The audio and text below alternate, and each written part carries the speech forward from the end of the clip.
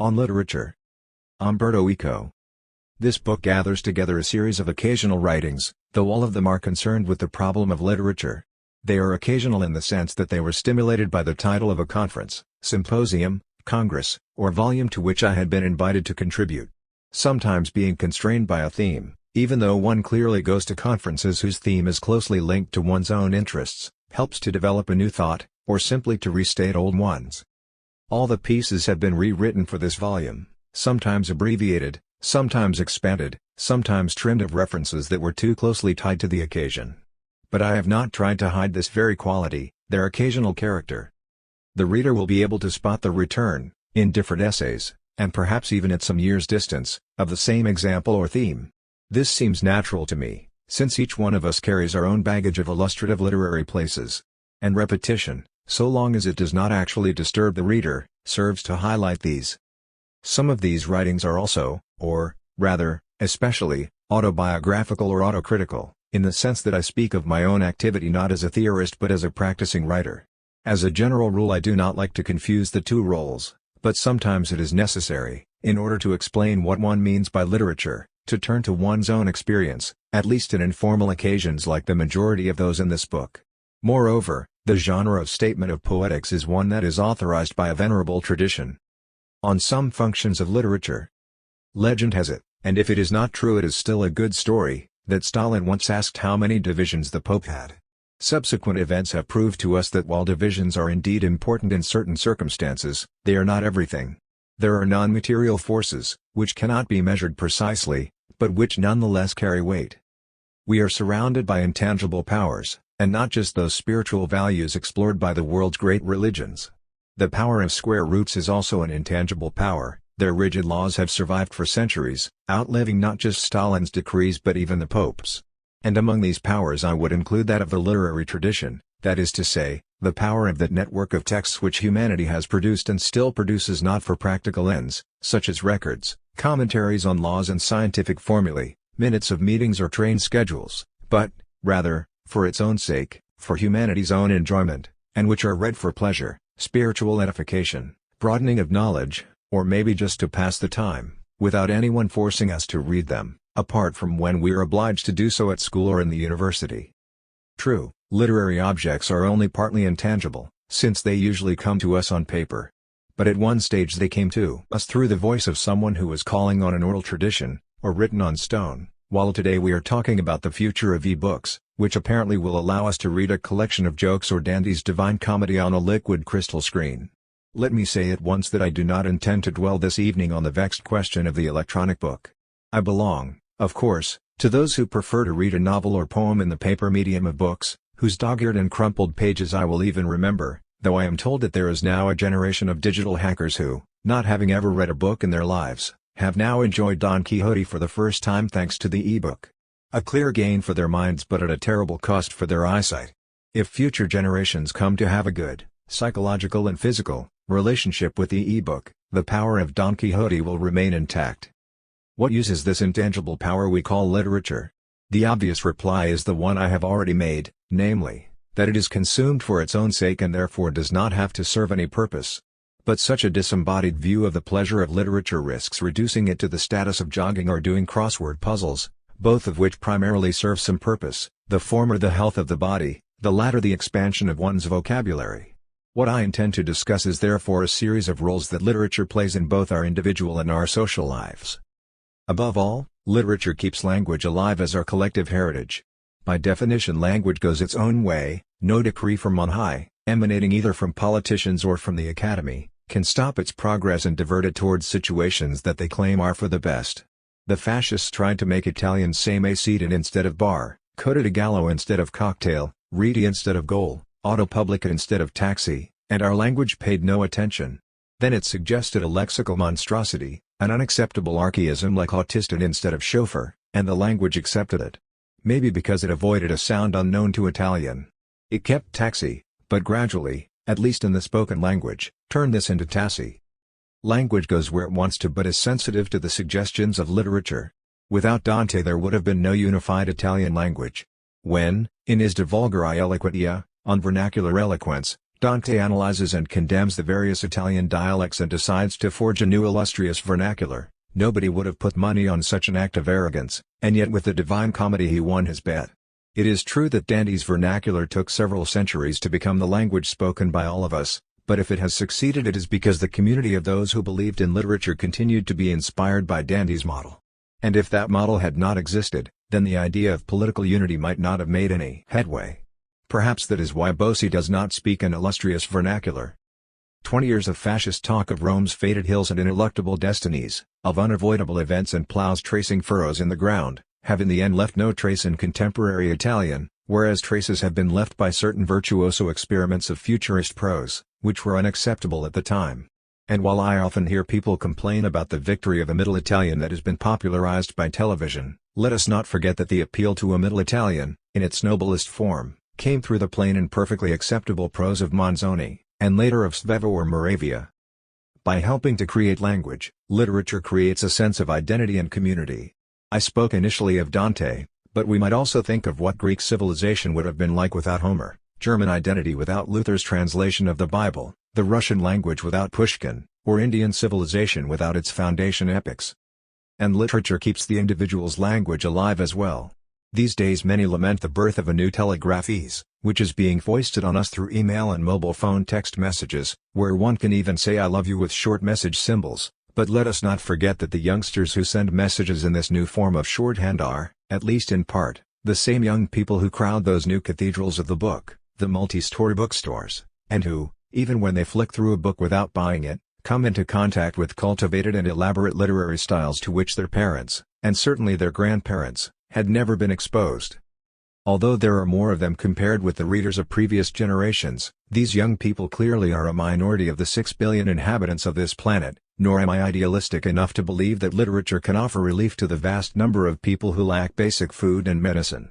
But I would like to make one point: the wretches who roam around aimlessly in gangs and kill people by throwing stones from a highway bridge or setting fire to a child, whoever these people are, turn out this way not because they have been corrupted by computer newspeak, they don't even have access to a computer, but rather because they are excluded from the universe of literature and from those places where, through education and discussion, they might be reached by a glimmer from the world of values that stems from and sends us back again to books. Reading works of literature forces on us an exercise of fidelity and respect, albeit within a certain freedom of interpretation. There is a dangerous critical heresy, typical of our time, according to which we can do anything we like with a work of literature, reading into it whatever our most uncontrolled impulses dictate to us. This is not true. Literary works encourage freedom of interpretation, because they offer us a discourse that has many layers of reading and place before us the ambiguities of language and of real life. But in order to play this game, which allows every generation to read literary works in a different way, we must be moved by a profound respect for what I have called elsewhere the intention of the text. On one hand, the world seems to be a closed book, allowing of only one reading. If, for example, there is a law governing planetary gravitation, then it is either the right one or the wrong one. Compared with that, the universe of a book seems to us to be an open universe. But let us try to approach a narrative work with common sense and compare the assumptions we can make about it with those we can make about the world. As far as the world is concerned, we find that the laws of universal gravitation are those established by Newton, or that it is true that Napoleon died on St. Helena on May 5, 1821. And yet, if we keep an open mind, we will always be prepared to revise our convictions the day science formulates the great laws of the cosmos differently, or a historian discovers unpublished documents proving that Napoleon died on a Bonapartist ship as he attempted to escape. On the other hand, as far as the world of books is concerned, propositions like Sherlock Holmes was a bachelor, Little Red Riding Hood is eaten by the wolf and then freed by the woodcutter, or Anna Karenina commits suicide will remain true for eternity, and no one will ever be able to refute them. There are people who deny that Jesus was the Son of God, others who doubt his historical existence, others who claim he is the way, the truth, and the life, and still others who believe that the Messiah is yet to come, and however we might think about such questions, we treat these opinions with respect. But there is little respect for those who claim that Hamlet married Ophelia, or that Superman is not Clark Kent. Literary texts explicitly provide us with much that we will never cast doubt on, but also, unlike the real world, they flag with supreme authority what we are to take as important in them, and what we must not take as a point of departure for freewheeling interpretations. At the end of chapter 35 of The Red and the Black, Julien Sorel goes to the church and shoots at Madame de Renal. After observing that Julien's arm was trembling, Stendhal tells us that the protagonist fires a first shot and misses his target. Then he fires again, and the woman falls. We might claim that his trembling arm and the fact that his first shot missed prove that Julien did not go to the church with firm homicidal intentions, but, rather, was drawn there by a passionate, if vaguely intentioned, impulse. Another interpretation can be placed beside this one, namely, that Julien had originally intended to kill, but that he was a coward. The text allows for both interpretations. Some people have wondered where the first bullet went, an intriguing question for Stendhal aficionados. Just as devotees of Joyce go to Dublin to seek out the chemist shop where Bloom bought a lemon-shaped bar of soap, and in order to satisfy these literary pilgrims, that chemists, which really does exist, has begun to produce that kind of soap again. In the same way one can imagine Stendhal fans trying to find both Verrières and the church in the real world, and then scrutinizing every pillar to find the bullet hole. This would be a rather amusing instance of a literary devotee's obsession. But let us suppose that a critic wanted to base his entire interpretation of the novel on the fate of that missing bullet. In times like ours this is not impossible. There are people who have based their entire reading of Poe's purloined letter on the position of the letter with regard to the mantelpiece. But while Poe makes the position of the letter explicitly relevant, Stendhal tells us that nothing more is known about that first bullet and thus excludes it from the realm of fictitious speculation. If we wish to remain faithful to Stendhal's text, that bullet is lost forever, and where it ended up is ultimately irrelevant in the context of the narrative. On the other hand, what remains unsaid in Stendhal's arguments regarding the protagonist's potential impotence pushes the reader toward frenetic hypotheses in order to complete what the story does not tell us explicitly. Similarly, in Manzoni's I Promessi Sposi, the betrothed, a phrase like the unfortunate woman responded does not tell us the lengths to which Gertrude has gone in her sin with Egidio, but the dark halo of hypotheses stirred up in the reader is part of the fascination of this highly chaste and elliptical passage. At the beginning of The Three Musketeers it is said that D'Artagnan arrived at Meung on a 14-year-old nag on the first Monday of April, 1625. If you have a good program on your computer, you can immediately establish that that Monday was the 7th of April. A juicy tidbit of trivia for devotees of Dumas. Can one base an over-interpretation of the novel on this detail? I would say no, because the text does not make that detail relevant. Over the course of the novel it becomes clear that D'Artagnan's arrival on a Monday was not particularly important, whereas the fact that it was in April is quite relevant. One must remember that in order to hide the fact that his splendid shoulder strap was embroidered only on the front, Porthos was wearing a long cloak of crimson velvet, which the season did not justify, so much so that the musketeer had to pretend that he had a cold. All this may seem quite obvious to many people, but such obvious, if often forgotten, points remind us that the world of literature inspires the certainty that there are some unquestionable assumptions, and that literature therefore offers us a model, however fictitious, of truth.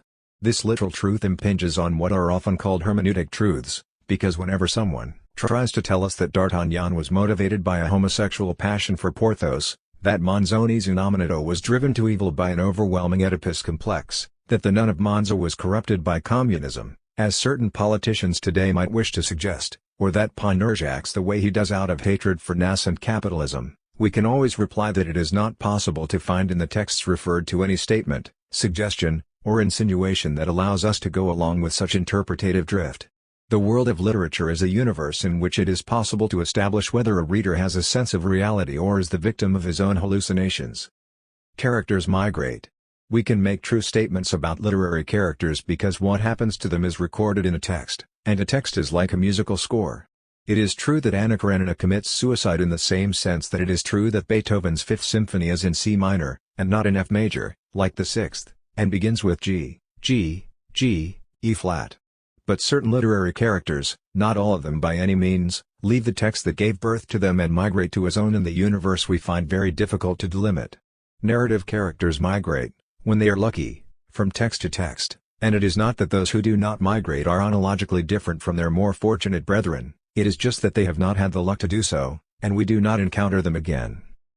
Both mythical characters and those from secular narratives have migrated from text to text, and through adaptations into different mediums, from book to film or to ballet, or from oral tradition to book. Ulysses, Jason, King Arthur or Parsifal, Alice, Pinocchio, D'Artagnan.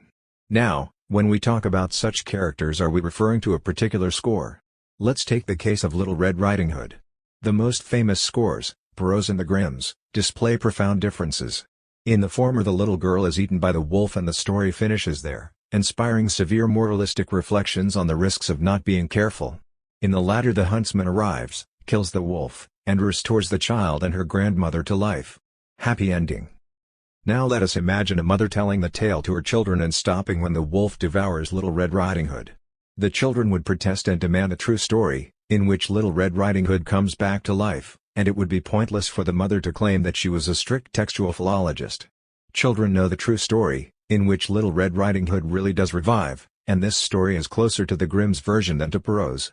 Yet it does not coincide exactly with the Grimm's score, because it omits a whole series of minor details, on which the Grimms and Perrault disagree in any case. For instance, what kind of gifts Little Red Riding Hood is bringing to her grandmother, details children are more than willing to compromise on, because they concern a character who is much more schematic, more fluctuating in the tradition, and who appears in various scores, many of them oral. Thus Little Red Riding Hood, D'Artagnan, Ulysses, or Madame Bovary become individuals with a life apart from their original scores, and even those who have never read the archetypal score can claim to make true statements about them. Even before reading Oedipus Rex I had learned that Oedipus marries Jocasta.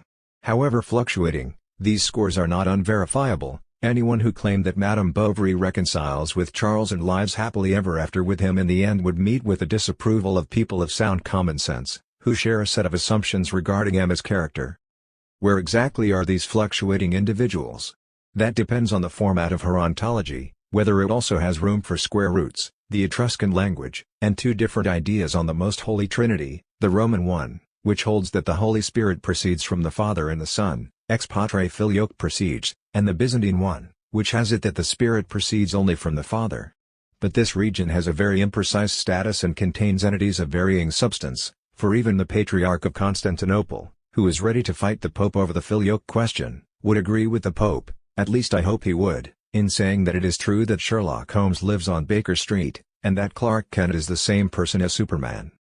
Nevertheless, it has been written in countless novels or poems that, I'm inventing examples at random here, Hasdrubal kills Corinna or Theophrastus is madly in love with Theodolinda, and yet no one believes that true statements can be made on these matters, because these ill-starred characters have never left their native text or managed to become part of our collective memory. Why is the fact that Hamlet does not marry Ophelia any more true than the fact that Theophrastus married Theodolinda? What is that part of our world where Hamlet and Ophelia live but not poor old Theophrastus?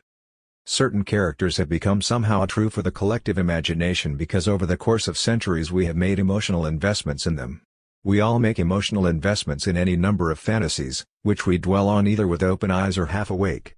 We can be moved by thinking about the death of someone we love, or experience physical reactions when imagining ourselves having an erotic relationship with that person. Similarly, we can be moved by Emma Bovary's fate through a process of identification or projection, or, as happened to several generations, be drawn toward suicide by the misfortunes of young Werther or Jacopo Ortis. However, if someone were to ask us if the person whose death we imagined was really dead, we would reply no, that it was a totally private fantasy of our own. Whereas if someone asks us whether Werther really did kill himself, we reply yes, and the fantasy we are talking about here is not private, it is a real fact on which the entire community of readers agrees. So much so that anyone who killed himself just because he had imagined, being well aware that this was simply the product of his imagination, that his loved one was dead would be judged by us to be mad, while somehow or other we try to justify someone killing himself because of Werther's suicide, knowing full well that the latter was a fictional character. We will have to find a space in the universe where these characters live and shape our behavior to such an extent that we choose them as role models for our life, and for the life of others, so that we are clear about what we mean when we say that someone has an Oedipus complex or a gargantuan appetite, that someone behaves quixotically, is as jealous as Othello, doubts like Hamlet, is an incurable Don Juan, or is a Scrooge. And in literature this happens not only with characters but also with situations and objects. Why do the women who come and go, talking of Michelangelo, Montale's sharp shards of bottles stuck in the wall in the dazzling sun, Gazzano's good things of bad taste, Eliot's fear that is shown us in a handful of dust, Leopardi's hedge, Petrarch's clear cool waters, Dante's bestial meal, become obsessive metaphors, ready to tell us over and over again who we are, what we want, where we are going, or what we are not and what we don't want. These literary entities are here among us. They were not there from the beginning of time as, perhaps, square roots and Pythagoras's theorem were, But now that they have been created by literature and nourished by our emotional investment in them, they do exist and we have to come to terms with them. Let us even say, to avoid ontological and metaphysical discussions, that they exist like a cultural habitus, a social disposition. But even the universal taboo of incest is a cultural habitus, an idea, a disposition, and yet it has had the power to shape the destinies of human societies. However, as some people today claim, even the most enduring literary characters risk becoming evanescent, mobile, and shifting, losing that fixity which forced us to acknowledge their destinies. We have now entered the era of electronic hypertext, which allows us not only to travel through a textual labyrinth, be it an entire encyclopedia or the complete works of Shakespeare, without necessarily unraveling all the information it contains but to penetrate it like a knitting needle going into a ball of wool. Thanks to hypertext, the phenomenon of free creative writing has become a reality. On the internet you can find programs that let you write stories as a group, joining in narratives whose denouement one can change ad infinitum.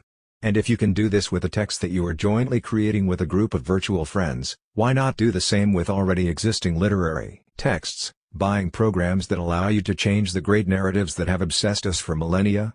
Just imagine that you're avidly reading War and Peace, wondering whether Natasha will finally give in to Anatoly's blandishments, whether that wonderful Prince Andrei will really die, whether Pierre will have the courage to shoot Napoleon, and now at last you can recreate your own Tolstoy, conferring a long, happy life on Andrei, and making Pierre the liberator of Europe.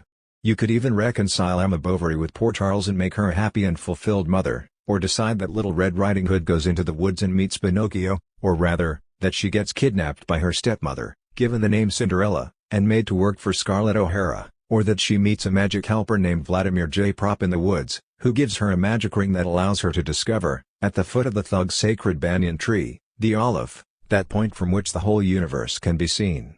Anna Karenina doesn't die beneath the train because Russian narrow-gauge railways, under Putin's government, are less efficient than their submarines, while away in the distance, on the other side of Alice's looking-glass, is Jorge Luis Borges reminding Funes the Memorias not to forget to return War and Peace to the Library of Babel.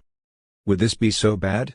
No, in fact, it has already been done by literature, from Mallarmé's notion of Le Livre to the Surrealists' exquisite corpses to Quinault's 100 million poems and the unbound books of the second avant-garde. And then there are the jam sessions of jazz music. Yet the fact that the jam session exists, where every evening a variation on a particular musical theme is played, does not prevent or discourage us from going to concert halls, where every evening Chopin's Sonata in B-flat minor, Opus 35, will finish in the same way. Some say that by playing with hypertexts we escape two forms of oppression, having to follow sequences already decided on by others, and being condemned to the social division between those who write and those who read. This seems silly to me, but certainly playing creatively with hypertexts, changing old stories and helping create new ones, can be an enthralling activity, a fine exercise to be practiced at school, a new form of writing very much akin to the jam session. I believe it can be good and even educational to try to modify stories that already exist. Just as it would be interesting to transcribe Chopin for the mandolin, it would help to sharpen the musical brain, and to understand why the timbre of the piano was such an integral element of the sonata in B-flat minor.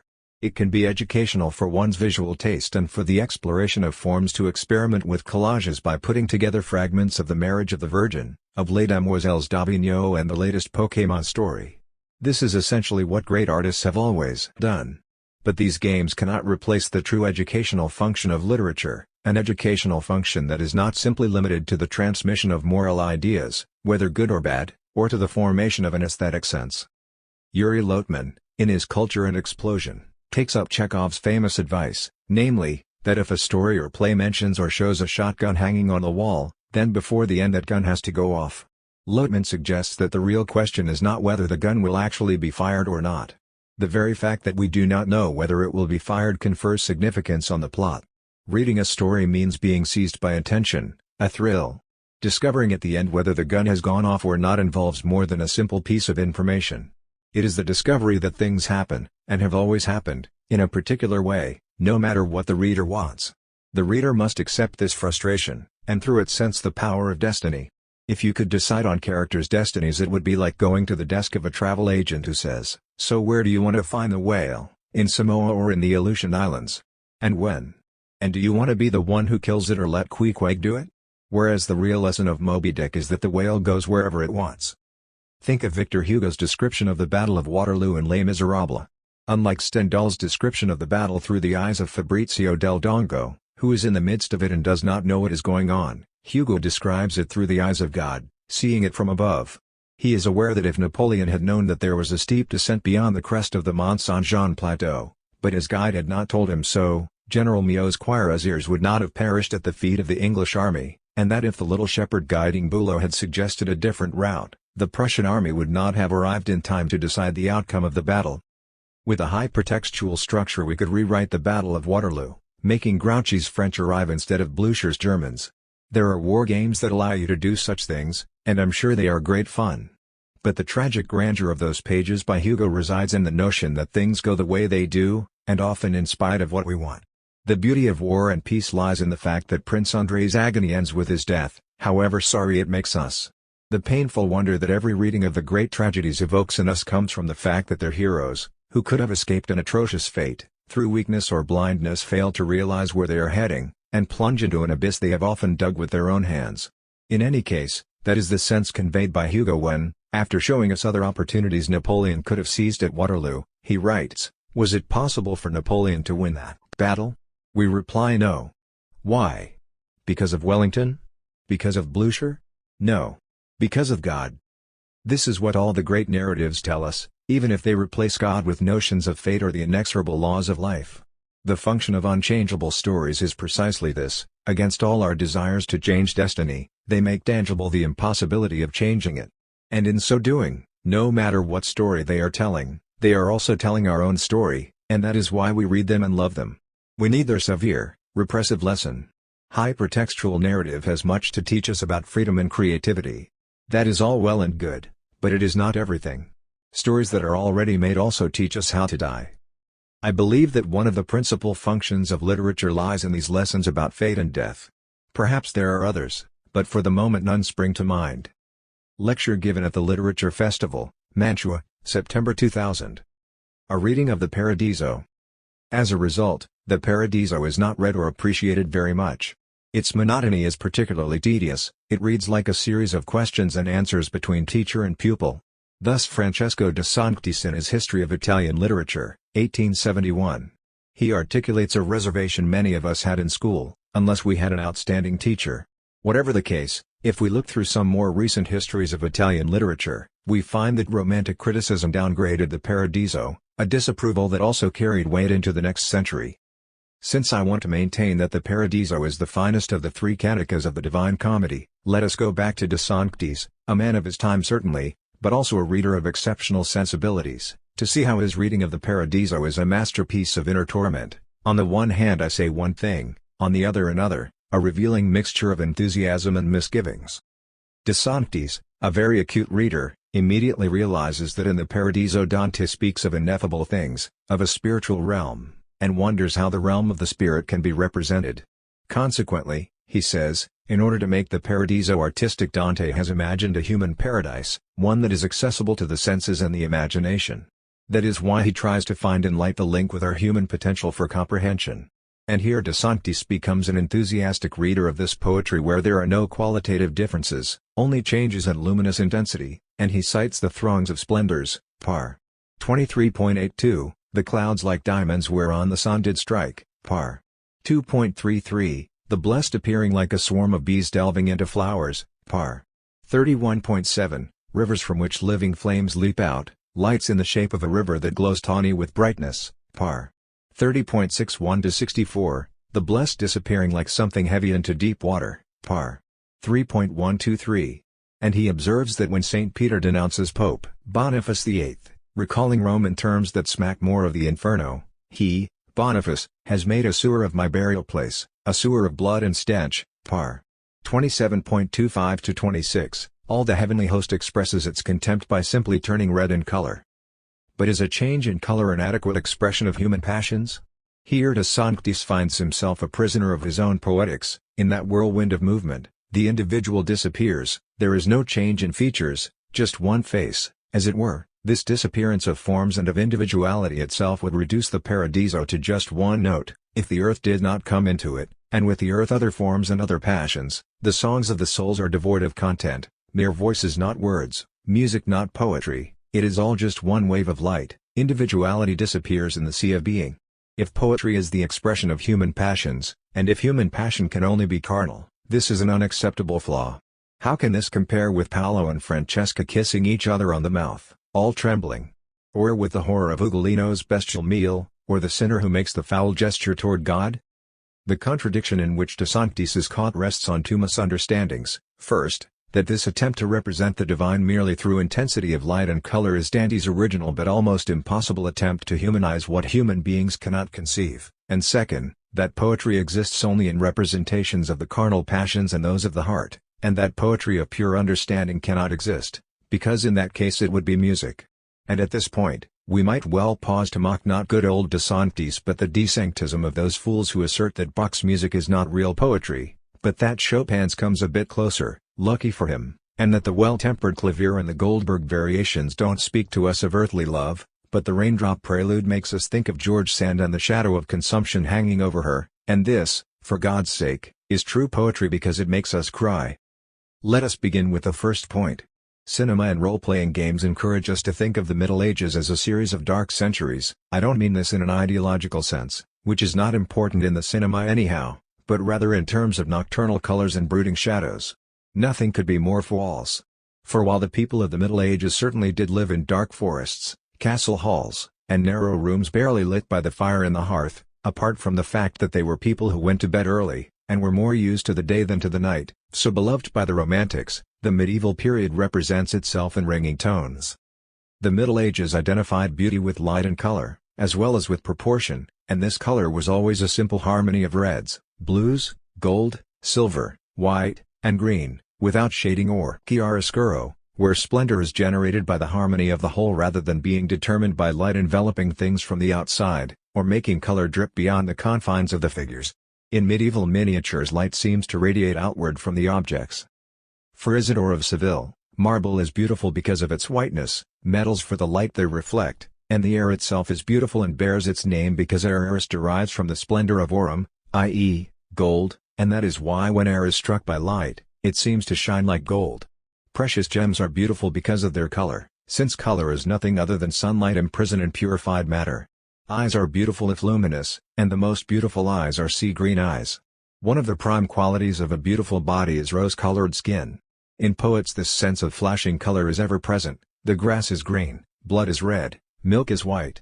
For Guido Guinizelli a beautiful woman has a face of snowy whiteness colored with carmine. Petrarch writes of clear, cool and sweet waters, and Hildegard of Bingen's mystic visions show us glowing flames and compose even the beauty of the first fallen angel from gems shining like a starry sky, so that the countless number of sparks, shining in the bright light of all his ornaments, fills the world with light.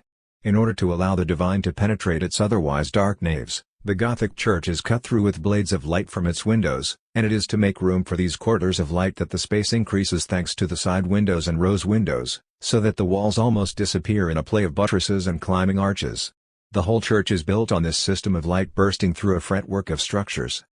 Huizinga reminds us of Froissart the chronicler's enthusiasm for ships with flags and ensigns fluttering in the wind, and gaily colored escutcheons flashing in the sun, the play of the sun's rays on helmets, breastplates, lance tips, the pennants and banners of knights marching, and in coats of arms, the combinations of pale yellow and blue, orange and white, orange and pink, pink and white, black and white, and a young damsel in purple silk on a white horse with a saddlecloth of blue silk, led by three men clothed in vermilion and capes of green silk.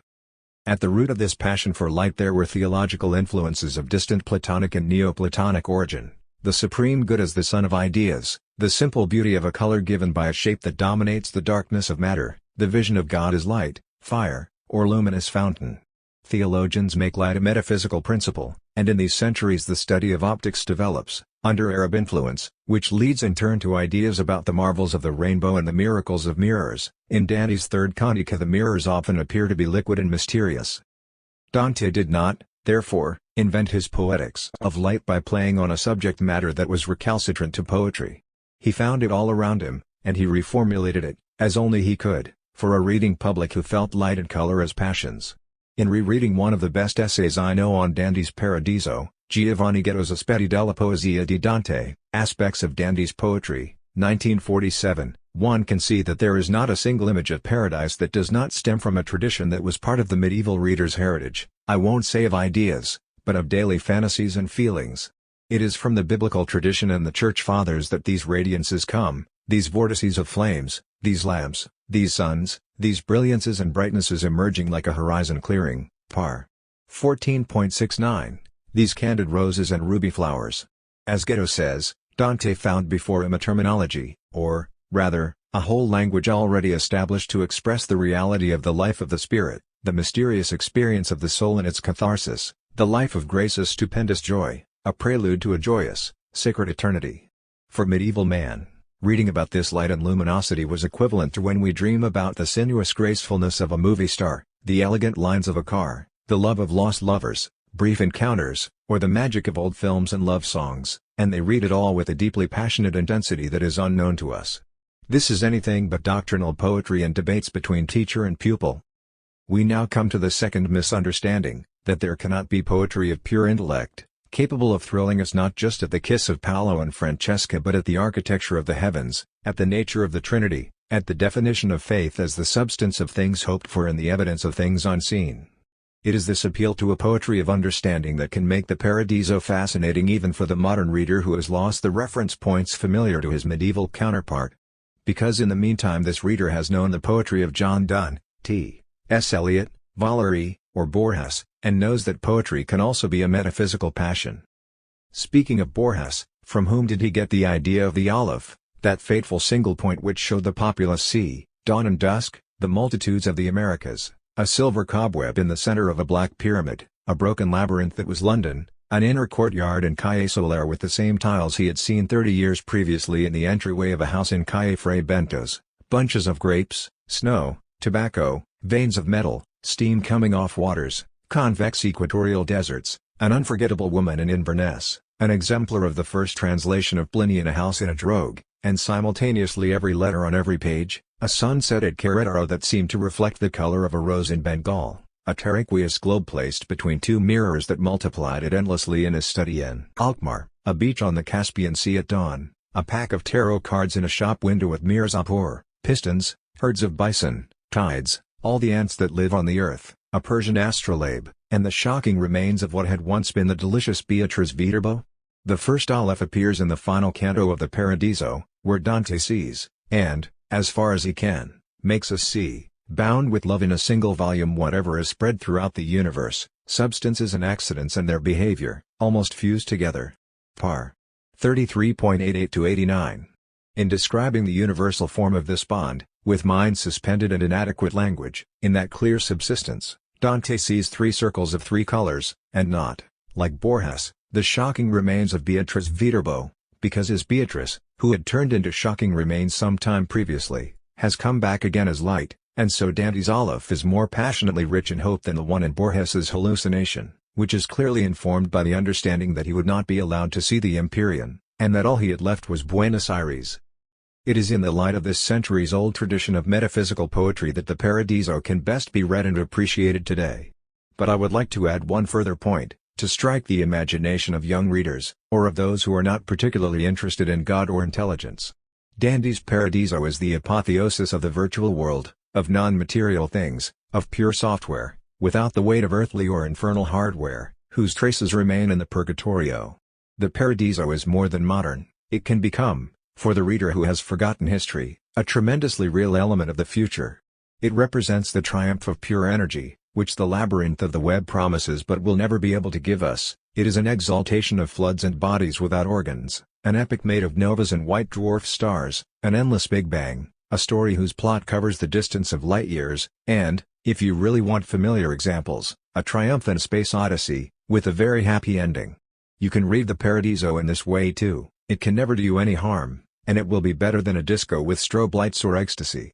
After all, with regard to ecstasy, Dante's Third Cantica keeps its promises and actually delivers it. Written as an article for La Repubblica on September 6, 2000, in a series of pieces to celebrate the 7th centenary of the Divine Comedy.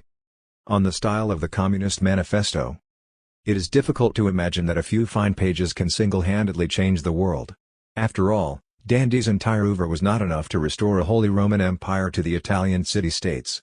But, In commemorating the Communist Manifesto of 1848, a text that certainly has exercised a major influence on the history of 2 centuries, I believe one must reread it from the point of view of its literary quality, or at least, even if one does not read it in the original German, of its extraordinary rhetorical skill and the structure of its arguments.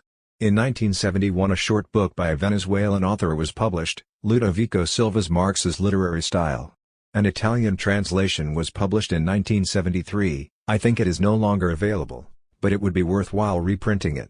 In this book Silva retraces the development of Marx's literary education. Few know that he had also written poetry, albeit awful poetry, according to those who have read it, and goes on to analyze in detail Marx's entire oeuvre.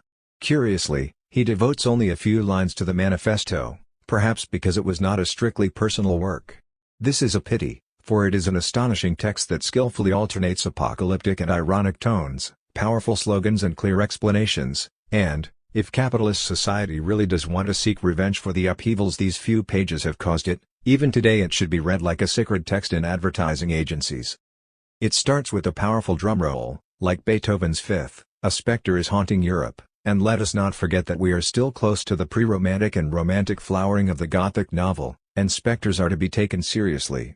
This is followed immediately by a bird's-eye history of class struggle from ancient Rome to the birth and development of the bourgeoisie, and the pages dedicated to the conquests achieved by this new, revolutionary class constitute a foundation epic that is still valid today, for supporters of free market enterprise.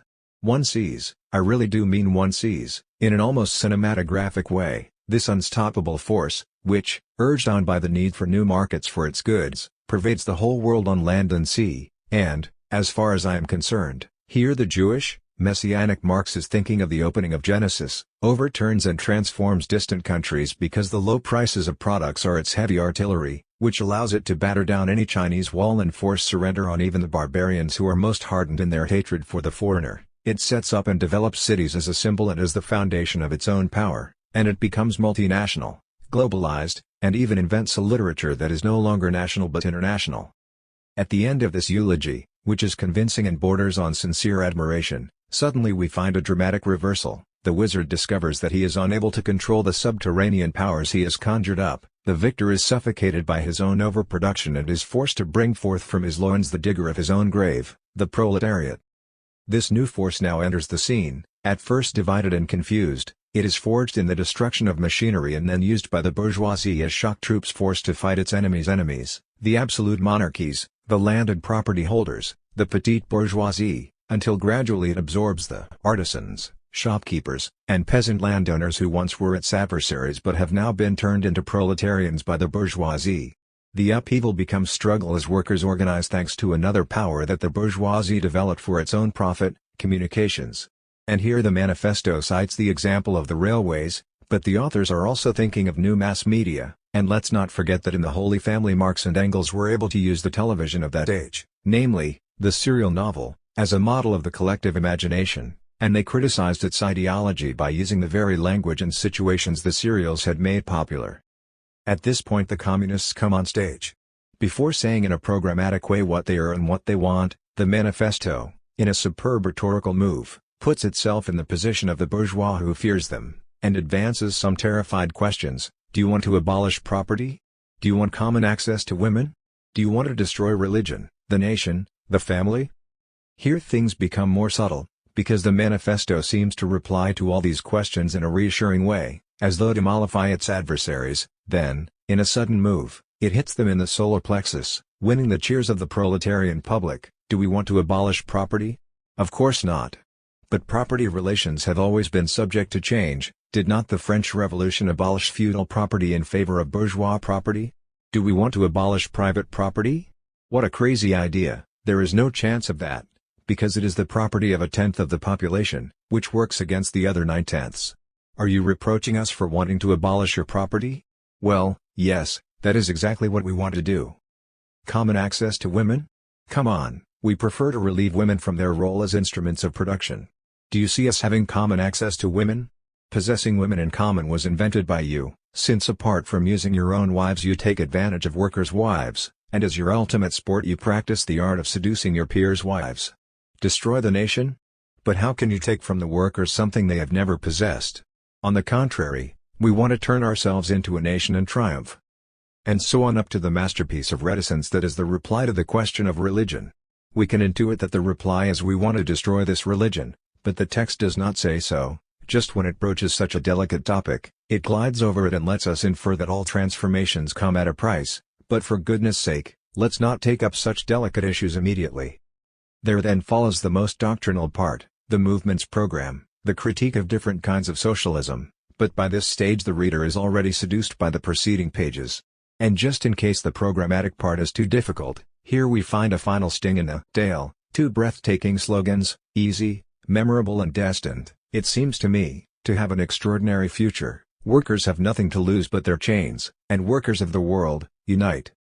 Even apart from its genuinely poetic capacity to invent memorable metaphors, the manifesto remains a masterpiece of political, but not only political, oratory, and it ought to be studied at school along with Cicero's invectives against Catiline and Mark Antony's speech over Julius Caesar's body and Shakespeare, especially as it is not impossible, given Marx's familiarity with classical culture, that he had in mind these very texts when writing it. Article published in L'Espresso, January 8, 1998, for the 150th anniversary of the Communist Manifesto. The Mists of the Valois. I discovered Sylvie when I was 20, almost by chance, and I read it knowing very little about Nerval. I read the story in a state of total innocence, and I was bowled over. Later I discovered that it had made the same impression on Proust as it did on me.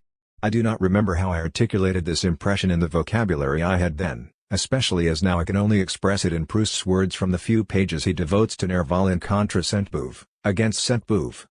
Sylvie is certainly not, as Bars, and a certain strand of reactionary criticism, insisted, a typically French, neoclassical idyll. It does not express a rootedness in the French soil. If anything, by the end the protagonist feels uprooted. Sylvie speaks to us of something that is on real colors, the kind of thing we sometimes see when asleep and whose contours we would like to pin down, and which we inevitably lose when we awake. Sylvie is the dream of a dream, and its oniric quality is such that we are constantly compelled to go back to the preceding pages, to see where we are. The colors in Sylvie are not those of a classic watercolor. Sylvie is of a purple color, a pink-purple color like purple-violet satin, at the opposite pole from the watercolor tones of moderate France. It is a model not of gracefulness full of restraint but, rather, of a morbid obsession. The atmosphere of Sylvie is bluish and purple, although this atmosphere is found not in the words but in the spaces between one word and another, like the mists in a morning at Chantilly. Perhaps at 20 I could not have put it like this, but I emerged from the story as though my eyes were glazed. Not quite as happens in dreams, but, rather, as though I were on that morning threshold when you slowly awaken from a dream, you confuse the first conscious reflections with the last glimmers of the dream, and you cannot make out, or have not yet crossed, the border between dream and reality. Without having read Proust at that time, I knew I had felt the mist effect. I have reread this story very many times in the course of the last 45 years, and on each occasion I would try to explain to myself or to others why it had this effect on me. Each time I thought I had discovered the reason, and yet each time I started to reread it I would find myself as at the beginning, still a victim of the mist effect. In what follows I will try to explain why and how the text manages to produce its mist effects. But whoever wants to follow me must not be afraid of losing the magic of Sylvie by knowing too much about it. On the contrary, the more the reader knows about it, the more able will/he be to reread it with renewed astonishment. La Bruni and Nerval. I must begin with a very important distinction. I want to eliminate from the outset an unwelcome character, namely, the empirical author. The empirical author of this story was called Gérard La Bruni, and he wrote under the nom de plume of Gérard de Nerval. If we try to read Sylvie thinking about La Bruni, we are immediately on the wrong track. For instance, one then has to try, as many critics have done, to see how and to what extent the facts narrated in Sylvie refer to La Bruni's life. Thus it is that editions and translations of Sylvie are generally accompanied by biographical notes debating whether Aurélie was the actress Jenny Colin. Incidentally, whoever looks at her portrait, reproduced in various editions, becomes seriously disillusioned, whether there really was an archery company at Loisy, or whether it was not rather at Creil, whether La Bruni really had received an inheritance from his uncle, or whether the character of Adrienne was based on Sophie Dawes, Baroness of Faucher. Many solid academic reputations have been built on the basis of such meticulous research, all very useful for writing a biography of Gérard La Bruni but not for understanding Sylvie. Gérard La Bruni committed suicide after passing through several psychiatric clinics, and we know from one of his letters that he had written Sylvie in a state of hyper-excitement, in pencil and on tiny sheets of paper. But if Labrini was mad, Nerval was not, that is to say, there was no madness in that model author we managed to discern only through a reading of Sylvie. This text tells the story of a protagonist who borders on madness, but it is not the work of someone who is unwell, whoever wrote it, and this person is the one that I shall from now on call Nerval. It is constructed with astonishing care, with a play of internal textual symmetries, oppositions, and echoes. If Nerval is not a character who is extraneous to the story, how does he appear in it? First and foremost as narrative strategy. Story and plot. In order to understand Nerval's narrative strategy and how he manages to create in the reader the missed effects I spoke of, I refer you to Table A. Along the horizontal axis I have plotted the sequence of chapters in the tale, while on the left, vertical axis, I have reconstructed the temporal sequence of the events mentioned in the story. Thus, along the vertical axis I have plotted the fabula or story, and along the horizontal axis the development of the plot. The plot is the way in which the story is constructed and gradually revealed to us. A young man comes out of a theater and decides to go to the ball at Loisy. During his journey there he recalls a previous journey, arrives at the ball, sees Sylvie again, spends a day with her, goes back to Paris, has an affair with the actress, and finally, Sylvie is by now married in Dammartin, decides to tell his own story.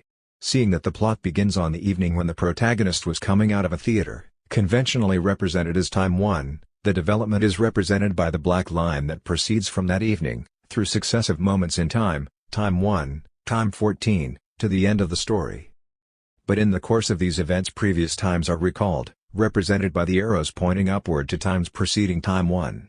The unbroken vertical lines represent the protagonist's reconstructions, the dotted lines represent references to the past that occur, sometimes fleetingly, in the course of the dialogues between the various characters.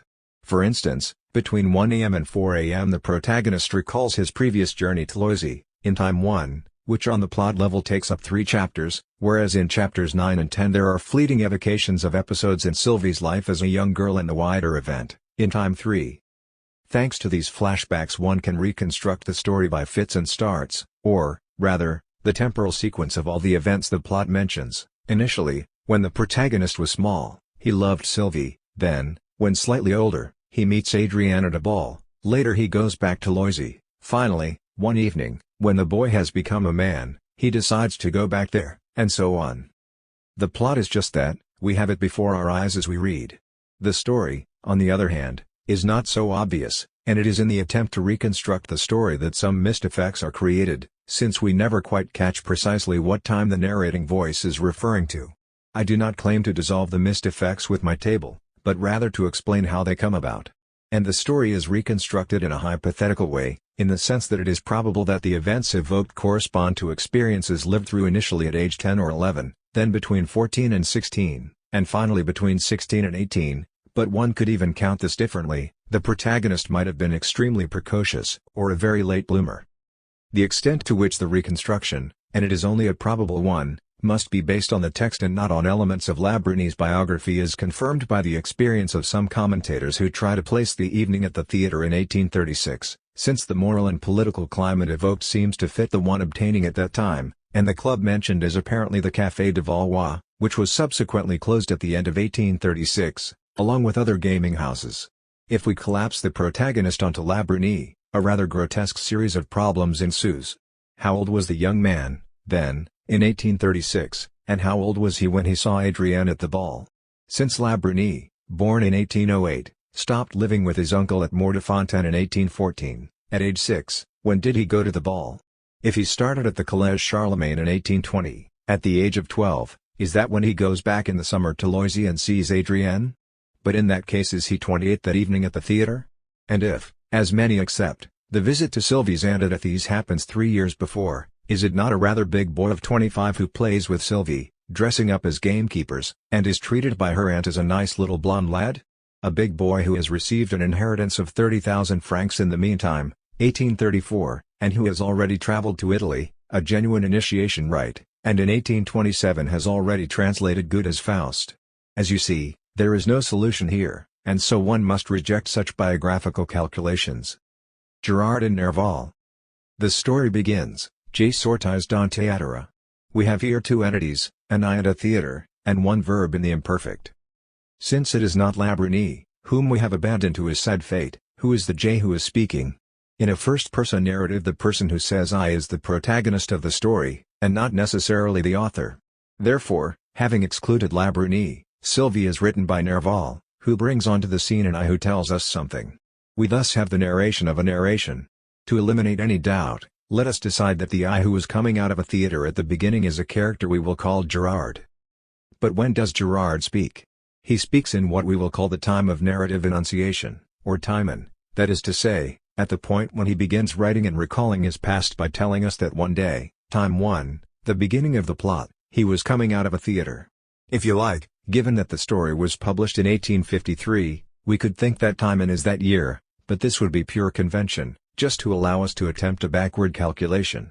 Since we do not know how many years pass between time 14 and timon, but it must be many, because at timon he already remembers that Sylvie has 2 children who are old enough to be archers. The evening at the theater could be placed either 5 or 10 years previously, it does not matter, so long as one imagines that at time 3 Gerard and Sylvie were still children.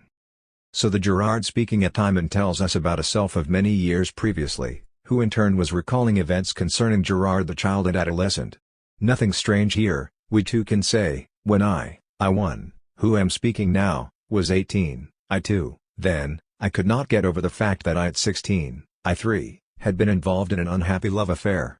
But this does not mean that I 1 still feels the adolescent passion of I 3, nor that he can explain the melancholy memories of I 2. At most he can recall them indulgently and tenderly, thus revealing himself to be different from who he had once been. In a certain sense this is what Gerard does, except that, realizing that he is so different each time, he can never tell us with which of his pastes he identifies, and he ends up so confused about his own identity that in the course of the story he never names himself once, except in the first paragraph of chapter 13, when he refers to himself as an unknown admirer. Thus even that first-person pronoun, apparently so clearly defined, always denotes another. Yet it is not only that there are so many Gerards, it is also the fact that sometimes the narrator is not Gerard but Nerval, who, as it were, creeps into the tale. Note that I said into the tale, not into the story or plot. Story and plot coincide, but only because they are communicated to us through a discourse. To make the point more clearly, when I translated Sylvie I changed its original discourse in French into a discourse in Italian, while trying to keep the same story and plot. A film director could translate the plot of Sylvie into a film, allowing the spectator to reconstruct the story through a series of fade-outs and flashbacks, though I would not like to say with what degree of success, but he certainly could not translate the discourse like I did, since he would have to change words into images, and there is a difference between writing as pale as the night and showing the image of a pale woman. Nerval never appears in story or plot, but he does in the discourse, and not only, as would happen with any author, as the mechanism that selects the words and articulates them in phrases and sentences. He comes in surreptitiously, as a voice speaking to us his model readers. Who is it that says, in the second paragraph of chapter 3, let us go back to reality? Is it Gerard talking to himself after wondering whether Adrienne and Aurélie were the same person? Is it Nerval encouraging his character or us readers who have been caught up in that enchantment to go back to reality? Later on, between 1 and 4 in the morning, while Gerard is traveling toward Loisy, the text says, while the carriage is climbing up the hills, let us piece together the memories of the time when I used to come here so often. Is this Gerard in time 3 talking, in a kind of interior monologue that is happening at the present time of the first verb? Or is it Gerard in timon, saying while that character is climbing uphill in the carriage, let us abandon him for a moment and try to go back to a previous period? And is that let us piece together an exhortation by Gerard to himself, or by Nerval to his readers, inviting us to participate in the course of his writing? Who is it that says at the beginning of chapter 14, such are the chimeras which bewitch us and lead us astray at the dawn of our lives? It could be Gerard in timon, participant in and victim of his own past illusions, but it will be noted that that observation justifies the order in which the events have been narrated, with a direct address to the readers, but many hearts will understand me. The person who is speaking, therefore, does not seem to be Gerard, but the author of the book we are reading. Much has been written on this interplay of voices, but everything remains unresolved. It is Nerval himself who has decided to remain unresolved, and he tells us so not only to join us in our sense of bewilderment, and to understand it, but also to compound it. Over the course of 14 chapters we never know whether the person who is speaking is saying things or is representing someone else who is saying things, nor is it ever entirely clear whether this someone is experiencing these things or simply recalling them. Leaving the theater? Right from the first sentence of the story, the theme of the theater literally takes center stage, and it will be present until the end of the tale. Nerval was a man of the theater. Labrini had really fallen in love with an actress. Gerard loves a woman he has seen on the stage, and he haunts various stages until near the end of the story. But the theater reappears in Sylvie at every moment. The dance on the lawn with Adrienne is a theatrical event, as are the flower festival at Loisy, and the basket from which the swan rises is a theatrical machine, the mise-en-scène that Gerard and Sylvie devise at her aunt's house, and the sacred drama at Charlie's. In addition, many have noted that Nerval uses a kind of theatrical lighting for the most crucial scenes. The actress appears at first illuminated by the footlights on the stage, then by the light of the auditorium chandelier, but theatrical lighting techniques are also put into play at the first dance on the lawn, where the sun's last rays arrive through the foliage of the trees, which act as a curtain, and while Adrienne sings, she is picked out as it were by the light of the moon, and she emerges from what today we would call a spotlight with a graceful bow, worthy of an actress saying farewell to her audience. At the beginning of Chapter 4, in the Journey to Cythera, which above all is a verbal representation of a visual one, inspired as it is by one of Watteau's paintings, the scene is again illuminated from above by the vermilion rays of the evening. Finally, when Gerard enters the ball at Loisy in Chapter 8, we witness a masterpiece of stage direction, which gradually leaves the bases of the lime trees in shade and tinges their summits in a bluish light until, in this struggle between artificial light and the dawning day, the stage is slowly pervaded by the pale light of day. We must therefore not allow ourselves to be deceived by a crude reading of Sylvie and say that, as Gerard is torn between the dream of an illusion and the desire to find reality, the story plays on a clear and precise contrast between the theater and reality. First and foremost, every time Gerard leaves one theater he enters another. He begins, already in the second chapter, with a celebration of the sole truth of illusion, which intoxicates him.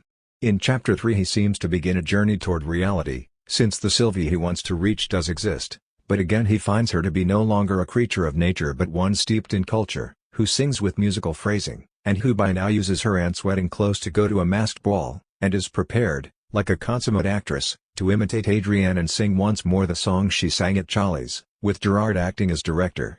And consequently Gerard himself behaves like a theatrical character, in Chapter 11, when he makes the final attempt to conquer her, adopting a pose out of classical tragedy. Thus the theater is sometimes the place of all-conquering and redeeming illusion, sometimes the place of disillusion and disappointment. What the story questions, creating in the process another missed effect, is not the opposition between illusion and reality but the fracture that cuts through the two worlds and mixes them up. Symmetries of plot. If we go back to Table A, we see that the 14 chapters into which the plot is organized can be divided into two halves, one largely nocturnal, the other prevalently diurnal. The nocturnal sequence concerns a world lovingly evoked in memory and in dreams, everything in it is experienced in a euphoric tone, in the enchantment of nature, and characters move slowly through space, which is described with a full range of cheerful details. In the diurnal sequence, on the other hand, Gerard finds a Valois that is mere artifice, made up of fake ruins, where the same stages of the preceding journey are revisited in a state of dysphoria, without dwelling on the landscape and focusing solely on epiphanies of disappointment. From the 4th to the 6th chapter, after the festival, which had been an opportunity for fairy tale-like surprises such as the appearance of the swan, and the encounter with Sylvie, who by now seems to embody the gracefulness of the two exorcised ghosts, Gerard makes his way through the forest at night, with the help of a moon that is also theatrical as it lights up the sandstone rocks. In the distance pools dot the misty plain, the air is perfumed, and gradually elegant medieval ruins can be seen on the horizon. The village is jolly, Sylvie's bedroom is virginal as she works at her lace cushion, and the journey to her aunt's house is a feast of flowers, amid buttercups and great dates, periwinkles and foxgloves, and the hedges and streams that the two young people happily leap over. The river Thief gradually becomes smaller as they approach its source, and comes to rest in the fields, forming a little lake between irises and gladioli. There is little more to say about the 18th century idyll at Athens, where the past smells so good. In the second journey, chapters 8 to 11, Gerard arrives when the festival is over, the flowers in Sylvie's hair and on her bodice are fading, the thief shows pools of stagnant water, and the perfume of the hayricks no longer inebriates the way it once did. If in the first journey to Athens the two youngsters leapt over hedges and streams, now they do not even think of crossing the fields. Without describing the journey, Gerard goes to his uncle's house and finds it abandoned, the dog dead, and the garden overgrown with weeds. He takes the road for Ermenonville, but oddly the birds are silent and the place names on the signposts have faded. What he does see are the artificial reconstructions of the Temple of Philosophy, but by now these two are in ruins, the laurels have disappeared, and on the artificial lake, beneath Gabrielle's tower, the scum bubbles up and the insects drone. The air is mephitic, the sandstone is dusty, everything is sad and solitary. When Gerard arrives at Sylvie's bedroom, canaries have replaced the linnets, the furniture is modern and affected, Sylvie herself no longer makes her bobbins resound but works a mechanism, and her aunt is dead. The walk to Charlie's will be not a mad dash through the meadows but a slow journey with the help of a little donkey, in the course of which they will no longer gather flowers but instead will compete in terms of culture, in an atmosphere of mutual mistrust. Near St. Hesse they have to watch where they put their feet because treacherous streams meander through the grass. When finally, in chapter 14, Gerard returns to those very same places, he will no longer find the woods that once were there. Charlie's is being restored, the pools that have been dug up show in vain the stagnant water that the swans now shun, there is no longer a direct road to Ermenonville, and the space has become even more of a senseless labyrinth. The search for inverted symmetries could be carried farther, and it has been by many, so much so that what emerges are relations of almost diametrical opposition between the various chapters, that is to say, between the first and the last chapter, the second and the 13th, etc., even though the correspondences do not follow this rule precisely. Here are the most glaring examples. Euphoric. Dysphoric. 1. Archery as mythical evocation. 14. Archery as children's game. 2. Adrian's graceful farewell, as she heads for the monastic life. 13. Aurélie's graceful farewell, woman of the world. 2. The kiss's mystic experience. 8. The kiss is merely affectionate. 2. All thought they were in paradise. 4. This is simply an old genteel festival. 2. Gerard is the only boy at the dance. 4. Each boy has a girl partner. 3. Broken clock, promise of time to be recovered. 12. Broken clock, memory of lost time. 5. Solitary, enchanted walk. 9. Solitary, depressed walk. 6. Uplifting walk and visit to her aunt. 10. The aunt is dead, embarrassed departure for Charlie's. 7. Apparition of Adrienne singing. 11. Vague recollection of Adrienne, Sylvie sings. In fact, the disturbing Charlie's chapter breaks the symmetry and separates the first 6 chapters from the remaining 7. On the one hand we have in this 7th chapter a reversal of the ball in chapter 4, this is an aristocratic celebration as opposed to the people's festival on the island, there are no young people except on the stage, Gerard and Sylvie's brother creep in only as intruders, it is set in a closed space as opposed to the open space of Kythera. Adrian's apocalyptic song contrasts with the sweet song she sang while still an adolescent, and finally, this is a funereal celebration as opposed to a provisionalium veneris, the return of his obsession with Adrienne as opposed to the reconciliation and conquest of Sylvie. The chapter contains themes from the other chapters as well, but they are dreamily unresolved and neutralized. It cites without any obvious reason the archery contest, the clock, a kind of dance spectacle, a crown that is a halo of gilt cardboard, and above all a swan. Many critics imply that the swan is not just an emblem, a coat of arms engraved or sculpted, as the heraldic termiploy would suggest, but a real swan crucified on the door. This seems excessive, even though in a dream everything is possible, but whatever it is, this swan is halfway between the living, triumphant swan of chapter 4, and the one that is now absent in chapter 14. There has been talk of degradation rituals, but one does not need to uncover all the symmetries in order to detect them. The correspondences work almost unbeknownst to the reader, each return of a motif that has already been sounded causes a sense of déjà vu, but we notice only that something that we thought we had been given has been taken from us. Going round and round. Mist effects, labyrinth effects, Poulet has spoken of metamorphoses of the circle. Perhaps critics have seen more circles than there really are in Sylvie, like the magic circle of the stage, the concentric circles of the dance on the lawn, the dance on the pelouse framed by the trees, the one that involved the circle of young girls and finally, in the whirlwind of the dance, as though in a close-up, the long gold circles of the girl's hair, and in the second festival at Loisy the 3 circles of the pool, the island, and the temple. But sometimes I feel as if they have underestimated the circles. For instance, in chapter 9, During the visit to his dead uncle's house, the word Jardin is repeated 3 times in the same paragraph. This is not stylistic slackness. There are 3 gardens, belonging to 3 different epochs, but arranged concentrically, if not in terms of spatial perspective at least in a temporal one. It is as if Gerard's eyes saw first his uncle's garden, in the distance the circle of his childhood, and farther away again the circle of history, the garden as the eternal place of archaeological finds. In a sense this triple garden becomes as it were the miniature model of the whole story, but seen from its final point. From a place revisited in a state of disillusionment, by now the garden is just a mass of weeds, there emerges in the mists of memory first the trace, still well defined though partially cancelled out, of the child's enchanted universe, and then in the distance, when the garden is the object no longer of Gerard's eye but of his memory, amid the fragments lined up in his study, one hears the echo of those Roman and Druidic times that had already been summoned up at the beginning of the story. Finally, it is a circular movement that Gerard carries out in each of his visits to Loisy, first of all leaving from Paris, only to return in the space of a day, then leaving from the village, only to return after crossing pools, woods, and moors. This circling round is worthy of an effort that almost amounts to a land survey, but I believe it is worth doing. I decided to draw a map of the places, Table B, more to help myself when translating Sylvie.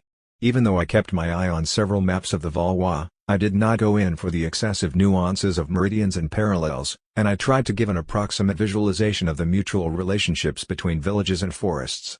However that may be, it should be borne in mind that from Les Arches to Ermenonville is about 20 kilometers as the crow flies, from Ermenonville to Loisy 3 kilometers, and 2 from Loisy to Mortefontaine. We are told in chapter 13 that the dance in front of the castle with Adrienne took place near Ory. But I have identified the place of the first and second dance at Loisy as the pools immediately north of Mortefontaine, where the Thève now rises, but at that time apparently it rose between Loisy and Ethys. If you read while also looking at the map, the space comes to look like a bit of chewing gum, changing shape every time you chew it over. It seems impossible that the post-carriage takes the route it does to drop Gerard near Loisy, but who knows what the roads were like then. The route chosen by Sylvie's brother on the night at Charlie's totally throws commentators with a passion for checking topography, and they solve the problems by noting that the boy was tipsy. Did one really have to go through Ory and run parallel to Halate Forest to get from Loisy to Charlie's? Or were the 2 youths not coming from Loisy? Sometimes it seems that Nerval is reconstructing his own Valois but that he cannot avoid interference from La Bernese. The text says that Gerard's uncle stayed at Montigny, while we know that La Bernese's uncle stayed at Mortefontaine. Now if we reread carefully, following the table, we see that, if Gerard's uncle stayed at Montigny, this does not work out, and we are forced to conclude that he stayed at Mortefontaine, or, rather, that, in the Valois of the story, Montigny occupies the exact spot where Mortefontaine is. Gerard, in chapter 5, says that after the dance he goes with Sylvie and her brother to Loisy, and then returns to Montigny. It is obvious that he can return only to Mortefontaine, all the more so since he goes up through a little wood between Loisy and Saint-Des, which in reality is Saint-Sulpice, a stone's throw from Loisy, goes along the edge of Ermenonville Forest, clearly to the southwest, and after sleeping sees nearby the walls of the convent of Saint-Des, and in the distance La Butte aux Gens, the ruins of the Abbey of Thiers, the castle of Pontarme. All of which are places to the northwest of Loisy, where he returns to. He cannot have taken the road for Montigny, which is too far to the east. At the beginning of chapter 9 Gerard goes from the spot where the dance had taken place to Montigny, then goes back on the road to Loisy, finds everyone asleep, heads toward Ermenonville, leaves the desert on the left, reaches Rousseau's tomb, and then goes back to Loisy. If he really went to Montigny he would be taking a very long route by crossing the Ermenonville area, and it would be crazy to return to Loisy, crossing back through the Ermenonville area, only then to decide to go up once more toward Ermenonville, and finally return again to Loisy. In biographical terms this might mean that Nerval had decided to move his uncle's house to Montigny, and then was not able to maintain the fiction, and kept on thinking, along with La Bernese, of Mortefontaine. But this question must be of only minimal importance to us, unless we are seized by the desire go and take the walk again. The text is there only to make us travel in a Valois where memory is confused with dreams, and its function is to make us lose our bearings. If that is the case, why make such efforts to reconstruct the map? I think most readers give up, as I did for many years, because it is enough for them to be seized by the fascination of the names. Proust already pointed out how much power names have in this story, and concluded that whoever has read Sylvie cannot fail to feel a thrill when they happen to read the name of Pontarme on a train schedule. However, He also pointed out that other place names, equally famous in the history of literature, do not cause the same turmoil in us. Why do the toponyms that appear in this tale become embedded in our mind, or heart, like a musical sequence, a Proustian petite phrase? The answer seems obvious to me, because they keep returning. Readers rarely draw maps for themselves, but they sense, in their ears, that with every return to the Valois, Gerard goes back to the same places, almost in the same order, as if the same motifs started up after every stanza. In music this form is called a rondo, and the term rondo comes from ronde, which means a round dance. So readers perceive orally a circular structure, and in some sense they see it, yet they see it only in a confused way, as if it were a spiral movement, or a successive shifting of circumferences. For this reason it is worth reconstructing the map, to understand visually what the text makes us feel orally. You will see on my little table, starting from Loisy, 3 non-concentric, differently shaded circles. They trace the 3 main walks, not the real journey, but the presumed area of the trip. The lightest circle refers to Gerard's nocturnal walk in Chapter 5, from Loisy to Montigny, or, rather, Mortefontaine, but changing direction to skirt the Ermenonville forest, going past Saint-S, and returning at last to Loisy, while Pontarme, Thiers, or La Butte can be seen in the distance. The slightly shaded circle represents Gerard's walk in Chapter 9, from the dance area to his uncle's house, which must be at Mortefontaine, then to Loisy and finally to Ermenonville as far as Rousseau's tomb, and returning once more to Loisy. The darkest circle follows Gerard's and Sylvie's walk to Challis in Chapters 10 and 11, from Loisy, through the forest of Ermenonville as far as Challis, then back to Loisy via Charlepont. The journey to Athis is a round trip to the 18th century and back. Finally, the biggest circle, which covers the entire area in Table B, corresponds to the wanderings with Aurélie in Chapter 13. Gerard tries desperately to find everything and loses the central core of his first wanderings. He will never find it again. In the end, since Sylvie by now lives in Dammartin, the returns mentioned in Chapter 14 never go beyond the margins of this circumference. Gerard, Sylvie, everyone, they are all now excluded from the magic circle at the start, which Gerard can see only at a great distance, from a hotel window. In any case, what strikes us visually, as we previously had been struck orally, albeit in the guise of echoes answering each other from a distance, is that in every journey Gerard simply goes around in a circle, not as in the perfect circle of the first dance with Adrienne, but like a crazed moth fluttering inside a lampshade on a chandelier, and never rediscovers what he had left there on the previous occasion. So much so that one has to agree with Pillet, who saw in this circular structure a temporal metaphor. It is not so much Gerard who goes around in circles in space, it is time, his own past dancing in a circle around him. The imperfect. Let us go back to the first sentence in the story, J sortis dans théâtre. We have considered the implications of that J and of that théâtre, now let us consider the sortis. The verb is in the imperfect. The imperfect is a tense of duration and is often iterative.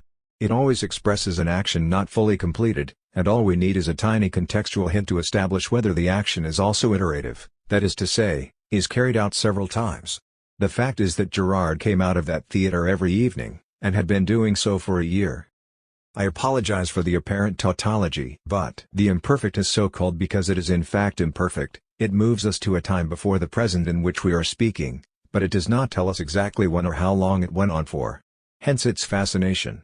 Proust said, speaking of Flaubert, I confess that certain uses of the imperfect indicative, of this cruel tense which presents life to us as something ephemeral and at the same time passive, which at the very moment it summons up our actions stamps them with illusion, and obliterates them in the past without leaving us, like the simple past does, the consolation of activity, have remained for me an inexhaustible source of mysterious sadness. All the more reason why in Sylvie the imperfect is the tense that forces us to lose our sense of the confines of time. It is used with apparent generosity, and yet with mathematical caution, so much so that in the changes from the first to the second version of Sylvie Nerval adds one imperfect but eliminates another. In the first chapter, when he discovers that he is rich, Gerard writes, in 1853, Que dirait maintenant, pense je, le jeune homme de tout à l'heure, what would the young man of a few moments ago say now, I thought, and then je frémis de cette pensée, I trembled at that thought. In 1854 he corrects this to pensis je, I was thinking. In fact this is correct, since the imperfect appears in those lines to present us with the narrator's thoughts, a stream of thoughts that lasts in time. Gerard dreams for a certain number of seconds, or minutes, of the idea of a possible conquest of the actress, without making up his mind. Then, suddenly, and only then, with the return to the simple past, J. Freemus, he definitively rejects that fantasy. On the other hand, at the end of Chapter 2, in 1853 Adrienne Repertet, was leaving again, whereas in 1854 Adrienne Repertet, left again. Rereading the passage one sees that up until that point everything has taken place in the imperfect, almost as if to make the whole scene more nebulous, and only at that point something definitely happens that belongs not to the dream world but to reality. The next day Adrienne disappears. Her departure is abrupt and definitive. In fact, aside from the ambiguous oniric episode in Chapter 7, this is the last time Gerard sees her, or at least has the good fortune to be near. In any case, the reader is well warned right from the first chapter, where in the space of the first 5 paragraphs there are no fewer than 53 imperfects out of a total of 60 or so verb forms. In those first 5 paragraphs everything that is described happened habitually, for some time, every evening. Then in the 6th paragraph someone said something, or, rather, someone asks Gerard who it is that he goes to the theater to see. And Gerard said her name. The nebulous temporality becomes more concrete, becomes solid at a precise moment. The story starts at that point, or, rather, that point signals time 1, from which Gerard, who is recalling this in Timon, makes the story of his journey start. The extent to which the imperfect nebulizes time can be seen in the Challis chapter. The person who intervenes twice in the present indicative, the first time to describe the abbey, the second to tell us that in summoning up those details the speaker wonders whether they are real or not, is Nerval, or Gerard in Timon. Everything else is in the imperfect, except where syntax will not permit it. The analysis of the verb tenses in this chapter would require too many grammatical subtleties. But all we need to do is reread the chapter several times, listening attentively to the music of those tenses, and we realize why not only we but also Nerval himself hesitates to say whether this is a nightmare or a memory. The use of the imperfect takes us back to the distinction between story, plot, and discourse. The choice of a verb tense takes place on the level of discourse, but the vagueness thus established at the discursive level impinges on our capacity to reconstruct the story by way of the plot. This is why critics are unable to agree on the sequence of events, at least so far as the first 7 chapters are concerned. In order to extricate ourselves from the tangle of tenses, let us label as the first dance the one that takes place in front of the castle with Adrienne, perhaps at Ori, as the second dance the one at the festival with the swan, the first trip to Loisy, and as the third dance the one Gerard gets to just as it ends, after his journey in the carriage. When does the episode of the night at Challis happen? Before or after the first visit to Loisy? Again, remember that we are not dealing with a forensic problem here. It is the unconscious reply to this question that the reader is seeking, the one that plays the greatest role in creating the mist effect. One critic, and this shows just how powerful the mist effect is, has even advanced the hypothesis that Challis comes before the first dance on the lawn, on the grounds that in Chapter 2, paragraph 5, it is said that after the dance we would never see her again. But this cannot be before the dance, and for 3 reasons. First, Gerard recognizes Adrienne at Challis, whereas he sees her for the first time at the dance, and this is confirmed in the 3rd chapter. Second, the young girl is already transfigured by her monastic vocation that night, whereas in the 2nd chapter we were told that she would devote herself to the religious life only after the dance. And third, the scene of the first dance is described at the beginning of the 4th chapter as a childhood memory, and one cannot see how, when they were even younger, Gerard and Sylvie's brother had gone on a cart through the woods at night to watch a sacred mystery play. In that case Challis comes between the first and second dance. But this would presuppose that in the time between those 2 events Gerard had gone once more to Loisy. And in that case why is Sylvie sulky with him upon his arrival at the second dance, as though she still felt the humiliation she had suffered in Adrienne's presence? But this could be another mist effect. The text does not in fact state that Sylvie is sulking with him because of that ancient betrayal. If anything it is Gerard who thinks this. Both she and her brother reproach him for not having been in touch for so long. What is to say that this long time extends from the first dance? Gerard could have returned in the meantime, on any occasion, and enjoyed an evening with her brother. And yet this solution is not convincing because that evening Gerard gives the impression of seeing Sylvie for the first time since the first dance, finding her transformed and more fascinating than before. So Gerard could have gone to Challis after the second dance, in time 1. But how could that be if, according to most critics, the second dance happens 3 years before the evening at the theater, and once more, on arriving, Gerard is rebuked for not having been in touch for so long? Here too, perhaps we are victims of a mist effect. The text does not in fact say that the second dance, time 1, happened 3 years before the evening at the theater. The text, chapter 3, third paragraph, says of Sylvie, "Why have I forgotten her for 3 years?" It says not that 3 years have gone by since the second dance, but, paragraph 7, that Gerard had been wasting the inheritance left him by his uncle for 3 years, and one can imagine that in those 3 years of high living he had forgotten about Sylvie. Between the second dance and the evening at the theatre many more years could have passed. But whatever hypothesis is chosen, how does one place Challis with respect to the year of 1832, when Adrienne dies? It certainly would be touching to think that Adrienne dies, is dying, is already dead, when Gerard sees, or dreams he sees, her at Challis. It is such calculations, apparently so persnickety, that explain why we readers, like Proust, feel obliged constantly to turn back to earlier pages of the story to understand where we are. Of course, in this matter too, it could be Labruni who is confused. But if his overeager biographers were not so obsessive in providing us with the unfortunate writer's clinical charts, we would simply say, when we read the text, that we do not know where we are because Nerval did not want us to know. Nerval is the opposite of the author of a detective novel, who plants clues in the text so that when we reread it we tell ourselves that we should have guessed the truth immediately. Nerval puts us off the scent, and wants us to lose the sequence of events. And that is why Gerard tells us, in the first chapter, that he could not keep track of the order of events and, at the beginning of chapter 14, that he tried to pin down his own chimeras without paying attention to their order. In the universe of Sylvie, where someone said that time passes in fits and starts, the clocks do not work. Elsewhere, taking as an example the clock described in chapter 3, I said that a symbolic mode is inserted into a text when there is a description of something that does not have any relevance for the purposes of the plot.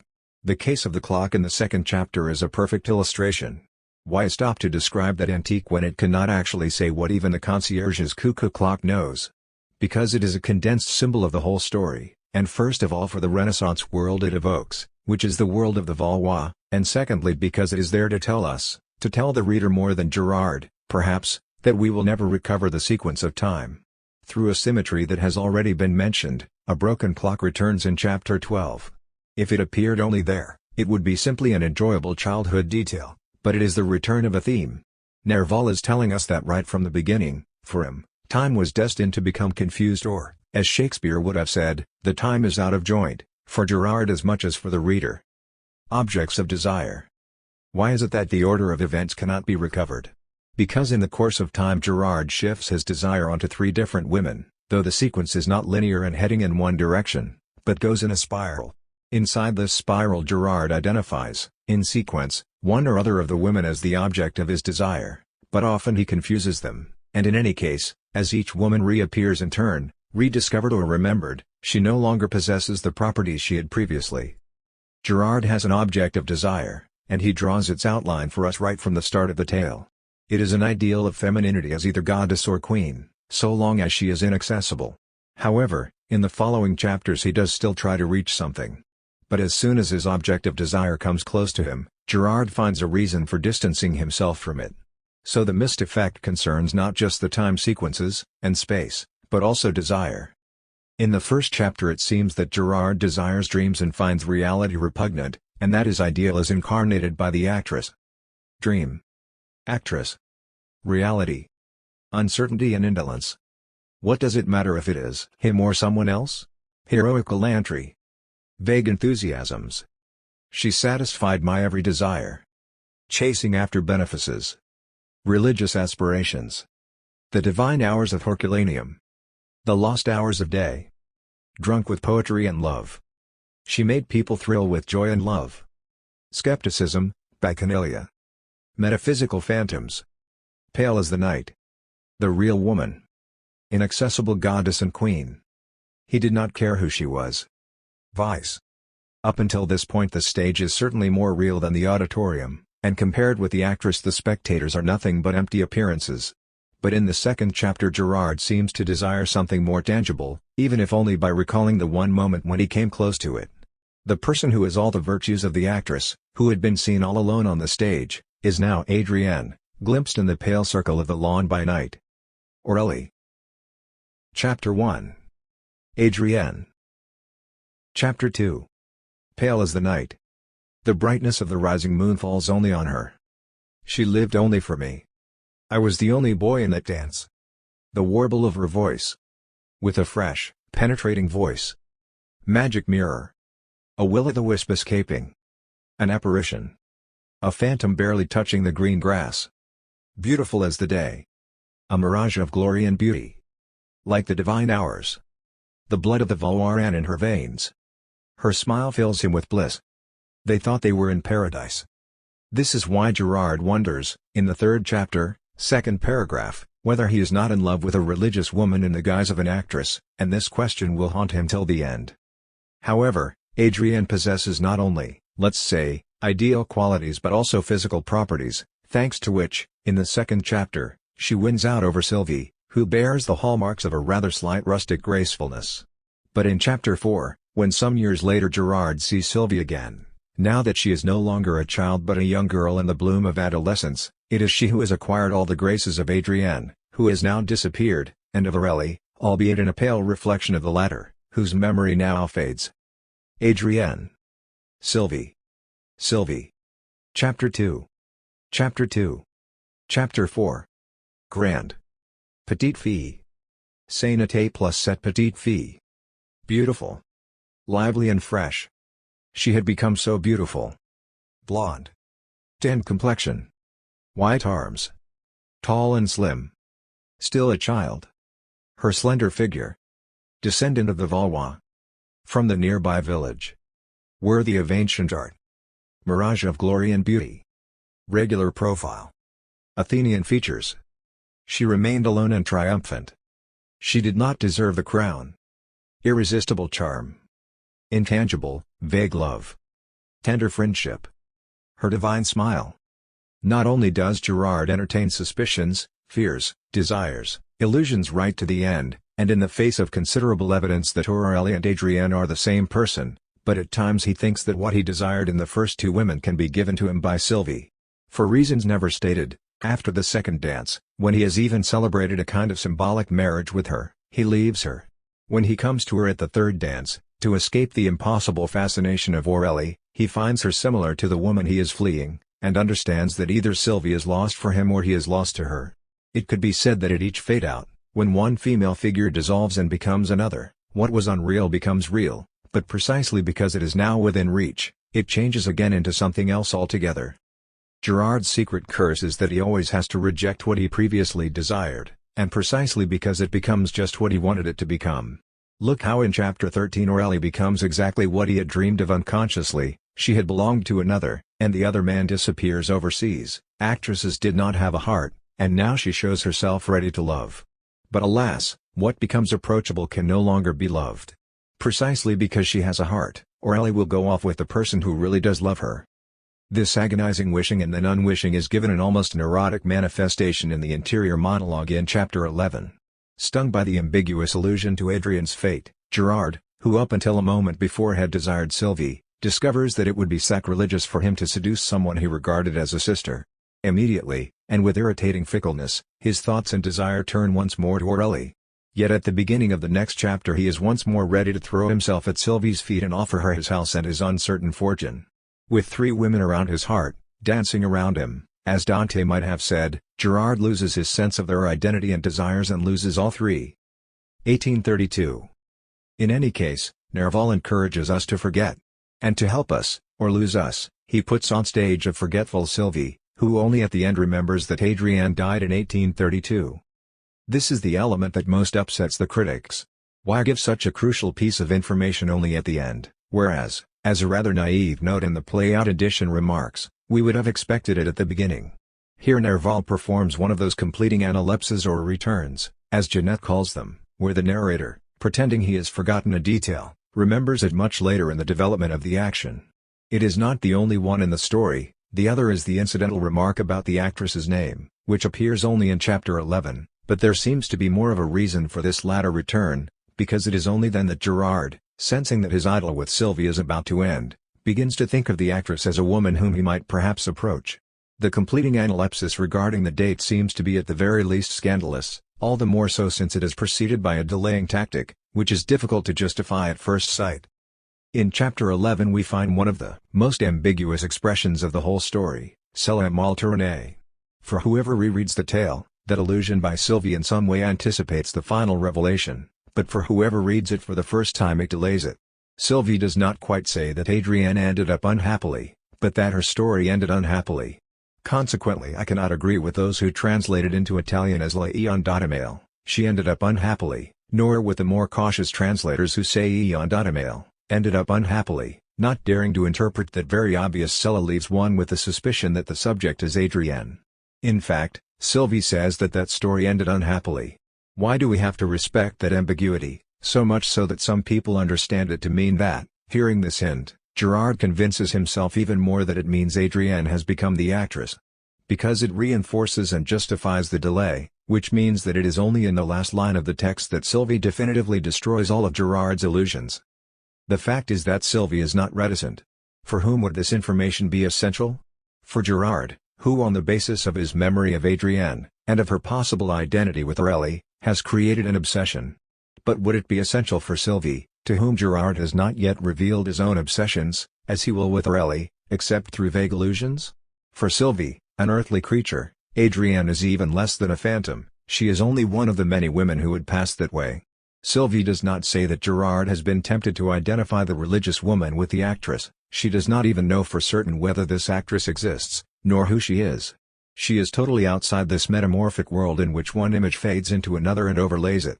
So it is not that she delivers the final revelation in small doses, drop by drop. Nerval does this, not Sylvie. Sylvie speaks in a vague way, not out of guile but absent-mindedly, because she finds the affair irrelevant. She participates in the destruction of Gerard's dream precisely because she is unaware of it. Her relationship with time is serene, made up of some nostalgia to which she is now reconciled or some tender memories, neither of which threaten her tranquil present. For this reason, of the three women, she is the one who remains the most inaccessible at the end. Gerard has even had a magic moment with Adrienne, and from what one can understand has enjoyed amorous intimacy with Aurélie, but with Sylvie nothing, except an extremely chaste kiss, and at Athis the even chaster fictional nuptials. The minute Sylvie comes fully to embody the reality principle, and pronounces the only undoubtedly true, historical statement in the whole story, a date, she is lost forever. At least as a lover, for Gerard she is by now only a sister, and, what's more, married to his foster brother. So much so that one would be tempted to say that it is precisely for this reason that the story is entitled Sylvie and not, like a later, flamboyant work, Aurélie. Sylvie represents the real time that was lost and never found, precisely because she is the only one who stays.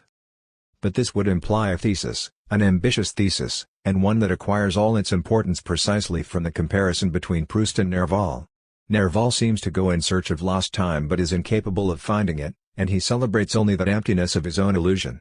The final date pronounced by Sylvie would seem to sound therefore like a funeral bell that closes the story. This would help us understand the affectionate and almost filial interest shown by Proust for this literary father, who failed in a desperate enterprise, and perhaps this is why Labrini killed himself. Proust then sets out to avenge this paternal defeat with his own victory over time. But when is it that Sylvie reveals to Gerard that Adrienne had died some time previously? In Time 13, the following summer, when the theatre company gives performances at Dammartin. However one works out the figures, she certainly does it long before Timon, when Gerard begins his narration. Consequently, when Gerard starts to conjure up the night at the theatre, only to go back to the time of the dance on the lawn, and to tell us of his trembling at the thought that Adrienne was the actress, and of the illusion of still being able to see her near the convent of St. S during this period of time, and narration, when he makes us share in his uncertainties, he already knew that Adrienne had definitely died in 1832. So it is not that Gerard, or Nerval along with him, stops narrating when he realizes that everything is over, on the contrary, it is precisely when he has understood that all is over that he starts his narration, and it is a narration about a Gerard who did not know, nor could he have known, that everything was by now over. Is the person who acts like this someone who has not succeeded in dealing with his past? Not a bit. This is someone who notices that one can start to revisit the past only when the present is by now cancelled, and only memory, even though, or precisely because, it is not too ordered, can give us back something for which, if it is not worth living, it is at least worth dying. But in that case Proust would not have seen Nerval as a weak, defenseless father, a forerunner to be rehabilitated, but, rather, as a strong, overstrong father, one to be outdone. And he would devote his life to this challenge. A reworking of part of the afterword to my Italian translation of Gérard de Nerval's Sylvie, Turin, Einaudi, 1999. I have already discussed, in 6 Walks in the Fictional Woods, Cambridge, Massachusetts, and London, Harvard University Press, 1994, how I first wrote a short article on this novella, Tu tempo di Silvi, Time in Silvi, Poesia e Critica, 2, 1962, then conducted a series of seminars on it at the University of Bologna in the 1970s, from which stemmed 3 graduating theses, then took it up again for a course of lectures at Columbia University in 1984, and made it the subject of the Norton Lectures at Harvard University in 1993, as well as of 2 other courses, at Bologna in 1995 and at the École Normale Supérieure, Paris, in 1996. The most interesting outcome of these many papers of mine was the special issue of the journal Versus, 31/30, 1982, Sur Sylvie. Wilde, Paradox and Aphorism. There is nothing more difficult to define than an aphorism. This Greek term, originally meaning something put aside as an offering, an oblation, comes to mean in the course of time a definition, saying, or concise proverbial statement. An aphorism is thus, according to the Italian Zingarelli dictionary, a brief maxim expressing a norm of existence or a philosophical conclusion. What distinguishes an aphorism from a maxim? Nothing, except its brevity. It takes little to console us since it takes little to afflict us. Pascal, Ponce, Brunswick ed., 136. If we did not have defects ourselves we would not take such delight in noting those of others. La Rochefoucauld, Maxims, 31. Memory is the diary that we all carry about with us. Wilde, The Importance of Being Earnest. Several thoughts that I have and that I could not sum up in words were actually derived from language. Krauss, Half-Truths and One-and-a-Half-Truths. These maxims are also aphorisms, while those that follow are too long to be aphorisms. What an advantage nobility is, already at 18 years of age it places a man in an elevated position, and makes him known and respected, in a way that another could manage to deserve only in 50 years. This is an advantage of 30 years gained without effort. Pascal, Ponce, Brunswick ed., 322. No artist has ethical sympathies. An ethical sympathy in an artist is an unpardonable mannerism of style. Wilde, Preface to the Picture of Dorian Gray. Alex Falson, in editing Wilde's Aphorisms, Milan, Mondadori, 1986, defines an aphorism as a maxim where what counts is not only the brevity of its form but also the wit of its content. In doing so, he follows a widespread tendency to privilege the grace or brilliance of the aphorism over the acceptability of what is said in terms of truth. Naturally, as far as maxims and aphorisms are concerned, the concept of truth is relative to the intentions of its author. Saying that an aphorism expresses a truth means saying that it is meant to express what the author intends as a truth and which he wants to convince his readers of. However, in general, maxims or aphorisms do not necessarily aim to be witty. Nor do they always mean to offend current opinion. Rather, they aim to go more profoundly into a matter on which current opinion seems superficial, and has to be corrected. Here now is one of Chamfort's maxims: he who is frugal is the richest of men, he who is miserly, the poorest. Maxims and Thoughts, I, 145. The witticism lies in the fact that public opinion tends to consider a person frugal when he does not waste the few resources he has in order to meet his needs sparingly, while the miser is someone who amasses resources beyond his needs. The maxim would appear to go against public opinion, unless we agree that while richest is understood to refer to resources, poorest is meant to refer not just to its moral sense, but also to the satisfaction of daily needs. Once the rhetorical game has been cleared up, this maxim no longer goes against public opinion but corroborates it. When, on the other hand, an aphorism goes violently against public opinion, so much so that at first it appears false and unacceptable, and only after a judicious deflation of its hyperbolic form seems to bring some crumb of truth, which is just barely acceptable, then we have a paradox. Etymologically, paradoxos is what goes parked and doxin, beyond current opinion. Thus originally the term denoted a statement that was far from everyone's beliefs, strange, bizarre, unexpected, and in this sense we find it also in Isidore of Seville. That this unexpected statement might yet be a harbinger of truth seems to me to be an idea that makes only slow progress. In Shakespeare a paradox is false at a certain point, but with the passing of time becomes true. See Hamlet 3:1.110 ff. Ophelia. What means your lordship? Hamlet. That if you be honest and fair, your honesty should admit no discourse to your beauty. Ophelia. Could beauty, my lord, have better commerce than with honesty? Hamlet. Truly, For the power of beauty will sooner transform honesty from what it is to a bond than the force of honesty can translate beauty into his likeness. This was sometime a paradox, but now the time gives it proof. Logical paradoxes are a separate category. These are self-contradictory statements whose truth or falsehood cannot be proved, like, for instance, the paradox of the Cretan liar. But gradually the para-rhetorical sense comes in, for which I refer to the Italian Battaglia dictionary definition. Thesis, concept, statement, conclusion, witticism, mostly formulated during an ethical or doctrinal discourse, which contrasts with widespread or universally held opinion, with common sense and experience, with the belief system to which it refers or with principles or elements of knowledge that are taken as given, and often does not possess the power of truth, being merely reduced to a sophism, dreamed up through love of eccentricity or to display dialectical skill, but it can also contain, beneath an apparently illogical and disconcerting shape, a grain of objective validity, which will in the end establish itself in opposition to the ignorance and simplistic approach of those who uncritically follow majority beliefs. Thus the aphorism seems to be a maxim that is meant to be recognized as true, though it deliberately appears witty, whereas the paradox presents itself as a maxim which is prima facie false but which, on mature reflection, apparently aims at expressing what the author considers to be true. Because of the gap that exists between the expectation of public opinion and the provocative form it assumes, the paradox appears witty. The history of literature is rich in aphorisms and not quite so rich in paradoxes. The art of aphorism is easy, and proverbs are also aphorisms. You've only one mother, a dog's bark is worse than his bite, whereas the art of paradox is difficult. Some time ago I dealt with an author who was a master of aphorisms, Pitti Grilli. Below are several of his most brilliant maxims. While some of them are undoubtedly quite witty, they aim to state a truth that does not go against commonly held opinions. Gourmet, a cook who has been to high school. Grammar, a complicated instrument that teaches you languages but prevents you from ever speaking. Fragments, a fortunate excuse for writers who cannot put a whole book together. Dipsomania, a scientific word that is so nice it makes you want to start drinking. Others, rather than express a presumed truth, affirm an ethical decision, a rule of action. I can understand kissing a leper but not shaking hands with a cretin. Be indulgent with the person who has done you wrong, because you never know what others have in store for you. However, in the very collection, entitled Dizionario Antiballistico, Milan, Cinzano, 1962, in which he collected his own and others' maxims, sayings, and aphorisms, Pitti Grilli, who always wanted above all to be taken for a cynic, even if it meant confessing his own escapades openly, warned how insidious aphorisms can be. In this spirit of confidentiality, I acknowledge that I have abetted the reader's hooliganism.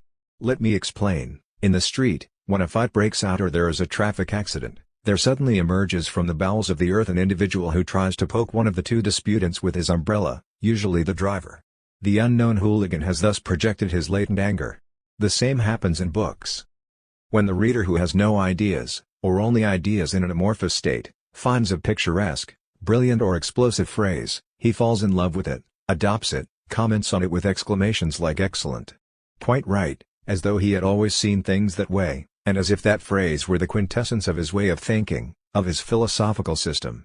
He takes a stance, as Tu Duce used to say.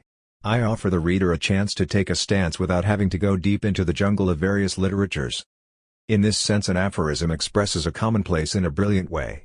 To call a harmonium a piano that got fed up with life and turned to religion merely reformulates with a powerful image what we already knew and believed, namely, that a harmonium is a church instrument. To call alcohol a liquid that kills the living and preserves the dead adds nothing to what we knew about the risks of intemperance or about what happens in anatomy museums. When Pitti Grilli makes his protagonist in Esperimento di Pot, Milan, Cinzano, 1929, say that intelligence in women is an anomaly one occasionally comes across, like albinos, left-handed people, hermaphrodites and those born with more than 10 fingers or toes, p. 132, he was saying exactly what the male reader, and probably also the female reader, in 1929 wanted to hear. But in criticizing his Vis Aphoristica, Pitti Grilli also tells us that many brilliant aphorisms can be reversed without losing their force.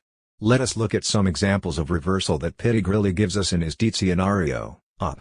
Cit, greater than ff. Many despise riches but few know how to be liberal with them.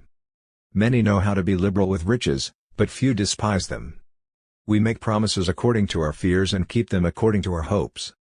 We make promises according to our hopes and keep them according to our fears. History is nothing but one of liberty's adventures. Liberty is nothing but one of history's adventures. Happiness resides in things, not in our tastes. Happiness resides in our tastes, not in things. In addition, he drew up lists of maxims by different authors, which certainly contradict each other, and yet seemed always to express an established truth. One only deceives oneself out of optimism, error view. One is more often deceived by diffidence than by confidence, Rivarol. People would be happier if kings were philosophers and philosophers were kings, Plutarch. The day I want to punish a province I will have it ruled by a philosopher, Frederick II. I propose the term transposable aphorism for these reversible aphorisms. A transposable aphorism is a malaise of the urge to be witty, or in other words, a maxim that is untroubled by the fact that the opposite of what it says is equally true so long as it appears to be funny. But the paradox is a genuine reversal of a commonly held viewpoint, and it presents an unacceptable world, provoking resistance and rejection. And yet if we make the effort to understand it, it produces knowledge. In the end it seems funny because we have to admit it is true. The transposable aphorism contains a very partial truth, and often after it has been reversed, it reveals to us that neither of its two propositions is true. It seemed true only because it was witty. The paradox is not a variation of the classical topos of the world upside down. The latter is mechanical. It foresees a universe where animals talk and humans make animal noises, fish fly and birds swim, monkeys celebrate mass and bishops swing through the trees. It proceeds through accumulation of a dynata or impossibilia without any logic. It is a carnival game. In order for it to become a paradox, the reversal has to follow a logic and be circumscribed to a portion of the universe. A Persian arrives in Paris and describes France the way a Parisian would describe Persia. The effect is paradoxical because it forces one to see everyday things not according to established opinion. One of the proofs for distinguishing a paradox from a transposable aphorism consists of trying to reverse the paradox. Pitti-Grilli quotes a definition of Zionism from Tristan Bernard, which was clearly valid before the establishment of the State of Israel, one Jew asking another Jew for money to send a third Jew to Palestine. The fact that this paradox can't be reversed is a true sign that its original form genuinely contained a truth, or at least what Bernard wanted us to accept as truth. Now let us consider a series of Karl Kraus's famous paradoxes. I will not attempt to reverse them because, if you think about them a little, it is not possible. They contain an unconventional truth that goes against the grain of common opinion. They cannot be twisted to express the opposite truth. The scandal starts when the police put an end to it. To be perfect, all she needed was just one defect. The ideal of virginity is the ideal of those who want to deflower. Sexual relations with animals are forbidden, but slaughtering animals is allowed. But has nobody reflected on the fact that that might be a sexual crime? Punishment serves to frighten those who do not want to commit sins. There is an obscure corner of the earth that sends explorers out into the world. Children play at being soldiers. But why do soldiers play at being children? Mad people are definitively recognized as such by psychiatrists because after being interned they exhibit agitated behavior. Of course, Kraus too falls into the sin of transposable aphorisms.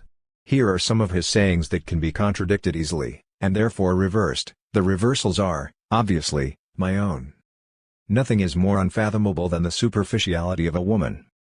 Nothing is more superficial than the unfathomability of a woman. Easier to forgive an ugly foot than ugly socks. Easier to forgive ugly socks than an ugly foot. There are women who are not beautiful but have an air of beauty. There are women who are beautiful but do not have an air of beauty. Superman is a premature ideal that presupposes man. Man is a premature ideal that presupposes Superman. The true woman deceives for pleasure. The others seek pleasure to deceive. The true woman seeks pleasure to deceive. The others deceive for pleasure. The only paradoxes that almost never seem to be transposable are those by Stanislaw Jalek. Here is a short list from his Mysli Nieuwchesane, Uncombed Thoughts.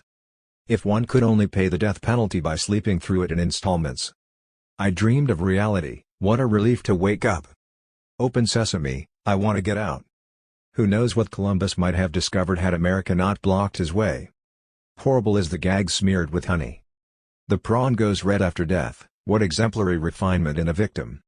If you knock down monuments, spare the pedestals, they can always be used again. He possessed knowledge, but was unable to make her pregnant. In his modesty he considered himself an incurable scribbler. But he was actually just an informer. Burning pyres don't light up the darkness. You can die on St. Helena without being Napoleon. They embraced each other so tightly there was no room left for feelings. He covered his head in ashes, those of his victims. I dreamed of Freud. What does that mean? Cavorting with dwarves ruins your backbone. He had a clean conscience, he had never used it. Even in his silence there were grammatical mistakes. I admit I have a weakness for Lec, but until now I have found only one of his aphorisms to be transposable. Reflect before thinking. Think before reflecting. Now we come to Oscar Wilde. When we consider the countless aphorisms scattered throughout his works, we have to admit that this is a fatuous author, a dandy who does not distinguish between aphorisms, reversible aphorisms, and paradoxes, so long as he manages to épiter le bourgeois. What is more, he has the nerve to present as aphorisms witty statements that, aside from the wit, turn out to be wretched commonplaces, or at least commonplaces for the Victorian middle classes and aristocracy. Nevertheless, this kind of experiment can help us see whether and to what extent an author who made provocative aphorisms the true essence of his novels, plays, and essays was a real author of penetrating paradoxes or a sophisticated collector of bons mots. My experiment is purely exploratory of course, and aims to encourage, and why not, someone to do a thesis that will take the research to a systematic conclusion. I will herewith provide a series of genuine paradoxes, and challenge you to try to reverse them, excluding the production of nonsense or of a maxim that is false for people with common sense. Life is simply a mauvais quart d'heure made up of exquisite moments. Selfishness is not living as one wishes to live, it is asking others to live as one wishes to live. The ugly and the stupid have the best of it in this world. They can sit at their ease and gape at the play. If they know nothing of victory, they are at least spared the knowledge of defeat. A sensitive person is one who, because he is corns himself, always treads on other people's toes. Everybody who is incapable of learning has taken up teaching. When people agree with me I always feel that I must be in the wrong. A man who is much talked about is always very attractive. One feels there must be something to him, after all. Every great man has his disciples, and it is always Judas who writes the biography. I can resist everything except temptation. Falsehoods are the truth of other people. The only duty we owe to history is to rewrite it. A thing is not necessarily true because a man dies for it. Relations are simply a tedious pack of people, who haven't the remotest knowledge of how to live, nor the smallest inkling of when to die. However, there are countless Wildean aphorisms that seem to be easily reversible. The reversals are obviously my own. To live is the rarest thing in the world. Most people exist, that is all. To exist is the rarest thing in the world. Most people live, that is all. Those who see any difference between soul and body have neither. Those who see no difference between soul and body have neither. Life is far too important a thing ever to talk seriously about it. Life is too unimportant to joke about.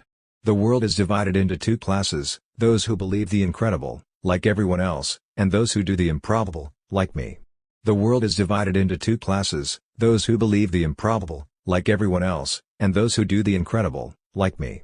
The world is divided into two classes, those who do the improbable, like everyone else, and those who believe the incredible, like me. Moderation is a fatal thing. Nothing succeeds like excess. Excess is a fatal thing. Nothing succeeds like moderation. There is a fatality about good resolutions, they are always made too late. There is a fatality about wicked resolutions, they are always made at the right time. To be premature is to be perfect. To be premature is to be imperfect. To be perfect is to be premature. Ignorance is like a delicate exotic fruit, touch it and the bloom is gone. Knowledge is like a delicate exotic fruit, touch it and the bloom is gone. The more we study art the less we care for nature. The more we study nature the less we care for art. Sunsets are quite old-fashioned. They belong to the time when Turner was the last note in art. To admire them is a distinct sign of provincialism. Sunsets are back in fashion. They belong to the time when Turner was the last note in art. To admire them is a distinct sign of one's modernity. Beauty reveals everything because it expresses nothing. Beauty reveals nothing because it expresses everything. No married man is ever attractive, except to his wife. And often, I'm told, not even to her. Every married man is attractive, except to his wife. But often, I'm told, even to her. Dandyism, in its own way, is an attempt to assert the absolute modernity of beauty. Dandyism, in its own way, is an attempt to assert the absolute unmodernity of beauty. Conversation should touch everything but should concentrate itself on nothing. Conversation should touch on nothing but should concentrate itself on everything. I love talking about nothing. It's the only thing I know everything about. I love talking about everything. It's the only thing I know nothing about. Only the great masters of style ever succeed in being obscure. Only the great masters of style ever succeed in being clear. Anyone can make history. Only a great man can write it. Anyone can write history. Only a great man can make it. The English have everything in common with America nowadays except, of course, language. The English have nothing in common with America nowadays except, of course, language. It is only the modern that ever becomes old-fashioned. It is only the old-fashioned that ever becomes modern. If we had to stop here, our verdict on Wilde would be quite severe, the very incarnation of the dandy. Though Lord Brummel and even Wilde's own beloved Des Esseintes got there first, he does not bother distinguishing paradoxes, those bearers of outrageous truths, from aphorisms, which contain acceptable truths, or from reversible aphorisms, which are mere jeux d'esprit that are indifferent to the truth. And in any case, Wilde's ideas on art would appear to authorize his behavior, seeing that no aphorism ought to aim at either utility, truth, or morality, but only beauty and elegance of style. However, this pursuit of aesthetic and stylistic provocation would not be enough to absolve Wilde, since he did not manage to distinguish between paradoxical provocation and mere fatuousness.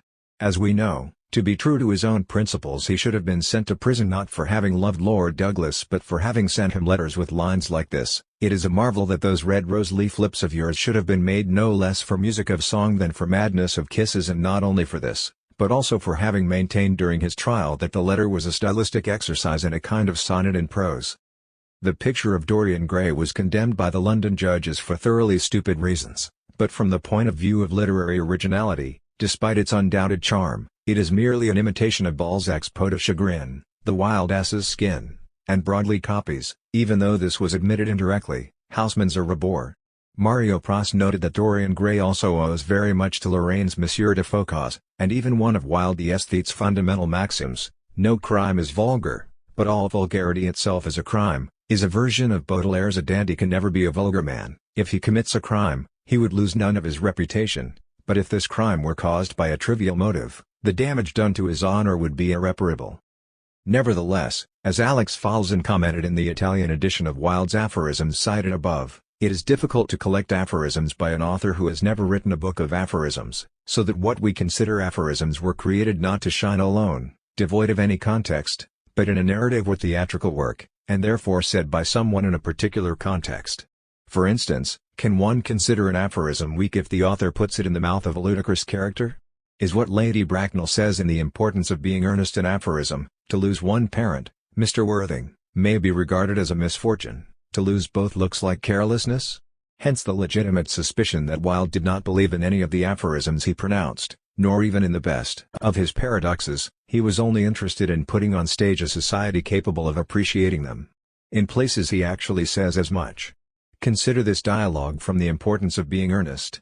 "Algernon, all women become like their mothers. That is their tragedy. No man does. That's his. Jack, is that clever? Algernon, it is perfectly phrased. And quite as true as any observation in civilized life should be." Thus Wilde should be seen not as an immoral creator of aphorisms but, rather, as a satirical author, a critic of society's morals. The fact that he lived within that society's set of morals is a different matter, for that was his misfortune. Let us reread The Picture of Dorian Gray. With just one or two exceptions, the most memorable aphorisms are voiced by ludicrous characters like Lord Wotton. Wilde does not offer them to us as aphorisms for life, which he himself could guarantee. Lord Wotton pronounces, albeit wittily, an endless series of commonplaces about the society of his time, and precisely for this reason Wilde's readers enjoyed his false paradoxes. A bishop keeps on saying at the age of 80 what he was told to say when he was a boy of 18. The commonest thing is delightful if only one hides it. The one charm of marriage is that it makes a life of deception absolutely necessary for both parties, though later Lord Wotton will say that the real drawback of marriage is that it makes one unselfish. I don't suppose that 10% of the proletariat live correctly. Nowadays a broken heart will run to many editions. Young men want to be faithful, and are not. Old men want to be faithless but cannot. I don't want money, it is only people who pay their bills who want that, and I never pay mine. I do not desire to change anything in England, except the weather. To get back one's youth, one has merely to repeat one's follies. Men marry because they are tired, women because they are curious. No woman is a genius. Women are a decorative sex. Women are wonderfully practical, much more practical than we are. We often forget to say anything about marriage and they always remind us. When we are happy we are always good, but when we are good we are not always happy. The real tragedy of the poor is that they can afford nothing but self-denial. Who knows if Wadden had read the Communist Manifesto, where he would have discovered that the poor have nothing to lose but their chains. To adore is better than being adored is a nuisance. For every effect we produce we make an enemy, so to be popular we have to be mediocre. Anybody can be good in the country, there are no temptations there. Married life is nothing but habit. Crime is the exclusive preserve of the lower classes, crime is for them what art is for us, a way out of the ordinary sensations. Murder is always a mistake, one should never do anything that one cannot talk about after dinner. Alongside this series of banalities, which become brilliant only because he fires them out one after the other, just as in lists where the most trite words can astonish us through the incongruous relationship they set up with other equally trite words, Lord Wadden shows a particular genius for identifying commonplaces that would not be worthy even of being used in wrapping papers for chocolates, and then making them interesting by reversing them. Being natural is simply a pose, and the most irritating pose I know. The only way to get rid of a temptation is to yield to it. I adore simple pleasures. They are the last refuge of the complex. What I want is information, not useful information, of course, but useless information. I assure you there is no nonsense about the Americans. How dreadful. I can sympathize with everything except suffering. Nowadays most people discover when it is too late that the only things one never regrets are one's mistakes. I don't think I am likely to marry. I am too much in love, but this is Dorian, infected by his master. My dear boy, the people who love only once in their lives are really the shallow people. There is always something infinitely mean about other people's tragedies. Whenever a man does a thoroughly stupid thing, it is always from the noblest of motives. Discord is to be forced to be in harmony with others. A man can be happy with any woman as long as he does not love her. It is better to be beautiful than to be good. Ugliness is one of the 7 deadly virtues. The only people to whose opinions I listen now with any respect are people much younger than myself. Only shallow people do not judge by appearances. It is perfectly monstrous the way people go around, nowadays, saying things against one behind one's back that are absolutely and entirely true. The only difference between a caprice and a lifelong passion is that the caprice lasts a little longer. One cannot deny that Lord Wadden invents some effective paradoxes however, such as: I choose my friends for their good looks, my acquaintances for their good characters, and my enemies for their good intellects. American girls are as clever at concealing their parents as English women are at concealing their past. Philanthropic people lose all sense of humanity. It is their distinguishing characteristic. I can stand brute force, but brute reason is quite unbearable. I like Wagner's music better than anybody's. It is so loud that one can talk the whole time without other people hearing what one says. When one is in love, one always begins by deceiving oneself and one always ends by deceiving others. A grand passion is the privilege of people who have nothing to do. Women inspire us with the desire to create masterpieces and always prevent us from carrying them out. The man who would call a spade should be compelled to use one. But Lord Wadden's paradoxes are more commonly reversible aphorisms. The reversals are, of course, my own. Sin is the only real color element left in modern life.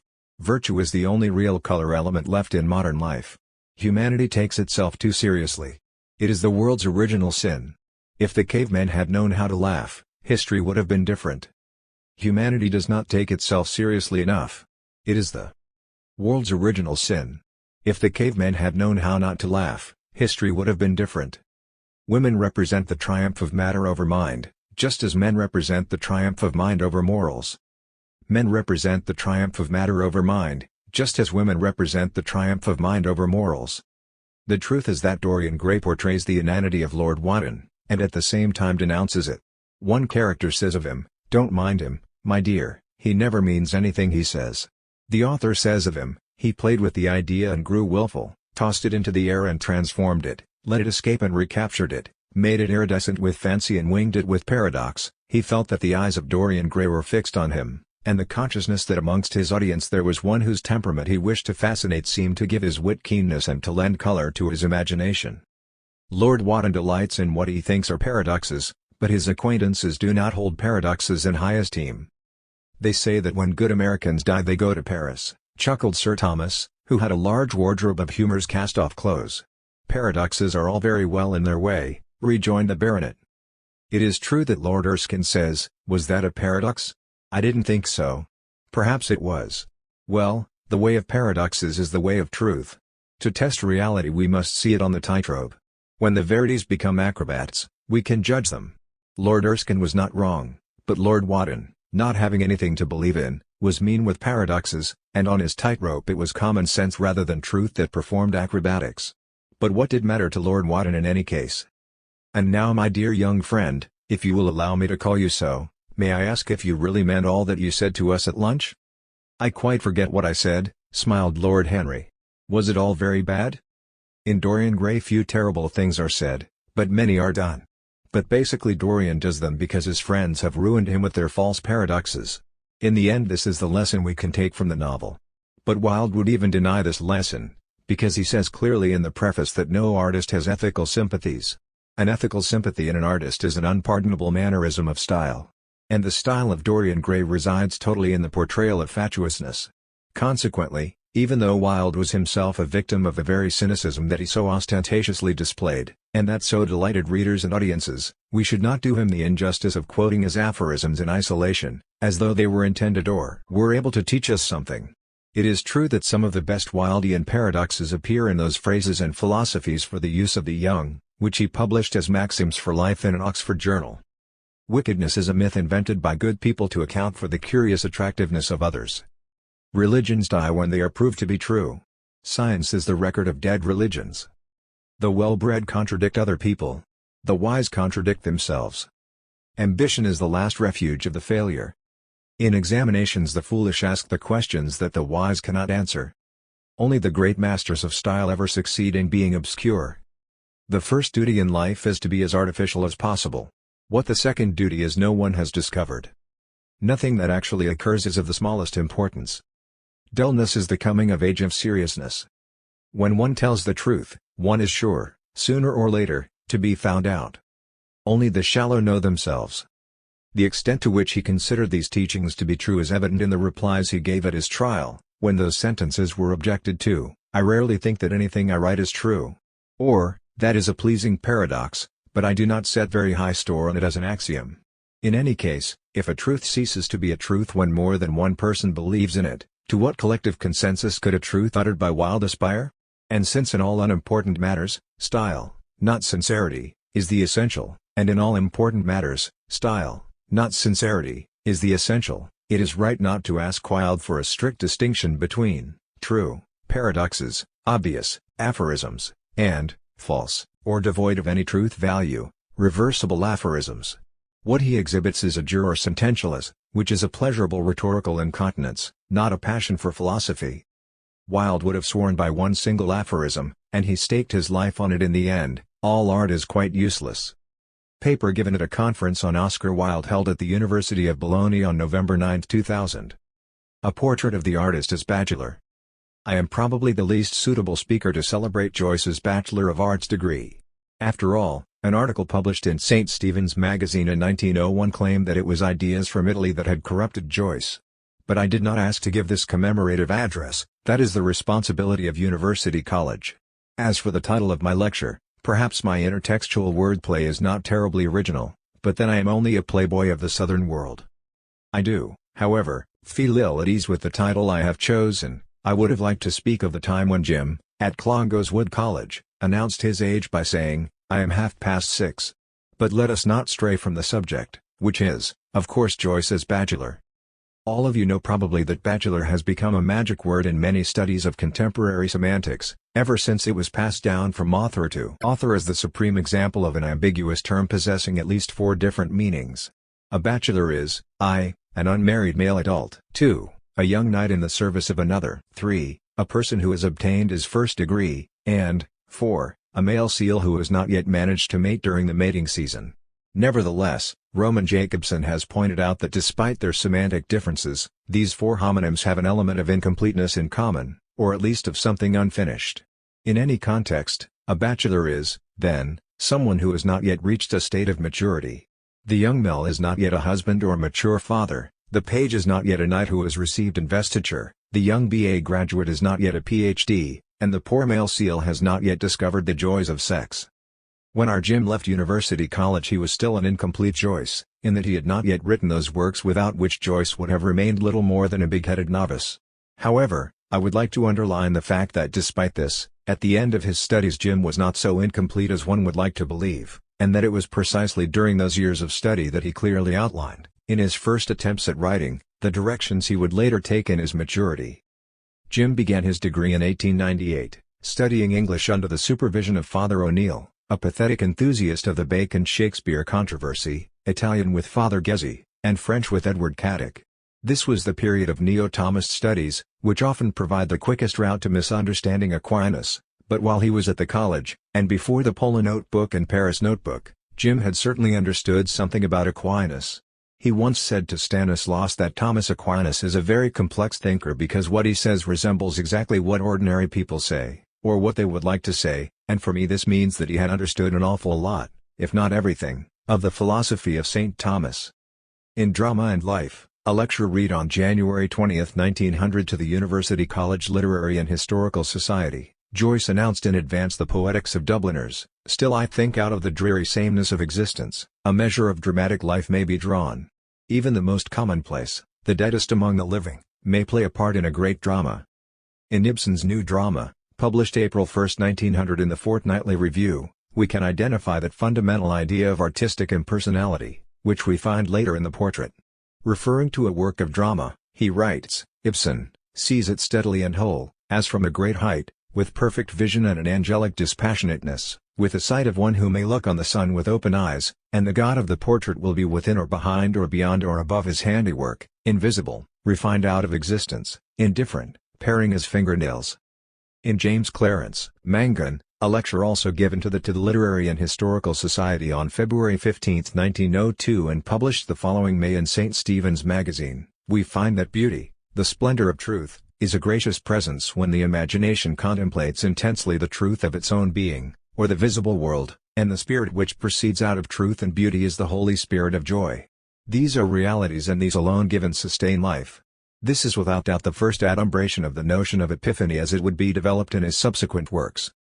In The Study of Language, an essay written during his first year at university, 1898-99, we find an astonishing statement that lies at the root of the structure of Ulysses. The young author speaks of an artistic language that escapes from the hardness which is sufficient for flat, plain statements, by an overadded influence of what is beautiful in pathetic phrases, swelling of words, or torrents of invective, in tropes and varieties of figures, yet preserving even in moments of the greatest emotion, an innate symmetry. In this same text we can also identify a distant foretaste of Finnegan's Wake and of his future reading of Vico, when Joyce writes that in the history of words there is much that indicates the history of men, and in comparing the speech of today with that of years ago, we have a useful illustration of the extent of external influences on the very words of a race. Moreover, Joyce's fundamental obsession, his search for artistic truth through the manipulation of all the languages of the world, is revealed in another passage of this early essay when Jim, still in his first year, writes that the higher grades of language, style, syntax, poetry, oratory, rhetoric, are again the champions and exponents, in what way soever, of truth. If it is true that every author develops a single seminal idea in the course of his whole life, this seems particularly clear in the case of Joyce. While not yet a bachelor, he knew exactly what he had to do, and he said so, albeit in an unformed and rather naive way, within these four walls. Or, if you prefer, he decided to make his maturity fulfill what he had managed to foresee while studying in these lecture rooms. In the first year of his degree Jim meditated on the representation of the sciences in Santa Maria Novella, and concluded that grammar had to be the primary science. He thus dedicated most of his life to the invention of a new grammar, and the search for truth became for him the search for a perfect language. In the year when Dublin is being celebrated as the European cultural capital, it is appropriate to reflect on the fact that the search for a perfect language was and continues to be a typically European phenomenon. Europe was born from a single nucleus of languages and cultures, the Greco-Roman world, and later had to face its fragmentation into different nations with different languages. The ancient world was bothered neither by the problem of a perfect language nor by that of the multiplicity of languages. The Hellenistic Koine first, and later the Latin of the Roman Empire, guaranteed a satisfactory system of universal communication from the Mediterranean basin to the British Isles. The two peoples that had invented the language of philosophy and the language of law identified the structure of their languages with the structures of human reason. Greeks spoke the language. All the others were barbarians, which etymologically means those who stammer. The fall of the Roman Empire marked the beginning of a period of linguistic and political division. Latin became corrupt.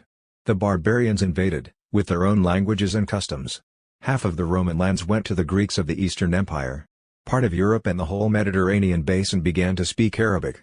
The dawn of the new millennium saw the birth of the national vernaculars that we still speak today on this continent. It was precisely at this historical moment that Christian culture began to reread the Bible passage on the Confusia Linguarum that had taken place during the building of the Tower of Babel. It was only in these centuries that men began to dream of the possibility of rediscovering or reinventing a pre-Babelic language, a language common to all humanity, capable of expressing the nature of things through a kind of innate homology between things and words. This search for a universal system of communication has taken on different forms from then to the present day. There have been those who have tried to go back in time in an effort to rediscover the language that Adam originally spoke with God. Others moved forward, trying to build a language of reason endowed with the lost perfection that initially belonged to Adam's language. Some tried to pursue Vico's ideal of finding a language of the mind common to all peoples. International languages like Esperanto were invented, and people are still working to outline a language of the mind common to men and computers. However, in the course of these researches, there were cases when someone claimed that the only perfect language was that spoken by his own compatriots. In the 17th century, George Philipp Harsdorff claimed that Adam could not have spoken anything but German, since only in German do word stems offer a perfect reflection of the nature of things. Later, Heidegger would say that one could philosophize only in German and, in a generous concession, Greek. For Antoine de Rivarol, Discours sur l'universalité de la langue française, 1784, French was the only language in which the syntactic structure of sentences reflected the real structure of human reason, and therefore it was the only logical language in the world. German sounded too guttural, Italian too sweet, Spanish too redundant, English too obscure. It is well known that Joyce became an enthusiast of Dante Alighieri in this college, and that he remained an enthusiast for the rest of his life. All his Dante references are to the Divine Comedy, but there are valid reasons for believing that he also had a certain familiarity with the Italian poet's ideas on the origins of language, and with his plan for creating a perfect, new poetic language, as Dante himself expressed it in his De Vulgari Eloquentia, on vernacular eloquence. In any case, Joyce must have found clear references to this subject in the Divine Comedy, and in Paradiso 26, a new version of the old question about Adam's language. De Vulgari Eloquentia was written between 1303 and 1305, before the Divine Comedy. Although it looks like a doctrinal dissertation, the work is in fact a self-commentary, in which the author tends to analyze his own methods of artistic production, implicitly identifying them with the model of all poetic discourse. According to Dante, the plurality of vernacular languages had been preceded, before the sin of Babel, by a perfect language that Adam used to speak with God, and his descendants used to speak with each other. After the confusion caused by Babel, languages multiplied, first in the various geographical areas of the world and then inside what we call today the Romance area, where the languages of C, Doc, and Doyle became differentiated.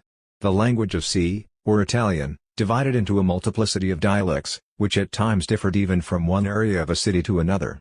This differentiation was caused by the unstable and inconstant nature of man, his customs and his verbal habits, in both time and space. It was precisely to make up for these slow, inexorable changes in natural language that the inventors of grammar tried to create a kind of unchangeable language that would stay the same in time and space, and this language was the Latin spoken in medieval universities. But Dante was searching for a vernacular Italian language, and thanks to his poetic culture and the contacts he made as an itinerant exile, he experienced both the variety of Italian dialects and the variety of European languages. The aim of De Vulgari Eloquentia was to find a more dignified and noble language, and for that reason Dante proceeded by way of a rigorous critical analysis of dialectal Italian. Since the best poets had, each in his own way, departed from their regional dialect, this suggested the possibility of finding a noble dialect, a vulgari muster, an illustrious vernacular, i.e. one that diffused light, worthy of taking its place in the royal palace of a national kingdom, were the Italians ever to have one. This would be a dialect common to all Italian cities but to none in particular, a kind of ideal model which the poets came close to and against which all existing dialects would have to be judged. Consequently, to combat the confusion of different languages, Dante seemed to be proposing a poetic idiom that had affinities with Adam's language, and that was the same as the poetic language of which he proudly considered himself the founder. This perfect language, which Dante hunts down as though it were a scented panther, appears from time to time in the works of those poets that Dante considers great, albeit in a rather unformed way, not clearly codified, and with grammatical principles that are not quite explicit. It was in this context, faced with the existence of dialects, natural but not universal languages, and of Latin, universal but artificial, that Dante pursued his dream of restoring an Edenic language that was at the same time both natural and universal.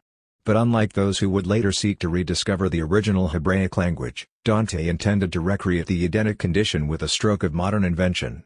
The illustrious vernacular, for which his own poetic language was to be a model, would help the modern poet heal the post-Babel wound.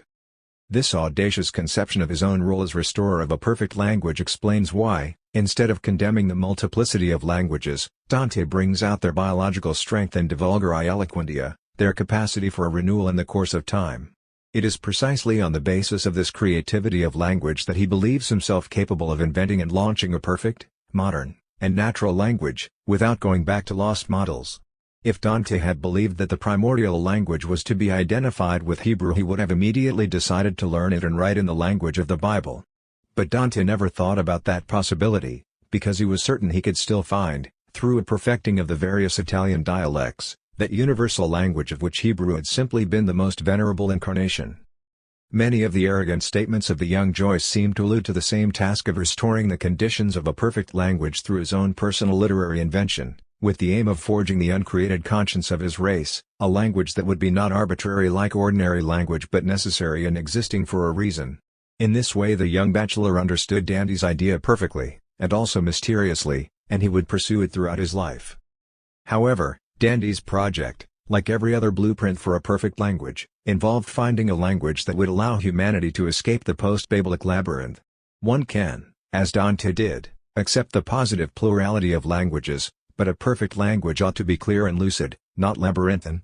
Joyce's project, on the other hand, as it moved progressively away from his first Thomist aesthetic toward the vision of the world expressed in Finnegan's Wake, seems to be that of overcoming the post-Babelic chaos not by rejecting it but by accepting it as the only possibility. Joyce never tried to place himself on this side or the far side of the tower, he wanted to live inside it, and you will allow me to speculate whether by chance his decision to start Ulysses from the top of a tower is not an unconscious prefiguration of his final objective, namely, that of forging a polyguttural and multilingual crucible that would represent not the end but the triumph of the conjugio linguarum. What can the ultimate origin of such a decision have been? Around the first half of the 7th century AD there appeared in Ireland a grammatical treatise entitled Ora Icepta Anises, the Precepts of the Poets. The basic idea of this treatise is that in order to adapt the Latin grammatical model to Irish grammar one must imitate the structures of the Tower of Babel. There are 8 or 9, depending on the various versions of the text, parts of speech, namely, nouns, verbs, adverbs, and so on, and the number of basic elements used to build the Tower of Babel was 8 or 9, water, blood, clay, wood, and so on. Why this parallel?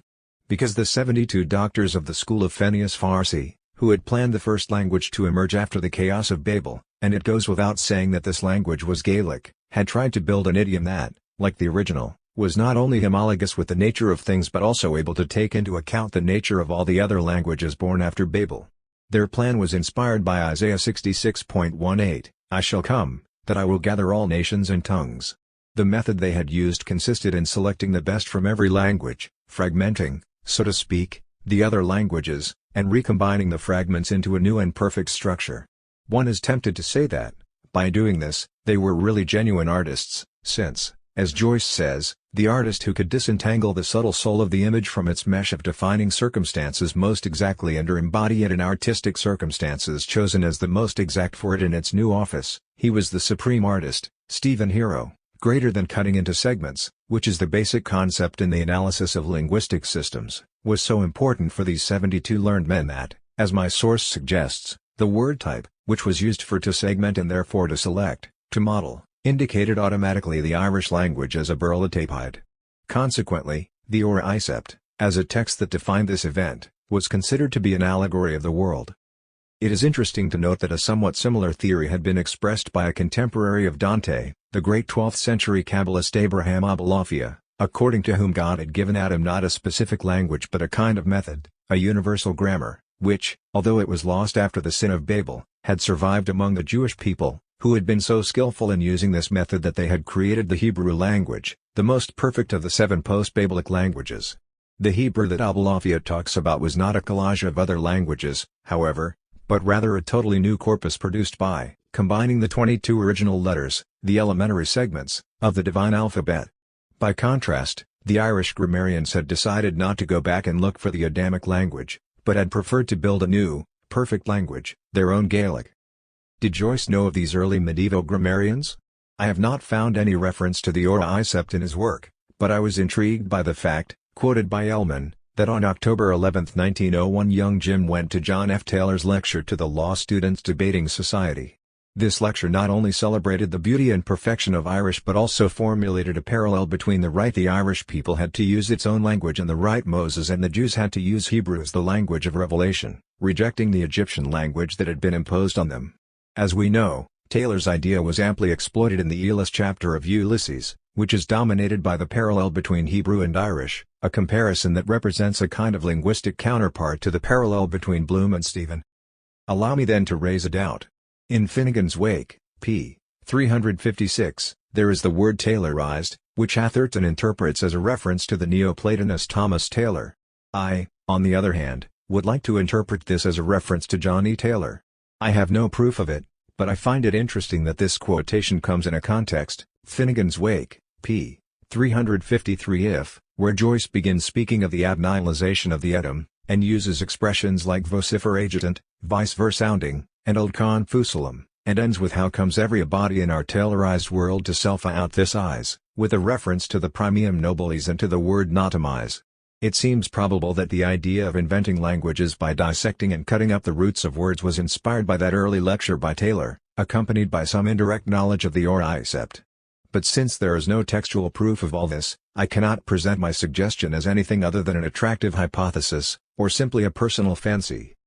There is no evidence of Joyce's familiarity with medieval Irish traditions. In the lecture Ireland, Island of Saints and Sages, given in Trieste in 1907, Joyce insisted on the antiquity of the Irish language, identifying it with Phoenician. Joyce was not an accurate historian, and during the lecture he confused Duns Scotus Origina, who was definitely a 9th-century Irish writer, with John Duns Scotus, born in Edinburgh in the 13th century, though in Joyce's time many were convinced he was Irish, and treated them as the same person. He also believed that the author of the Corpus Dionysianum, whom he called Dionysius the Pseudo-Areopagite, was Saint Denis, patron saint of France, and, since this attribution was also false and one does not know whether Dionysius really was some Dionysius or other, the real author of the corpus was in any case a Pseudo-Dionysius the Areopagite and not Dionysius the Pseudo-Areopagite. But at University College Joyce had studied only Latin, French, English, mathematics, natural philosophy, and logic, not medieval philosophy. Whatever the case, the analogies between the claims of the Irish grammarians and the search by Joyce for a perfect poetic language are so surprising that I will try to find other links. Although Joyce's ideas about the ancient Irish traditions were imprecise, for the purpose of inventing his own poetic language he came to know rather well one text he mentioned explicitly, for the first time, in his Trieste lecture on Ireland, the Book of Kells. As a young man Joyce had certainly seen the Book of Kells at Trinity College, and later he mentioned a reproduction of it, the Book of Kells, described by Sir Edward Sullivan and illustrated with 24 plates in color, 2nd ed., London, Paris, New York, 1920. Joyce had given a copy of it to Miss Weaver at Christmas 1922. Recently, when writing the introduction to the marvelous facsimile edition of the manuscript, I pointed out that this masterpiece of Irish art had been preceded by a murmur, and I am certain that Joyce was influenced by that murmur, even if in an indirect way. 2 days ago I spent an afternoon in the most magical place in Ireland, for the second time in my life, the 7 churches of Clonmacnoise, and once more I understood that nobody, even someone who has never heard of the Irish grammarians or works such as the Book of Kells, the Book of Durrow, the Lindisfarne Gospels, and the Book of the Dun Cow, can look at that landscape and those ancient stones and not hear the murmur that accompanied the birth and the 1,000-year life of the Book of Kells. The history of Latin culture before the year 1000, particularly between the 7th and 10th centuries, charts the development of what has been called Hispanic aesthetics, a style that emerged and developed from Spain to the British Isles, and even parts of Gaul. The classical Latin tradition had previously described, and condemned, this style as Asiatic and later African, as opposed to the balance of the Attic style. In his Institutio Oratoria, 1279, Quintilian had already emphasized that the best style must display magna, non nimia, sublimia non abrupta, fortia non temeraria, severa non tristia, gravia non tarda, laeta non luxuriosa, iacunda non dissoluta, grandia non tumida, grandeur, not excess, sublimity not harshness, strength not rashness, severity not grimness, gravity not dullness, joy not abandon, pleasantness not decadence, greatness not pomposity. Not just Roman orators but also ancient Christian rhetoric denounced the Caucasoline, or damaging affectation, of the Asiatic style. For an example of how profoundly scandalized the fathers of the Church were when faced with examples of this smalla affectatio, see the invective by St. Jerome, in Adversus Iovinianum, such as the barbarism displayed by these writers, and so confused does their discourse become thanks to these stylistic vices, that we have reached the point where we do not understand who is talking and what is being discussed. Everything, in these works, is expanded only to then burst like a weak serpent which splits in two as it tries to contort itself. Everything is caught up in such inextricable verbal knots that one could quote Plautus here nobody except the Sibyl could understand anything. What are these verbal monstrosities? This broadside sounds like the spiteful description a traditionalist might make about a page from the Book of Kells or Finnegan's Wake. But in the meantime something was to change, those qualities that, according to classical tradition, had been classified as vices would become virtues in the poetics of Hispanic writers. A page of Hispanic writing no longer obeyed the laws of traditional syntax and rhetoric, the models of rhythm and meter were overthrown in order to produce expressions that had a Baroque flavor. Sequences of alliteration that the classical world would have considered cacophonous began to produce a new music, and Aldhelm of Malmesbury, Epistula ad Eherdum, pl. 89, 91, had fun composing sentences where each word began with the same letter. Primatus pantorum praeserum predum pio potissimum paternoque praesertum privilegio panegyricum poematac passim prosatori sub polo promulgantes. The Hispanic style's lexis became enriched with incredible hybrid words, borrowing Hebrew and Hellenistic terms, and the text was studded with cryptograms and enigmas that defied any attempt at translation. If the ideal of classical aesthetics was clarity, the Hispanic ideal would be obscurity. If classical aesthetics exalted proportion, Hispanic aesthetics would prefer complexity, the abundance of epithets and paraphrases, the gigantic, the monstrous, the unrestrained, the immeasurable, the prodigious. The very search for non-standard etymologies would lead to the breaking down of the word into atomic elements, which would then acquire enigmatic meanings. The Hispanic aesthetic would epitomize the style of Europe in those dark ages when the old continent was undergoing demographic decline and the destruction of the most important cities, roads, and Roman aqueducts. In a territory covered in forests not only monks but also poets and miniaturists would look out on the world as a dark, menacing wood, teeming with monsters and crisscrossed with labyrinthine paths. In these difficult and chaotic centuries, Ireland would bring Latin culture back to the continent.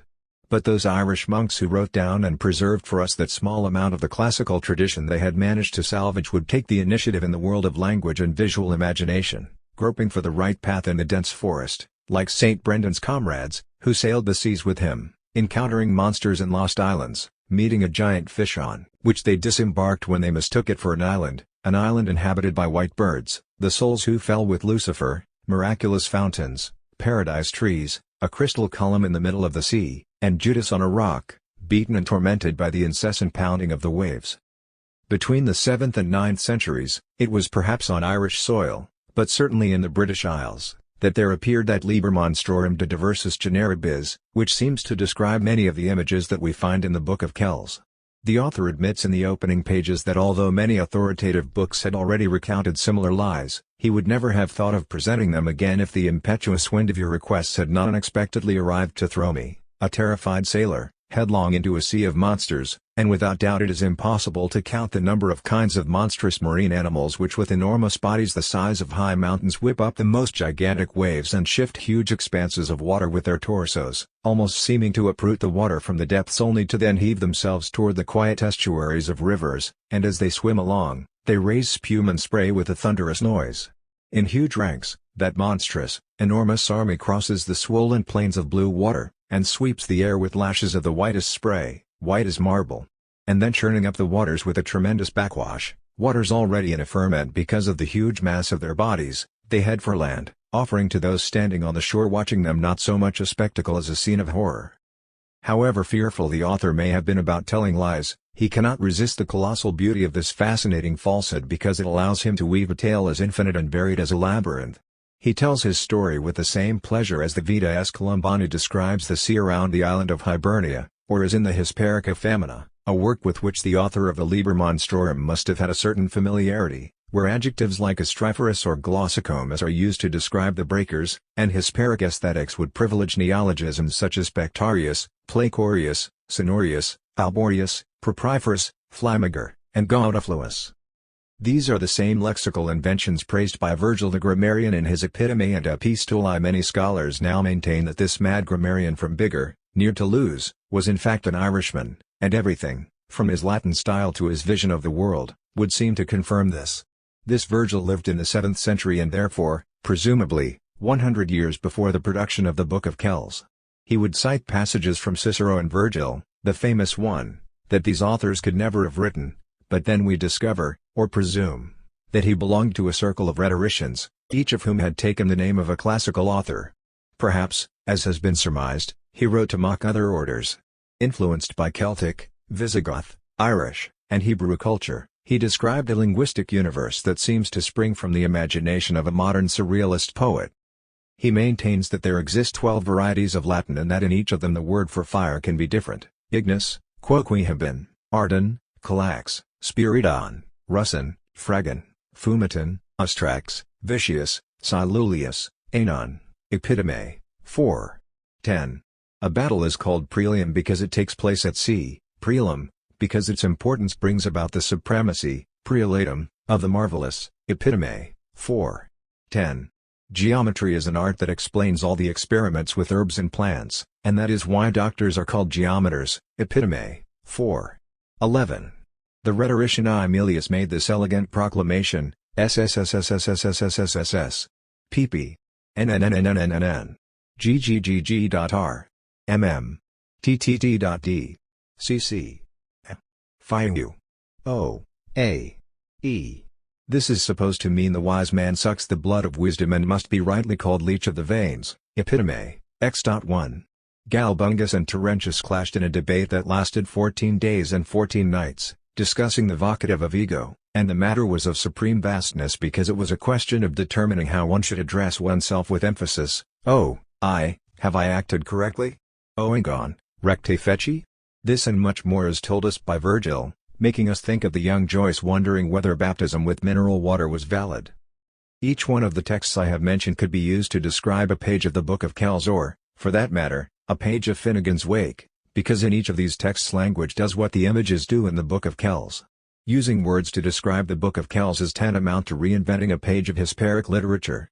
The Book of Kells is a flowery network of intertwined and stylized animal forms, of tiny monkey-like figures amid a labyrinth of foliage covering page after page, as if it were always repeating the same visual motifs in a tapestry where, in reality, each line, each choreme, represents a different invention. It has a complexity of spiral forms that wander deliberately unaware of any rule of disciplined symmetry, a symphony of delicate colors from pink to orangey yellow, from lemon yellow to purplish red. We see quadrupeds, birds, greyhounds playing with a swan's beak, unimaginable humanoid figures twisted around like an athlete on horseback who contorts himself with his head between his knees until he forms an initial letter, figures as malleable and flexible as rubber bands inserted amid a tangle of interlacing lines, pushing their heads through abstract decorations, coiling around initial letters and insinuating themselves between the lines.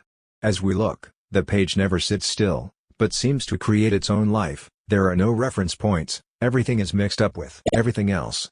The Book of Kells is Proteus's realm. It is the product of a sober hallucination that has no need of mescaline or LSD to create its abysses, not least because it represents not the delirium of a single mind but, rather, the delirium of an entire culture engaged in a dialogue with itself, quoting other gospels, other illuminated letters, other everything else. The Book of Kells is Proteus's realm. It is the product of a sober hallucination that has no need of mescaline or LSD to create its abysses, not least because it represents not the delirium of a single mind but, rather, the delirium of an entire culture engaged in a dialogue with itself, quoting other gospels, other illuminated letters, other. It is the lucid vertigo of a language that is trying to redefine the world while it redefines itself in the full knowledge that, in an age that is still uncertain, the key to the revelation of the world can be found not in the straight line but only in the labyrinth. It is not, therefore, by accident that all this inspired Finnegan's Wake at the point when Joyce tried to create a book that would represent both an image of the universe and a work written for an ideal reader affected by an ideal insomnia. Also with regard to Ulysses, Joyce had already declared that many of the initials in the Book of Kells possessed the character of an entire chapter in his book, and he had explicitly asked that his work be compared to those miniatures. The chapter in Finnegan's Wake that clearly refers to the Book of Kells is the one conventionally called the Manifesto of Alp. This chapter tells the story of a letter found on a pile of dung, and the letter has been seen as a symbol of all attempts at communication, of all the literature in the world, and of Finnegan's Wake itself. The page in the Book of Kells that most inspired Joyce is the Tenebrous Tongue page, folio 124R. If we allow our gaze to wander over this tongue page, simultaneously reading, however haphazardly, some lines of Joyce, we have the impression that this is a multimedia experience, where the language reflects the illuminated images and the illuminated images stimulate linguistic analogies.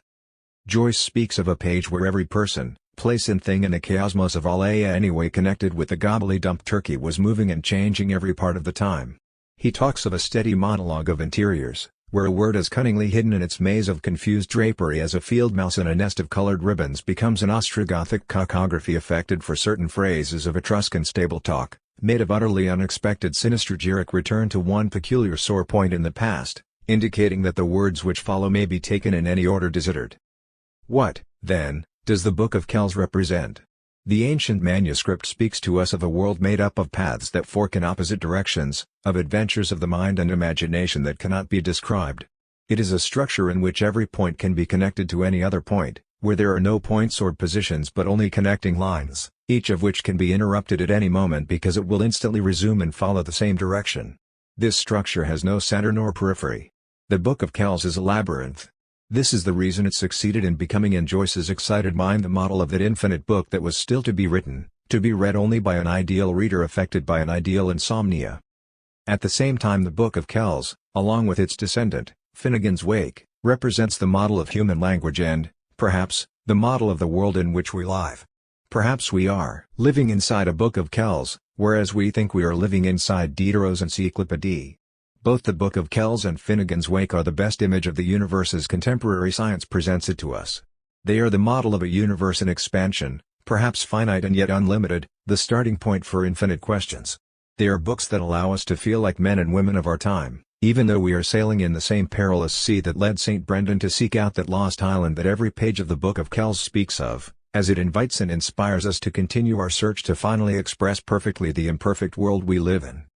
Jim the Bachelor was not in fact incomplete, because he had seen, albeit as if through a haze, what his duty was and what we had to understand, namely, that the ambiguity of our languages, the natural imperfection of our idioms, represents not the post-biblic disease from which humanity must recover but, rather, the only opportunity God gave to Adam, the talking animal.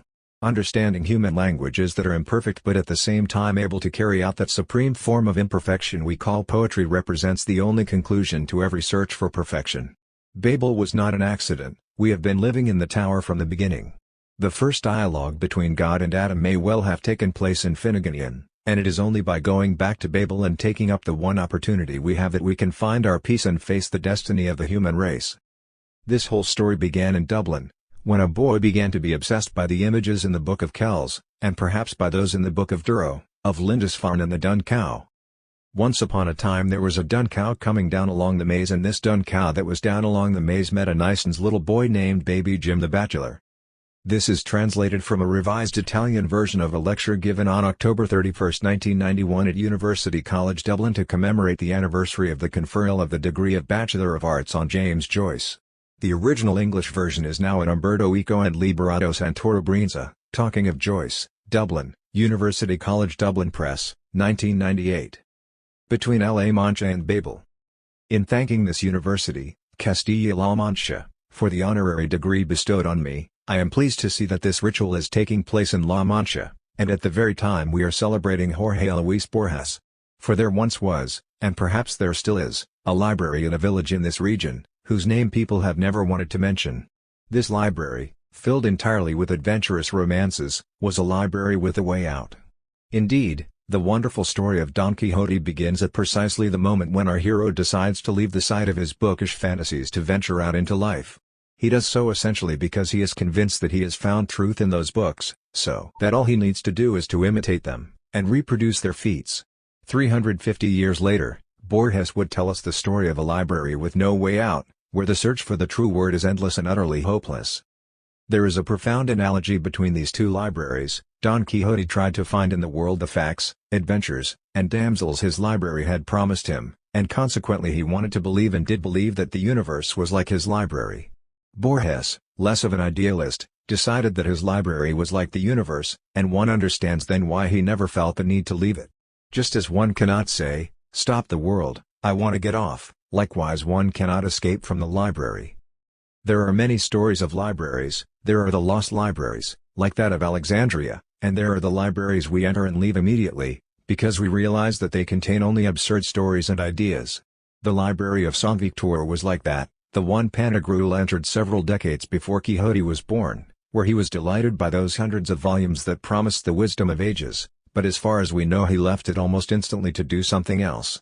He has left us only the curiosity and the desire to know what those volumes were about, and the pleasure of repeating their names like a litany. Brigada juris, de babuinis et simis cum commendo dorbellis, ars honeste patandi in societate, por micarium artium, de modo cacandi, de differentiis zoperum, de optimitate triperum, quaestio subtilissima utrum chimerabumbinans in vacuo possit commodir secundus intentions, de ballicamentis principum, ballicatorium sorboniformium, compiclisteriorum, antidotarium animae, de patria diabolorum. We can cite titles from the libraries of both Rabelais and Cervantes, since they were finite libraries, limited by the universes their books spoke about. The former talked of the Sorbonne, the latter of Roncesvalles. We cannot cite titles from Borges's library since the number of books in it is limitless, and because it is the shape of the library more than the subjects of its books that interests us. Libraries of Babel were dreamed of even before Borges.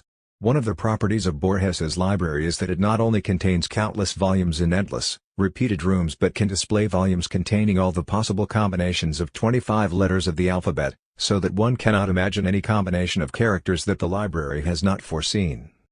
This was the ancient dream of the Kabbalists, because only by combining endlessly a finite series of letters could one hope to formulate one day the secret name of God. And if I do not quote, as all of you might have expected, Raymond Lull's wheels, that is because even though he wanted to produce an astronomical number of propositions, he intended only to conserve those that were true, and reject all the rest. However, by putting together both Lull's wheels and the combinatory utopia of the Kabbalists, people in the 17th century hoped to be able to name every single individual in the world, and thus to escape the curse of language, which forces us to designate individuals with general terms, hexatates with quintetates, leaving us always, as happened in the Middle Ages, with a bitter taste in the mouth as a result of the penuriam nominum. It was for this reason that Harsdorfer, in his Mathematische und Philosophische Erquickstunden, 1651, planned to display on 5 wheels 264 elements, prefixes, suffixes, letters, and syllables, generating through their various combinations 97,209,600 German words, including non-existent ones. Clavius, in Spherum Ioannis de Sacro Bosco, 1607, calculated how many terms could be produced with the 23 letters of the alphabet, combining them in 2s, then 3s and so on, right down to considering words with 23 letters. Pierre Gullin, Problema Arithmeticum de Rerum Combinationibus, 1622, by calculating all the terms of variable length that an alphabet could generate, from 2 to 23 letters, reached the figure of 70,000 billion words. To record these on registers of 1,000 pages, with 100 lines per page and 60 characters per line, would have required 8,052,122,350 libraries, each one measuring 432 feet per side. Mersenne, Harmonie Universelle, 1636, taking into account not only words but also chants, that is to say, musical sequences, noted that the chants that can be generated by 22 notes number around 12 billion. So that if one wanted to write down all of them, At 1,000 a day it would take almost 23 million years. It is to mock these very combinatorial dreams that Swift put forward his anti-library, or, rather, a perfect, scientific, universal language in which there would no longer be any need for books, words, or alphabetical symbols. We next went to the School of Languages, where 3 professors sat in consultation upon improving that of their own country. The first project was to shorten discourse by cutting polysyllables into one, and leaving out verbs and participles, because in reality all things imaginable are but nouns. The other was a scheme for entirely abolishing all words whatsoever, and this was urged as a great advantage in point of health as well as brevity. For, it is plain, that every word we speak is in some degree a diminution of our lungs by corrosion, and consequently contributes to the shortening of our lives. An expedient was therefore offered, that since words are only names for things, it would be more convenient for all men to carry about them such things as were necessary to express the particular business they are to discourse on. And this invention would certainly have taken place, to the great ease as well as health of the subject, if the women in conjunction with the vulgar and the literate had not threatened to raise a rebellion, unless they might be allowed the liberty to speak with their tongues, after the manner of their forefathers. Such constant irreconcilable enemies to science are the common people. However, many of the most learned and wise adhere to the new scheme of expressing themselves by things, which hath only this inconvenience attending it, that if a man's business be very great, and of various kinds, he must be obliged in proportion to carry a greater bundle of things upon his back, unless he can afford 1 or 2 strong servants to attend him. I have often beheld 2 of these sages almost sinking under the weight of their packs, like peddlers among us, who when they met in the streets, would lay down their loads, open their sacks, and hold conversation for an hour together, then put up their implements, help each other to resume their burthens, and take their leave. Gulliver's Travels, 3:5. Notice, however, how even Swift could not avoid producing something very close to the Library of Babel. For in order to name everything in the universe man would need a dictionary made up entirely of things, and the size of this dictionary would match the extent of the entire cosmos. Once more there would be no difference between library and universe.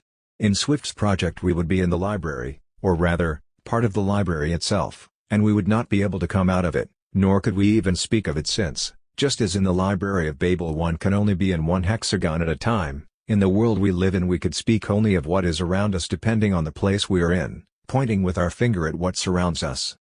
But let us imagine for the sake of argument that Swift's vision had triumphed and men did not speak any more. Even in this case, as Borges warned us, the library would contain the autobiographies of angels and a detailed history of the future. And it was this particular Borgesian illusion that inspired Thomas Bovell, in his book Fictional Worlds, to invite us to take part in a fascinating mental experiment. Let us imagine that an omniscient being is capable of writing or reading a magnum opus containing all the true statements regarding both the real world and all possible worlds. Naturally, since one can speak of the universe in different languages, and each language defines it in a different way, there must exist a set of all magna opera. Now let us suppose that God entrusts some angels to write daily books for each man, where they record all the statements, regarding the possible worlds of his desires and hopes and the real world of his actions, that correspond to a true statement in one of the books that make up the set of all magna opera. The daily book of each individual must be displayed on the Day of Judgment, along with a collection of those books that evaluate the lives of families, tribes, and nations. But the angel writing a daily book not only writes down true statements, he links them together, evaluates them, constructs them into a system. And since individuals and groups alike will have defending angels on the Day of Judgment, these defenders will rewrite for each of them another, endless series of daily books, where the same statements will be connected in a different way, and compared differently with the statements in one of the magna opera. Since infinite alternative worlds are part of every one of the infinite magna opera, the angels will write countless daily books, in which there will be a jumble of statements that are true in one world but false in another. If we then imagine that some angels are not very skillful, and they mix up statements that a single magnum opus records as mutually contradictory, we will end up with a series of compendia, miscellanies, and compendia of fragments of miscellanies, which will amalgamate different layers of books of different origin, and at that point it will be very difficult to say which books are true and which are fictitious, and in relation to which original book. We will have an astronomical infinity of books, each of which hovers between different worlds, and the result will be that we regard as fictitious stories that others have considered true. Pavel writes these things to make us understand that we are already living in such a universe, except that instead of being written by archangels, these books are written by us, from Homer to Borges, and he implies that the bastard ontology of fiction is not an exception compared with the pure ontology of those books that speak about the real world. He suggests that the legend he retells depicts quite well our situation as regards the universe of statements we regularly regard as true. The result is that the vertigo we feel when we notice the ambiguous borders between fiction and reality is not only the same as that which seizes us when faced with the books written by angels but also the same as that which ought to seize us when faced with the series of books that, with authority, represent the real world. The idea of the Library of Babel has now linked up with the equally vertiginous idea of the plurality of possible worlds, and Borges's imagination has inspired in particular the formal calculus of modal logicians. Not only that, but the library described by Pavel, which naturally is also made up of works by Borges, including his story about the library, seems curiously to resemble Don Quixote's library, which was a library of impossible stories that took place in possible worlds, where the reader lost his sense of the borders between fiction and reality. There is another story invented by an artist that has also influenced the imagination of scientists, maybe not logicians, but certainly physicists and cosmologists, and that is Finnegan's Wake by Joyce. Joyce did not dream up a possible library, he simply put into practice what Borges would later suggest. He used the 26 alphabetical symbols of English to produce a forest of non-existent words with multiple meanings. He certainly put forward his book as a model of the universe, and he definitely intended that the reading of it should be endless and recurrent, so much so that he wished for an ideal reader affected by an ideal insomnia. Why do I mention Joyce? Perhaps and above all because, along with Borges, he is one of the two contemporary writers I have most loved and who have most influenced me. But also because we have now come to the point where we should ask ourselves about the parallels and differences between these two authors who have both turned universal language and culture into their playing field. I would like to place Borges in the context of contemporary experimentalism, which, according to many people, is defined as a literature that interrogates itself about its own language, or about the language we use, and puts it on trial by deconstructing it down to its original roots. That is why when we think about experimentalism we think about Joyce, and the Joyce of Finnegan's Wake, where not only English but the languages of all peoples, ground down to a vortex of free-floating fragments, are put together again and then deconstructed once more in a whirlwind of new lexical monstrosities, which coagulate for a second only to dissolve once more, as in a cosmic dance of atoms, in which writing is shattered down to its atoms, and it is no accident that it was the phonic analogy between atom and atom that induced Joyce to speak of his work as the annihilation of the atom. Obviously, Borges did not put language into crisis. You just have to read the smooth prose of his essays, the traditional grammatical structure of his stories, the plain, conversational comprehensibility of his poems. In this respect Borges is as far as it is possible to be from Joyce. Of course, like every good writer, Borges reinvigorates the language he writes in, but he does not make a display of the way he tears it apart. If Joyce's linguistic experimentalism is to be considered revolutionary, Borges must be regarded as a conservative, the delirious archivist of a culture whose respectful custodian he claims to be. Delirious, I say, but also a conservative archivist. And yet it is this very oxymoron, delirious archivist, which gives us the key to discussing Borges's experimentalism. Joyce's project was to make universal culture his field of play. Well, this was also Borges's project. If in 1925 Borges exhibited some difficulty in reading Ulysses, see Inquisiciones, and in 1939, in the November issue of Sur, looked with cautious curiosity at Joyce's Calambers, though according to Emir Rodriguez Monegal, Borges himself invented an exquisitely Joycean pun word whateverino, meaning what a summer in whatever is summer in at least two later poems. In the collection Elogio de la Sombra, he declares his admiration for Joyce and his debt to him. Que importa mi perdida generación? Ese vago espejo. Citos libros la justifican. Yo soy los otros. Yo soy de todos aquellos. Que har escatado tu obstinado rigor. Soy los que no conoces o los que salvas. What does my lost generation matter? That lovely mirror. If it was justified by your books, I am the others. I am all those that your obstinate rigor rescues. I am those you do not know and those you save. What, then, links these two authors who both chose universal culture as their playing field, for their salvation or damnation? I believe that literary experimentalism works on a space we might call the world of languages. But a language, as linguists know, has two sides. On one side the signifier, on the other the signified. The signifier organizes sounds, while the signified arranges ideas. And it is not that this organization of ideas, which constitutes the form of a particular culture, is independent from language, because we know a culture only through the way in which language has organized the still unformed data about our contact with the continuum of the world. Without language there would be no ideas, but a mere stream of experience that has not been processed or thought about. Working experimentally on language and the culture it conveys means therefore working on two fronts: on the signifier front, playing with words, and through the destruction and reorganization of words ideas are reorganized, and playing with ideas, and therefore pushing words to touch on new and undreamed of horizons. Joyce played with words, Borges with ideas. And at this point we discern the different ideas the two writers held about what they played with and its infinite capacity for being segmented. The atomic particles of words are their stems, syllables, and phonemes. One can, at the extreme limit, recombine sounds and produce a neologism or pun, or recombine letters and produce an anagram, a Kabbalistic procedure whose magic Borges knew well. The atomic element of ideas, or signifieds, is instead always an idea or another signified. One can break down the word man into male human animal and rose into flower with fleshy petals. One can yoke together ideas to interpret other ideas, but one cannot go beneath that. We could say that working on the signifier acts at a subatomic level, whereas working on the signifieds acts on atoms, which cannot be broken down further, in order to reorganize them later into new molecules. Borges took this second option, which was not the route Joyce took but is just as rigorous and absolute and leads toward the limits of what is possible and thinkable. Borges had models for doing this, of course, whom he openly cites, and so you see that the apparently rather irrelevant quotations I produced a moment ago were not unjustified. One of these was Raymond Lull with his Ars Magna, in whom Borges rightly foresaw the forerunner of modern computer science.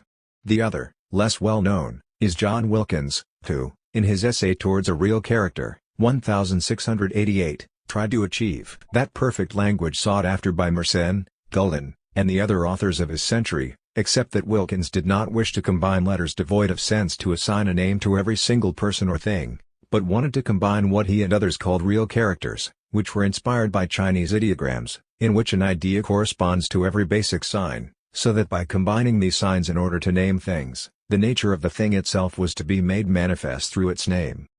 His project could not succeed, and I have tried to explain this in my book The Search for a Perfect Language. But the extraordinary fact is that Borges had not read Wilkins, he had merely second-hand information from the Encyclopaedia Britannica and a few other books, as he confesses in his essay The Analytical Language of John Wilkins, Otras Inquisiciones. And yet Borges was able to condense the essence of his thought and to identify the weaknesses of his project better than many other scholars who have spent their lives reading the enormous folio volume of 1688. Not only this, but in discussing his ideas he noticed that Wilkins's discourse had something in common with other 17th-century figures who had wrestled with the problem of alphabetic combinations. Borges, who delighted in other universal and secret languages, knew well that Wilkins's project was impossible, because it presupposed taking into account all the objects in the world, the ideas to which they referred, and a unitary criterion for ordering our atomized ideas. And it is this hurdle that defeats all utopians who aspire to a universal language. But let us examine the conclusion Borges drew from this consideration. Once he had understood and declared that one cannot arrive at a unitary classification of the universe, Borges became fascinated by the opposite project, that of overthrowing and multiplying all classifications. It is in this very essay on Wilkins that we find the mention of that improbable Chinese encyclopedia, the Celestial Emporium of Benevolent Knowledge, where we find in turn the most amazing model of uncategorized and incongruous classification, which would later inspire Michel Foucault in the opening passage of The Order of Things. The conclusion Borges draws from the failure of classifications is that we cannot know what the universe is. Furthermore, he says that one can entertain the idea that there is no universe in the organic, unifying sense that this ambitious word possesses. But immediately afterward he points out that the impossibility of penetrating the divine design of the universe cannot, however, dissuade us from trying to trace human designs. Borges knew that some patterns, like that of Wilkins and many in science, try to reach a provisional and partial order. But he chose the opposite path. If the atoms of knowledge are many, the poet's game consists in making them rotate and recombine ad infinitum, in the endless combinations not only of linguistic atoms but also of ideas themselves. In fact, the Library of Babel is made up of millions of new Chinese encyclopedias of benevolent knowledge whose totality is never achieved.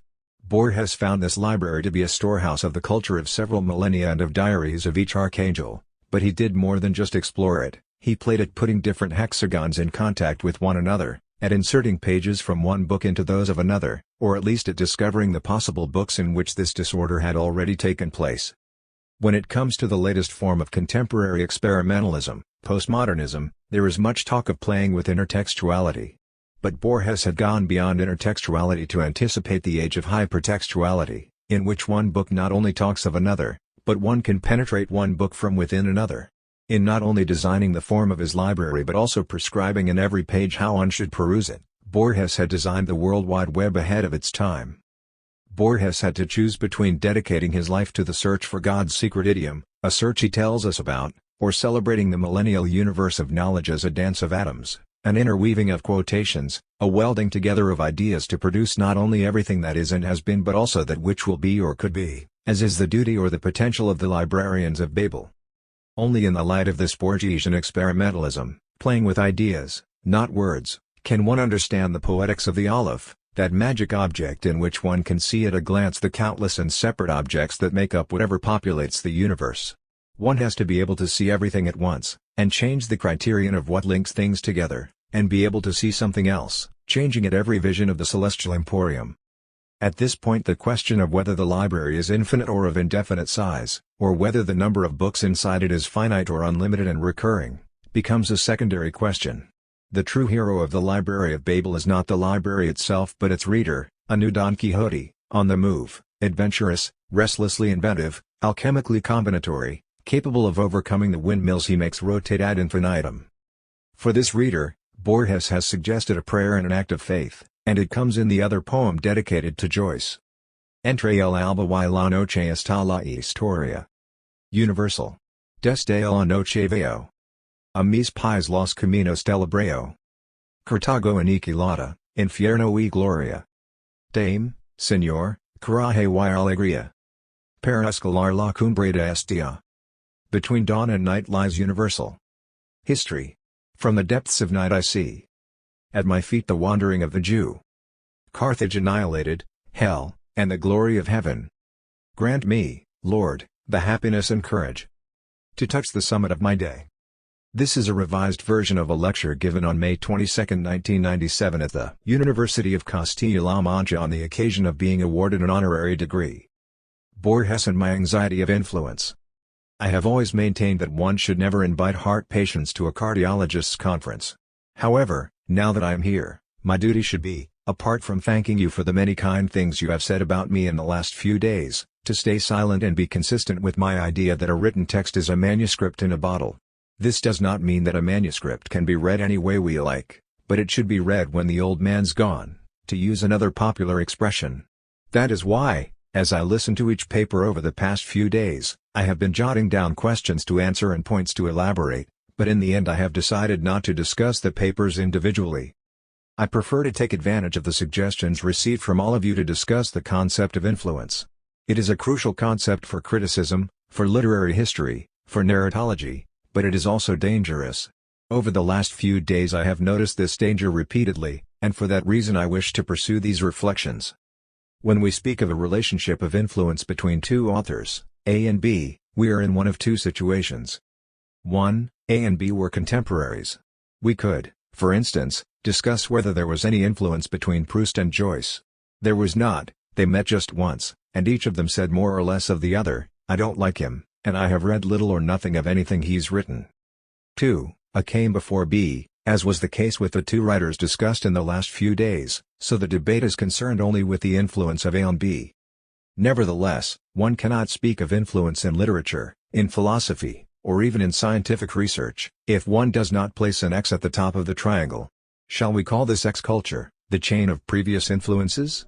To be consistent with our exchanges over the last few days, let's call it the universe of the encyclopedia.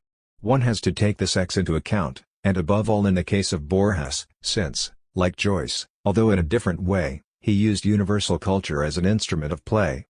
The relationship between A and B can take place in different ways. 1. B finds something in the work of A and does not realize that behind it lies X. 2.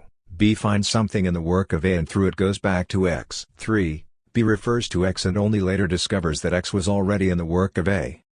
I do not intend to construct a typology of my relationship with Borges. Instead I will quote some examples in an almost haphazard order, and leave to someone else the question as to how these examples correspond to different positions in this triangle.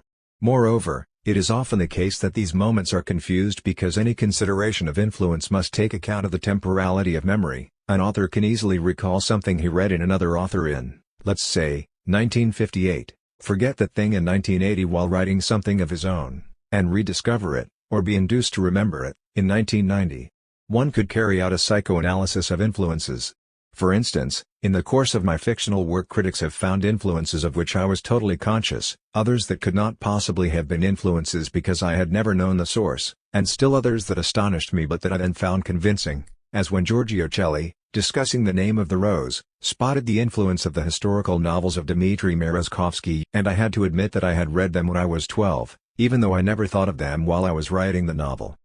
In any case, the diagram is not quite so simple, because in addition to A, B, and the sometimes millennial chain of culture represented by X, there is also the zeitgeist. The zeitgeist must not be considered a metaphysical or metahistorical concept. I believe it can be broken down into a chain of reciprocal influences, but what is extraordinary about it is that it can work even in the mind of a child. Some time ago I found in an old drawer something I had written at the age of 10, the diary of a magician who claimed he was the discoverer, colonizer, and reformer of an island in the glacial Arctic Ocean called Acorn. Looking back on it now, this seems a very Borgesian story, but obviously I could not have read Borges at the age of 10, and in a foreign language. Nor had I read the utopian works of the 16th, 17th, or 18th centuries, with their tales of ideal communities. However, I had read many adventure stories, fairy tales of course, and even an abbreviated version of Gargantua and Pantagruel, and who knows what chemical reactions had taken place in my imagination. The zeitgeist can even make us think of reversals of time's arrow. I remember writing some stories about planets at the age of 16, so around 1948, the plots had as protagonists the Earth, the Moon, Venus falling in love with the Sun, etc. They were in their own way cosmic stories. I sometimes amuse myself wondering how Calvino managed to burgle my house years later and find these youthful writings, which existed only in a single copy. I'm joking, of course, but the point is that sometimes one must believe in the zeitgeist. In any case, I know you will not believe me, but Calvino's cosmic stories are better than mine. Lastly, there are themes common to many authors because they come, as it were, directly from reality. For example, I remember how after The Name of the Rose was published a number of people pointed to other books in which an abbey was burned, many of which I had not read at all. And nobody bothered to mention the fact that in the Middle Ages it was quite common for abbeys, as it was for cathedrals, to burn. Now, without sticking rigorously to my diagram, I would like to introduce into my triad, intentio auctoris, intentio operis, intentio lectoris, the intentio intertextualitatis, which must play a role in this discussion. Allow me to reflect, once more in no particular order, on three types of relationship with Borges. 1. The cases where I was fully conscious of Borgesian influence. 2. The cases where I was not aware of it, but subsequently readers, among whom I would also count you over the past few days, forced me to recognize that Borges had influenced me unconsciously. 3. The cases where, without adopting a triangle based on preceding sources and the universe of intertextuality, we are led to consider as straight-to-way influence cases of three-way influence, namely, the debts Borges owed to the universe of culture, so that we cannot attribute to Borges what he always proudly declared he took from culture. It was no accident that yesterday I called him a delirious archivist. Borges's delirium could not exist without the archive on which he was working. I believe that if someone had gone to him and said, "You invented this," he would have replied, "No, it was already there, it already existed." And he would have proudly taken as his own model that phrase of Pascal's that I placed as an epigraph to my book A Theory of Semiotics, and don't let anyone tell me that I have not said anything new, la disposition des matières nouvelles. I say this not to deny my debts to him, which are many, but to lead you back, and to lead myself back, to a principle that I think is fundamental for all those who have taken part in this conference, certainly for me, and certainly for Borges. This most important point is that books talk to each other. In 1955 Borges's Ficciones came out in Italy, with the title La Biblioteca di Babele and Einaudí's Getini series. It had been recommended to Einaudi by Sergio Solmi, a great poet whom I really loved, particularly for an essay of his on science fiction as a version of the fantastic, which he had written some years before. You see the role the zeitgeist plays. Solmi discovers Borges while he is reading American writers of science fiction, who write, perhaps consciously, in the tradition of the utopian tale that begins in the 17th to 18th centuries. Let us not forget that Wilkins also wrote a book on the inhabitants of the moon, and therefore he too, like Godwin and others, was already traveling to other worlds. I think it was one evening in 1956 or 57 that Solmi told me as we strolled together in the Piazza del Duomo in Milan, "I advised Einaudi to publish this book. We have not managed to sell even 500 copies, but you should read it because it is very good." That was how I first fell in love with Borges, and I remember going to friends' houses and reading them excerpts from Pierre Menard. At that time I was beginning to write those parodies and pastiches that later would become Diario Minimo, misreadings. Influenced by what? Perhaps the strongest influence there was Proust's pastiches et mélanges, so much so, that when Diario Minimo came out in French I chose the title Pastiches et Postiches. But I recall that when I later published Diario Minimo, in 1963, I thought of giving it a title that alluded to a title of Vittorini's, Piccola Borghesia, except that I would have liked to change the title to Piccola Borghesia. The point of this, then, is to explain how a network of influences and echoes began to come into play. However, I could not have allowed myself a reference to Borges at that time, because in Italy he was still known to very few people. It was only in the following decade that the publication of all his other works established Borges definitively in Italy, principally thanks to Domenico Porzio, a very dear friend of mine and a man of great intellectual openness and wide reading, though a traditionalist critic. While polemics about the neo-avantgardia raged in Italy, Borges was not considered an avant-garde writer. This was the time when the poetry anthology, Novissimi appeared and then the Gruppo 63, and their models were Joyce and Gatta. The neo-avant-garde was interested in an experimentalism that worked on the signifier, their model was that of the illegible book. Borges, on the other hand, who wrote in a classical style, worked on the signifieds, and therefore as far as we were concerned at the time he was beyond the pale, a disturbing presence, one not easily categorized. In crude terms, while Joyce or Rob Grillet was on the left, Borges was on the right. And since I would not want this distinction to be understood in political terms, we could also say the opposite, and their opposition would stay the same. In any case, for some of us Borges was a secret love. He was reclaimed only later by the neo-avant-garde, after a lengthy and circuitous process. In the early 1960s fantasy was either traditional fiction or science fiction, so it was possible to write an essay on science fiction and the fantastic without addressing the theory of literature. I believe that interest in Borges began midway through the 60s, with what was called the structuralist and semiological movement. Here I must correct another error that is continually made, even in what claim to be scholarly works. Today it is said that the Italian neo-avant-garde, Gruppo 63, was structuralist.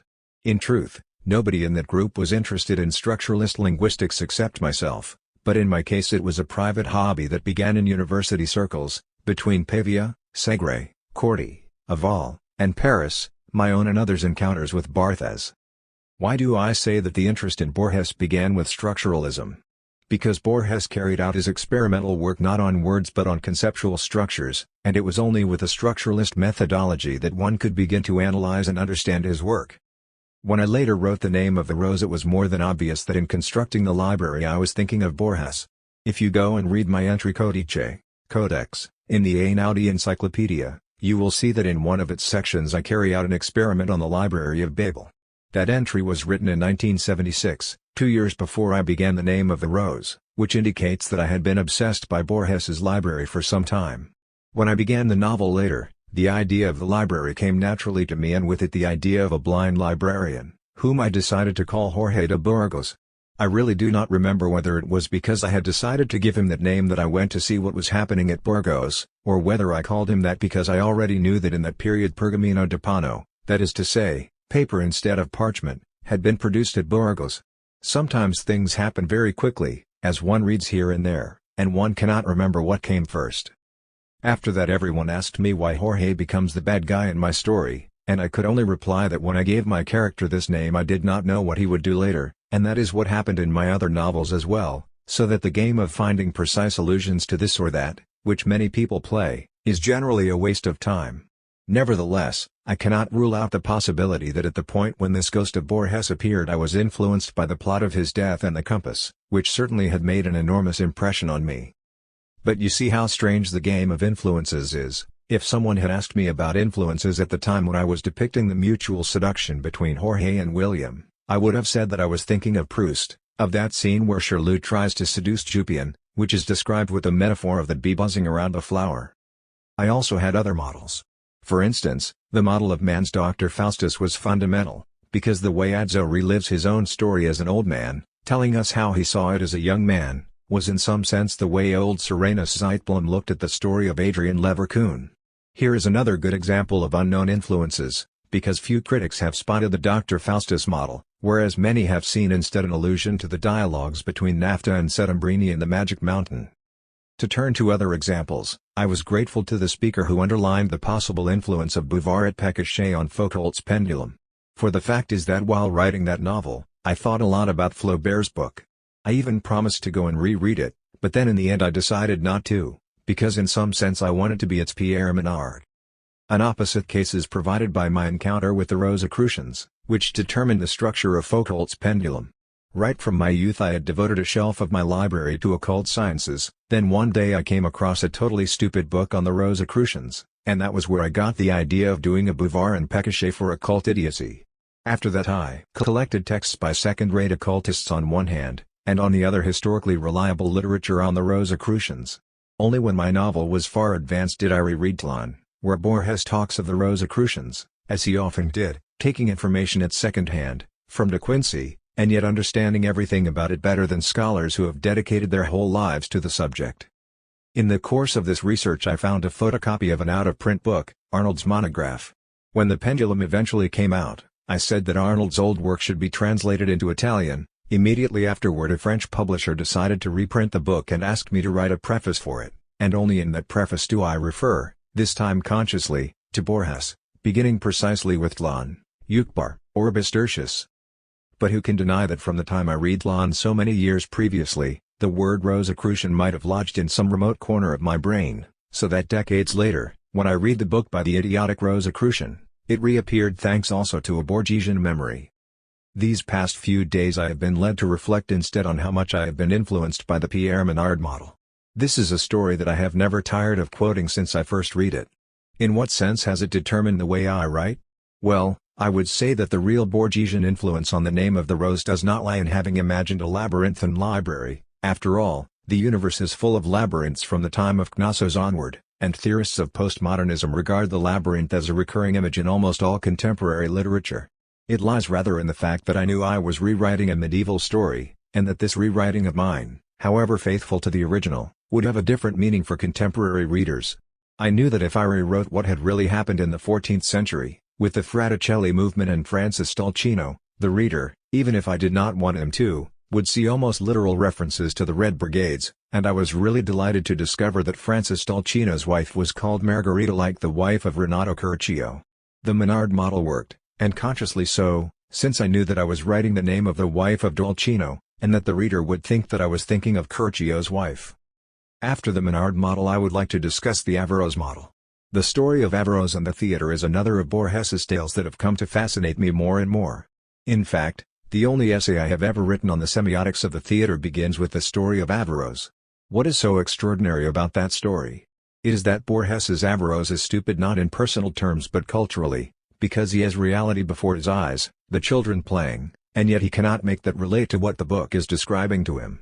Incidentally, I have been thinking in the past few days that, taken to its extreme, Averroes' situation is that of the poetics of defamiliarization, which the Russian formalists describe as representing something in such a way that one feels as if one were seeing it for the first time, thus making the perception of the object difficult for the reader.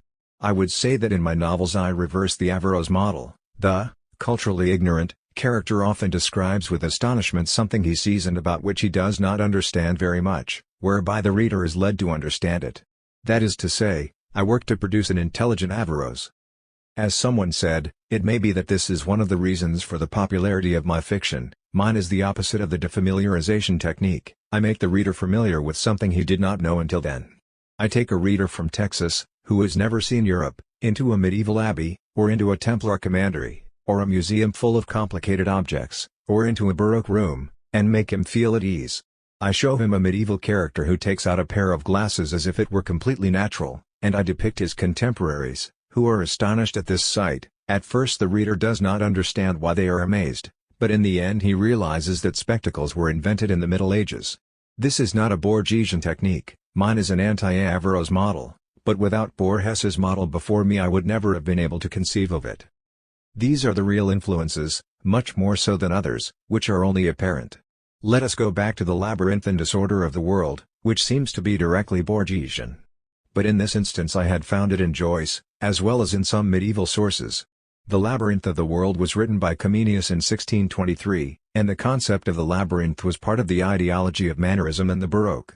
It is no accident that a fine book on mannerism, Hawke's Die Welt als Labyrinth, was written in our own time, starting from Comenius's idea. But that is not all. That every classification of the universe leads to the construction of a labyrinth or of a garden of forking paths was an idea that was present both in Leibniz and, in a very clear and explicit way, in the introduction to Diderot and d'Alembert's Encyclopédie. These are probably also Borges's sources. Here then is a case where it is not clear, not even to me, whether I, B, found X by going through writer A, or whether I, B, first discovered some aspects of X and then noticed how X had also influenced A. And yet the Borgesian labyrinths probably made the many references to the labyrinth that I had found elsewhere coalesce in me, so much so that I have wondered whether I could have written the name of the rose without Borges. This is a counterfactual hypothesis of the kind: if Napoleon had been a Somalian woman, would he have won at Waterloo?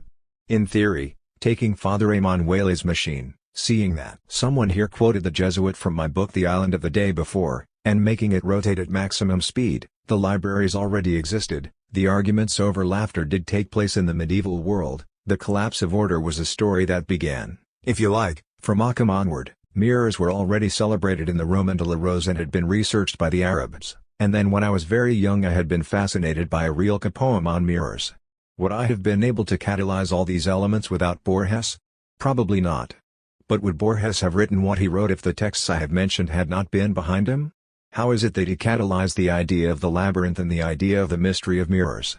Borges's work also consisted in taking from the immense territory of intertextuality a series of themes that were already whirling around there, and turning them into an exemplary pattern.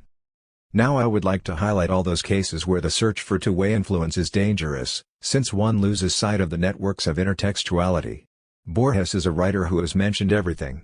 One cannot identify in the history of culture a single theme he has not touched on, even if only fleetingly. Just yesterday I listened to a speaker who suggested that Borges could have influenced Plato when he was writing the Parmenides since he, Borges, had portrayed the same characters as Plato.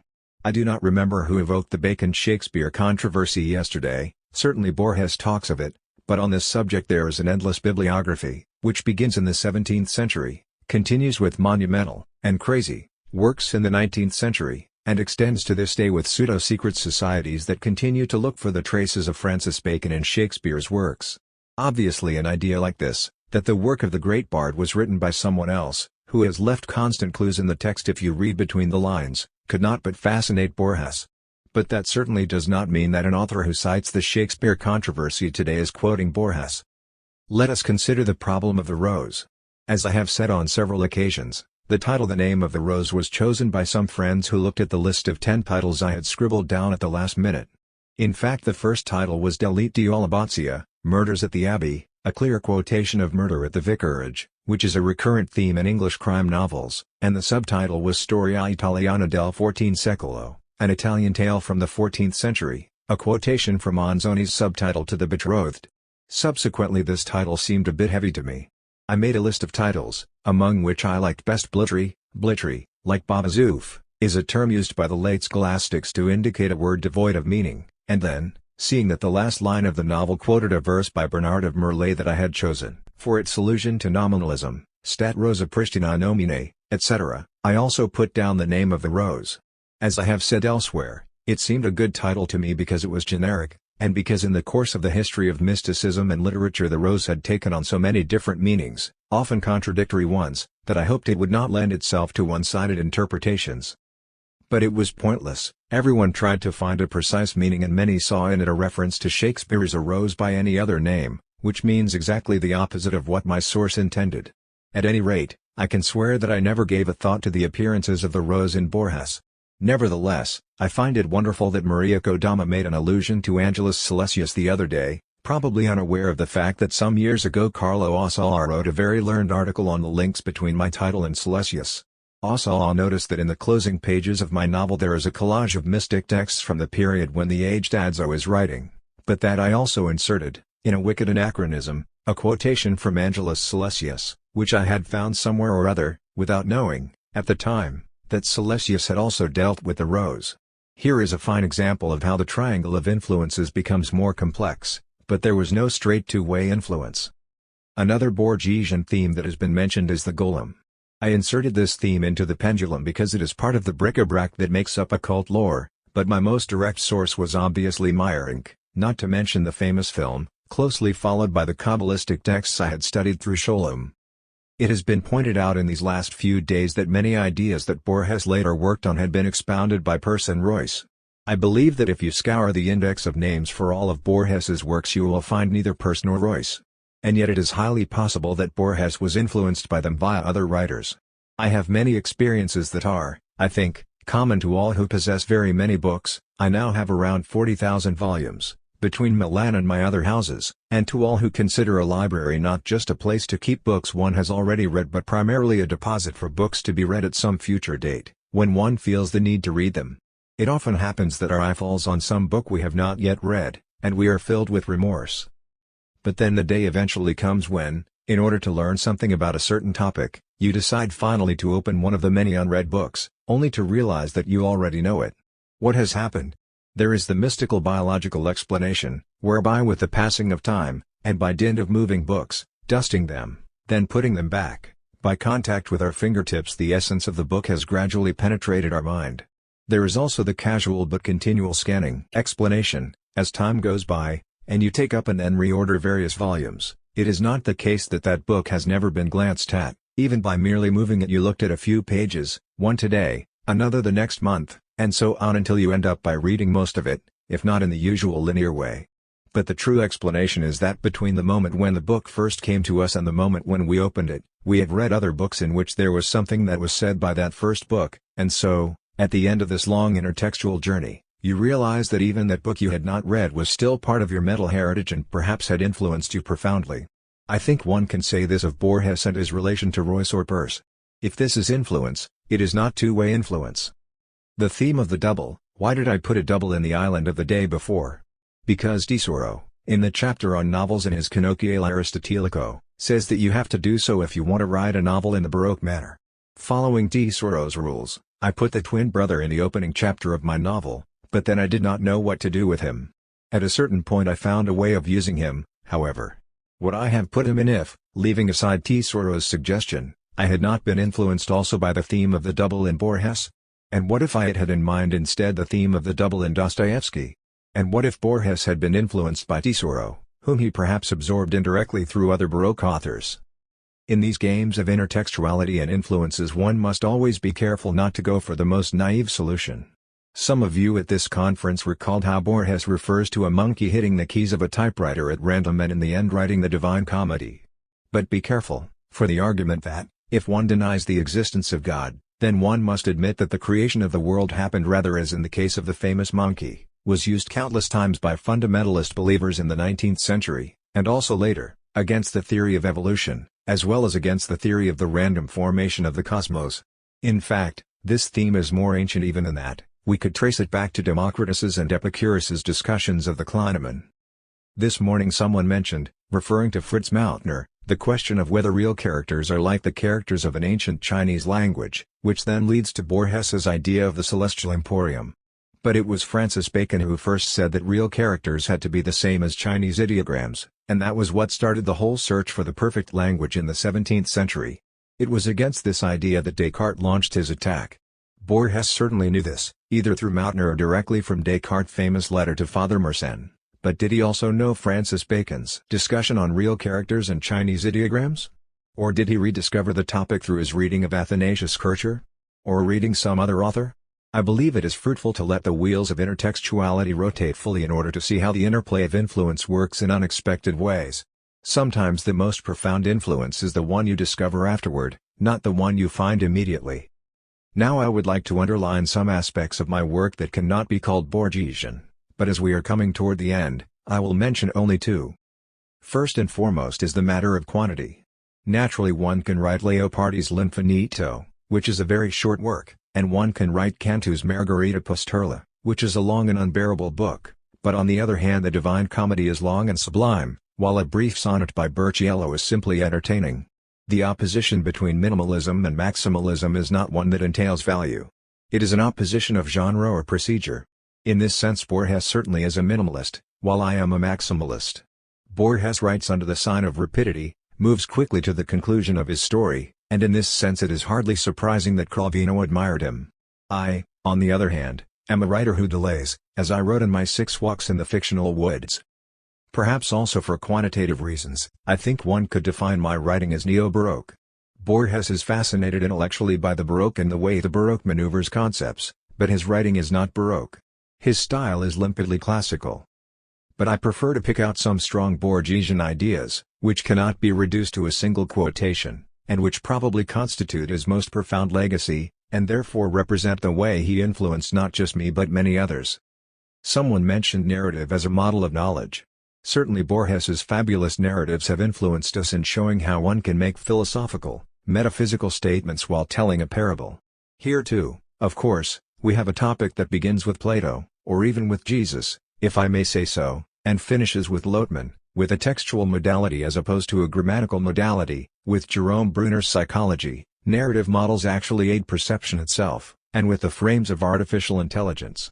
But it seems certain to me that Borges's power of influence has been fundamental in this sense. Now I would like to consider the call, and that is why I spoke of Borges as a delirious archivist, to reread the whole encyclopedia in the light of suspicion, and in a counterfactual way to seek the revelatory word in the margins, to reverse the situation, to make the encyclopedia play against itself. It is very difficult to escape the anxiety of influence, just as it was very difficult for Borges to be a precursor of Kafka. Saying that there is no idea in Borges that did not exist before is like saying there is not a single note in Beethoven that had not already been produced before. What remains fundamental in Borges is his ability to use the most varied debris of the encyclopedia to make the music of ideas. I certainly tried to imitate this example, even though the idea of a music of ideas came to me from Joyce. What can I say? Compared with Borges's divine melodies, so instantly singable, even when they are atonal, memorable, and exemplary, I feel as if I blow into an ocarina. But I hope that still someone will be found after my death who is even less skillful than me, someone for whom I will be recognized as the precursor.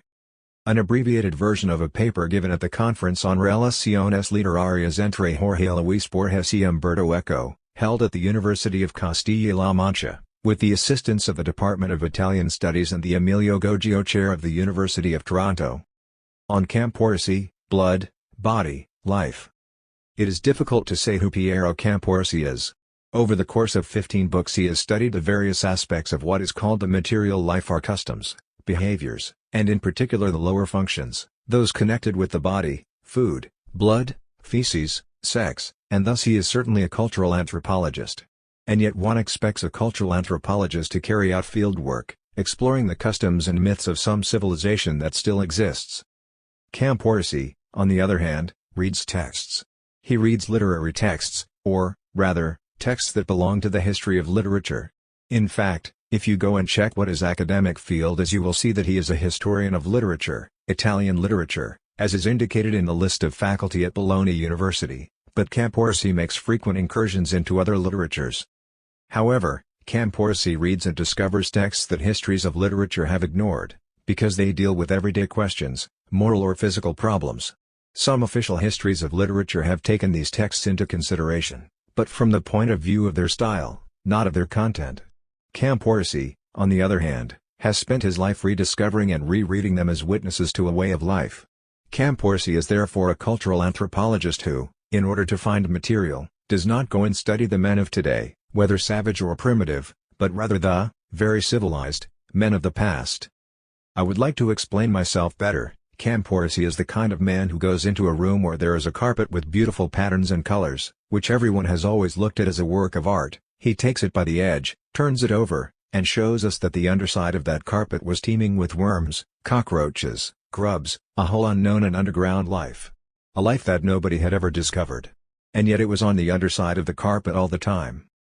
Camporesi has spent his life reading and rereading these forgotten texts, these texts that were staring everyone in the face but which no one had yet read in that way, to tell us how in past centuries the world was inhabited by vagabonds, charlatans, healers, thieves, murderers, madmen inspired by God, fake and genuine lepers.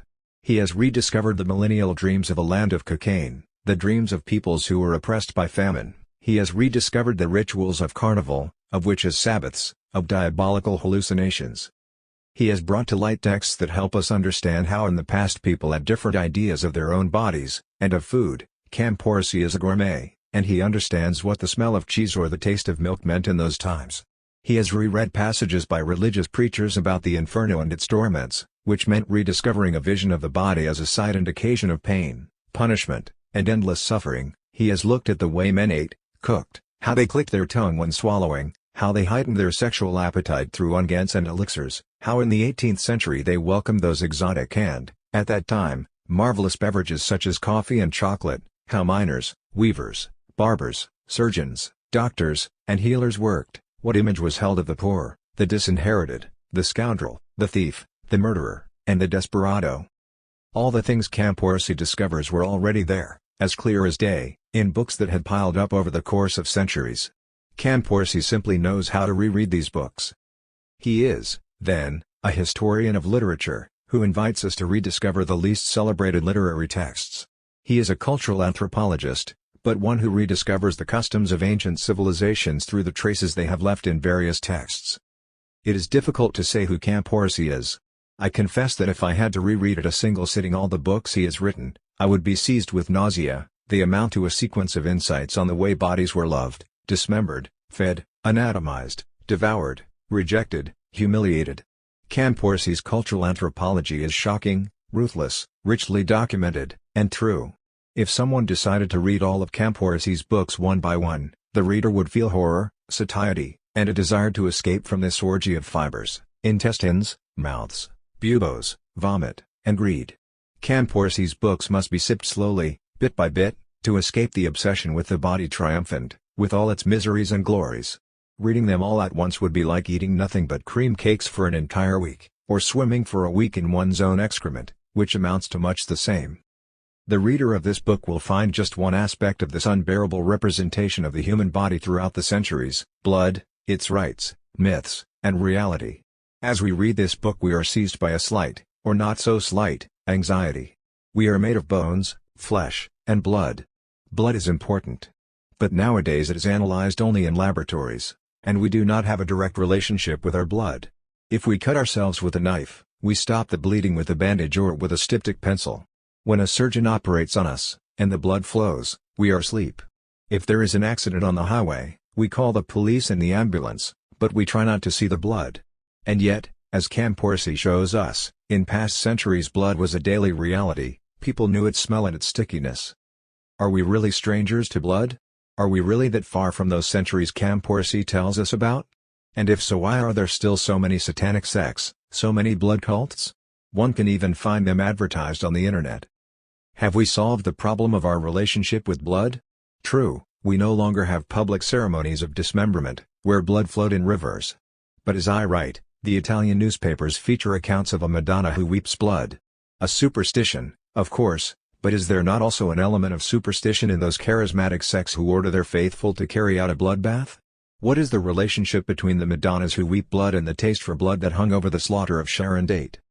That brings me to what I want to say. Camporsi reconstructs customs, feelings, fears, and desires that seemed ancient to us, and invites us to look inside ourselves, to understand the obscure relationship between rites and myths of the past and our own urges today, and to discover the ancient man inside us, we who use the internet and think that blood only concerns surgeons and those who study new epidemics on our planet.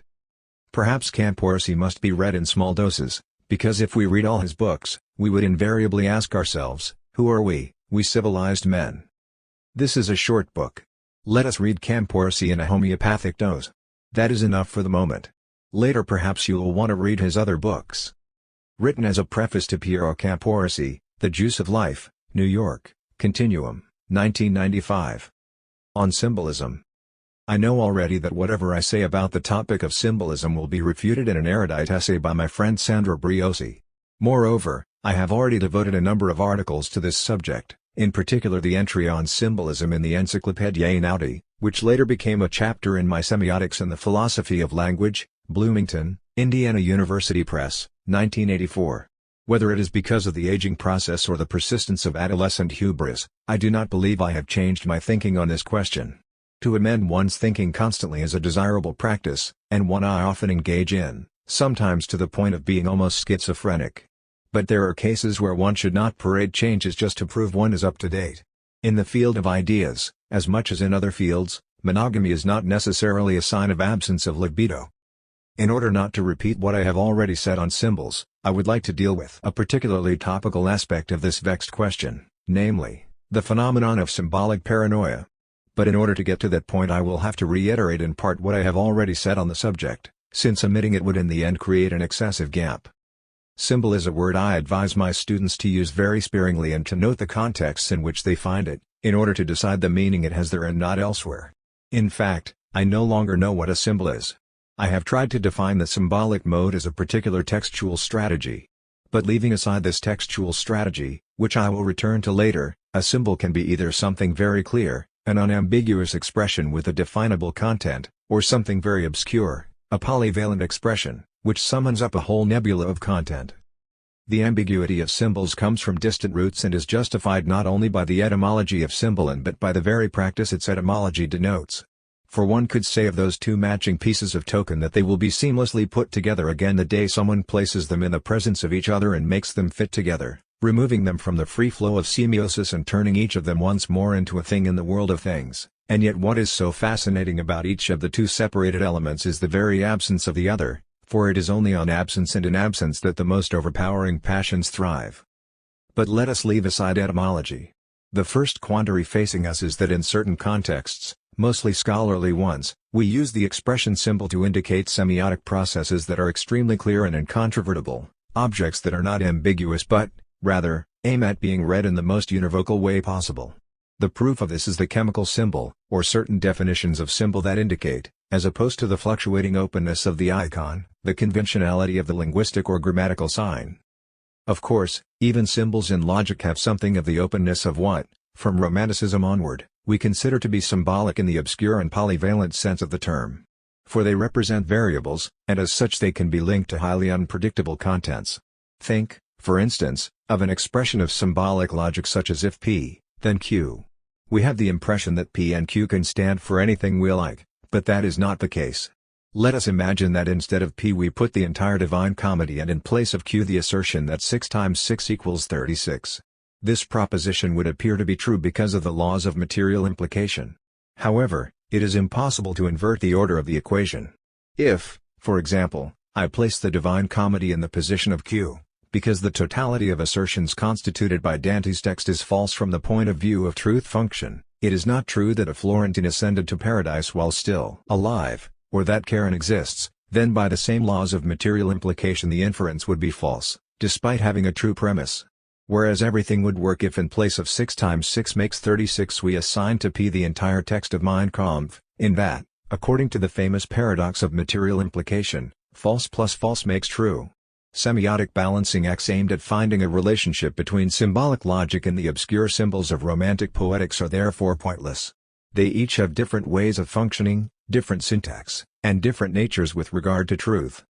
Similarly, the use Cassirer makes of the term in his theory of symbolic forms has nothing to do with the sense that we attribute to it. Instead, his is a culturological version of Kantian transcendentalism, and even Euclidean geometry is a symbolic form, where we breathe the sense of the infinite and the undecidable only in the continuation of the parallel lines that his fifth postulate promises us in a way that is itself undecidable in terms of the truth of the statement.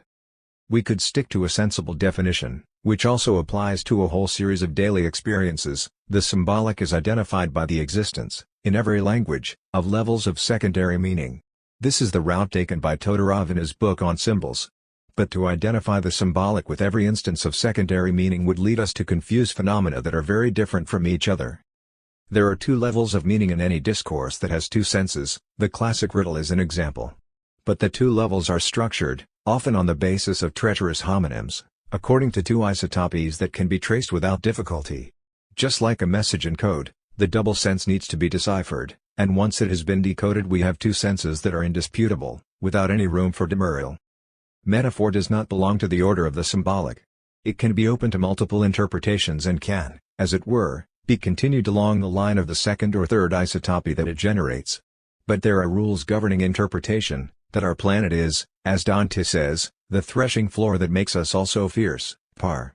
22.151, might suggest thousands of poetic inferences, but it will not convince anyone, so long as there are cultural conventions we all agree on, that it is a place where peace and benevolence flourish. Moreover, I remain one of those who believe that the first signal of metaphorical usage consists in the fact that, taken literally, a metaphorical expression would appear false or weird, or nonsensical. The earth is not a threshing floor. This is not the case in the symbolic mode, which, as we shall see, conceals its own potential for meaning behind the deceptive appearance of something inexplicably obvious. All the more reason, then, that allegory does not belong to the order of the symbolic either, since it is a continuous double sense based not on homonyms but on an almost heraldic codification of certain images. The modern Western tradition is by now used to distinguishing allegory from symbolism, but the distinction is a rather late one. Its articulation begins in Romanticism, and is particularly striking in Goethe's famous aphorisms, Maxima und Reflection. Allegory transforms the phenomenon into a concept and the concept into an image, but in such a way that the concept in the image is always to be considered circumscribed and complete in the image, and has to be given and to express itself through it. 1.112. Symbolism transforms the phenomenon into an idea and the idea into an image, in such a way that the idea in the image remains always infinitely effective and inaccessible and, even if articulated in every language, remains nevertheless inexpressible. 1.113. It makes a considerable difference whether the poet seeks the particular as a function of the universal or whether he sees the universal in the particular. In the first case we have allegory, where the particular is valid only as an example, as an emblem of the universal, whereas in the second case the true nature of poetry is revealed, the particular case is expressed without thinking about the universal or alluding to it. Now whoever catches this living particular seizes at the same time the universal without realizing it, or only realizing it later on. 279. True symbolism is that in which the particular element represents the more general, not as a dream or a shadow but as a living, instantaneous revelation of the inscrutable. 314. The classical and medieval world, on the other hand, understood symbol and allegory to be synonyms. Examples of this abound, from Philo to grammarians such as Demetrius, from Clement of Alexandria to Hippolytus of Rome, from Porphyry to Pseudo-Dionysius the Areopagite, and from Plotinus to Iamblichus, where the term symbol is also used for those didactic and conceptualizing representations that elsewhere would be called allegories.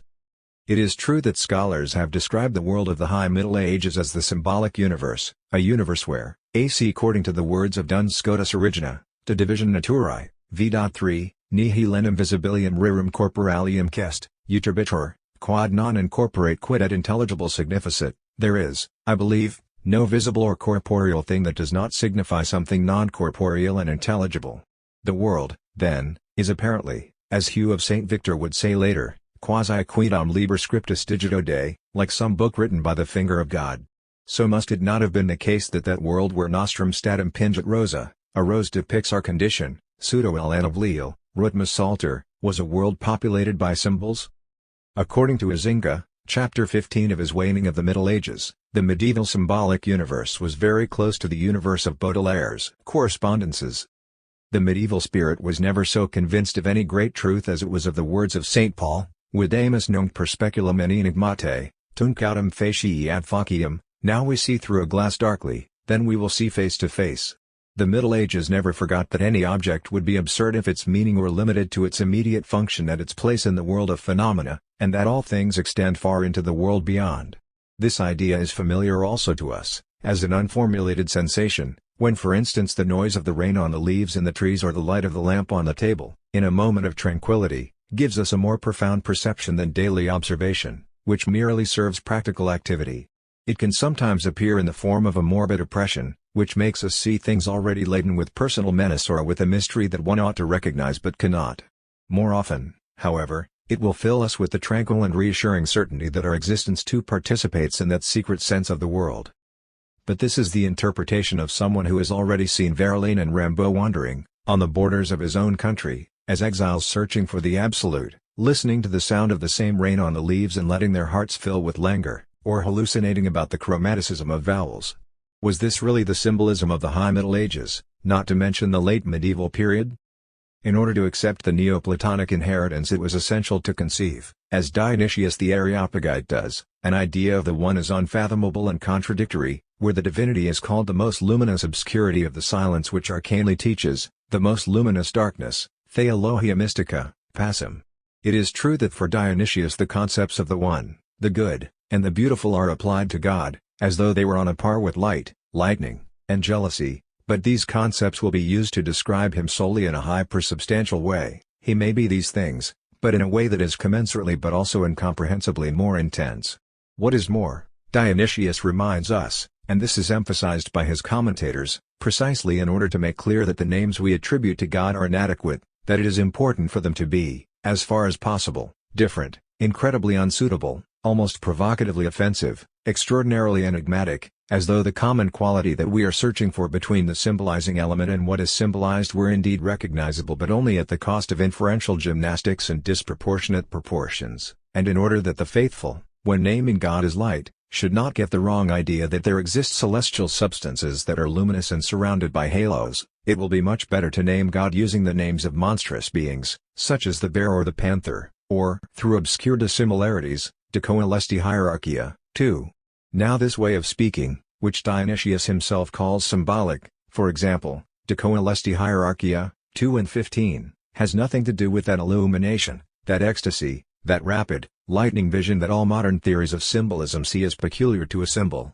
The medieval symbol is a way of approaching the divine, but it is not the epiphany of something numinous, nor does it reveal to us a truth that can be articulated solely in terms of myth and not in terms of rational discourse.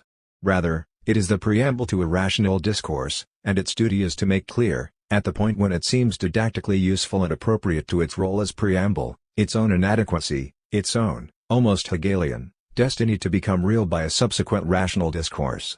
In other words, the medieval world was anxious about symbols. Medieval man felt dismay, fear, and reverence before the bear and the panther, before the rose and the oak, but these were pagan remnants. Not only theology but medieval bestiaries themselves are firmly intent on deciphering these symbols, on turning them into metaphors or allegories, to stop their fluctuation. In any case, the same thing happens with what Jung calls archetypes, which I would put under the broader category of what I'd term, using a metaphor, totemic objects, which are imperious and stimulating in their very enigmatic nature. Jung was the first to explain how as soon as these archetypal images fascinate the mind of the mystic, dragging him toward an infinite drift of sense, some religious authority immediately intervenes to gloss them, subject them to a code, make them become a parable. And at that point the totemic object becomes a symbol in the more banal sense of the term, the one that makes us call the badges of political parties symbols, on which we mark our, often automatic, X of agreement. Endowed with connotative appeals at various levels, in the sense that one can become attached to or die for a flag, a cross, a crescent moon or a hammer and sickle, they are there to tell us what we have to believe in and what we have to reject. The Sacred Heart of the Vendée was no longer the same Sacred Heart that had dazzled Saint Margaret Mary Alacoque. It had changed from being the experience of something numinous to a political flag. This idea of the symbol as an apparition that refers to a reality that cannot be expressed in words, a reality that is contradictory and ungraspable, becomes established in the West only with the spread of Hermetic writings, and requires a very strong Neoplatonism. But as soon as the excitement caused by the flashes of the divine in Hermes Trismegistus's obscure discourse becomes a fashion, a style, a koine, here too there suddenly emerges the desire, previously medieval, now Hermetic, to capture the symbol and give it a socializable sense. It is curious how the Baroque age was the most fertile in the production or, rather, invention of totemic objects, namely, its blazons, devices, and emblems, and it is curious how the Baroque world spoke of them as symbols every time it could. Syntagma Symbolis would be the title of one of the most famous commentaries on Alciati. Bocci would write of Symbolicarum Quaestionum, Pisanelli of Mundus Symbolicus, and Scarlatino of Homo Figuratus et Symbolicus. Emanuele Tesoro explains what these symbols are in his Colloquiale Aristotelico. A symbol is a metaphor signifying a concept through some figure which is visible. In this celebration of symbols there always clearly emerges a dogmatic desire to write commentaries, in other words, to decipher. Venerable volumes astonish us with their iconological baggage made up of apparently oniric images. These are real illustrious corpses of icons, a paradise for a psychoanalyst who does not want to read the gigantic accompanying commentary. But if we do turn to the commentary, it leads us step by step, and with considerable redundance, toward the most exact, though also the most clever, deciphering of every figure, in order to draw out a single moral lesson. In this context the enterprise of Athanasius Kircher is quite ridiculous, aiming as it does to rediscover the mysteries of ancient Egyptian writing. It has a privileged position, since it sits opposite something that resembles a device or emblem, but one for which no Alciati, Valeriano, or Pharaoh has supplied the interpretation.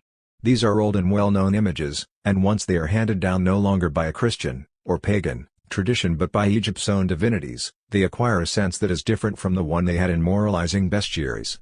References to scripture, now absent, are replaced by allusions to a vaguer religiosity, one dense with mysterious promises. The hieroglyphics are seen as initiatic symbols. These are for Kircher symbols, and therefore expressions of a hidden, unknown content, one that has many meanings and is rich in mystery. Unlike a conjecture, which allows us to move from a visible symptom to some definite cause, a symbol is a mark signifying some more arcane mystery, which is to say that the nature of a symbol is to lead us mentally, through some similarity, to the understanding of something very different from things that are offered to our external senses, something whose nature is to be concealed or hidden beneath the veil of an obscure expression. It is not formed by words, but is expressed only through marks, characters, figures, obeliscus Pamphylius, 2, 5. These are initiatic symbols because the fascination of Egyptian culture is based on the fact that the knowledge it promises is enclosed within the unfathomable and indecipherable circle of an enigma in order to remove it from the profane curiosity of the vulgar crowd. Furthermore, Kircher reminds us that a hieroglyph is a symbol of something sacred, and in that sense all hieroglyphs are symbols, but not vice versa, and its power is due to the fact it is not accessible to the uninitiated. If it were accessible, the Baroque age would have had to invent its own writing of the unfathomable. That is what Kircher wants, and he delights in this with delirious enthusiasm in the letter to the emperor that opens his Oedipus Egypticus. I parade before your eyes, most sacred Caesar, the polymorphous reign of hieroglyphic Morpheus. By this I mean a theater decked out with an immense variety of monsters, and these not naked monsters of nature, but so adorned with enigmatic chimeras of the most ancient knowledge that here I am confident that sagacious minds can trace the boundless treasures of science, which is not without benefit for literature. Here the dog of Bubastis, the Sadic lion, the Mendesian goat, the terrifying crocodile with the horrendous opening of its jaws, all reveal the occult meanings of the divinity, of nature, of the spirit of ancient wisdom, beneath the shadowy play of images. Here the thirsty dipsids, the poisonous asps, the wily ichneumons, the cruel hippopotami, the monstrous dragons, the swollen-bellied toad, the snail with its spiral shell, the hairy caterpillar, and countless specters parade the miraculous, ordered chain that is revealed in the tabernacles of nature.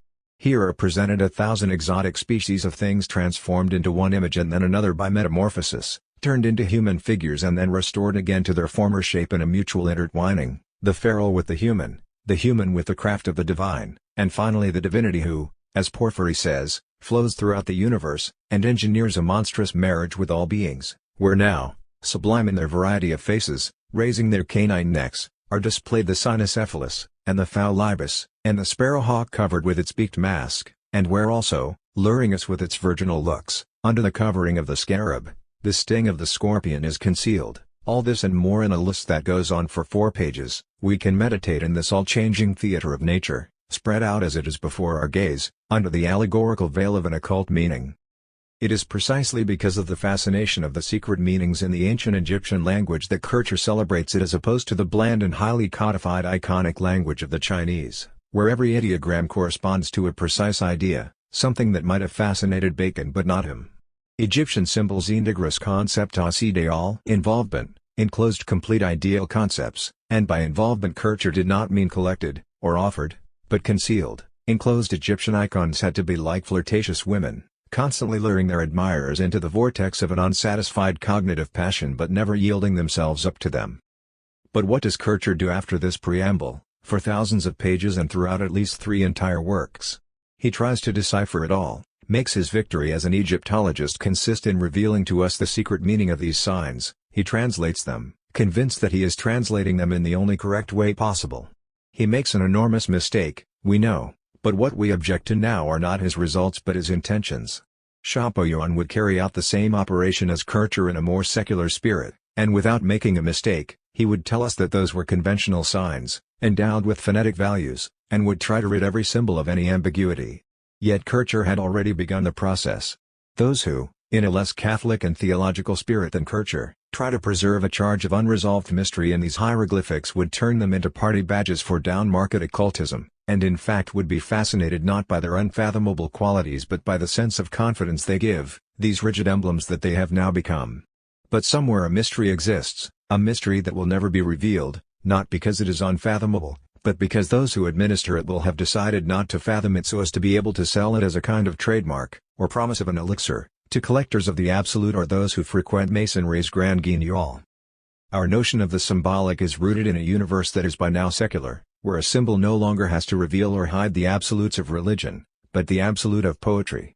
Our approach to symbols is profoundly affected by French symbolism, for which Baudelaire's Lay Correspondences serves nicely as a manifesto. The living columns of nature allow only confused words to emerge. Comme de longues échos qui de loin se confondent et dans une ténébreuse et profonde unité I vast comme la nuit et comme la clarté, like distant echoes that dwindle in the distance, in a deep, dark unity, vast as the night and brightness.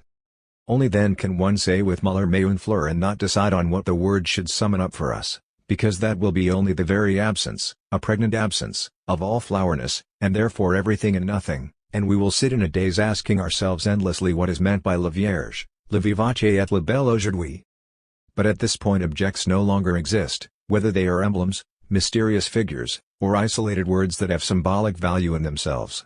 Not even Mallarmé's flower would be that were it not inserted into his strategy of the blank page. The symbolic becomes an effect of meaning produced by the text, and as such any image, word, or object can assume the status of a symbol. What semiotic key can be offered, not for interpreting, but for identifying the textual strategy that I have decided to call the symbolic mode? One suggestion was given to us some time ago, by a passionate and necessarily determined seeker after second meanings, St. Augustine.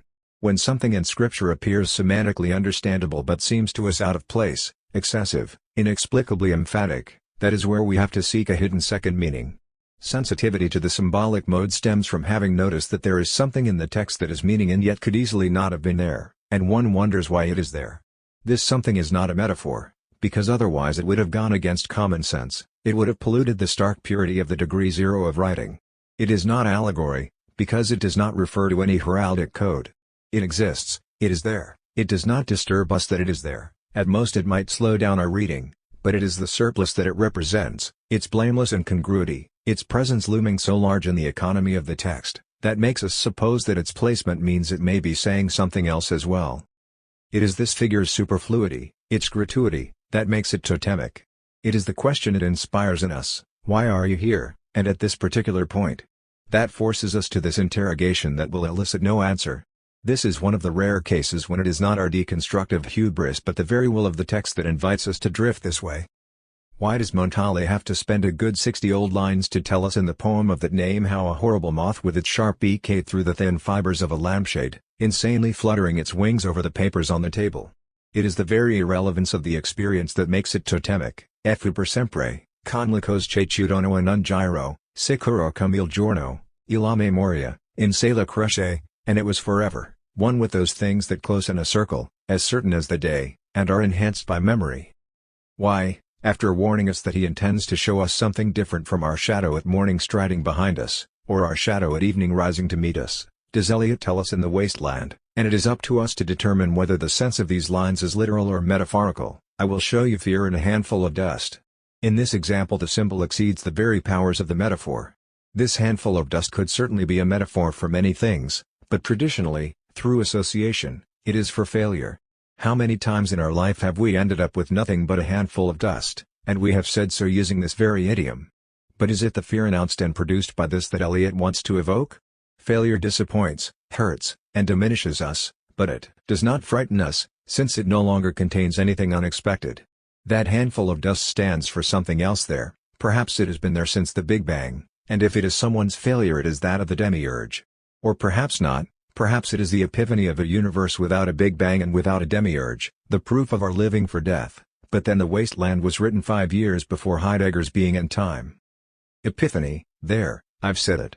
Basically the Joycean concept of epiphany is the most secular, or most religious, when with Barilli it becomes materialistic ecstasy, version of the symbolic mode. Something appears, and we know that it is an apparition, otherwise it would not be so out of place, and yet we do not know what it is revealing to us. A symbol is an epiphany with magi whose origins and destination we do not know, nor whom they have come to adore. The stable at Bethlehem is empty, or occupied by, let's say, an enigmatic object, a dagger, a black box, a glass ball with snow falling inside on the Madonna of Orapa, or a fragment of a railway timetable. And yet it flashes, at least for those of us who accept its invitation to the superfluous. Returning to the wasteland, why does it say at a certain point, "There I saw one I knew, and stopped him, crying Stetson"? Because Eliot and Stetson had been together at Mile? Because last year Stetson planted a corpse in his garden, and now it has started to sprout? Why does he have to keep the dog far hence? Roberto Cotroneo, in his book Se una mattina d'estate un bambino, Milan, Frassinelli, 1994, attempts an explanation. Of course, who else wore a Stetson but Pound? Why not Mile when, after this first defense of the West, in order to exorcise Carthaginian power, Rome introduced the cult of the Phrygian goddess, which was followed by the coming together of the two worlds, and fertility rites? Certainly, this reading is legitimate, and authorized by Eliot himself, since he begins his notes with a referee to Miss Weston. But is that the end of the story? Certainly not. The unwanted appearance of Stetson continues to disturb us, and in any case a few lines before this Eliot gives us the sign that he is fully entering the symbolic mode. He has just mentioned the fact that St. Mary Woolnoth kept the hours with a dead sound on the final stroke of 9, and at this point he inserts one of the few hermetic notes to his poem. Commenting on this line 68, he says, "A phenomenon which I have often noticed. A sublime and totally superfluous observation. Why, of all the events of that particular London, of that unreal city where a crowd flowed, so many that he did not think death had undone so many, where each man fixed his eyes before his feet, does Eliot have to tell us that he frequently observed that particular phenomenon, as though it were a Kantian noumenon? And we readers, what are we meant to do?" Eliot tells us immediately, borrowing an insult that lies at the origin of symbolism's poetics: "You hypocrite lecteur, mon semblable, mon frère." By translating the vocative from French to English, he has decontextualized the address. Now it means something else. We have to ask why Stetson has appeared so suddenly, whether he is just a hat, and why we are hypocritically guilty of his arrival. Note that once more the name Stetson is not a symbol in and of itself. It becomes one because of the context. There is an unjustified focus on it. Nor must we think that incongruity equals lack of internal logic, or that gratuitousness means frivolity. Sometimes the symbolic mode exhibits its own rigid, though perhaps paranoid, logic, and the symbol is solid, geometric, and heavy, like the galactic obelisk that appears at the beginning of 2001, A Space Odyssey. Nor must we think that a symbol has to be something fleeting, an image barely alluded to, appearing in the text like a brief glimpse. If for Mallarmé naming an object meant suppressing 3/4 of its poetic pleasure, which consists in the joy of guessing bit by bit, le suggère, voilà le rêve, nothing is merely suggested in Kafka's In the Penal Colony. On the contrary, everything is described in extraordinary detail. Almost like an engineering treatise, or a legal exchange with a Talmudic flavor, the story constructs its celibate machine, and it is the entire description taken as a whole, extending page after page, that drives us to ask the reason for that presence. Not why it is there, for it is there, and that is enough, but rather what is the overall sense of this theater of cruelty. And we will continue to ask ourselves until the end of our lives, because any allegorization of the symbol would only lead us to an obvious truth, would only tell us what we already wanted to know. And now I come to the second part of my paper. This may seem contrary to our most cherished ideas, but all the centuries that have spoken to us about symbols knew little of the symbolic mode. Perhaps that was what the pilgrims at the temple of the god at Delphi were seeking, where the oracle neither says nor hides things but only vaguely alludes. But after that point, in order to find a notion of symbol like the one we have been outlining over the millennia, to find the symbolic mode asserting itself as a conscious strategy, we have to come to the period between the 19th and 20th centuries. Perhaps it was modernity that invented the notion of poetry, seeing that those who read Homer at the time or shortly afterwards saw him as an encyclopedia of universal knowledge, and medieval readers used Virgil the way Nostradamus would be used later. Today it is we who demand that poetry, and often fiction, supply us not just with the expression of emotions, or an account of actions, or morality, but also with symbolic flashes, pale ersatz elements of a truth we no longer seek in religion. Can this be enough? It will satisfy only those who have a cold awareness of the insignificance of the universe, a fervent will for redemption through the question, not through the supine acceptance of the answer. Is this the attitude that distinguishes our times? No, and please allow me this moralistic conclusion. As soon as our age discovered the symbolic mode, it accepted only two refinements of its legacy. The first, a learned and refined version, is that there is a deep sense concealed everywhere, that every discourse uses the symbolic mode, that every utterance is constructed along the isotopy of the unsaid, even when it is as simple as, "It's raining today." This is today's deconstructionist heresy, which seems to assume that a divinity or malign subconscious made us talk always and only with a second meaning, and that everything we say is inessential because the essence of our discourse lies elsewhere, in a symbolic realm we are often unaware of. Thus the symbolic diamond, which was meant to flash in the dark and dazzle us at sudden but ideally very rare moments, has become a neon strip that pervades the texture of every discourse. This is too much of a good thing. It is not a bad interpretative strategy if interpreting means accumulating qualifications for university positions. But if everyone always says what he did not mean to say, we are all always saying the same thing. The symbolic mode no longer exists as a supreme linguistic strategy, we all speak indirectly, imprecisely, constantly using symbols because we are sick with language. Where there is no recognizable rule there cannot even be deviation from the norm. We all speak in poetry, we all reveal something, even when we are just saying that we will pay the insurance bill on Tuesday. What a curse, living in a world so damnably Orphic, where there is no room for the language of the man in the street. In a world where the man in the street cannot speak, even the poet has to remain silent. The second heresy is to be found in the information world, which, accustomed as it is now to conspiracies, coded phrases, half-spoken words, alliances promised then cancelled, and whispers of divorce that are immediately denied, seeks a secret meaning in every event and in every expression. This is the curse of the contemporary writer, something I don't want to speak about since I do not want to talk about my own personal experiences, but I will construct a model of him based on the experience of a writer from the past who I imagine facing today's critics or journalists. Let us say this writer is Leopardi, and let us invent his dialogo tra il poeta e un facitore di rotocalchi, dialogue between the poet and a magazine editor.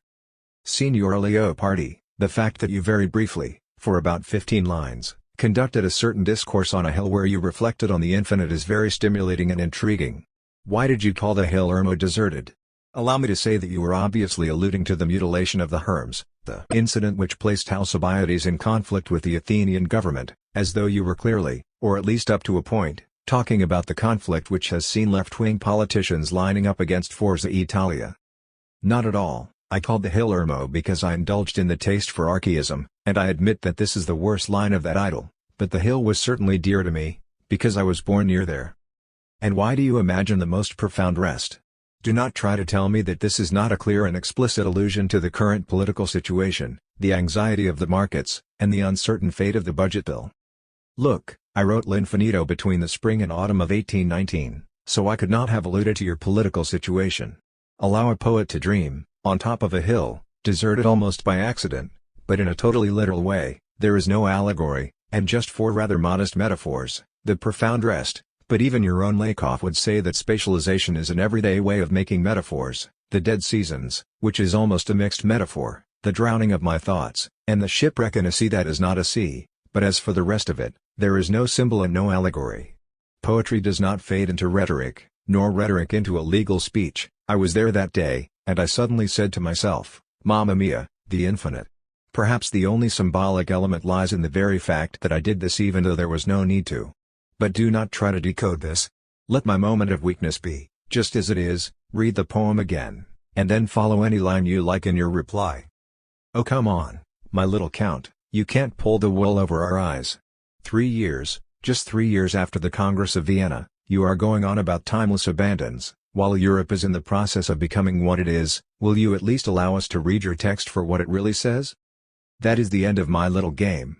Incapable as we are of finding or identifying a symbol where it actually exists, infected by the culture of suspicion and conspiracy, we look for it even where it does not exist as a textual mode.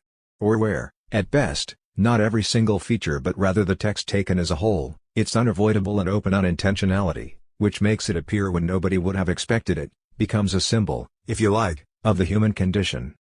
In actual fact the world of the mass media does not go looking for symbols, because it has lost the capacity and talent for doing so. deprived of a god to allude to, we seek allegories everywhere, mysterious connections between the stabbing of two girls, when statistics tell us that to find two murders with similarities in the space of 10 years is absolutely normal, short circuits flashing in the dull texture of everyday life. And as a result we are losing the gift for identifying the symbolic mode where it does lurk. Where everything has a second sense, everything is irredeemably flat and dull. The lust for a second sense ruins our ability to see second or even 1,000 senses where they actually exist, or have been placed. We no longer even know how to enjoy the revelation of the literal, the sense of amazement at that which is, when the maximum of polyvalence coincides with the minimum of tautology. A rose is a rose is a rose. The symbolic mode exists at that point where we finally will have lost the desire to decode at any cost. Revised version of a paper given at a conference on symbolism, held in Siena in 1994, published in Sandro Brioschi, ed., Symbolism, special issue of L'Immagine Riflessa, NS4, 1, greater than this revised version is dedicated to Sandro Brioschi, who was still with us at the time. On style. From the way it first appeared at the beginning of the Latin world right down to contemporary stylistics and aesthetics, the term style exhibits a history that is anything but uniform. Even though there is an original nucleus that can be identified, which means that from the word style as the instrument from which it derives by metonymy, style becomes synonymous with writing and therefore with the way one expresses oneself in literary terms, it is nevertheless true that this way of writing is understood in different ways and with different intensities over the course of the centuries. For instance, already in the early years of its usage, the term indicates literary genres that are highly codified: the sublime, middle, low style, the Attic, Asian, or Rhodian style, the tragic, elegiac, or comic style.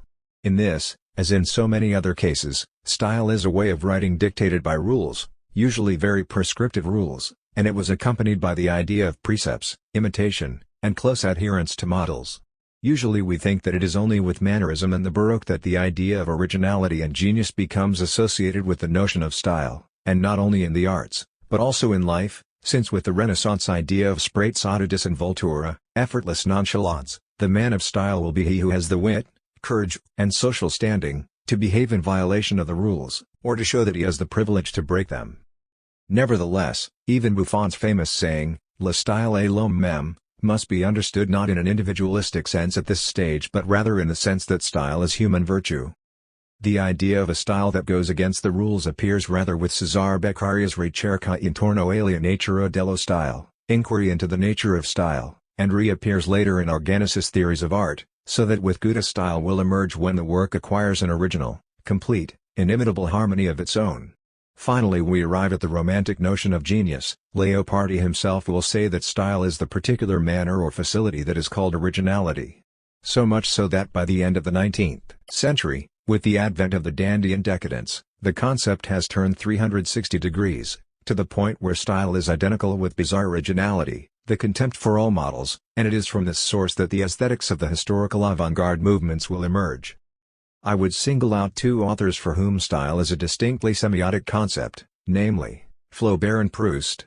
For Flaubert style is a way of fashioning one's work, and certainly it is inimitable, but through it a way of thinking of and seeing the world is revealed. For Proust style becomes a sort of intelligence that is transformed or incorporated into the subject matter, so much so that, for Proust, Flaubert's innovative use of the past definite, the perfect, the present participle, and the imperfect renews our vision of things almost as much as Kant. From these sources derives the idea of style as a way of giving form, which lies at the heart of Luigi Piranesi's aesthetics. And it is clear that at this stage, if the work of art is form, the way of giving form involves more than just lexis or syntax, as can happen in what is called stylistics, and includes every semiotic strategy deployed both on the surface and in the depths of a text's nervous system. To the realm of style, as a way of giving form, belongs not only the use of language, or of colors, or of sounds, according to the semiotic systems or universes used, but also the way of deploying narrative structures, portraying characters, and articulating points of view. Let us take a passage from Proust's Observations on Style, where he claims that Stendhal was less careful about style than Baudelaire. Proust suggests that Stendhal wrote badly, and this is an obvious point, if by style we mean lexis and syntax. When he describes a landscape as those enchanted places, those delightful spaces, or one of his heroines as that adorable woman, that fascinating woman, he did not want to be any more precise. He was even so devoid of precision as to write, "She wrote him an endless letter." However, if one considers the huge, unconscious framework that is covered by the conscious ensemble of ideas to be an integral part of style, there is undoubtedly precision in Stendhal. I would take great pleasure in showing you that every time Julian Sorel and Fabrizio del Dongo forget their vain cares in order to live a life that is disinterested and voluptuous, they are always in some elevated place, whether it be Julian's or Fabrizio's prison or the Abbé Blaines's observatory. By this time speaking of style means discussing how the work of art is made, showing how it gradually emerged, even though sometimes this is only through the purely theoretical progression of a generative process, explaining why it offers itself to a certain type of reception, and how and why it arouses this reception. And, for those who are still interested in pronouncing judgments as to aesthetic value, it is only by identifying, tracking down, and laying bare the supreme workings of style that we are able to say why a given work is beautiful, why it has enjoyed different kinds of reception in the course of time, and why, although it follows models and sometimes even precepts that are scattered far and wide in the sea of intertextuality, it has been able to gather those legacies and make them blossom in such a way as to give life to something original. Only then will we be able to say why, although each of the different works by one artist aspires to an inimitable originality, it is possible to detect the personal style of that artist in each of these works. If this is the case, I believe 2 points must be made here. 1. That a semiotics of the arts is nothing other than searching for and laying bare the workings of style, and 2. That semiotics represents the most advanced form of stylistics, and the model for all criticism. Having said this, I do not really need to add anything further. Everyone remembers how much light has been shed on texts, already loved by all, though in an obscure way, by certain pronouncements by the Russian formalists, by Jacobson, by narratologists and analysts of poetic discourse.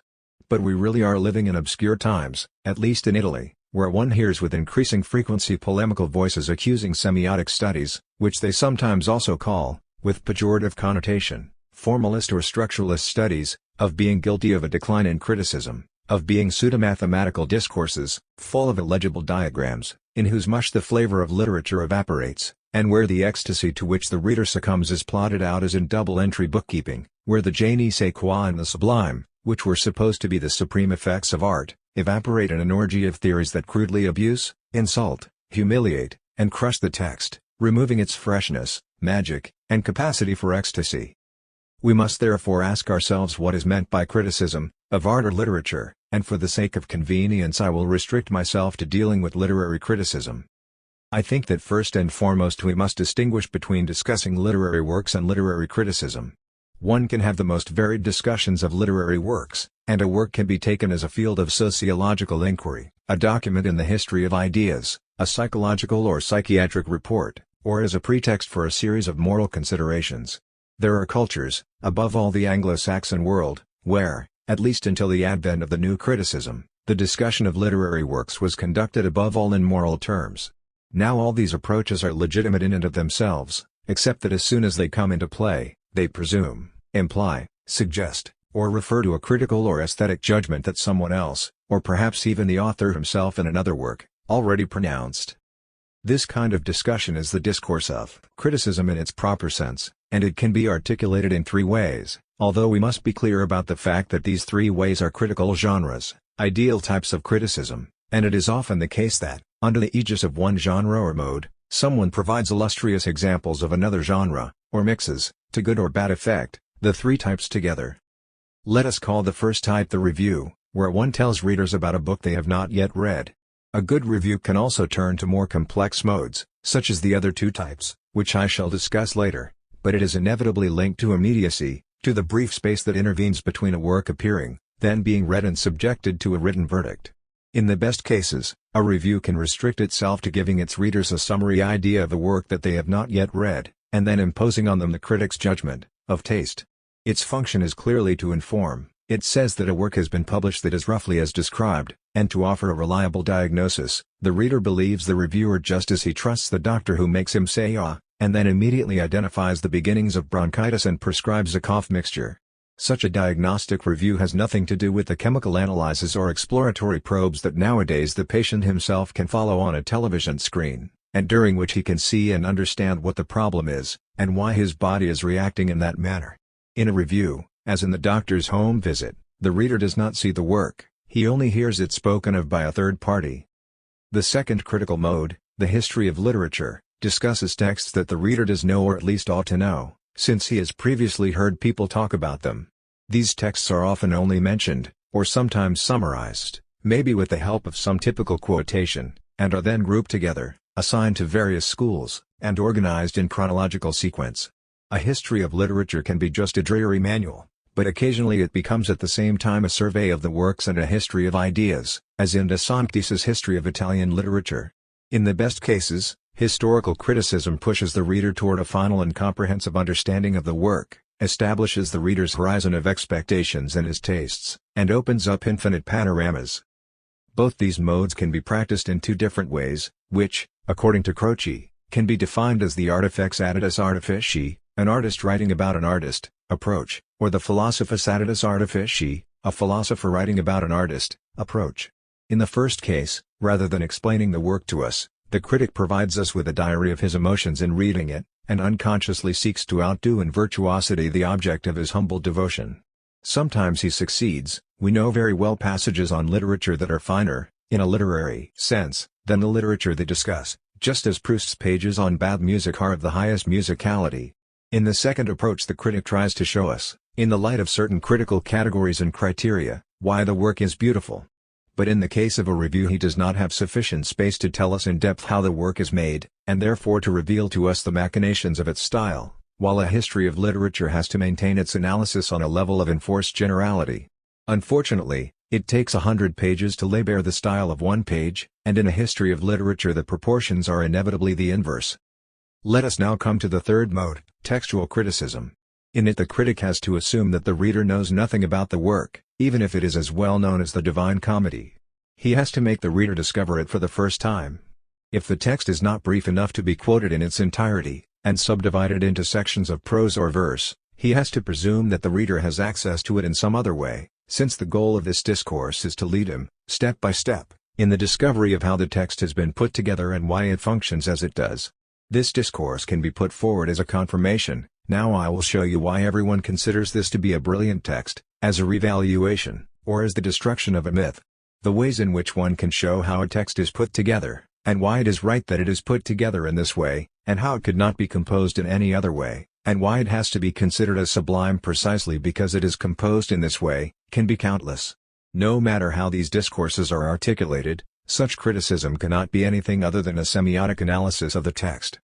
Consequently, if proper criticism is understanding and making others understand how a text is made, and if the review and the history of literature are unable to do this adequately, the only true form of criticism is a semiotic reading of the text.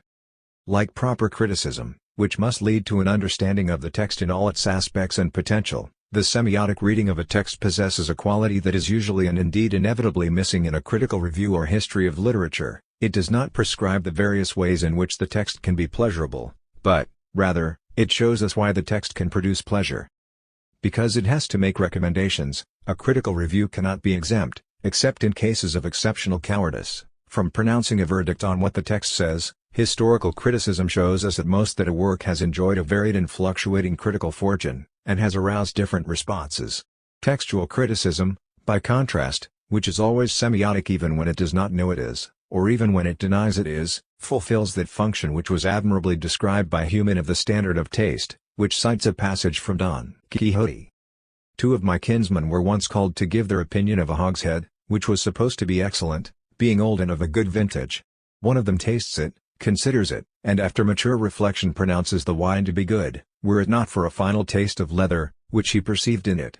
The other, after using the same precautions, gives also his verdict in favor of the wine, but with the reserve of a taste of iron. You cannot imagine how much they were both ridiculed for their judgment. But who laughed in the end? On emptying the hogshead, there was found at the bottom, an old key with a leathern thong tied to it. My point is that proper criticism always has the last laugh, because it allows everyone to have his own pleasure, but it also shows the reason for that pleasure. Of course, even textual criticism, carried out by a philosophus aditus artifici, can be aware of its own excesses, which thwart its very function. It will be useful to consider some errors of textual semiotics, which have occasionally caused the rejection syndromes I spoke of just now. There is often confusion between the semiotic theory of literature and criticism that is semiotically oriented. I refer you to an old debate from the 1960s, which began with the famous catalog issued by the publisher Tu Saggiator dedicated to structuralism and criticism, a debate in which there were roughly two speaking positions, one represented by Segre, the other by Rosiello. To put it briefly, for the first option, linguistic theory was to be used to shed light on the individual work. For the second, the analysis of the individual work was to be used to shed light on the nature of language. Therefore, when the first option was at work, a group of theoretical assumptions would be used to shed light on an author's personal style, whereas in the case of the second option, the personal style was felt to be a deviation from the linguistic norm, which reinforced knowledge of the norm as such. Now these two positions were and are equally legitimate. One can construct a theory of literature, and use individual works as documents, and one can read individual works in the light of a theory of literature, or, rather, in an attempt to make the very principles of a theory of literature emerge from the examination of individual works. Let us take the example of one area of literary theory such as narratology, which treats texts as examples and not as objects of analysis. If the role of criticism of a narrative text is to understand that text better, what role does narratology have? First and foremost, its role is to create narratology, just as philosophy essentially is used to philosophize. It helps to understand how narrative texts function, whether they are good or bad. Secondly, it is useful to many disciplines, such as artificial intelligence, semantics, and psychology, in helping us understand how the totality of our experience is structured, maybe always and in every case in the shape of narrations. A narratological theory that was useful in understanding only how stories are told would not amount to very much, but if instead it teaches us how we organize our approach to the world in narrative sequences, then it is something more. Finally, it also teaches us to read better, and even, take the case of Calvino, to invent new forms of writing. So long as we know how to make it interact with a natural way of reading, that is to say with a critical reading that is not set in stone at the outset by certain narratological prejudices. Now there are two ambiguities here, one of production and one of reception. The first is when the semiotician is not clear, or does not make clear, whether he is using the text to enrich his theory of narrative, or whether he is working with certain narratological categories in order to understand the particular text better. The second is when the reader, often prejudiced, takes as an exercise in criticism a discourse that was aimed instead at deriving general principles of narrativity from one or more individual texts. This would be like a psychologist who is interested in the motives that make someone kill reading a statistical essay on crime in the last 20 years and complaining that statistics have not provided an explanation of individual motivation. We could restrict ourselves to saying to these prejudiced readers that narratological theories are of no use either to the reading or to the criticism of a text. We could say that they are simply protocols of multiple readings, and that they serve the same purpose as the theory of physics, which explains how bodies fall according to one single law without telling us whether this is good or bad, nor what the difference is between a stone falling from the Leaning Tower of Pisa and an unhappy lover plummeting from a wuthering height.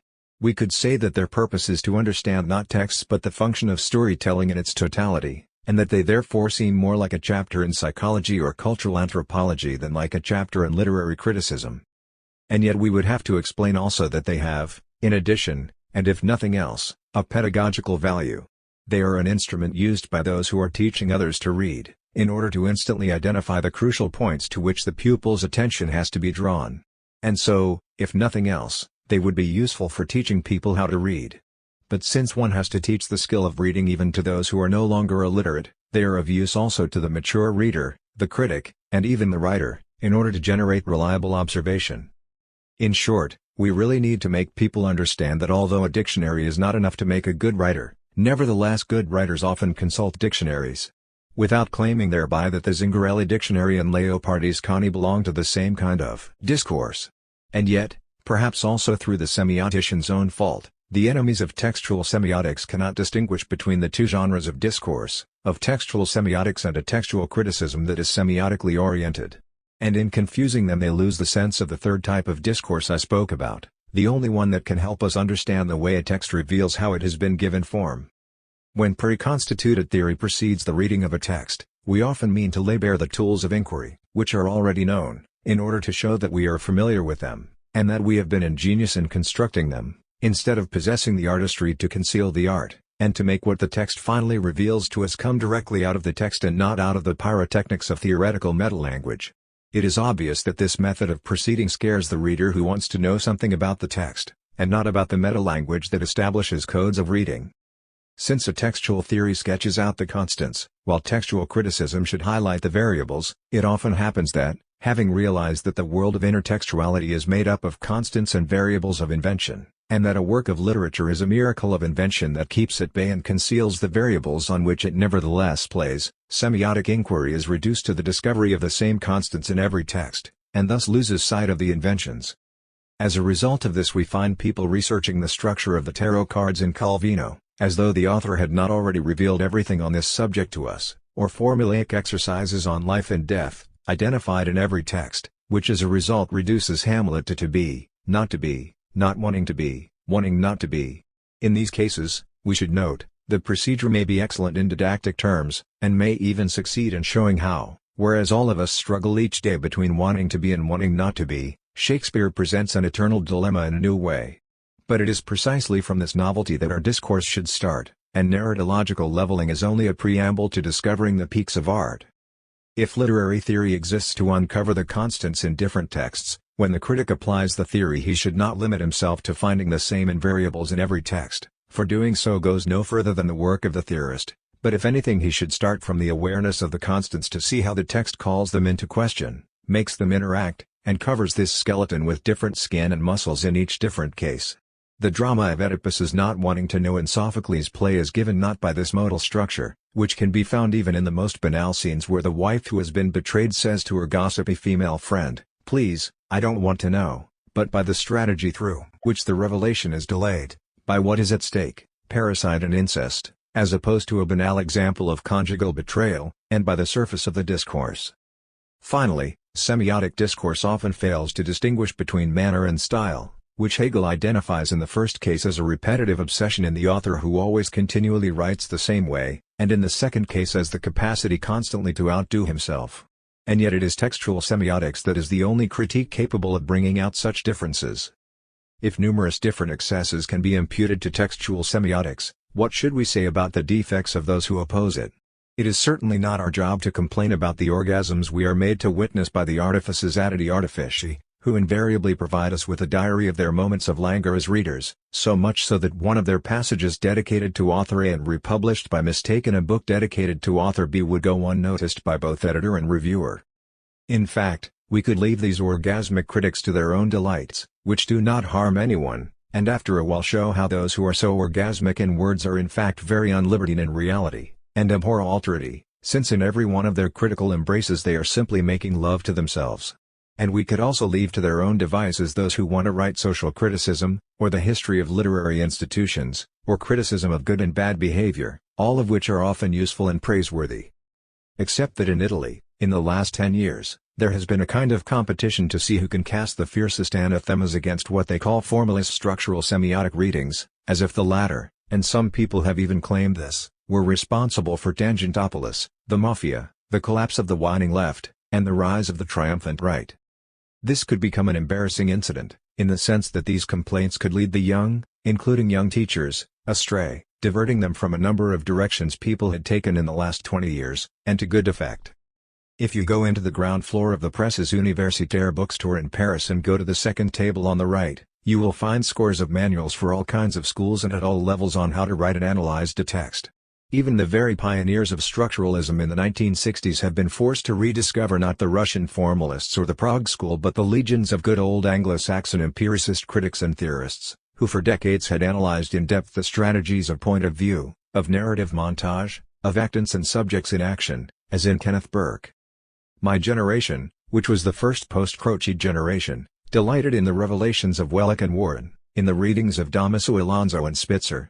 We began to understand that reading was not just a picnic where one gathered here and there, almost by chance, the hawthorns and buttercups of poesia, which were hidden amid the manure of structural fillers. Rather, one looked at the text as a whole, as something animated with life at every level. It seemed that even our culture had learned this. Why is it now forgetting all this? Why are young people now being taught that to discuss a text they do not need a strong theoretical repertoire, and a capacity to examine all levels?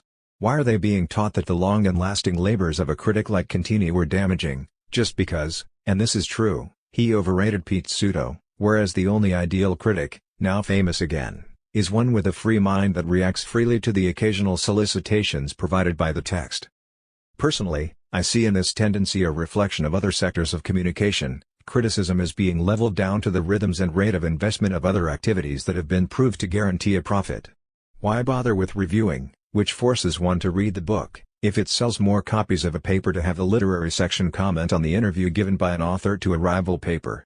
Why put Hamlet on television, as the much criticized TV of the 1960s used to do, when you can obtain higher ratings by putting on the same talk show, and treating the village idiot and the academic idiot on the same level? And why on earth read a text year after year if you can achieve the ecstasy of the sublime by chewing a few leaves, without wasting your nights and days discovering the sublimity of leaves and the sublime workings of chlorophyll and photosynthesis? For this is the message that is propagated daily by the high priests of the new post-antique criticism. They repeatedly tell us that whoever knows about chlorophyll and photosynthesis will for the rest of his life be insensitive to the beauty of a leaf, that whoever knows anything about the circulation of the blood will never be able to make his heart palpitate with love. And this is totally wrong, and we must say it and repeat it from the rooftops. This is a life or death battle between those who love texts and those who are simply in a hurry. But I shall allow an unimpeachable authority on the matter to speak, one so wise and reliable that we do not even know his real name, which should win over to his side the supporters, who are now everywhere, of wisdom that is traditional, unknown, and occult, or those sophisticated publishers who only publish one-book authors or authors who have not even managed that. We know this authority as Pseudo-Longinus, of the 1st century AD, and we are inclined to attribute to him the invention of a concept that has always been the standard for those who proclaim that art cannot be discussed because it arouses ineffable emotions. We can record the ecstasy it produces, and at best we can retell the experience in other words, but it cannot be explained. The concept is that of the sublime, which in certain epochs of the history of criticism and aesthetics has been identified with the specific effect of art. And indeed, Longinus, or whoever he was, states immediately that the sublime does not lead its listeners to persuasion, but drives them to ecstasy. When the sublime emerges from the act of reading, or listening, in some sense it scatters everything, like a bolt of lightning. The only thing is that at this point, the only point that has become famous throughout the centuries, and we are only at the end of the first section, Longinus wonders whether the sublime can be thought about, and notes immediately that many people in his unfortunate times believe that it is an innate skill, a natural talent. But Longinus believes that natural talent can be preserved and made to bear fruit only by method, in other words by artistry, and thus he proceeds with his enterprise, which, as many people have forgotten or never known, is to define semiotic strategies that produce in the reader or listener the effect of sublimity. And there is no Russian formalist, no Prague school or French structuralist, no Belgian rhetorician or German still critiker who has spent as much energy as Longinus, even though only over a dozen pages or so, in exploring the strategies of the sublime, and showing how they work. I mean showing how they work as they come into being and are then arranged on the linear surface of the text, reflecting the deepest workings of style back toward the reader's eyes. And in fact Longinus, pseudo or not, lists the 5 sources of the sublime: the capacity to conceive noble thoughts, the ability to display and arouse noble passions, the way to create appropriate rhetorical figures, ingenuity and nobility of expression through the choice of lexis and the accurate use of figures, and lastly the general overall arrangement of the text. These are the sources of a dignified and elevated style.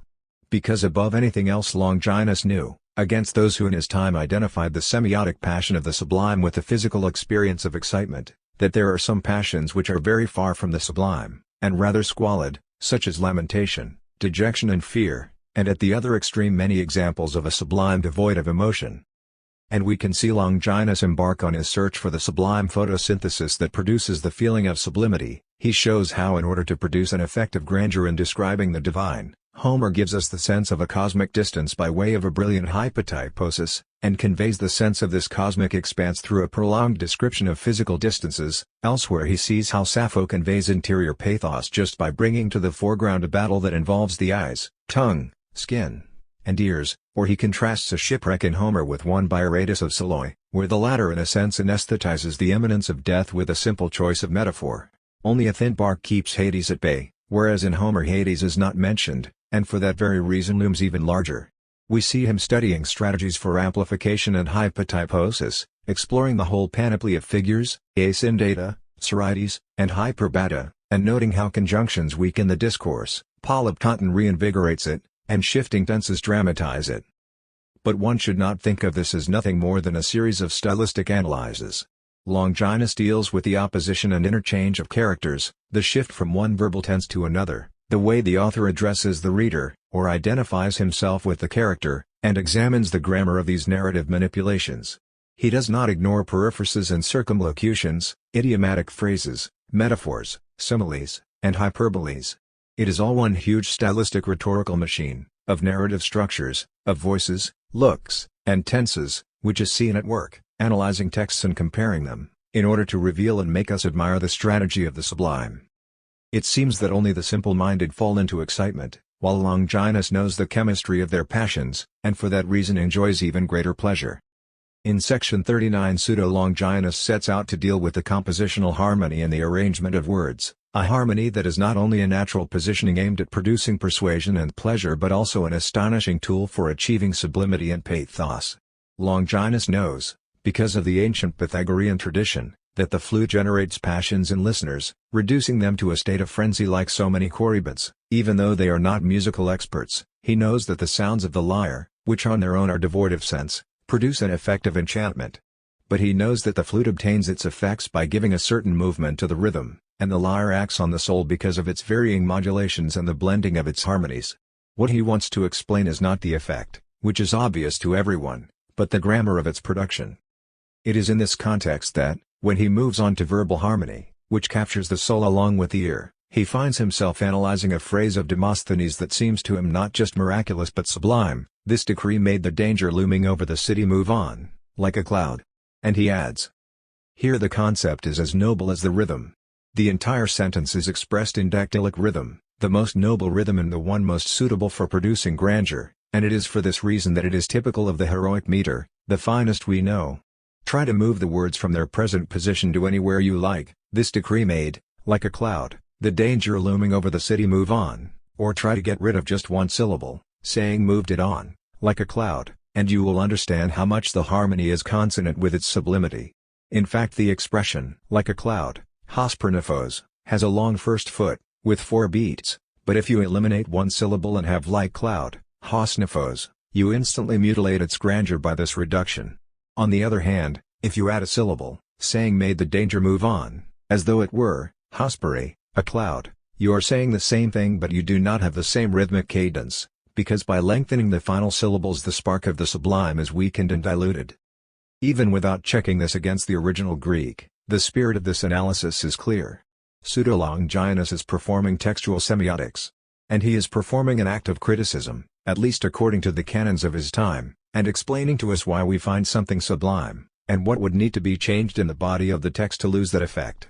And so, right from the most distant origins, for if we go back even further, to Aristotle's Poetics, we find the same thing: people knew how to read a text, and how one must not be afraid of close reading, nor of a meta-language that sometimes seems terroristic. For Longinus's time his was no less terroristic than the meta-language that terrorizes many people today. Consequently, we have to remain faithful to our origins, as regards both the concept of style and that of true criticism, as well as the concept of analyses of textual strategies.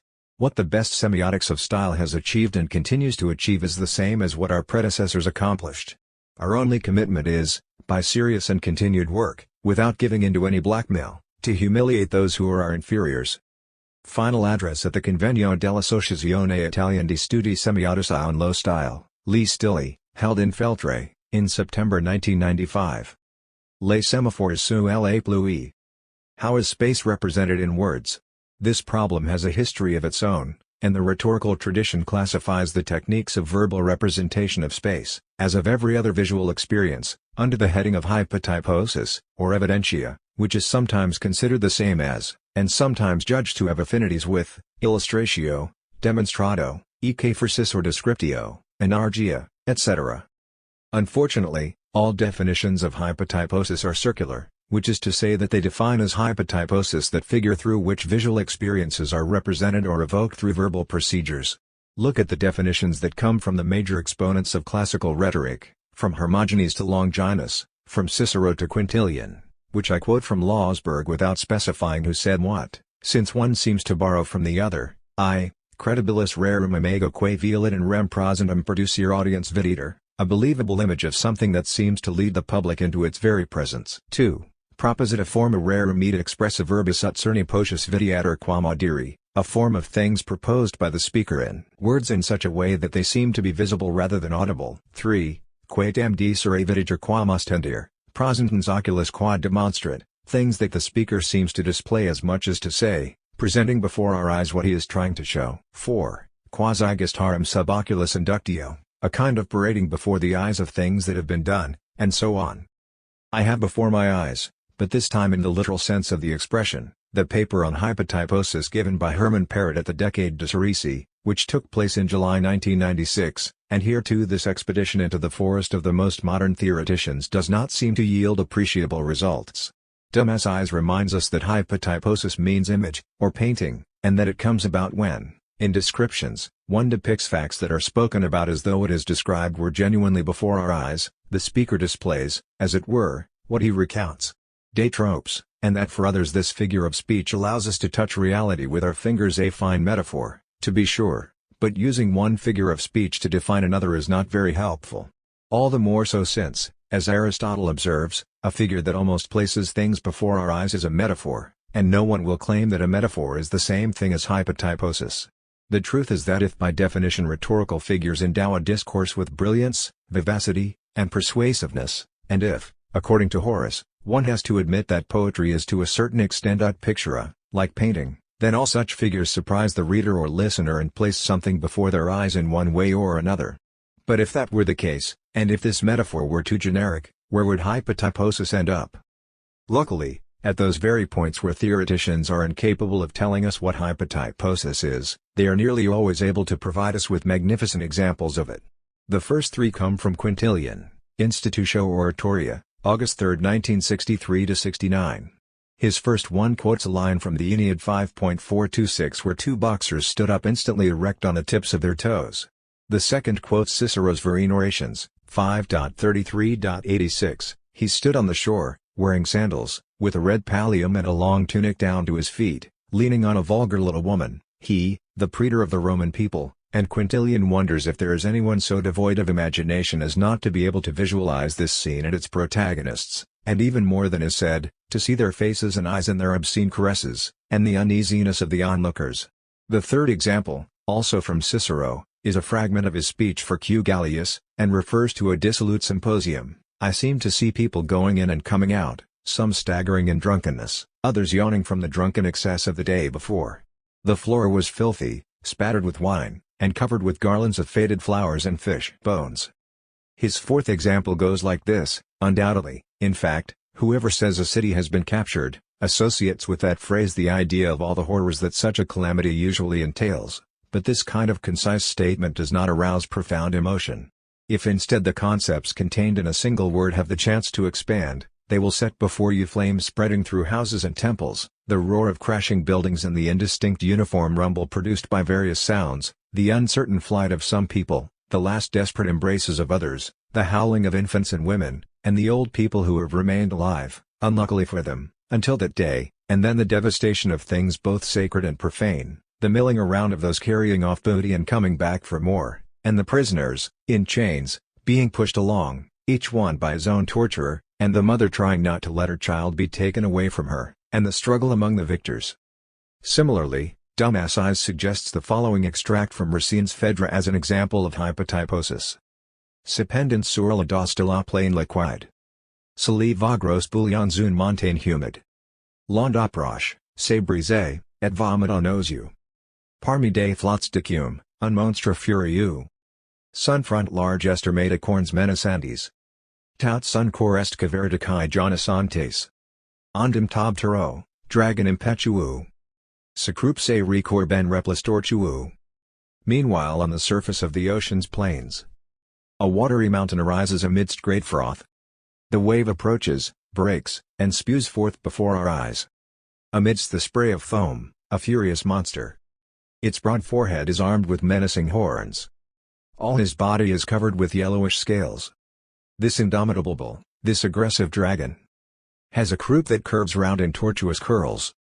If we consider the four examples from Quintilian, we see that in the first all that is mentioned is a physical posture, and the reader is invited, as it were, to imagine the scene. The second describes a pose with a certain amount of spite. The solemnity of the red pallium is set against the vulgarity of that little woman Meliorcula, leading the addressee to notice this clash. In the third passage, what makes the description interesting is not only its greater precision and length but the unpleasantness of the things described. We must not forget that in the classical art of memory, a monstrous or terrible image had more chance of being remembered by the speaker and therefore of being evoked at the right moment. The fourth example is not a specific instance, but it suggests what a detailed and moving description of an extended sequence of actions might be like, and I deliberately describe the dramatic sequence of these actions as if I were discussing a cinematic sequence. In the case of the Racine passage we have something even more complex, the description of various phases of a natural event, but with continuous zoomorphic transformation of each of the wavy forms that are listed. It is difficult to resist the temptation, or the habit, of imagining them visually.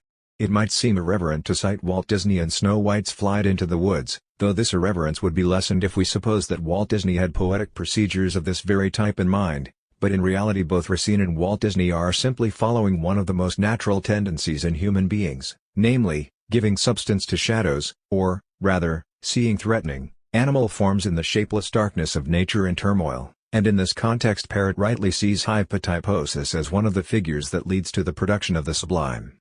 What I think we can say, however, is that in these examples we are faced with differing descriptive and narrative techniques, which have in common only the fact that the addressee draws a visual impression from them, if he wants to, in other words, if he wants to collaborate with the text. This means I can therefore say that hypotyposis does not exist as a specific rhetorical figure.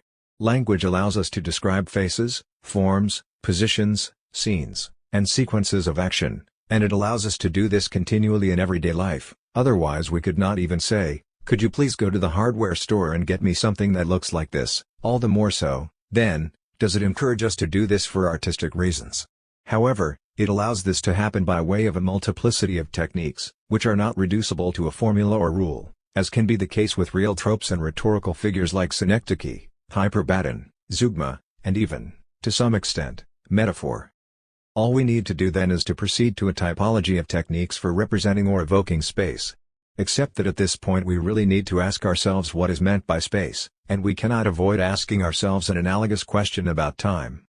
There is Newtonian space and time, which exist as absolute entities, and Kantian space and time, which exist as pure intuitions and conditions that are a priori of experience. There is the Bergsonian contrast between clock time and the time of internal duration, and there is the measurable space of Cartesian geometry and the lived space of phenomenology. It is not a question of privileging one or the other, since language always allows us to speak of these things, and we can say without difficulty how many millions of miles we need to travel to reach Alpha Centauri or to make us undergo, or, rather, suffer, an interminable journey between Florence and Fiesole, not to mention a voyage around one's own room. In Tristram Shandy the discussion between two characters coming down a staircase takes up 3 chapters. If we wanted to rewrite Lessing's La Quantité, after the invention of new mimetic techniques like cinema, we would have to ask ourselves if a division between temporal arts and spatial arts still makes sense, and, if we regard such a division as still valid, ask how spatial arts can represent time and temporal arts represent space. In the meantime, there can still be many reflections on how spatial arts represent space. The classic example of this is perspective, where a two-dimensional physical surface produces three-dimensionality as its proper content, and where a minimal portion of representational surface can express a vast expanse of space. This is realized by anyone who, after long contemplation of it in various reproductions, finally sees Piero della Francesca's flagellation in the Ducal Palace at Urbino and is amazed at how such a small frame can contain what is perceived to be such a vast space. I have dealt with the question as to how the arts of space represent time, or actually imply the time of their own contemplation, elsewhere. Phenomenology is vast and requires first and foremost an analysis of the various relations between what Janet calls signifying spatiality and signified spatiality, and which for reasons that will become clear later I would prefer to refer to as spatiality of expression and spatiality of content. There are paintings that suggest a sort of freezing of the moment, like the Annunciation by Lotto, where Mary's gesture of surprise is caught in the moment a cat darts across the room, or the Slash by Lucio Fontana, a snapshot of the lightning movement of the blade that is cut through the stretched canvas. But when one thinks carefully about it, there is nothing unusual in the fact that a limited portion of space, which of itself is atemporal, can express an instant. The problem arises when you ask yourself how you can express a long period of time through portions of space. And you discover that, In order to express a long period of time you generally need a lot of space. There are stories in painting that represent a century-long succession of events through a series of frames, as happens with comic strips, and there are others that do so through the repeated visual presentation of the same characters in different hairstyles, situations, and ages, and these are all cases where an abundance of space is required to convey an abundance of time, and not only an abundance of signifying space, but also of the semantic, not pragmatic, space that the beholder has to traverse. To grasp the flow of time in Piero's series of frescoes on the finding of the true cross in Arezzo you have to move, and not only with your eyes, but also with your feet, and you have to walk even more to follow the whole story narrated by the Bayeux Tapestry. There are works that require a long time to circumnavigate, and a long period of attention to their minutest details, such as a Gothic cathedral. A sculpture that appears as a little ivory cube can be experienced in a second of contemplation, even though I believe it should be touched and rotated in order to grasp all its facets, but a cube in which every side was of 1 million by 1 million kilometers has to be circumnavigated, maybe with the spaceship from 2001, A Space Odyssey, otherwise one would not grasp its megagalactic sublimity.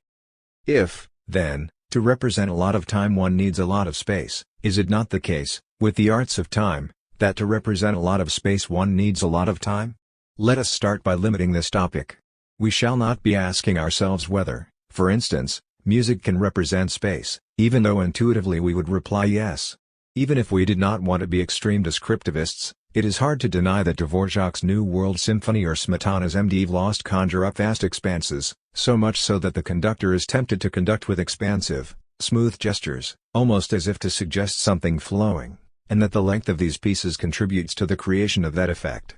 Of course, certain kinds of music dictate a pirouette, others a leap, others a calm walk, and so there are rhythmic structures that determine or represent bodily movements with which we move through space, otherwise dance would not exist. But let us limit our discussion to verbal discourse, and take up again the distinction between space of expression and space of content, emphasizing the fact that we shall have to deal not so much with the form of expression as with its substance. We saw before that, however well-intentioned Quintilian was, saying of two boxers that they stood upright on the tips of their toes does not strike us as a great hypotyposis, whereas describing the invasion and sack of a city event by event and moment by moment seems more visually evocative. But this latter description implies a certain number of pages, or at least of verses. As a result, in speaking of spatial expression I would not consider those cases where, on the level of expression, something is said about space that, on the level of content, is not really about space but rather about something else, and it could even be about the flow of time, as happens in expressions such as the party line. It is a bleak outlook, boundless culture. He followed the discussion step by step, he is on the wrong track, in the middle of the night. See what Lakoff and Johnson write about these spatial metaphors. I am thinking more of the substance of the expression, the quantity of which impinges on the spatiality expressed. I simply want to say that between mentioning a beautiful valley and describing it over 100 pages, something should happen on the level of content, or, in other words, we ought to see something more of that valley. Let us examine some techniques of verbal expression of space. 1. Denoting. This is the most simple, immediate, mechanical form, as when one states that there are 20 kilometers of distance between one place and another. Naturally it is up to the addressee, if/he wants, to associate an image with the conceptual content just acquired, maybe the image of himself as overheated jogger, if the information is about an area devoid of transport, but one cannot say that the statement on its own does anything to force the addressee to picture that space for himself. 2. Detailed description. Things are already different with a space that is described, as when we say that a square has a church to the right and an ancient palace to the left. Note that the simple mention of the respective positions of the two buildings would already be sufficient to make us recognize the piazza in question, and therefore we would have to say that every description of visible objects is of itself hypotypotic. But let us imagine that in the city where we are told this there are two squares with a church and a palace, and suddenly the force of the description as hypotyposis would diminish. We would then need to supply more details. Here we come up against a problem of quantity. How many details do there need to be? Enough to encourage the addressee to build up an image in his mind, but not too many, because in that case the image would become impossible to build up. Take the case of this description in Rob Grillet's The Voyeur. The stone rim, a sharp, oblique edge, at the intersection of two perpendicular planes, the vertical wall that rose upright toward the quay and the flight of stairs that went up to the highest part of the pier, at its upper extremity, the high part of the pier, was extended in a horizontal line straight toward the quay. The quay, which the perspective effect pushed into the distance, sent out on both sides of this main line a group of parallel lines, which, with a precision that was further heightened by the morning light, delimited a series of long planes that were alternately horizontal and vertical, the upper plane of the massive parapet protecting the passage on the water side, its inner wall, the paving on the high part of the pier, and the unprotected side that plunged into the sea and the harbor. The two vertical surfaces were in shadow, the other two brightly lit by the sun, the upper floor of the parapet throughout its entire breadth, and the paved walkway, except for a narrow strip which was in darkness, the shadow projected by the parapet. In theory one should also have been able to see the mirror image of the whole construction in the harbor water, and on the surface, still within the same system of parallel lines, the shadow projected by the high vertical wall going off straight toward the quay. This passage, the description continues for almost 2 pages, is interesting because it says too much, and by saying too much it prevents the reader from building an image for himself, unless he is one of those few readers who manages to do so with considerable effort and intense concentration. This seems to point to the conclusion that for hypotyposis to exist, it must not say more than what leads the reader to collaborate with the text by filling empty spaces and adding details on his own initiative. In other words, hypotyposis does not so much have to make us see, as make us want to see. But where can one find a rule? In the case of Rob Grillett we could say that the passage fails deliberately in its attempt to make us see, an interestingly provocative act for a book entitled The Voyeur and belonging to the École du Regard, because it does not offer a hook on which to hang any priority. Everything is as important as everything else. What does offering priority mean? It could mean emphasizing verbally, in a certain sense almost dictating, an emotional reaction. In the center of the square there was something terrifying, or insisting on one detail at the expense of others. There are countless examples of this, but I will restrict myself to a passage that has elicited thousands of attempts at translation into visual terms, from Revelation, chapter 4. And lo, a throne stood in heaven, with one seated on the throne. And he who sat there appeared like jasper, and carnelian, and round the throne was a rainbow that looked like an emerald. Round the throne were 24 thrones, and seated on the thrones were 24 elders, clad in white garments, with golden crowns upon their heads. From the throne issue flashes of lightning, and voices and peals of thunder, and before the throne burn 7 torches of fire, which are the 7 spirits of God, and before the throne there is as it were a sea of glass, like crystal. And round the throne, on each side of the throne, are 4 living creatures. This is hypotyposis if ever there was one. Yet the description does not include everything. It stops only at surface details, only the elders' clothes and crowns are mentioned, not their eyes or beards. 3. Lists. This is a technique that undoubtedly leads to the evocation of spatial images without establishing priorities. 3 examples, 1 classical, or at least from late Latin, and 2 modern. Here is the description of the city of Narbonne in Sidonius Apollinaris. Salve Narbo, potens salubritate. Urbe et rur simul bonus videri.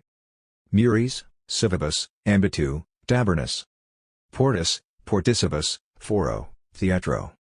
Delubris, capitales, monetis. Thermes, archibus, pores, Michaelis. Prodis, fondibus, insulis, Selenis.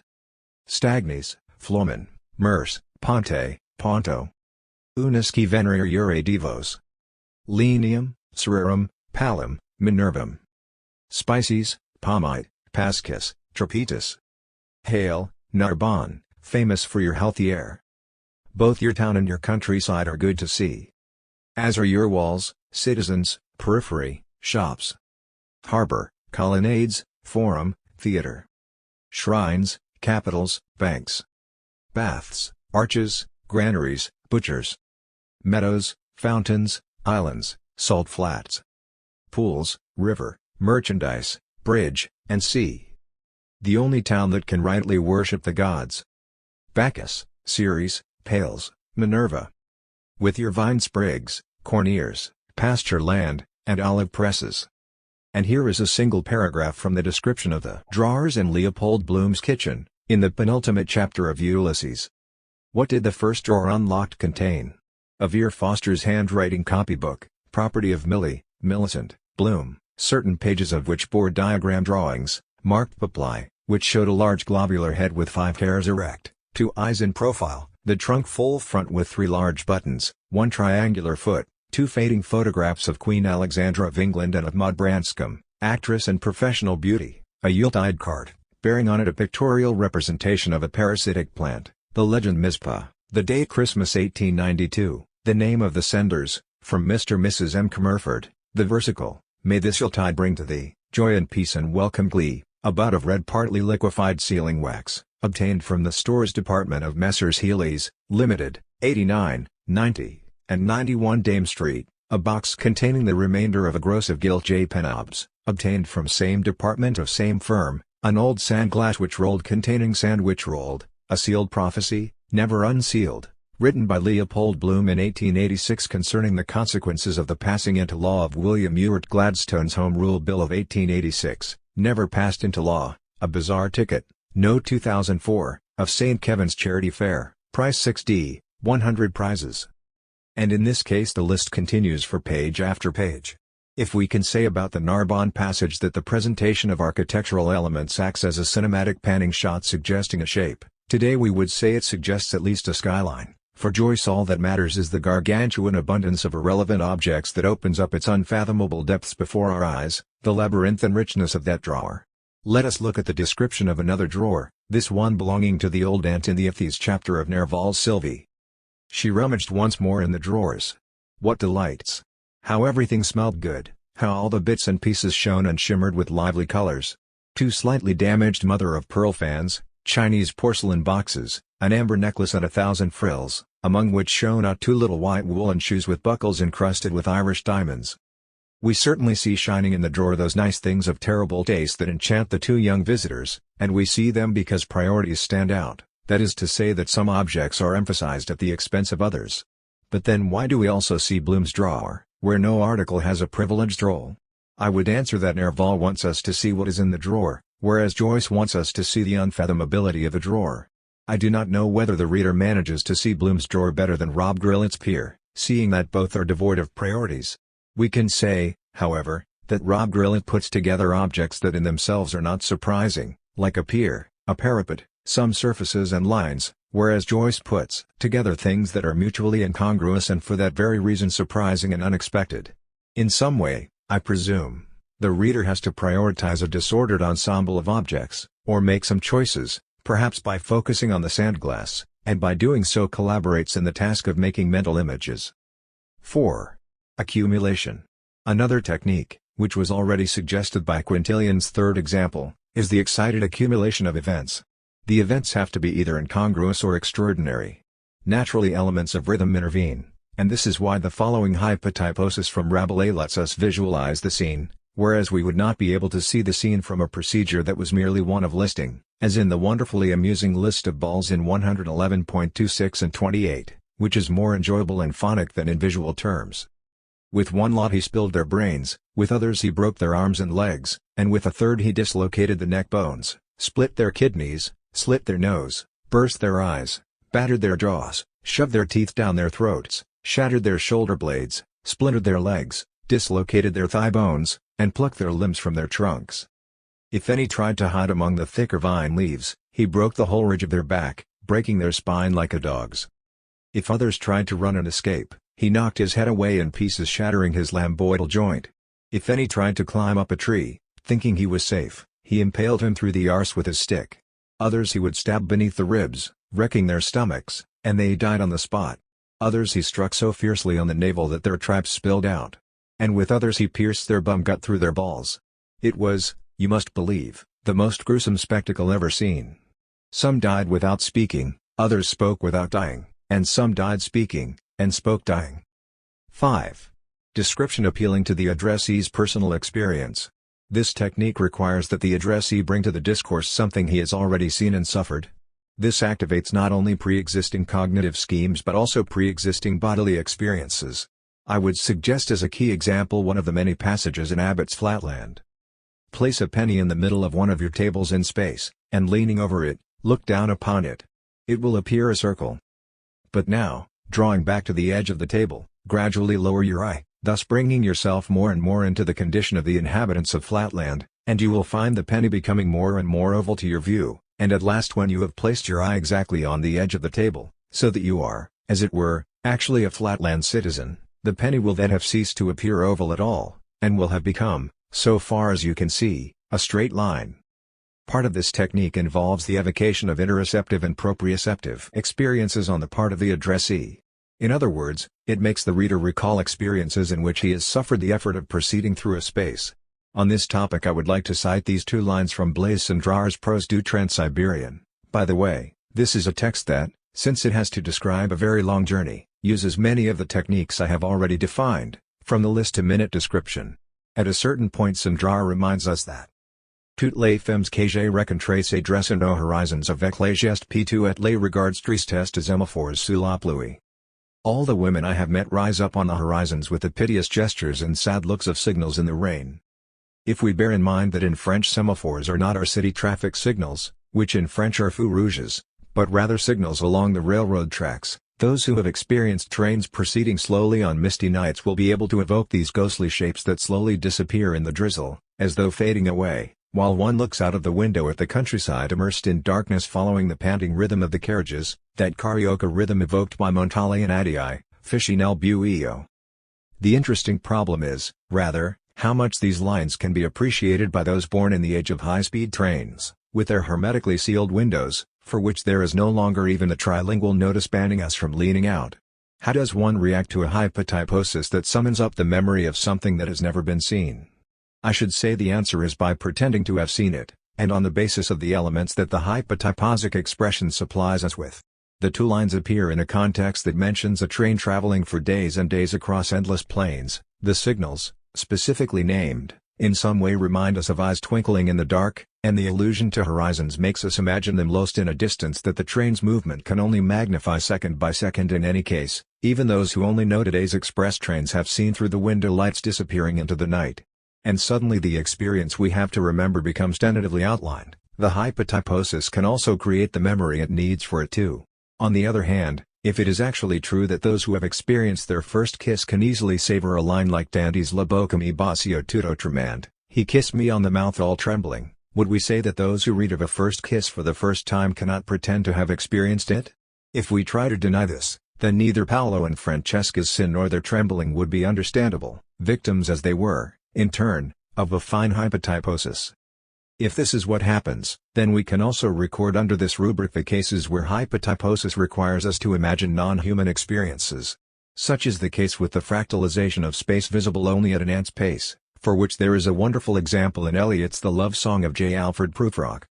The yellow fog that rubs its back upon the window panes. The yellow smoke that rubs its muzzle on the window panes. Licked its tongue into the corners of the evening. Lingered upon the pools that stand in drains. Let fall upon its back the soot that falls from chimneys. Slipped by the terrace, made a sudden leap. And seeing that it was a soft October night, curled once about the house, and fell asleep. In this case, if the human traveler is moving too fast to realize what the walls and corners of the streets of London are like, the reader is asked to imagine at what speed fog might travel. This involves slowing down our pace, as it were, while reading, and following every crevice in the wall and edge of the window, exactly as would happen if we were asked to imagine how an ant travels through the curves of a fraction of space that we can cover, in an instant, with the sole of our foot. It is not my intention to exhaust within the limits of such a brief paper the inexhaustible typologies of hypotyposis. I will suggest only some directions for research. The different techniques of focalization could be analyzed. For instance, the excellent analysis by Joseph Frank of the agricultural fare and speeches in Madame Bovary, which he carried out in a genuinely pre-semiotic age, should be reread. The three levels of the square, the stage and the room are set up live, as it were, that is to say in a Griffith-style parallel montage, creating a visual effect through this emphasis on simultaneous speeches. One would have to refer, of course, to the two battles of Waterloo, Stendhal's, seen by protagonist, Fabrizio del Dongo, who is inside it, and who gets lost in the space he crosses haphazardly, while he loses the sense of the global space of the battle, and the one in Les Miserables, seen from on high by an omniscient Hugo, who analyzes the spaces Napoleon does not see. Elsewhere I have spoken of the different points of view that gradually create the space in Manzoni's Quel Ramo del Lago di Como, that stretch of Lake Como, where idiosyncratic syntax corroborates the play of points of view. It would be worthwhile following step by step the vision of the three trees during the carriage ride in A l'ombre des jeunes filles en fleurs, in order to grasp a double phenomenon, a successive shifting of point of view and the interspersing of spatial description with other reflections that take time, in reading, and space, in writing, in order to make the sense of a journey real, and justify the slow, progressive change of visual angle. We could continue, but it is worthwhile trying to say something in conclusion about what links these different manifestations of hypotyposis. We have already alluded to this at various stages, and all we need to do now is pull the threads together. Hypotyposis is not based on a semantic rule, as happens with tropes and rhetorical figures, a rule whereby, if you disregard it, you do not understand what is being said. When metonymy uses the container to stand for the content, let's drink a glass, if the addressee ignores the rule, he, pedantically, assumes that he is being invited to sip a solid object. If in using a simile or metaphor someone says that a girl is a little deer, an obtuse person who ignores the rule will note with amazement that the person named is not a quadruped, nor has she horns on her forehead. But on the whole these misunderstandings do not take place, except in comic or surreal stories. When, however, one is faced with any of the instances of hypotyposis cited up till now, the addressee can easily avoid collaborating and visualizing.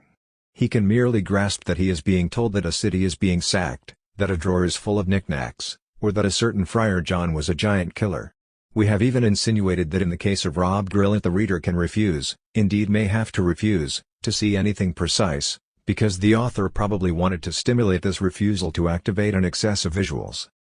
Hypotyposis is, then, a semantic pragmatic phenomenon. Besides, inasmuch as it is a figure of thought, like irony and similar figures, it requires complex textual strategies and can never be exemplified through brief quotations or formulas, and is a prime example of interpretative cooperation. It is not so much a representation as a technique for eliciting an effort to compose a visual representation, on the reader's part. And indeed, why should we think that words allow us to see, when they were invented precisely to speak of what is not before our eyes and what cannot be pointed at with a finger? The most words can do, since they produce emotional effects, is to lead us to imagine. Hypotyposis uses words to make the addressee construct a visual representation. The proof of this is the kind of problems that arise in that exercise which is the opposite of ekphrasis, which is a verbal description of an image, and is the translation, or visual materialization of what a verbal text allowed us to imagine. Let us go back to the description from Revelation I cited previously. The real problem for all the Mozarabic miniaturists, the illustrators of those splendid commentaries on Revelation known as the Beati, was that of representing the four living creatures who are above and around the throne, in the Vulgate, which was the only version known to the illuminators, super thronum et circa thronum. How can these creatures be above and around the throne at the same time? An examination of the solutions offered by the various Beati shows us how impossible the enterprise is, and gives rise to representations that do not translate the text satisfactorily. And this is because the miniaturists, having grown up using the Greco-Christian translation, thought that the prophet saw something similar to statues or paintings. But the culture of John the Apostle, like that of Ezekiel, from whose vision John drew inspiration, was a Hebraic culture, and moreover his was the imagination of a seer. Consequently, John was not describing pictures, or statues, but, if anything, dreams, and, if you like, films, those moving pictures that allow us to daydream, or in other words, visions adapted for the layman's state. In a vision that was cinematic in nature, the four creatures can rotate and appear at one moment above and before the throne, at another around it. But in this sense the Mozarabic miniaturist could not collaborate with the text, and in some sense, in his hands and in his mind, the hypotyposis failed to work. Proof therefore that there is no hypotyposis if the addressee does not play the game. Version of a paper given at the Centro di Studi Semiotici Cognitivi at the University of San Marino on September 29, 1996, during a conference on the semiotics of space. I began my paper with a reference to Sandra Cavicchioli's article I Sensi, Lo Spazio, Gli Amori. Microanalisi in the Orchard di Virginia Woolf, in verses 57, 1990, one of the finest analyses of space in literature. On that occasion the author was present in the room. Now that she is no longer with us, I would like to dedicate these reflections to her. The flaws in the form. I would like to reread a page from Luigi Pereson's Aesthetics. Actually, it is less than a page, just a few lines from subsection 10 of the third section, the parts and the whole, of chapter 3, Completeness of the Work of Art. Subsection 10 is entitled The Essential Nature of Each Part, Structure, Stopgaps, Imperfections. We know that one of the central preoccupations of Pereson's aesthetics was its polemic against Croce's idealism and against its most deleterious consequences in militant criticism. He aimed at reclaiming the character of totality in artistic form, and therefore refused to pick out in the work sporadic moments of poetry, like flowers growing among the, however functional, brushwood of simple structure. It is not really necessary, but it is useful to remind ourselves that structure in those days, and particularly in Italy, was something to avoid. It meant scaffolding, mechanical artifice that had nothing to do with moments of lyrical intuition, and at most stood out in a Hegelian sense as a negative impulse, as conceptual residue, which at best served to let the moments of poetry shine like individual jewels. In his notes to the chapter, Parison refers to Luigi Russo as a cautious champion of the non-extraneity of structure in art, but the latter author, though he recognizes that there is a structure that is not pre-poetic, not a mere frame or skeleton on which to insert later poetic flowers, and sees structure as though generated by the interior of the mind that has been moved to poetry, cannot avoid conceding that the mind so moved catches its breath and rests in these havens of doctrine. So structure is absolved, but on the grounds that it does not harm the poetry, not because it too is poetry. Structure functions as a buoy to which the poetic swimmer clings. It is good that it is there, but only to let us catch our breath before we start again on the crawl of lyric effusion. As if to say that Dante, who could not see at every step the sweet colors of the oriental sapphire, or Beatrice's smiling eyes, took long rests by discoursing on theology and digressing on the composition of the heavens. This concept of structure had nothing to do with the sense we would give to the term structuralist today, even though in this respect Parison's theory of the totality of form could be reread in a structuralist way. His inspiration came from organicist aesthetics of Kantian and Romantic origin, not through the post-Saussure axis. However, by opposing so decisively the poetry/structure dichotomy with his notion of the totality of artistic form, Parison risked falling into an organicist rhetoric. It was one thing to say that in the complete work, and in fact right from the first moment when the initial spark starts the creative process, tout sentient, and that therefore theory must affirm and interpretative activity pick out the organic design supporting it, the individual rule, the forming form that in some dark way precedes the work, directing it as it is created, and appearing as the result and revelation of the formed form. And quite another thing to celebrate this unity totality of the work in tones that frankly, 40 years on, seem to us to belong more to a rhetoric of the beautiful than to a phenomenology of forms. Just one example. This dynamic character of the unity totality of the work of art can explain the relations that exist within it between the parts and the whole. In a work of art the parts have a dual kind of relationship, each part with the others, and each part with the whole. All the parts are connected among themselves in an indissoluble unity, so that each one is necessary and indispensable and has a specific and non-interchangeable place, so much so that the absence of any part would disrupt the unity and any variation would return it to disorder. Each part is set up as such by the whole, which itself has summoned up and arranged the parts of which it is made up. If changing parts leads to the dissolution of unity and disintegration of the whole, that is because the whole itself presides over the coherence of the parts among themselves and makes them work together to form the whole. In this sense the relations that the parts have among themselves do nothing but reflect the relation that each part has with the whole. The harmony of the parts forms the whole because the whole forms their unity, page 107. Too neat. Here, as elsewhere, Parison seems to be seized by a Pythagorean raptus, and one day it might be worthwhile tracing the sources of his aesthetics that he does not own up to, by going back beyond Romanticism to Renaissance Neoplatonism, or Chrysinus. Not to mention some readings of the mystics, with whom he was familiar even though he did not write about them. Is it possible that a theorist so sensitive to the moment of actual reading of works of art could think of it as an experience so overwhelmingly totalizing, of almost panacroptus, never disrupted by moments of perplexity or dissatisfaction, either on the part of the artist, who, when rereading, revising, or re-listening to the work, may wish to correct himself, or on the part of the critic, who might be tempted to correct the artist? The good interpreter, who has penetrated the work, is also he who, even at the peak of his enthusiasm for an author, says every now and again, "I don't like this," or even "I would have put it better." Then, perhaps out of modesty, he does not actually say anything, but is straining at the leash all the same.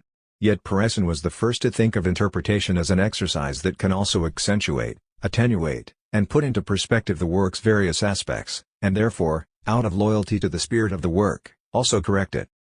But it is immediately after writing the passage quoted above, and I chose that passage from the many I could have chosen precisely because of its closeness to the amazing about turn I am about to discuss, that Parison confronts the problem of so-called inert moments, or structure. He confronts it in order to redeem structure, to make it part of the creative project, an essential, not a marginal or extraneous, moment, If the whole emerges from the unity of its parts to produce something complete, there can be no trifling detail or irrelevant minutiae, and if in interpreting the work some parts are less important than others, this happens because in the organized form a distribution of functions takes place. Bryson is not saying, for this would be to read him as though he had written 30 years later, or had come from a different background, that the Divine Comedy is more beautiful for its theological construction than for its famous poetic pearls, which instead represent something accidental, not essential. But he certainly is saying that the Homeric structure underlying Joyce's Ulysses is as important in an aesthetic sense as Molly Bloom's soliloquy, which could not produce the effect it does were it not inserted into that structure, so that the reader must find in the monologue a whole host of infratextual quotations that necessarily refer back to other hints, apparently irrelevant and pointless, which have appeared over the course of the other chapters. Bryson does not express himself in these terms, of course. He writes, rather, that the really perspicacious observation of the work is aimed not so much at contemplating the detail in itself as at inserting it among other details, in order to examine its irreplaceability in that living nexus where it appears as essential to the whole as it is revelatory of it, and is ready to evoke all the other parts in the very act of being invoked by them. And it is at this point that Bryson realizes he has to come to terms not only with structure as framework but also with the irregularities, weaknesses, patches, mends, slips, drops in tension, and even actual faults that at times spoil the much vaunted harmony and necessity of the structure. Stopgaps, in fact. Stopgap, zeppa in Italian, is an inelegant word, like the flaw it alludes to, and in its sound zeppa conjures up cough, sneeze, regurgitation, and hiccup, whereas semantically it suggests a clumsy intrusion, an obvious repair job. And yet Bryson, who is also an almost elevated writer, does not avoid this terminological stopgap when referring to an aesthetic stopgap. He uses it to describe works that appear inconsistent and uneven, without thereby being open to the accusation of lacking poetry, and we will allow this indulgence in the Croatian terminology to which he is so opposed. He means that certain works appear uneven and yet give an impression of great breadth and consistency of form, works in which the stopgaps function as crutches that are necessary for the whole work to proceed. They are bridges, bits of welding, in which the artist works less carefully, less patiently or even with indifference, as though he were just getting through these bits, as though they were passages that, precisely because they are obligatory in order to move on, can be left to convention without prejudicing the whole. p. 111. Nevertheless, stopgaps do belong to the internal economy of the form, since the whole requires them, even if only in a subordinate position. Let us deconstruct these metaphors. Bryson's aesthetics abounds in metaphors, and if we read it without bearing this in mind we risk not noticing how it questions fundamental problems of organization of systems. Let us forget a personalized whole that requires something. Bryson is telling us that the stopgap is an artifice that allows one part to be linked to another, and thus that it is necessary. If a door has to open gently or majestically it has to have a hinge, however mechanical its function may be. The bad architect, obsessed with aesthetics, gets irritated because a door has to revolve around a hinge, and redesigns the hinge so that it appears beautiful while carrying out its function, and often by so doing he manages to create a door that creaks, sticks, does not open, or opens badly. The good architect, on the other hand, wants the door to open in order to reveal other rooms, and he does not care whether, having redesigned everything in the building, when it comes to the hinge he has to resort to the eternal wisdom of the ironmonger. The stopgap accepts its own banality, because without the speed that the banal allows us, it would slow up a passage that is crucial for the outcome of the work and its interpretation. I would give as an example of stopgaps what contemporary theorists have called turn ancillaries. These are the phrases found in novels after quoted speech. "The murderer is the Viscount," pronounced the police chief. "I love you," he said. "Some saint will help us," replied Lucia. Apart from a few authors who take particular care in varying their turn ancillaries, choosing at different times between he retorted, quipped, sneered, added thoughtfully, and I am not saying that these are the best, the others, from the greatest to the most banal novelist, use them just as they come, as it were, and those used by a great author like Manzoni are not in the end so different from those used by a writer of feuilletons like Carolina Invernizio. The fact is that turn ancillaries are stopgaps, they cannot be avoided, but nor can they be embellished very much, and the great writer is one who knows that when they are there, the reader tends to skip them, but if they were not there, the dialogue would become wearisome or incomprehensible. But a stopgap is not just this. It can be a banal opening, which can be useful for finding a sublime ending. It was one night, at 3 in the morning, on the Col dell'Infinito, the hill where Leopardi wrote L'Infinito, at Recanati, where the first words of one of the finest almost sonnets of all time have been carved, that I realize that its opening, Sempre caro mi fu questo col, this solitary hill has always been dear to me, is quite a banal line, which could have been written by any minor poet of the Romantic or other ages or movements. What can a hill be, in poetic language, except solitary? And yet without that banal opening, the poem would not take off, and perhaps it needed to be banal, so that the panic feeling of the shipwreck at the end, which is so memorable, could be felt. I would go so far as to say, perhaps just to pursue my thesis, that a line like Nel mezzo del cammin di nostra vita, in the middle of the journey of our life, has the sing-song dignity of a stopgap. If it were not followed by the rest of the Divine Comedy, we would not have attached much importance to it, perhaps we might have thought of it as just an idiom. I am not saying that the opening phrase is always a stopgap. There are openings to some of Chopin's Polonaises that are certainly not stopgaps. Quel ramo del lago di Como, that stretch of Lake Como, is not a stopgap, nor is April is the cruelest month. But let us consider the end of Romeo and Juliet and then tell me whether it would not have ended better without the last sentence, in italics. A glooming peace this morning with it brings. The sun, for sorrow, will not show his head. Go hence to have more talk of these sad things. Some shall be pardoned, and some punished. For never was a story of more woe than this of Juliet and her Romeo.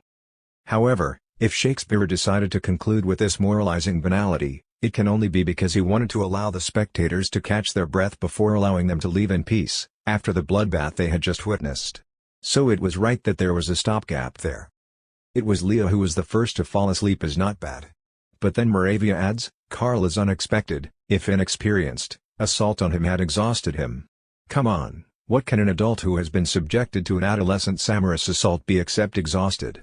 Does not that unexpected, if inexperienced, assault sound as if it had been taken from a judge's verdict? Nevertheless, without this rather clumsy but essential passage it would not be possible to begin Chapter 10 of Moravia's Lei Indifferenti, the time of indifference, where the sad truth is made evident that omne animal triste est post coitum. There is no need to belabor the point, examples of this are so widespread as to embrace the whole history of the arts, aesthetica, greater than certainly. Moreover, it is by arguing how stopgaps can be compensated for by the whole that Parison gradually moves on to talk of mutilations, of the action of time on things, of rubble, ruins, fragments, and the wastage that the work is subject to, and how despite all of this we can reconstitute its intimate legitimacy. A section that would not be clear unless we also saw the central value of the stopgap, and the appreciation for something that is not complete, because only if a work can be appreciated in spite of, and even because of, its imperfections can it be enjoyed in spite of, and perhaps because of, its weakness. Thus, counterbalancing that kind of Platonic optimism that led Parison to celebrate form in its adamantine perfection, his remarks on stopgaps, inspired by concrete experiences of reading, lead his phenomenology of art back to more human dimensions. If, however, we re-examine the problem of the stopgap in the light of Kant's doctrine of the reflecting judgment, it may become less marginal than it seems at first sight, both in the sense that the stopgap cannot be a marginal element in the work of art, and in the sense that the question of the stopgap is not so marginal in Parison's aesthetics. For Parison, the reference to Kant is obligatory. His theory of form as autonomous organism stems from his reflections on the third critique and on the aesthetics of German idealism. Let us review Kant's position. The recognition of organicity emerges in the reflecting judgment. The organicity of nature is postulated as an order that has to exist in things but which things by themselves do not exhibit. It has to be constructed, projected, as if. It is only because we cannot fail to see nature as an organism that we are then able to turn to art in the same spirit. But a judgment of organicity will be, like all reflecting and teleological judgments, a hypothesis. Nature is sampled through its primary patterns and is more and more subtly subjected to interpretative activity. This must be due to countless other influences, but the weight that interpretation assumes in Parison's philosophy is also due to Kantian aesthetics. Interpretative activity involves, and this is a central point for Parison, a kind of perspective. Now, in pronouncing verdicts on organicity in things of nature, one finds elements that seem to contradict the postulate of the perfection of form, namely, stopgaps. They remain as a record of evolution, elements that at first seem not to work together with the whole but to exist in a natural body like records of a failed attempt.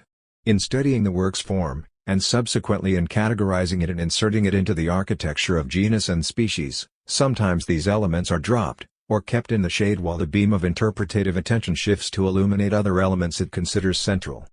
One might wonder to what extent this criterion intervenes or not in the assignment of internal legitimacy to a work of art. The latter is given shape by the interpretative act, which sees it as a completed organism, and is stripped of apparently non-essential aspects, which are sacrificed in favor of others, and only in a further or parallel interpretation do these aspects come to assume a more prominent position.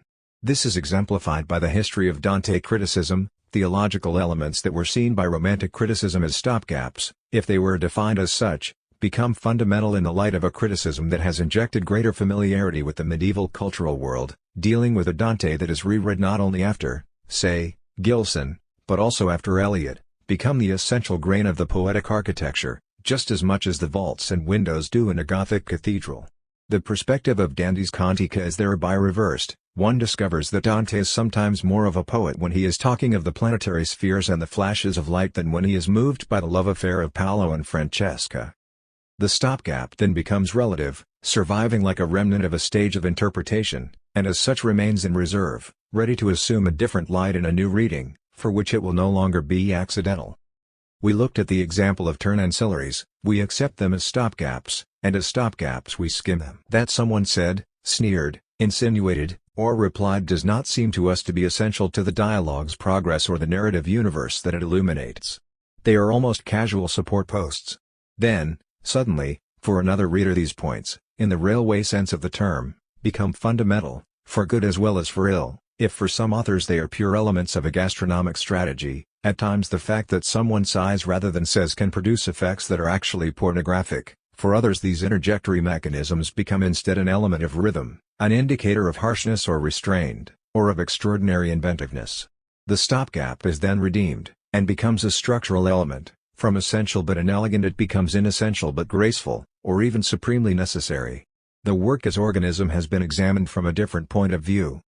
If this were the case, it would mean that in Paraison's aesthetics a stopgap acts as more than a prudent corrective to the Platonic or Neoplatonic triumph of form in all its metaphysical purity, and as a recognition of the material life of forms, which are also accepted as impure and imperfect. It is also something that interpretation sets aside, keeping it as a latent opportunity or stimulus for later interpretations, a potential signal capable of calling the interpreter back to renewing with each reading his faithful commitment to the work's promises. Thus interpretation is reconfirmed as both free and faithful at the same time, capable of many indulgences as long as in the end it comes to rest in the recognition of a form, but is also capable of many changes of direction in order not to let the form rest in the condition that our reading has led it to provisionally.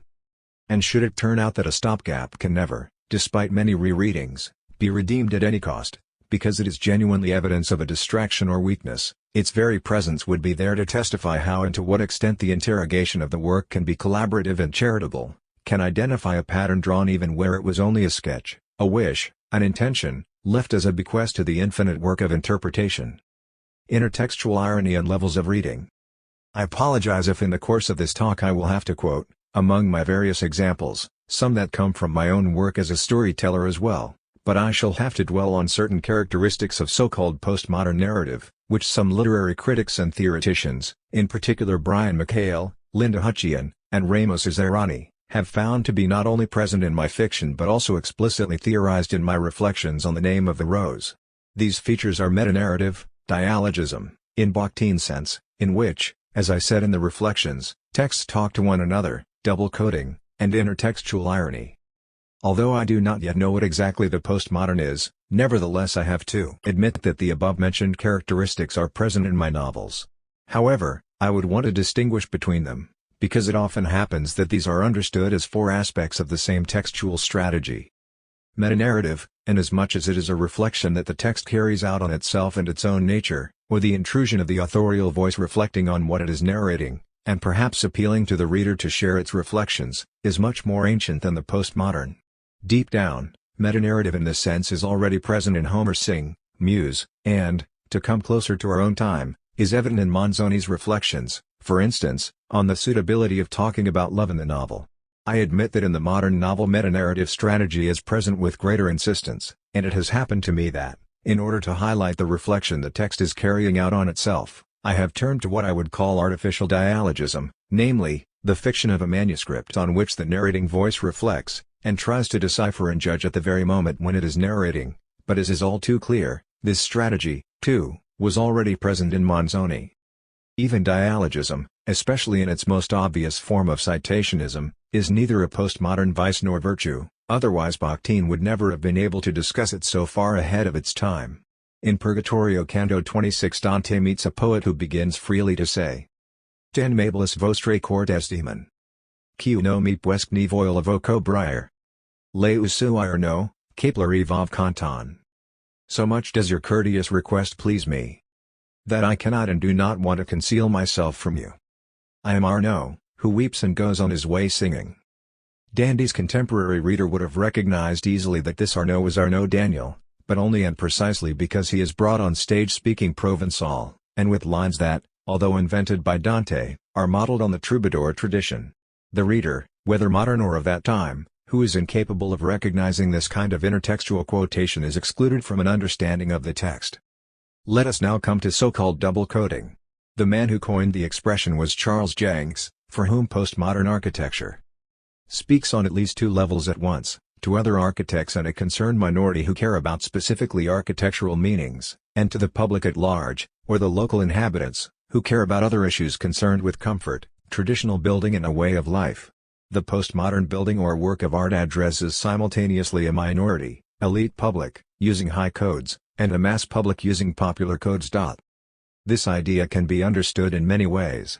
In architecture we all know examples of so-called postmodernism, which abound in quotations from the Renaissance or Baroque, or some other epoch, blending high cultural models into an ensemble that nevertheless turns out to be pleasing and imaginative also for the popular user, often to the detriment of functionality and while reinstating the value of decoration and ornamentation.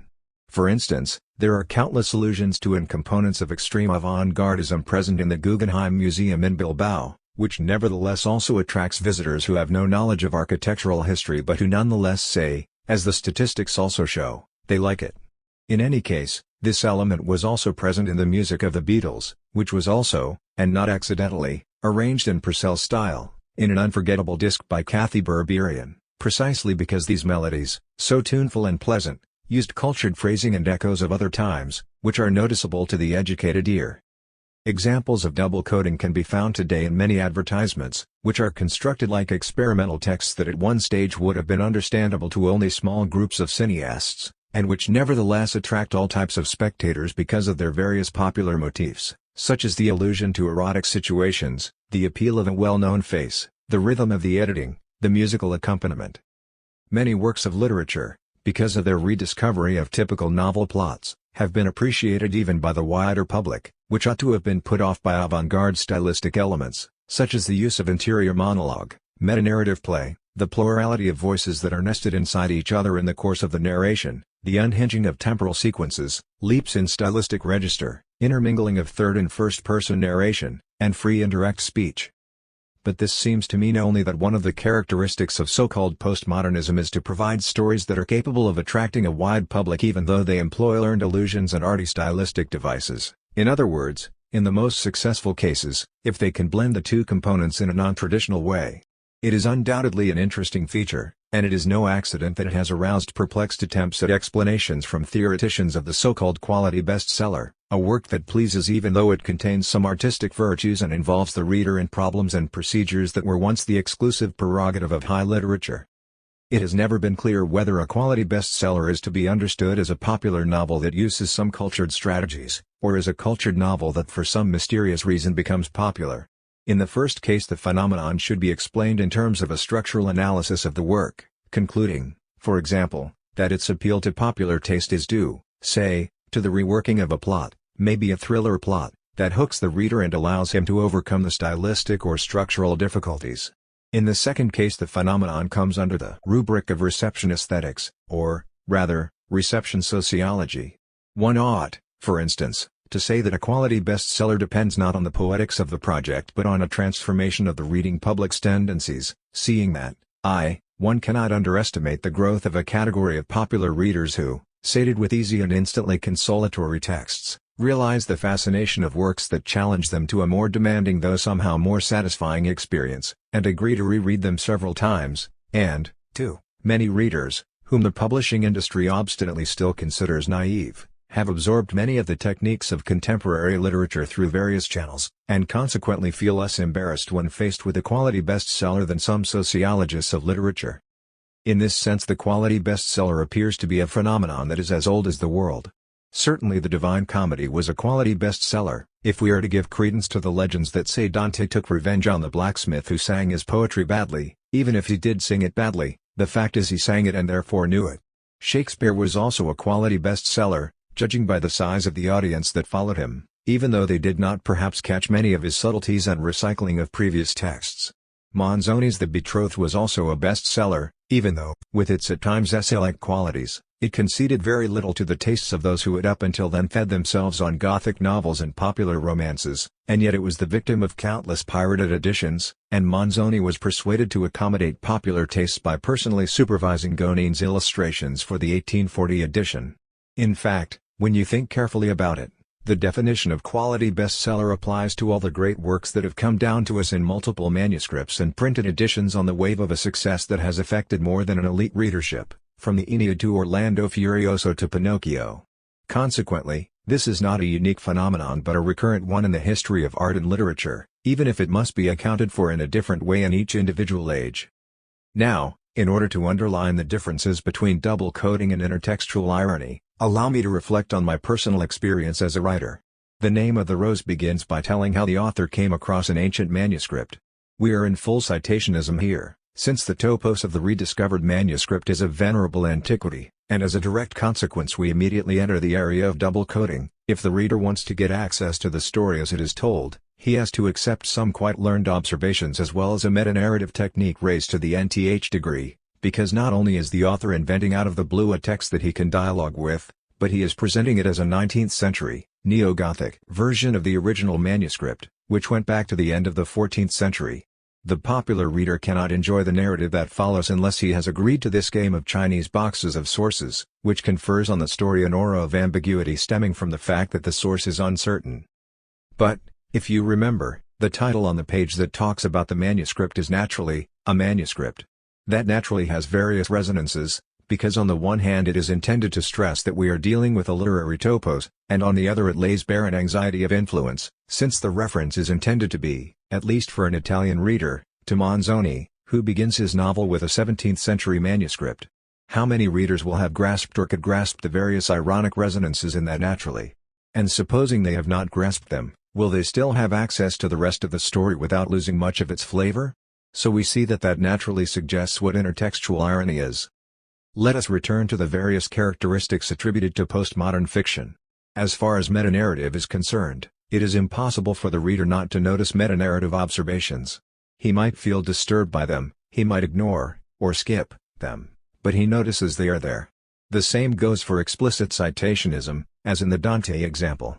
The reader might not realize that Arnaud Daniel is speaking in his own poetic language, but he will notice that he is speaking in a language that is not that of the comedy, and that therefore Dante is quoting something else, even if it is only the Provençal way of speaking. When we come to double coding, we can have, and this tells us how many different profiles this notion can assume, a reader who does not accept the mixture of cultured and popular styles and contents, and who therefore refuses to read it, precisely because he recognizes this mixture. 2. A reader who feels at home precisely because he enjoys this process of alternating between difficulty and approachability, challenge and encouragement, and lastly, 3. A reader who perceives the entire text as a pleasant invitation and does not in the end realize the extent to which it draws on elite styles, so he enjoys the work, but misses its references. It is only this third case that introduces us to the strategy of intertextual irony. Faced with that naturally, whoever appreciates its wink establishes a privileged relationship with the text, or the narrating voice. Whoever does not continues to read all the same, and will be faced with two choices: either he will understand through his own capacities that the manuscript business must be a literary artifice, he manages to appreciate the game for the first time, thus growing as a competent reader, or, as many have done, he will write to the author asking whether that intriguing manuscript really does exist. But one thing should be made clear: in cases, for example, of double coding in architecture, the visitor might not notice that a colonnade with a tympanum is quoting from Greek architecture, but he nevertheless enjoys the harmony and ordered multiplicity of that construction. On the other hand, The reader who does not grasp my naturally knows only that he is reading about a manuscript, but misses the reference and its playful irony. A work can abound in quotations from other texts without necessarily being an instance of intertextual irony. Just to take one example, The Waste Land requires pages and pages of notes to identify its references not only to the world of literature but also to history and cultural anthropology, but Eliot deliberately provides the notes because he cannot imagine a naive reader who could miss every single reference and yet enjoy his text in a satisfactory manner. I would say that his notes are an integral part of the text. Of course, uncultured readers could limit their appreciation of the text to its rhythm, its sound, to the hint of ghostliness that appears on the level of content, with a vague knowledge that there is something else there, and enjoying the text like someone eavesdropping at a half-open door, glimpsing only hints of a promising epiphany. But for Eliot, I believe, these would be readers who have not yet grown up, not the model readers that he aimed at and wanted to form. But cases of intertextual irony are different, and precisely because of this they characterize literary forms that, however erudite, can also enjoy popular success. The text can be read in a naive way, without appreciating the intertextual references, or it can be read in the full awareness of them, or at least with the conviction that one has to go looking for them. For an extreme example, let us imagine we had to read the Don Quixote that was rewritten by Borges's Pierre Menard, and that Menard's text can be interpreted differently from Cervantes's text, at least to the extent that Borges claimed. Whoever has not heard of Cervantes would enjoy a fascinating story, a series of mock-heroic adventures whose flavor comes across despite the not very modern Castilian in which they are written. But those who catch the constant reference to Cervantes's text will be able to appreciate not only the correspondences between the original and Menard's text but also the constant and inevitable irony of the latter. Unlike more general cases of double coding, intertextual irony, by bringing into play the possibility of a double reading, does not invite all readers to the same party. It selects them, and privileges the more intertextually aware readers, but it does not exclude the less aware. If an author happens to introduce a character saying Paris à nous deux, the naive reader does not identify the allusion to Balzac and yet can become passionately interested all the same in a character who is keen on challenges and boldness. The informed reader, on the other hand, gets the reference and savors its irony, not only the author's cultured wink, but also the effects of lowering the tone or changing the meaning, when the quotation is inserted into a context that is totally different from that of the source, the general allusion to the endless dialogue that goes on between texts. If we had to explain the phenomenon of intertextual irony to a first-year university student, or at any rate to someone who is not in the know, we would perhaps have to tell him that, thanks to this citation strategy, a text presents two levels of reading. But if, instead of someone not in the know, we found ourselves facing someone who was a habitué of literary theory, we could be put on the spot by two possible questions. First question: so then does intertextual irony not perhaps have something to do with the fact that a text can have not just two but four different levels of reading, namely, the literal, moral, allegorical, and anagogical levels, as is taught in Bible hermeneutics and as Dante claims for his own poem in the Letter to Cangrande? Second question: but does intertextual irony not perhaps have something to do with the two model readers that textual semiotics, and in particular Eco, talk about, the first one known as the semantic reader and the second as the critical or aesthetic reader? I will try to demonstrate that we are dealing with three quite distinct phenomena. But replying to these two apparently naive questions is not a pointless exercise, because as we shall see, we are facing a cluster of relationships that are not easy to disentangle. Let us move to the first question, namely, to the theory of the multiple senses of a text. We do not need to think of the four senses of Scripture, we just have to think of the moral meaning of fables. Of course, a naive reader can interpret the fable of the wolf and the lamb as a quarrel among animals, but even if the author was not keen to tell us to te fabula narratur, the story is about you, it would be very difficult not to glimpse some parable in it, a universal moral lesson, just as happens with the parables in the Gospels themselves. This joint presence of a literal and a moral sense informs all fiction, even fiction that is least concerned with educating its readers, as might be the case with a cheap police thriller. Even from this kind of story the clever and sensitive reader could draw a series of moral teachings, such as that crime doesn't pay, that your deeds will find you out, that law and order are bound to triumph in the end, that human reason can succeed in unraveling the most complex mysteries. It could even be said that in certain works the moral sense is so identical with the literal one as to constitute the only meaning. But even in so obviously moralizing a novel as The Betrothed, the risk of the reader getting only the story and missing the ethical lesson forces Manzoni to insert proverbial observations here and there, precisely in order that those who devour neo-Gothic plots of garish hue are not satisfied with the kidnapping of Lucio or the death of Don Rodrigo, and thereby risk the possibility of neglecting the message about Providence. What is the real autonomy of these levels, when there is more than one of them? Can one read the Divine Comedy without grasping its anagogic message? I would say that that is what so much Romantic criticism did. Can one read the procession at the end of Purgatorio without apprehending its allegorical dimension? A good surrealist reading of it could do so. And as for Paradiso, Beatrice smiles and radiates so much that she would enchant any reader who ignores the upper levels of meaning, and some critics, inspired by criteria of pure lyricity, told us that we had to ignore these disturbing overlays of meaning in the poem as though they were totally unconnected and had to be removed. One could then say that those levels of reading that depend on overlays of sense can either be activated or not, depending on the historical epoch in question, and sometimes they become totally unfathomable, as can happen not only with texts from very ancient civilizations but, for instance, with many paintings of not so long ago, where, apart from those who are iconographers or iconologists, visitors to museums, and even critics who rely solely on the visual, enjoy Giorgione or Poussin without knowing what obscure mythologies their images refer to, though we are convinced that Panofsky enjoyed them even more, since he was able to read them at both levels, at the level of form and at the level of iconographical reference. The answer to the second question is quite different. I have repeatedly built theories around the fact that a text, and particularly a text with an aesthetic aim, and in the present case a narrative text, tends to construct two model readers. It addresses in the first place a model reader of the first level, whom we will call the semantic reader, the reader who wants to know, and rightly so, how the story will end, whether Ahab will capture the whale, whether Leopold Bloom will meet Stephen Dedalus, after having accidentally crossed his path on a number of occasions in the course of June 16, 1904, whether Pinocchio will become a real flesh-and-blood boy, or whether Proust's narrator will manage to settle his accounts with lost time. But the text also addresses a model reader of the second level, whom we will call the semiotic or aesthetic reader, who asks himself what kind of reader that particular story was asking him to become, and wants to know how the model author who is instructing him step by step will proceed. To put it bluntly, the first-level model reader wants to know what happens, while the second-level model reader wants to know how what happens has been narrated. To find out how the story will end, one usually just has to read the text once. To become a second-level model reader, one has to read it several times, and some stories have to be read countless times. There is no such thing as an exclusively second-level model reader. On the contrary, in order to become one, you have to have been a good first-level reader. Whoever has read The Betrothed and has not felt even the slightest shudder when Lucia sees l'Innominato appear in front of her cannot appreciate the way Manzoni's novel has been constructed.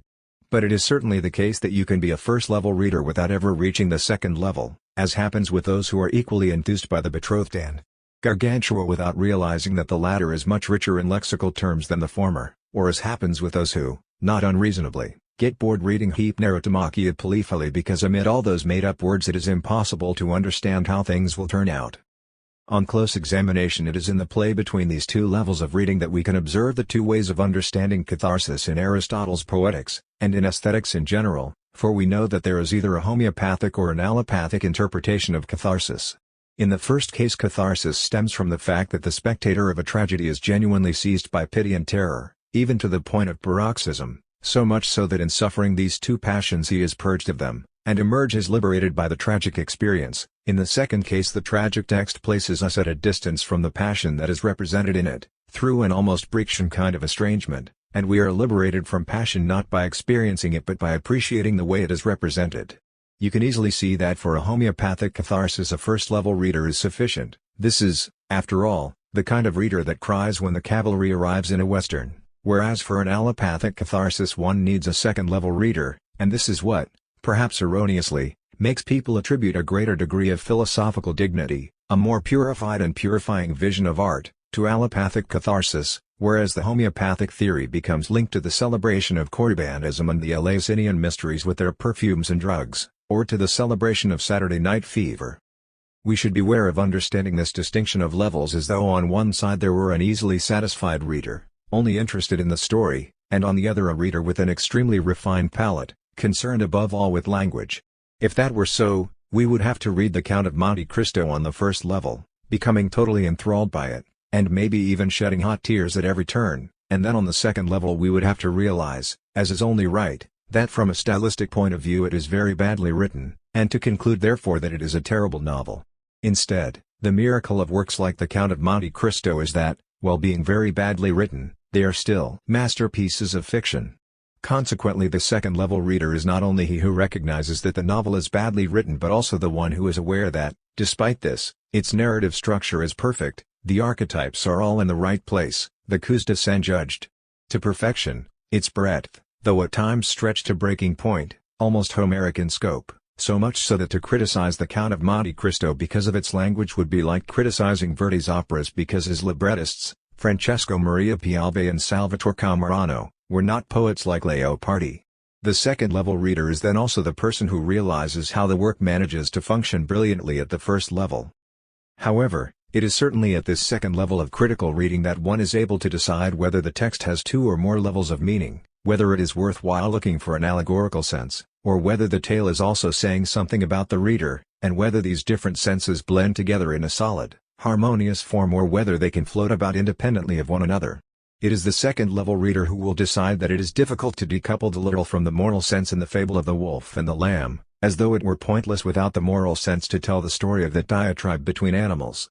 On the other hand, one can read with enjoyment and reverence the psalm in Exitu Israel de Egypto, Domus Jacob de Popula Barbaro /Facta est Iudaea Sanctificatio Eus, Israel potestas Eus, when Israel went forth from Egypt, the house of Jacob from a people of strange language. Judah became his sanctuary, Israel his dominion, even without knowing that in anagogic terms the verses mean, among other things, that the sanctified soul will emerge from the enslavement of earthly corruption toward the freedom of eternal glory, and then the second-level reader will go and find out if the psalmist's text really did mean this as well.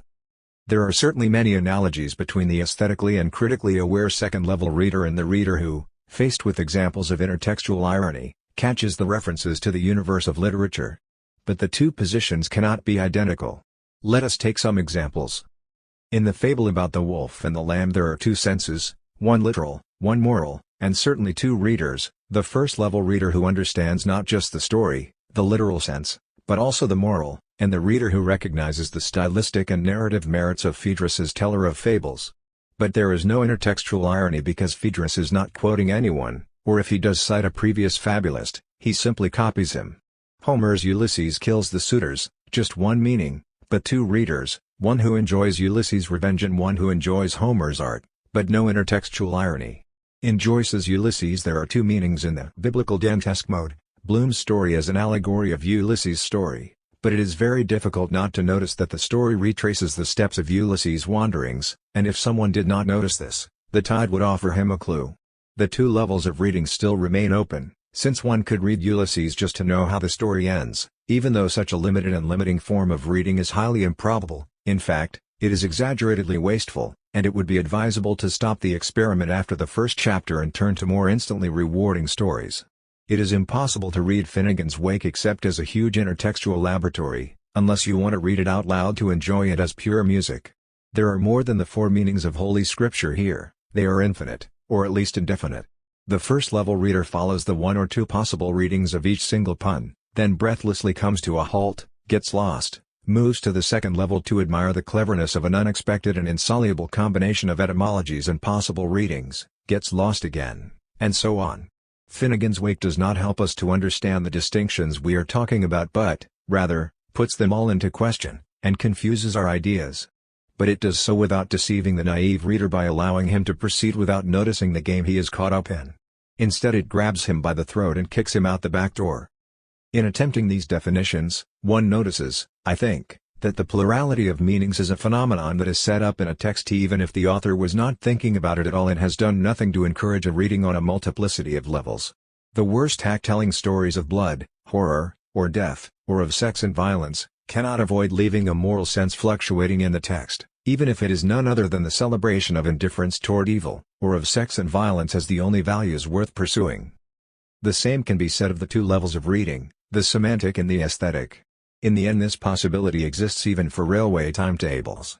Two different timetables give me the same information on a semantic level, but I might value the first as better organized and easier to consult than the second, thus moving on to a judgment about their organization and functionality that looks more at the how than the what. This does not happen with intertextual irony. Unless one goes looking for plagiarism or unconscious intertextual echoes, usually reading as a form of hunt. The quotation exists in the form of a challenge between the reader and a text. Leaving aside the author's intentions, the text somehow solicits the discovery of its secret dialogue with other texts. As an author of novels that play very much on intertextual quotation, I am always happy for the reader to catch the reference, the wink, but, without calling the empirical author into question, whoever has recognized, let's say, in The Island of the Day Before nods in the direction of Jules Verne's mysterious island, for instance, the opening question about whether it was an island or a continent, must want other readers also to notice this allusion in the text. Of course, if there is intertextual irony, it is because one must admit as legitimate even the reading of those who only want to follow the plot about a shipwreck and who do not know whether he has landed on an island or a continent. The duty of the aesthetic reader is to decide that even that first kind of reading is independent and legitimate, and that the text allows it.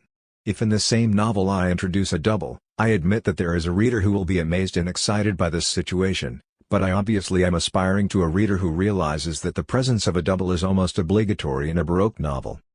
When in Foucault's Pendulum the protagonist, Casaubon, spends his last night in Paris at the foot of the Eiffel Tower, he sees, from below, this construction as a monstrous being and becomes almost hypnotized by it.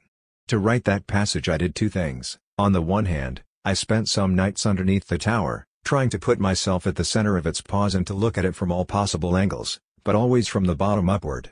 On the other hand, I looked up all the literary passages that had been written about the tower, especially while it was being built. These were mostly indignant, violent attacks on it, and what my protagonist sees and feels is a highly worked collage of a whole range of texts in both prose and verse. I was not anticipating that my reader could find all these quotations, and I myself am now unable to identify them and distinguish between them, but I certainly wanted the more subtle readers to sense the shadow of something déjà vu. At the same time I allowed the naive reader to live through the same sensations I had experienced at the foot of the tower, even though he did not know that they were bolstered with so much previous literature. It is pointless concealing the fact that it is not the author but the text that privileges the intertextual reader over the naive one. Intertextual irony is a classist selector. You can have a snobbish reading of the Bible that is satisfied only by its literal sense, or at most appreciates the rhythmic beauty of the Hebrew text or of the Latin Vulgate, thus certainly bringing into play the aesthetic reader, but there cannot be a snobbish reading of an intertextually ironic text that ignores its dialogical element. Intertextual irony calls together the happy few, except that the more there are of these happy few, the happier they will be. However, when a text unleashes the mechanism of intertextual irony, it has to expect that it will not produce just the illusions intended by the author, since the possibility of having a double reading depends on the breadth of the reader's own textual encyclopedia, and this encyclopedia varies from reader to reader. In a conference held in Louvain in 1999, Inge Lancelotz made a number of very acute observations on the many allusions to Verne that run throughout The Island of the Day Before, and she was certainly right in this. In the course of her oral presentation she found references to another novel by Verne, that I was frankly unaware of, where many mechanical clocks are described, as in my novel. I did not mean to use the intentions of the empirical author as a parameter for validating interpretations of the text, but I had to reply that the reader ought to recognize the many quotations from Baroque literature that are scattered throughout that text. Now the topos of mechanical clocks is typically Baroque, just think of Librano's poems. It is difficult to ask a foreign critic who is not a specialist in Italian Baroque literature to recognize one of its minor poets, and I admitted that her approach was not, so to speak, prohibited. If one goes hunting subterranean allusions, it is difficult to say whether the person that is right is the author who was unaware of them or the reader who has found them. However, I pointed out that recognizing an allusion to Baroque literature went with the grain of the general characteristics of the text, whereas identifying an allusion to Verne, at that point, did not lead anywhere. In any case, the discussion clearly convinced the speaker, because I cannot find any trace of her observation in the proceedings of that conference. There are other cases where it is much more difficult to keep a check on the reader's encyclopedia. In Foucault's Pendulum I named the hero Casaubon, and I was thinking of Isaac Casaubon, the man who stripped the corpus hermeticum of its mythical status with impeccable critical arguments. My ideal second-level reader, who has access to intertextual irony, could identify a certain analogy between what the great philologist understood and what my character understands at the end of the novel. I was conscious of the fact that few readers would be able to recognize the allusion, and I believe that this was not essential in terms of textual strategy. In other words, one can read my novel and understand my Casaubon even without knowing about the historical Casaubon. Before finishing my novel, I discovered by chance that Casaubon was also a character in Middlemarch. I had read this novel some time before, but that detail of nomenclature had left no trace in my memory. In certain cases the model author wants to ration interpretations that seem pointless to him, and I made an effort to eliminate a possible reference to George Eliot. Thus on Greater Than There is the following dialogue between Bilbo and Casaubon. "By the way, what's your name?" "Casaubon." "Casaubon. Wasn't he a character in Middlemarch?" "I don't know. There was also a Renaissance philologist by that name, but we are not related." However, along came a clever reader, David Roby, who pointed out that, clearly not by chance, Eliot's Casaubon was writing a key to all mythologies, and I have to admit this does seem to fit my character. Later Linda Hutcheon devoted even more attention to this connection, and found other affinities between the Casaubons, which apparently increased the ironic intertextual temperature of my novel.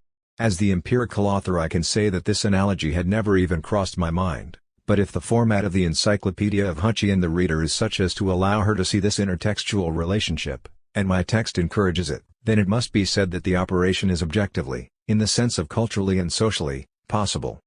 An analogous case is that of Foucault. My novel is entitled Foucault's Pendulum because the pendulum I talk about was invented by Léon Foucault. Had it been invented by Franklin, the title would have been Franklin's Pendulum. This time I was conscious right from the start that someone could sniff an allusion to Michel Foucault. My characters are obsessed by analogies and Foucault wrote about the 4 paradigms of similitude. As the empirical author, I was not very happy with this possible link because it seemed rather superficial. But the pendulum invented by Léon was the protagonist of my story, and I could not change the title, so I hoped that my model reader would not attempt a link with Michel.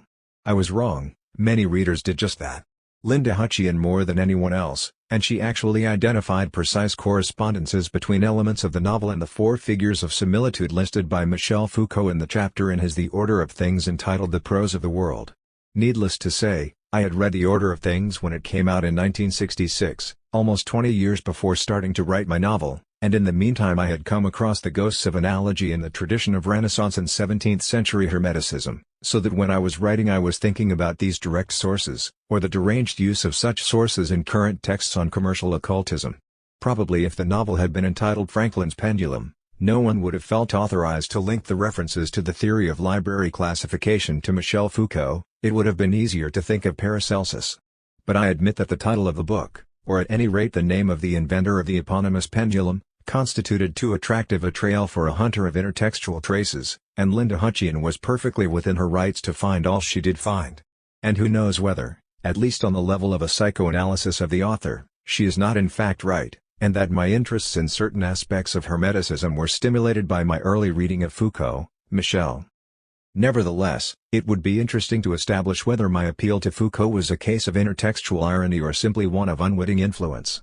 Up until now I have perhaps allowed people to think that intertextual irony depends on the author's intention, but I have theorized too much on the prevalence of intentio operis over intentio auctors to allow myself to indulge in such naivety. If a possible quotation appears in the text, and this quotation seems to go with the grain of the rest of the text, and other citations from it, the intentions of the empirical author count for little. The critic, or reader, is right, then, to talk of citationism, and of the textual echo. I am using another of Linda Hutcheon's terms and am not playing on my own name, that the work encourages. The fact is that once you start playing with intertextual irony it is difficult to resist the appeal of such echoes, even though some might be totally fortuitous, like the reference to Jules Verne's clocks. Linda Hutcheon, again, cites from page 378 of the American edition of Foucault's Pendulum, the rule is simple, suspect, only suspect, and finds an intertextual echo of E. M. Forster's connect, only connect. Acute critic that she is, she has the prudence to say that this ironic play exists in the English, for the Italian text, and it is not clear whether she had this to hand when she was writing, does not contain this intertextual reference since it says, SOS peter sempre. The reference, which was certainly conscious, was inserted by the translator, Bill Weaver. We have to be honest, the English text does contain this echo, which means that translation can not only alter the play of intertextual irony, it can also enrich it. In other instances you can come across the possibility of choosing between a reading that is squared and one that is cubed. In one passage from chapter 30 of The Pendulum, where the protagonists imagine that even the entire story told by the Gospels is an effect of an invention like that of the plan they are hatching, Casaubon comments, toi, apocryphal lecture, mon semblable, mon frère. I do not recall what I was thinking about when I wrote this, but I probably would have been happy with the intertextual allusion to Baudelaire, which was already enriched by the allusion to the apocryphal Gospels. Linda Hutcheon, however, defines the phrase as a parody of Baudelaire by Eliot. In fact, if you remember, Eliot quotes this line from Baudelaire in The Waste Land, and certainly if this is so, it all becomes even richer. What are we to do? Divide readers into those who get as far as Baudelaire and those who come all the way up to Eliot? And what if there was a reader who found the hypocrite lecture in Eliot, and remembered it, but did not know that Eliot was quoting Baudelaire? Everyone noticed that the name of the rose begins with a quote from the Gospel according to St. John, "In the beginning was the Word," etc. But how many noticed that this can also be seen as a quote from the beginning of Pulci's Morgante Maggiore, which opens with a very respectful imitation of St. John, "In principio era il verbo appresso a Dio, ed era ideo il verbo e il verbo lui. Questor nel principio al per mio, e nulla si pub far senza costui. In the beginning the Word was with God, and God was the Word and the Word was God." This was in the beginning, it seems to me, and we cannot do anything without Him? However, when you really think about it, how many readers did notice that my novel begins with a quotation from St. John? I have found Japanese readers, and perhaps I did not need to go that far, who attributed those very virtuous thoughts to good old Adso, and yet despite this they did not miss the religious afflatus that animates the words of the young monk.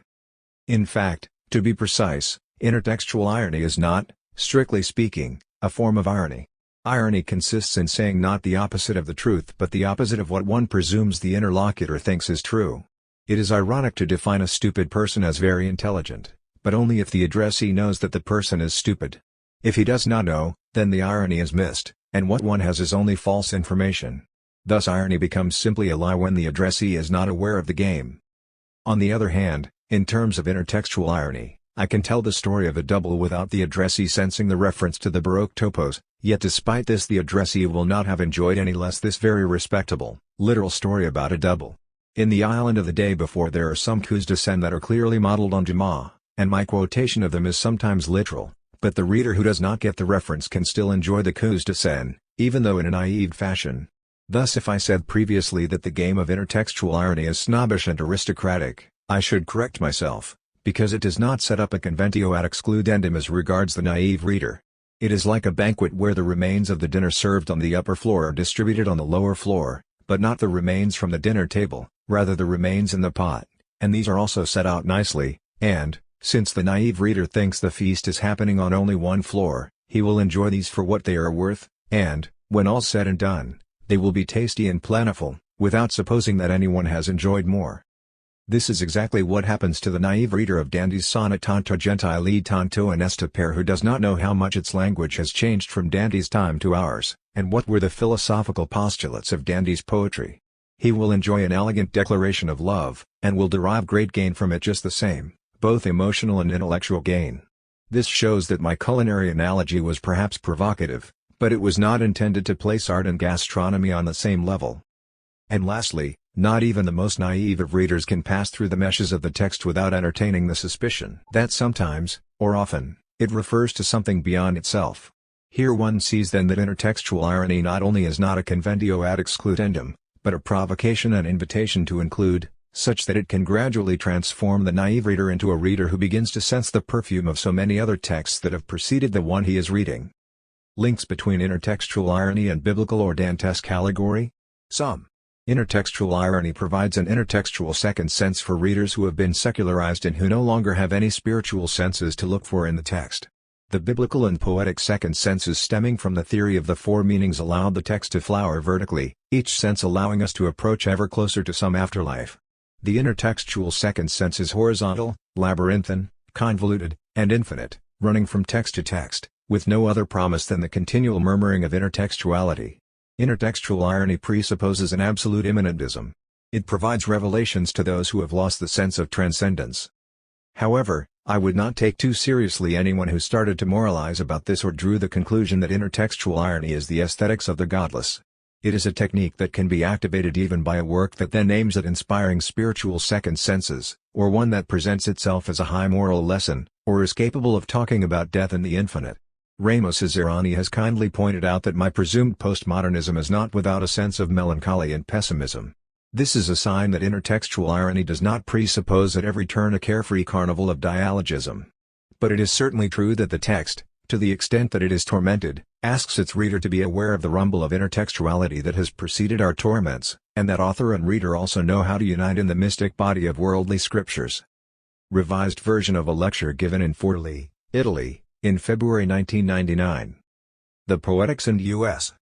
Allow me, as an Italian, to approach the question of Aristotle's Poetics in the form of a confession by a child of this century. Italian culture produced the great Renaissance commentators on Aristotle, and in the Baroque period it was Emanuele di Soro who, with his Colloquiale Aristotelico, represented to the world of post-Galilean physics Aristotle's poetic theories as the sole key to approaching the human sciences. But at the very beginning of the following century this same Italian culture was enriched by Vico's New Science, the work that questioned every Aristotelian precept in order to posit a language and poetry that develop outside any rules. By doing so, Vico unwittingly opened the door, while in France, from Boileau to Batu, from Le Bossu to Dubois, and right down to the Encyclopédie, writers were still looking to set down the rules of tragedy with the rules of taste, to a philosophy, a linguistics, and an aesthetics of the unpredictable freedom of the spirit. This is not the genteel, classical French esprit but romantic, Hegelian Geist, which emerges through history only to become history itself. Thus, from 19th-century idealism to Croce, Italian culture was dominated over the course of 100 years by the rejection of all rhetoric and all poetics. Under an idealist aesthetics that read all language as founded from the outset on aesthetic creativity, the phenomenon of poetry could be described no longer as the deviation from a pre-existing norm but rather as a new dawn. The few pages devoted by Croce to Aristotle show irredeemable prejudices, which resulted in a formally impeccable syllogism. Aesthetics began with Baumgarten's idea of a scientia cognitionis sensitivity, gnoseologia inferior, a science of sensory cognition, a lower gnoseology. Aristotle was unable to read Baumgarten, and thus Aristotle had nothing to say on aesthetics. I remember the shivers I experienced as a young man, feeling as marginalized as a young homosexual in Victorian society, when I discovered that the Anglo-Saxon tradition had continued to take Aristotle's Poetics seriously, and without interruption. I was not amazed to find traces of Aristotle in Dryden or Hobbes, in Reynolds or Dr. Johnson, not to mention the references to the Poetics, however vague and even at times polemical, that I found in Wordsworth or Coleridge, but I was struck by the readings of poets and critics who were contemporaries of Croce but who gave me the outline of a culture for which Aristotle was still a model, a point of reference. One of the classics of American critical theory, Richards's Principles of Literary Criticism, 1924, opens with a reference to Aristotle. If Wellick and Warren's Theory of Literature, 1942, managed to blend the principles of Anglo-Saxon criticism with the work of the Russian formalists and of the structuralists in Prague, it was because they referred to Aristotle in almost every chapter. In the 1940s the masters of the new criticism measured themselves against Aristotle. I discovered the Chicago School, which defined itself unreservedly as neo-Aristotelian, a critic of contemporary theater like Francis Ferguson, The Idea of a Theater, 1949, who used the notions of plot and action and interpreted Macbeth as an imitation of an action, and Northrop Frye, who played with the Aristotelian notion of mythos in his Anatomy of Criticism, 1957. But we need only cite the influence of the Poetics on a writer like Joyce. He not only speaks about it in the 1903 Paris notebook, written during his visits to the Bibliothèque Sainte-Geneviève, but in 1904 writes a short ironic poem on catharsis. He tells Stuart Gilbert that the Aeolus episode in Ulysses is based on Aristotle's rhetoric. In a letter to his brother Stanislaus of March 9, 1903, he criticizes Synge for not being Aristotelian enough for his tastes. In a letter to Pound of April 9, 1917, he says of Ulysses, "I am doing it, as Aristotle would say, by different means in different parts." Lastly, the theory of literary genres in the portrait is of clear Aristotelian origin. In that work Stephen Dedalus works out a definition of pity and terror, deploring the fact that Aristotle had not provided one in the Poetics and ignoring the fact that he had, however, done so in the Rhetoric. Through a kind of miraculous elective affinity, the definitions Joyce invents are very similar to those in the Rhetoric, but he studied with the Jesuits, and along with a second-hand version of St. Thomas he must also have come across a third-hand account of Aristotle. To say nothing of the English-speaking cultural environment in which he lived, about whose Aristotelian interests we have already spoken. I believe, however, that I underwent my most decisive Aristotelian experience reading Edgar Allan Poe's Philosophy of Composition, where he analyzes, word by word, structure by structure, the birth, technique, and raison d'être of his poem The Raven. In this text Aristotle is never named, but his model is ever present, even in the use of some key terms. Poe's project consisted in showing how the effect of an intense and pure elevation of soul, beauty, is achieved by careful organization of structures, and in showing how the work proceeded step by step, to its completion with the precision and rigid consequence of a mathematical problem, while still keeping track of a unity of impression, which is in physical terms the unit of time that corresponds to one reading of the text, and of place, and of emotional tone. The extraordinary thing about this text is that its author explains the rule whereby he managed to convey the impression of spontaneity, and this message, which goes against any aesthetics of ineffability, is the same as that transmitted by the Poetics. This Aristotelian lesson is also found later in Pseudo-Longinus's On the Sublime, which is usually seen as a celebration of the aesthetic je ne sais quoi. On the Sublime certainly wants to tell us about a poetic effect that is based not on rational or moral persuasion but, rather, on a feeling of wonder that is produced as a kind of ecstasy and coup de foudre. But right from the first page of the treatise, the anonymous author tells us he does not want just to define the object of his discourse but also to tell us the strokes of artifice by which it can be produced. Hence, in the second part of the work, we find a minute analysis of the rhetorical strategies to be adopted in order to achieve, through definable procedures, this indefinable effect. Poe proceeds in the same way, except that the Philosophy of Composition is a fascinating and ambiguous text. Is it a set of rules for other poets, or is it an implicit theory of the art in general, extrapolated from a personal experience of writing, by a writer who positions himself as a critical reader of his own work? The fertile ambiguity of this text was noticed by Kenneth Burke, who approached Poe's text in explicitly Aristotelian terms. If there is a discipline called poetics, it will have nothing to do with a criticism seen as commercial advice to the reader, or a distribution of approval or disapproval. It will have to deal with one of the dimensions of language, and in that sense it will be the proper object of the critic, just as poetry is the object of the poet. An approach to the poem in terms of poetics is an approach in terms of the poem's nature as a kind, a literary species or mode. In this sense Burke's definition comes close to that given by the Prague school, for whom poetics is the discipline that explains the literariness of literature, which is to say that it explains why a literary work can be defined as such. Burke is well aware that defining literary processes and the rules of genre can lead, as has happened, to the transformation of a descriptive into a normative science. Nevertheless, poetics cannot escape its duty to formulate rules that are implicit in the poet's practice, even if the artist is not conscious of them.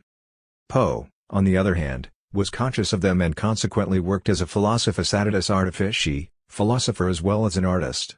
Perhaps he did so après coup, and while he wrote he may have been unaware of what he was doing, but as a reader of his own work he later understood why The Raven produces the effect it does and why we say it is a good poem. The analysis carried out by Poe the author could have been done by a reader like Jacobson. Thus, while trying to define a compositional practice of which his poem was an example, Poe identified strategies characterizing artistic procedure in general. Poe's essay is Aristotelian in the principles that inspired it, in its aims, results, and ambiguities. Lubomir Delatzel wondered whether Aristotle's Poetics is a work of criticism, i.e., one that aims at the evaluation of the work it discusses, or of Poetics, which aims, as we saw, at defining the conditions of literariness. Delatzel, quoting Fry, reminds us that the Poetics highlights an intelligible structure of knowledge that is neither poetry itself nor the experience of poetry, harking back to some distinctions that appeared in the Metaphysics, and considers it as a productive science, which aims at knowledge in order to create objects. In this sense Poetics does not interpret individual works, to which it turns only as a repertoire of examples. But in pursuing the same Poetics becomes entangled in a paradox. In trying to capture the essence of poetry it misses its most essential feature, namely, its uniqueness and the variability of its manifestations. Delatzel thus observes that Aristotle's Poetics is at one and the same time the founding text both of literary theory and of literary criticism in the West, and this comes about precisely because of its inherent contradiction. It establishes a metalanguage of criticism, and allows judgments founded on the knowledge this metalanguage supplies. But this result is achieved at a certain price. Every Poetics that proposes ideal structures, and chooses to ignore the particularities specific to individual works, is always in the end a theory of the works that the theorist judges to be best. Thus even Aristotle's Poetics has, Allow me to paraphrase Popper, its own influencing aesthetics, and Aristotle betrays his own critical preferences every time he chooses an example. According to Gerald Frankels, only a tenth of all Greek tragedies meet the structures posited by Aristotle. In a vicious circle, an intuitive critical judgment has preceded and determined the choice of the corpus it will use to work out the general principles that justify the judgment in critical terms. De Laetzel points out that Els's statement is also based on a critical prejudice, but his argument holds in any case, since it highlights the presence of the vicious circle that has flawed the entire history of poetics and criticism. We thus find ourselves facing not an opposition, as was long thought, between a normative poetics and an aesthetics that operates on such a level of generality as never to be compromised by the reality of particular works. Aquinas' beauty is the splendor of the transcendentals brought together as an aesthetic definition that allows us to justify both Oedipus Rex and a good adventure story, but, rather, the oscillation between a descriptive theory and a critical practice that presuppose each other in turn. Aristotle speaks to us not only of abstract criteria such as order and measure, verisimilitude or necessity, or organic balance, Poetics 1450b 21 ff, but also of the criterion which will negate every purely formalistic reading of the Poetics. The fundamental element in tragedy is plot, and plot is the imitation of an action whose aim, the telos, is the effect that it produces, the ergon. And this ergon is catharsis. A tragedy will be beautiful, or will work well, if it is able to effect purification from passions. Thus the cathartic effect is a kind of coronation of a tragic work, and this resides in the tragedy not as a written or acted discourse but as a discourse that is. The Poetics represents the first appearance of an aesthetics of reception, but it presents some unresolved problems of every reader-oriented theory. We know that catharsis can be interpreted in two ways, and both interpretations are upheld by the enigmatic expression appearing at 1449b 27-28. Tragedy accomplishes stanton choiuton pathamid and catharsin, the catharsis of such passions. The first interpretation is that Aristotle is thinking of a purification that releases us through the intense experience of our own passions, as would seem to be suggested by the Politics, which, however, unfortunately refers to the Poetics for an explanation that is never given in either of the two works, and therefore the purification must be understood in traditional medical terms, as a homeopathic action, a liberation of the spectator through the identification with the character's passions, and it is imposed on us as an experience we cannot avoid.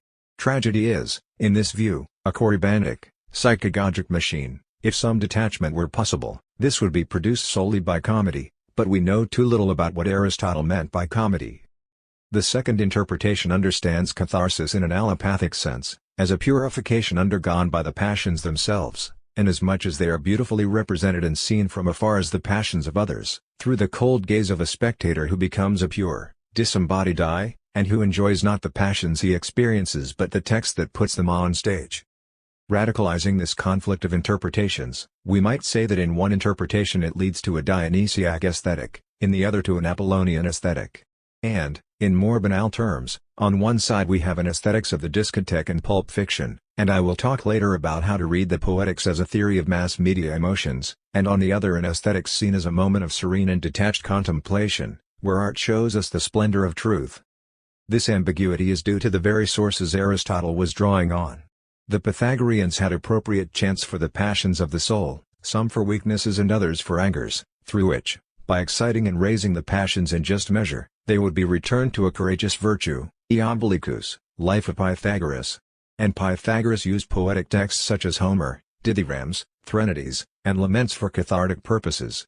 It is reasonable to assume that Aristotle meant a purification that comes about through an act of free vision of the miraculous organization of the great phenomenon that is tragedy, and at the same time he was fascinated by the psychagogic powers his own culture spoke about. There are other fertile ambiguities in the Poetics. Aristotle is an Alexandrian who has partly lost the religious spirit that characterized the 5th century BC. He works a little bit like a contemporary Western ethnologist trying to track down universal constants in the tales of savages, which fascinate him but which he does not understand except from the outside. So then we come up with another, very modern reading of Aristotle, one that Aristotle himself encourages, pretending to talk about tragedy whereas in reality he is providing us with a semiotics of narrativity.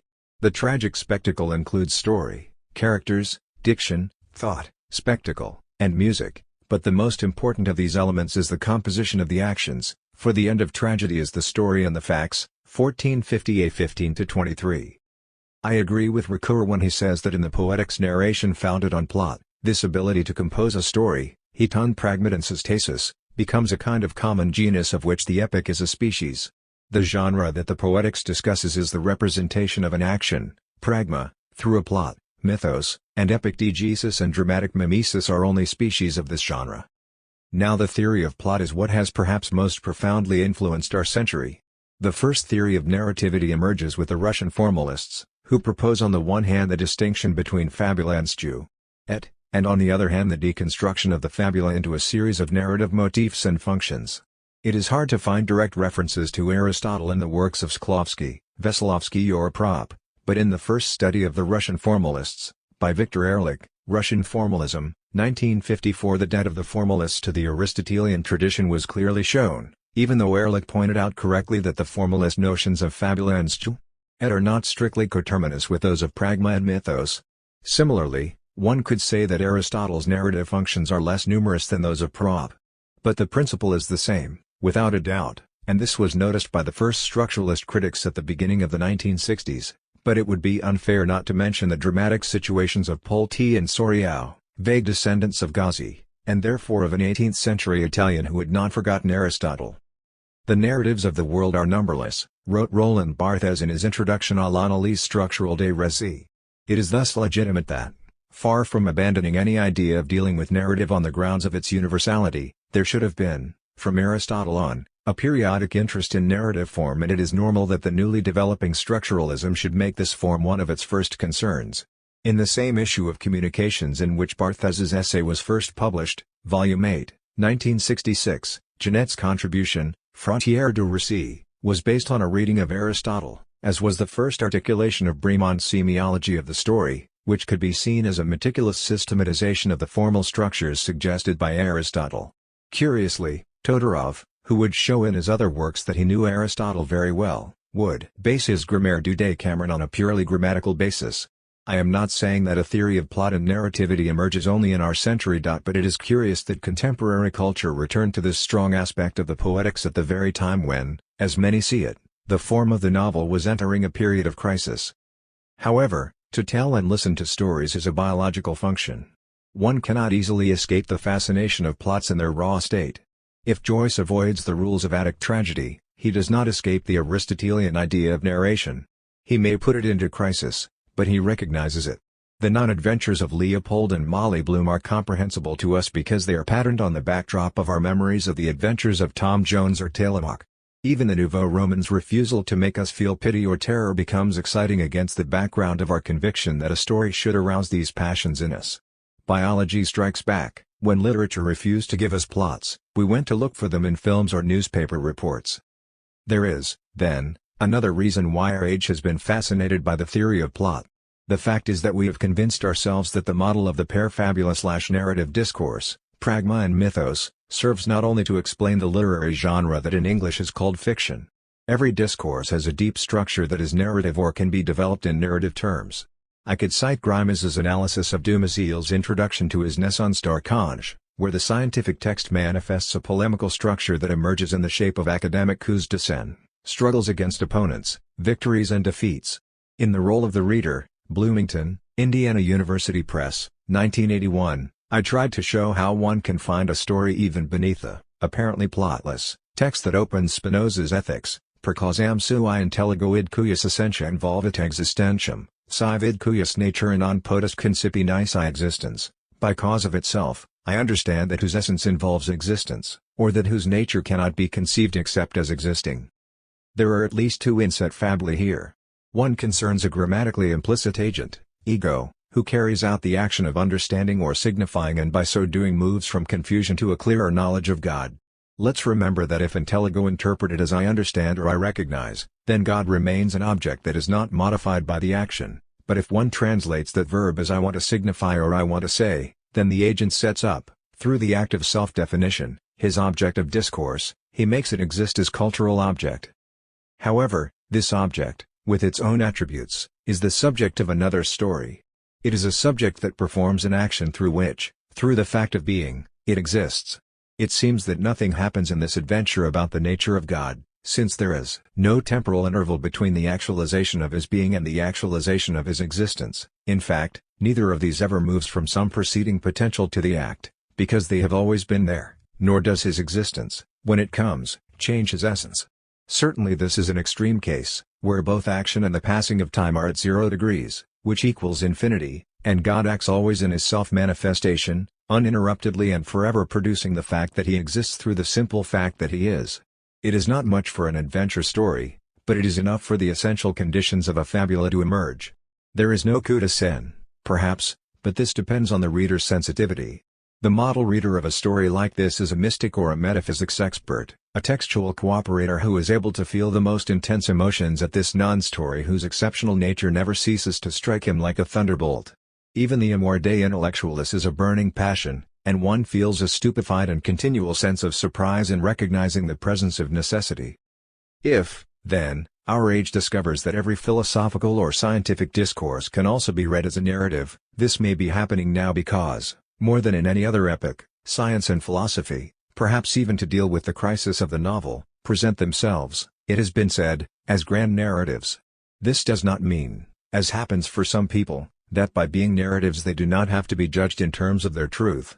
They simply want to express some truth by using a structure that is attractive in a narrative sense. And if then the great philosophical narratives do not seem sufficient, we have seen that instead of going to look for truth in the philosophers of the past, much contemporary philosophy has gone to look for it in Proust or Kafka, Joyce or Mann. Thus it is not so much that philosophers have given up pursuing the truth as that art and literature have also taken on that function. But these are marginal observations, and Aristotle does not come into them.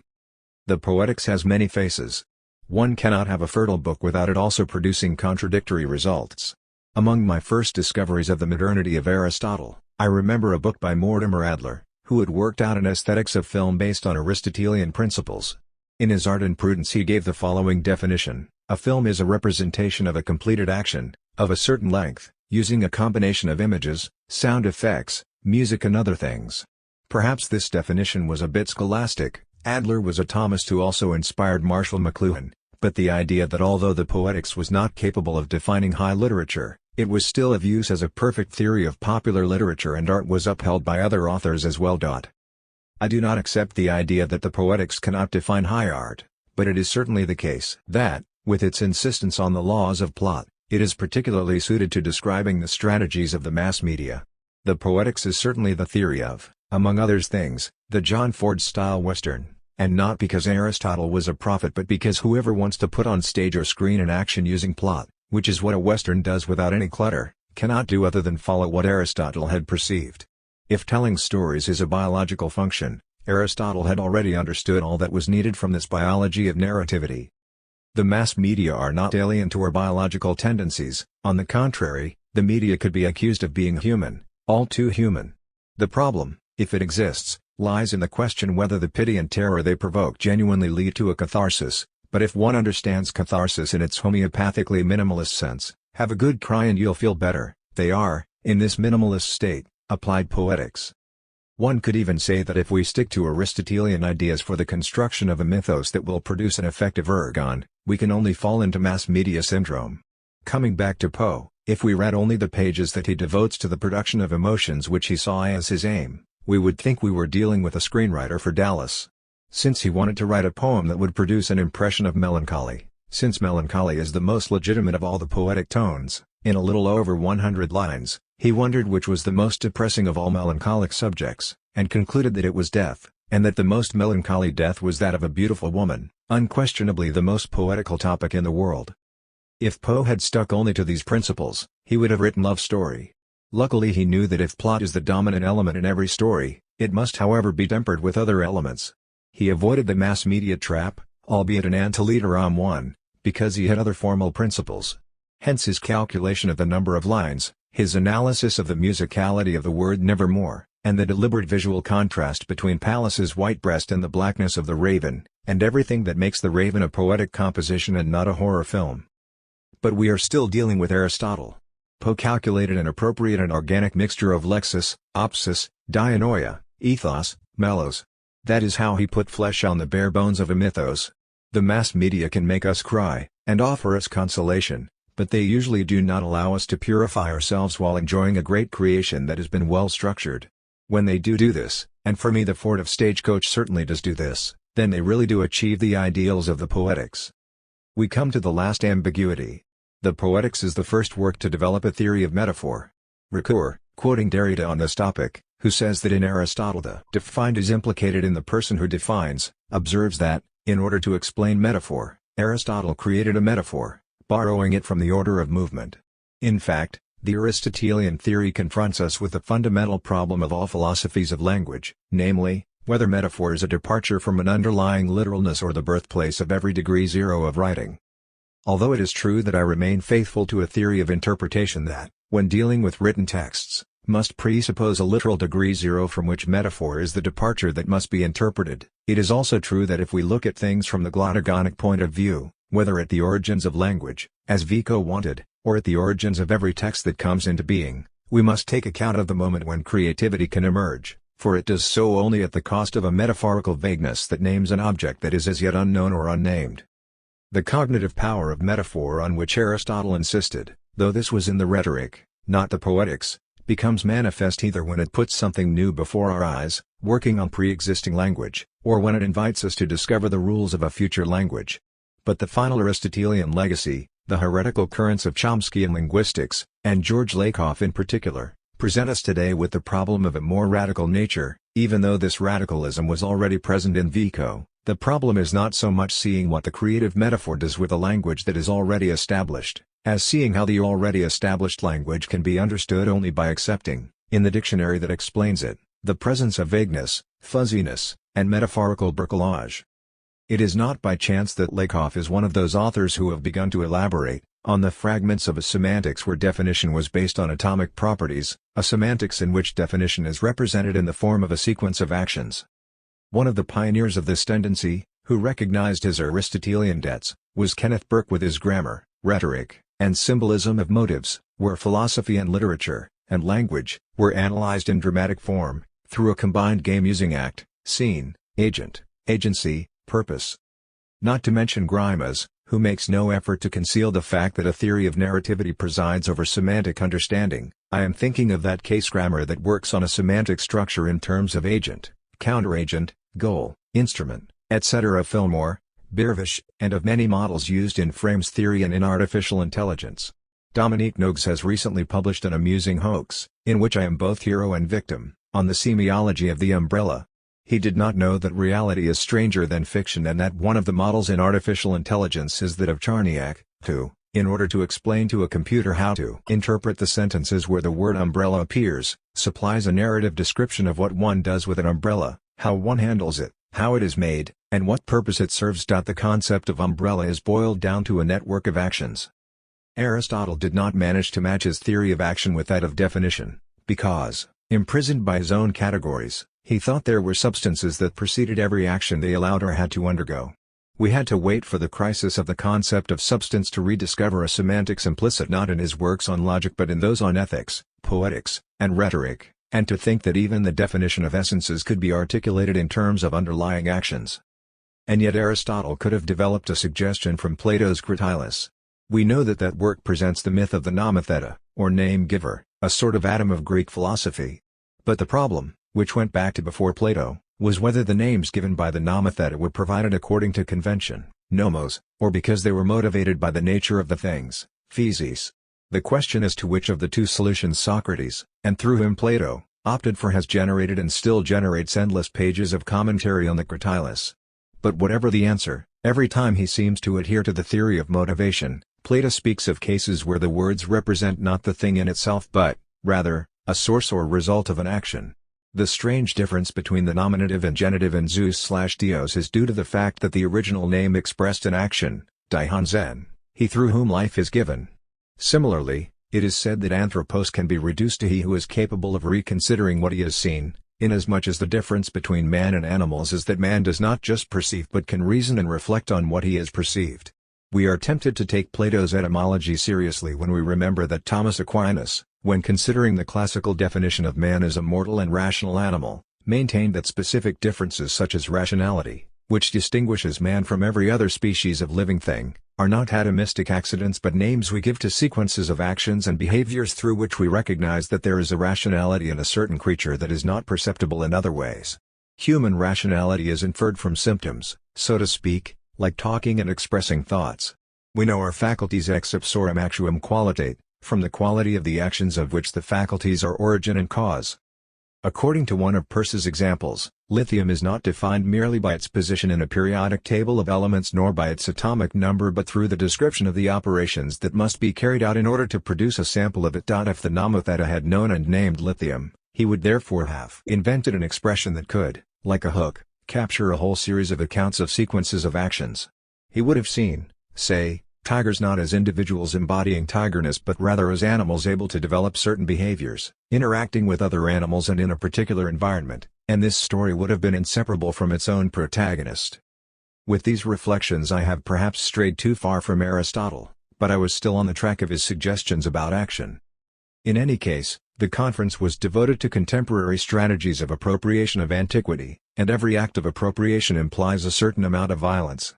Just as I am convinced that Kant said the most interesting things on our cognitive processes not in the Critique of Pure Reason, where he was speaking in fact of cognition, but in his Critique of Judgment, where he seems to be discussing art, in the same way why should we not go and look for a modern theory of knowledge not, or at least not only, in Aristotle's Analytics but also in the Poetics and Rhetoric. Abbreviated version of a paper presented at the conference Les Stratégies Contemporaines d'Appropriation de l'Antiquité, held at the Sorbonne in October 1990. The proceedings were published as Nos Gray et leurs Modernes, ed. Barbara-Cassin, Paris, Soy, 1992. The American Myth and Three Anti-American Generations. The extract that follows is taken from L'Unità, August 3, 1947, at the start of the Cold War. I remind you that L'Unità was the official daily paper of the Italian Communist Party, which was at that time heavily committed to celebrating the triumphs and virtues of the Soviet Union and to criticizing the vices of America's capitalist culture. Around 1930, when fascism began to be the hope of the world, some young Italians happened to discover America in American books, an America that was thoughtful and barbaric, happy and quarrelsome, dissolute, fertile, laden with all the world's pasts, and at the same time young and innocent. For a few years these young men read, translated, and wrote with a joy of discovery and rebellion that made official fascist culture indignant, but their success was such that it forced the regime to tolerate it in order to save face. For many people the encounter with Caldwell, Steinbeck, Saroyan, and even with old Sinclair Lewis opened up the first chink of freedom, the first suspicion that not everything in the world's culture came down to the fasces. At this point American culture became something very serious and precious for us, a sort of enormous laboratory where with a different kind of freedom and different methods people pursued the same goal of creating a taste, a style, a modern world that the best among us were seeking, perhaps with less immediacy but with just as much stubborn determination. We noticed, during those years of study, that America was not another place, a new start in history, but just the giant theater where everyone's drama was played out with greater openness. At that time American culture allowed us to see our own dramas being worked out as though on a giant screen. We could not take part openly in the drama, in the tale, in the problem, so we studied American culture a little bit like we study past centuries, Elizabethan theater, or the poetry of the Dolce Stil Novo. The author of this article, Cesare Pavese, was already a famous writer, a translator of Melville and other American writers, and a communist. In 1953, in the introduction to a posthumous collection of Pavese's essays, he had committed suicide. Italo Calvino, who was then a member of the Communist Party, which he left at the time of the Hungarian crisis, expressed the feeling of left-wing intellectuals toward the United States in these terms. America. Periods of discontent have often witnessed the birth of a literary myth that sets up a country as a term of comparison, as in Tacitus's or Madame de Staël's recreation of Germany. Often the country discovered is only a land of utopia, a social allegory that has barely anything in common with the real country, but despite this it is just as useful. Indeed, the aspects that are emphasized are the very ones the situation needs. And this America invented by writers, hot with the blood of different races, smoky with factory chimneys and with well-watered fields, rebellious against church hypocrisies, shouting with strikes and masses and revolt, really did become a complex symbol of all the ferments and realities of the time, a mixture of America, Russia, and Italy, along with a taste of primitive lands, an unresolved synthesis of everything fascism tried to deny and exclude. How could it have come about that this ambiguous symbol, or, rather, this contradictory civilization, was able to fascinate a generation of intellectuals that had grown up in the fascist period, when schools and mass propaganda only celebrated the pomp of Romanitas and condemned the so-called Jewish demo plutocracies. How could it have happened that the young generation of the 1930s and 40s went beyond official stereotypes and created a sort of alternative education for themselves, their own flow of counter-propaganda against the regime? I remind you that this second day of our conference is dedicated to the image of the United States in Italian education. If by education we mean the official school curriculum, I cannot see why this topic should interest us. Italian students should know that New York is on the East Coast, and that Oklahoma is a state and not just a musical by Rodgers and Hammerstein. But if by education we mean what the Greeks called paideia, our task becomes more exciting. Paideia was not just the transmission of knowledge, it was the ensemble of social techniques through which young men were initiated into adult life after an ideal education. To achieve this paideia was to become a mature personality, a man. Someone who is kalos kagathos, beautiful because good and good because beautiful. In Latin paideia was translated as humanitas, which the Germans translate, I believe, as Bildung, which is in turn more than just Kultur. In ancient times paideia was transmitted through philosophical conversation and a homosexual relationship. In modern times we use prescribed texts and school lessons. But recently paideia has also become involved with mass communication. Not only in the sense that the circulation of books is a feature of mass communication, but also because choosing one's own curriculum in the jungle of the mass media can constitute an instance of constructing one's own humanitas. What I mean is that Woody Allen has something to do with paideia, while John Travolta does not, but we must not be so dogmatic.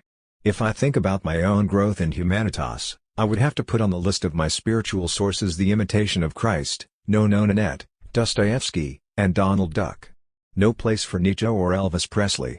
I agree with Joyce that music hall, not poetry, is a criticism of life. Ripeness is all. It is with this idea of education in mind that I would like to chart in broad terms the history of 3 generations of Italians who, for different historical and political reasons, somehow considered themselves, or ought to have considered themselves, anti-American, and who, in some way, on their own, working against or indeed even in support of their anti-American ideology, created an American myth. The first character in my story signed the articles he wrote in the 1930s as Tito Silvio Mursino. This was an anagram of Vittorio Mussolini, two Duce's son. Vittorio belonged to a group of young Turks fascinated by cinema as an art, an industry, a way of life. Vittorio was not content with being the son of the boss, though this would have been enough to guarantee him the favors of many actresses. He wanted to be the pioneer of the Americanization of Italian cinema. In his journal Cinema he criticized the European cinematographic tradition and asserted that the Italian public identified emotionally only with the archetypes of American cinema. He talked of cinema in terms of the star system, with a certain frankness and without any aesthetic concerns. He genuinely loved and admired Mary Pickford and Tom Mix, just as his father admired Julius Caesar and Trajan. For him American films were the people's literature. And Oreste Del Buono, in the Almanacco Bompiani 1980, noted that Vittorio was somehow, albeit unwittingly and in a different key, repeating Gramsci's theory of a national popular art, except that he went to find the roots of national popular in the area between Sunset Boulevard and Malibu. Vittorio was not an intellectual, nor even a great businessman. His trip to the USA to establish a link between the two cinematographic industries ended up as a fiasco, political gaffes, sabotage by the Italian authorities themselves. His father looked on the initiative with tremendous skepticism, irony from the American press. Al Roach said to him that after all he was a decent guy, why didn't he change his name? However, let us reread some of Vittorio Mussolini's statements.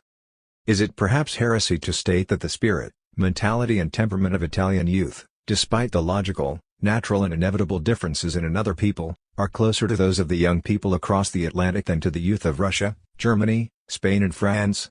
Moreover, the American public loves films with broad horizons, is sensitive to real problems, is attracted by the childish but happy sense of adventure, and if this youthfulness is given to them by not having centuries of history, culture, systems and philosophical laws behind them, it is certainly much closer to our bold generation than to those of many old countries in Europe. This was written in 1936. And this model of America remained valid until 1942, when the Americans became official enemies. But even in the case of the most violent wartime propaganda, the most hated enemies were the English, not the Americans. The radio propagandist Mario Apelius coined the slogan Dio stra maledicoli gli inglesi. God double damn the English, But I do not recall an anti-American slogan that was as virulent and widely broadcast as this. In any case, popular sensibilities were certainly not anti-American.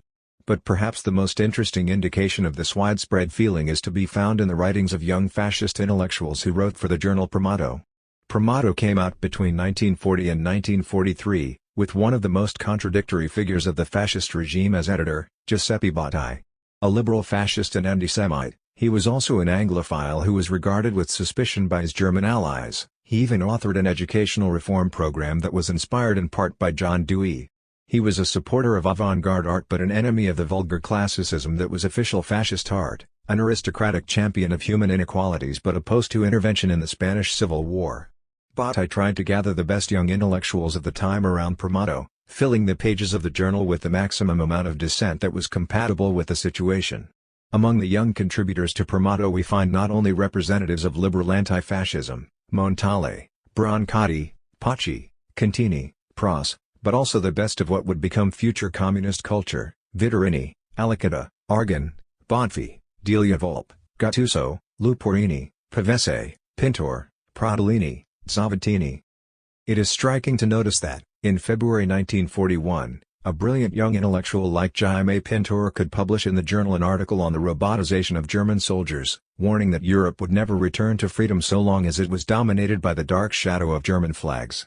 Jaime Pintor had been brought up under fascism, and day by day, article after article, he developed a lucid and courageous critique of the European dictatorships, writing in 1943, a few months before he died during the Resistance War, an article that he was unable to publish at the time. Germany has gradually presented itself in our reflections as the natural antithesis of this world and by extension of this world's mirror in Europe. No people is closer to the Americans in the youthfulness of its blood and the openness of its desires, yet no people celebrates its own legend with such different words. Here too the roads of corruption and of purity are perilously close, but a constant folly drags the Germans off course and overwhelms them in inhuman and difficult exploits. On either side there are forces capable of altering the course of our experience, of throwing us into a corner like useless scrap, or of leading us to safety on any shore at all. But America will win this war because its initial elan is following truer forces, because it believes that its goal is easy and right.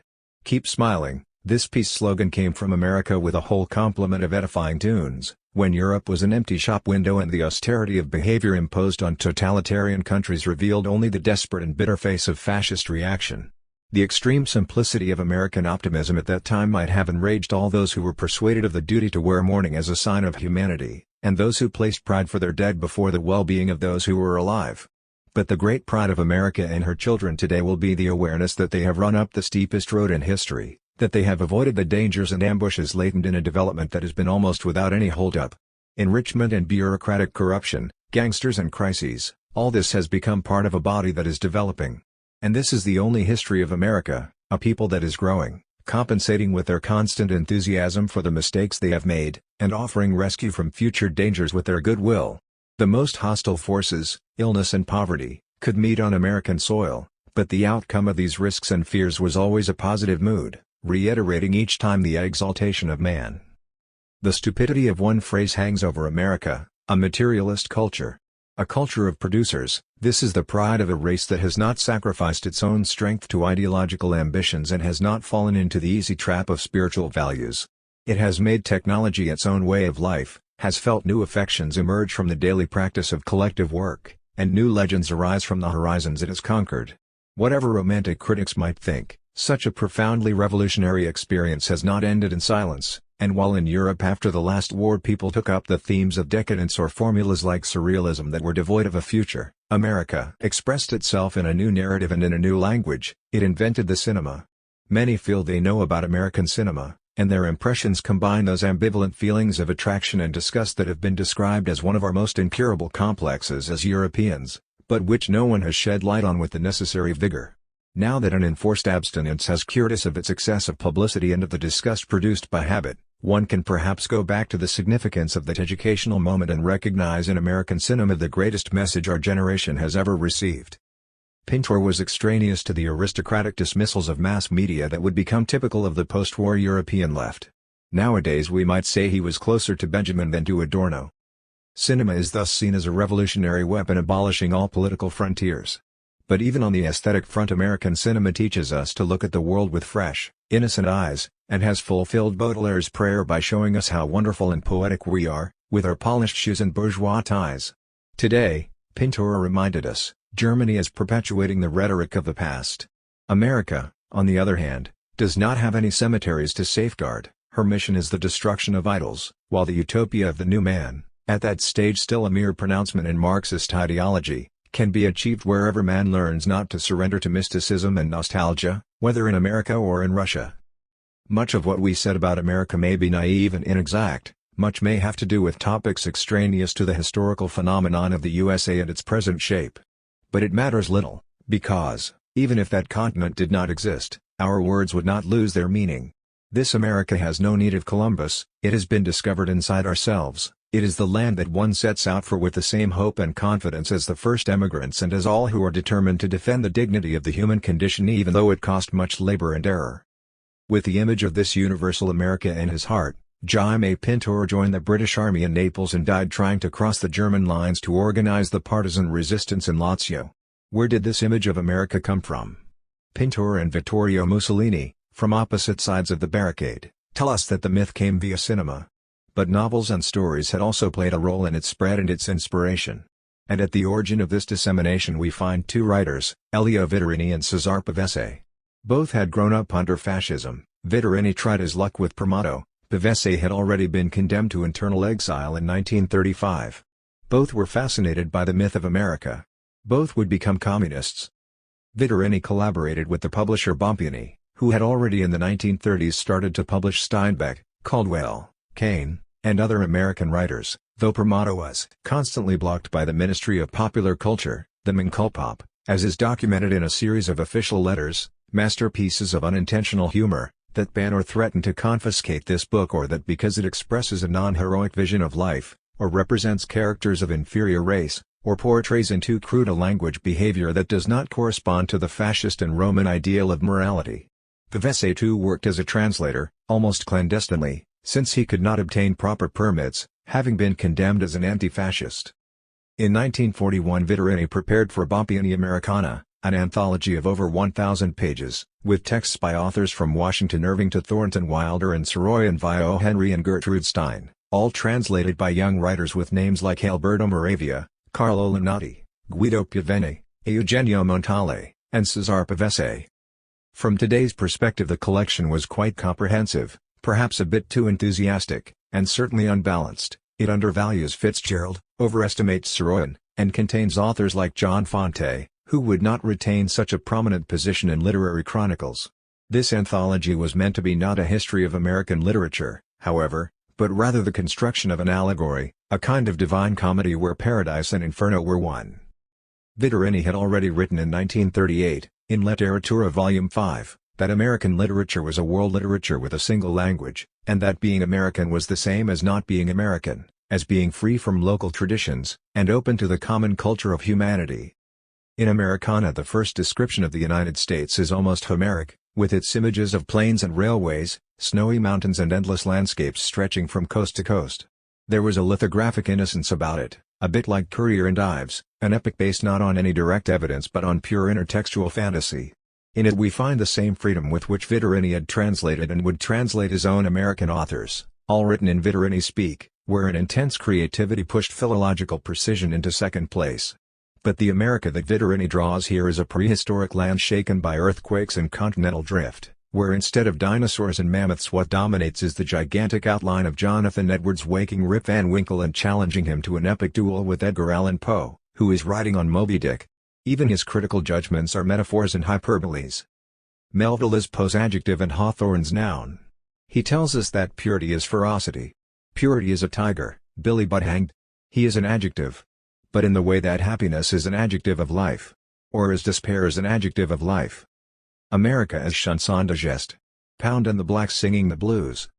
America is today, because of the new legend that is taking shape, a kind of new fabulous Orient, and man appears in it, at different times, as an exquisite uniqueness, whether he is Philippine, Chinese, Slav, or Kurd, because he is substantially always the same, the lyrical I, the protagonist of creation.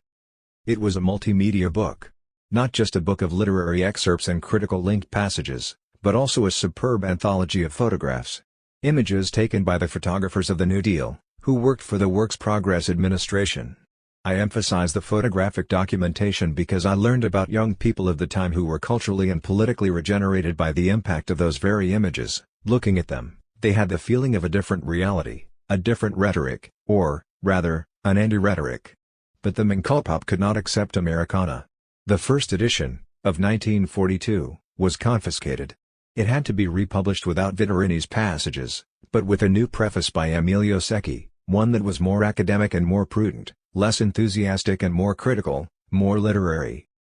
But even this emasculated version of Americana circulated and produced a new culture. Even without the pages written by Vittorini, the very structure of the anthology acted like a speech. The montage was the message. The very, highly debatable, way the American writers were translated produced a new sense of language. In 1953 Vittorini would say that he had influenced young people not by what he had translated but by how he had translated. Already as far back as 1932, Pavese, writing about O. Henry, had said that America, like Italy, was a culture of dialects. But unlike Italy, in America the dialects had won out against the language of the ruling class, and American literature had transformed English into a new popular language. I remember that Pavese had turned to Piedmontese dialect for translating certain passages in Faulkner. One of his ideas was that there was an affinity between the Midwest and Piedmont. Once more this is Gramsci's national popular notion, except that now, instead of rinsing his language in the Arno, as Manzoni had said, the writer rinsed it in the Mississippi. We are talking of a case not of simple pidginization but rather of the creolization of a language. Thus the generation that had read Pavese and Vittorini fought the partisan war, often in the communist brigades, celebrating the October Revolution and the charismatic figure of the people's little father, but remaining at the same time fascinated and obsessed by an America that was hope, renewal, progress, and revolution. Vittorini and Pavese were adults by the end of the war, nearly 40. The second generation of my outline, on the other hand, contained youngsters born in the 1930s. Many of them entered adult life, at the end of the war, as Marxists.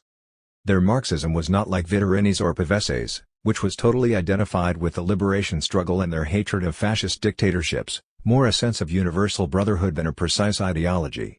For this second-generation Marxism involved experience of political organization and philosophical commitment. This generation's ideal was the Soviet Union, its aesthetic was socialist realism, its myth the working class. Politically opposed to America as an economic and political system, they did sympathize with certain aspects of American social history, with that genuine America that was characterized by the first pioneers in the early anarchist opposition movement. The socialist America of Jack London and Dos Passos. It was for this very reason that, even in the fiercest moments of the McCarthy campaign, official Marxist culture never completely denied the spirit of Americana, even when Vittorini left the party because of his ideological dissent from its leader, Palmiro Togliatti. However, what interests us is a different facet of this second generation, which could live both inside and outside the two Marxist parties of the time, the Socialist Party and the Communist Party, and any definition of it would end up being so vague and imprecise that I am forced to indulge in a bit of fictional license. I will construct a fictitious character I will call Roberto. Among the members of the class that he is meant to represent, there will have been 90% Robertos and 10% Robertos. Mine will be 100% Roberto. Perhaps among the members of the Central Committee of the Italian Communist Party there were not many Robertos, but Roberto inhabited more the territory outside the party, the territory of cultural activities, publishing houses, cinemas, newspapers, concerts, and it was in this very sense that he was culturally highly influential. Roberto could have been born between 1926 and 1931. Educated along fascist lines, his first act of rebellion, subconscious rebellion, of course, was his reading of comics, badly translated from American. Flash Gordon against Ming was for him the first image of the fight against tyranny. The Phantom may have been a colonialist, but instead of imposing Western models on the natives of the jungle in Bengali, he tried to preserve the wise, ancient traditions of the Bunder. Mickey Mouse, the journalist fighting against corrupt politicians for the survival of his newspaper, was Roberto's first lesson in the freedom of the press. In 1942 the government forbade speech bubbles and a few months later suppressed all American characters. Mickey Mouse or Topolino was replaced by Topolino, a human, not an animal character, in order to preserve the purity of the race. Roberto began secretly collecting the pieces he had once read, a bland and painful protest. In 1939 Ringo from Stagecoach was the idol of a generation. Ringo fought not for an ideology or a fatherland but for himself and a prostitute. He was anti-rhetorical and therefore anti-fascist.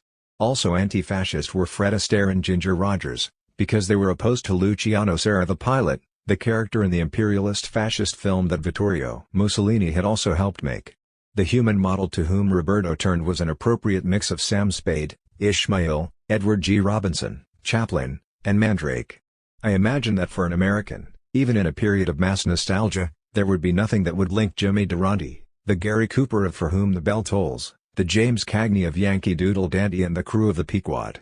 But for Roberto and his friends there was a thread that united all these experiences. These were all people who were happy to live and unhappy to die, and they constituted the rhetorical counterpoint to the fascist Superman who celebrated sister death and went toward his own destruction holding 2 grenades and with a flower in his mouth, as the fascist song said.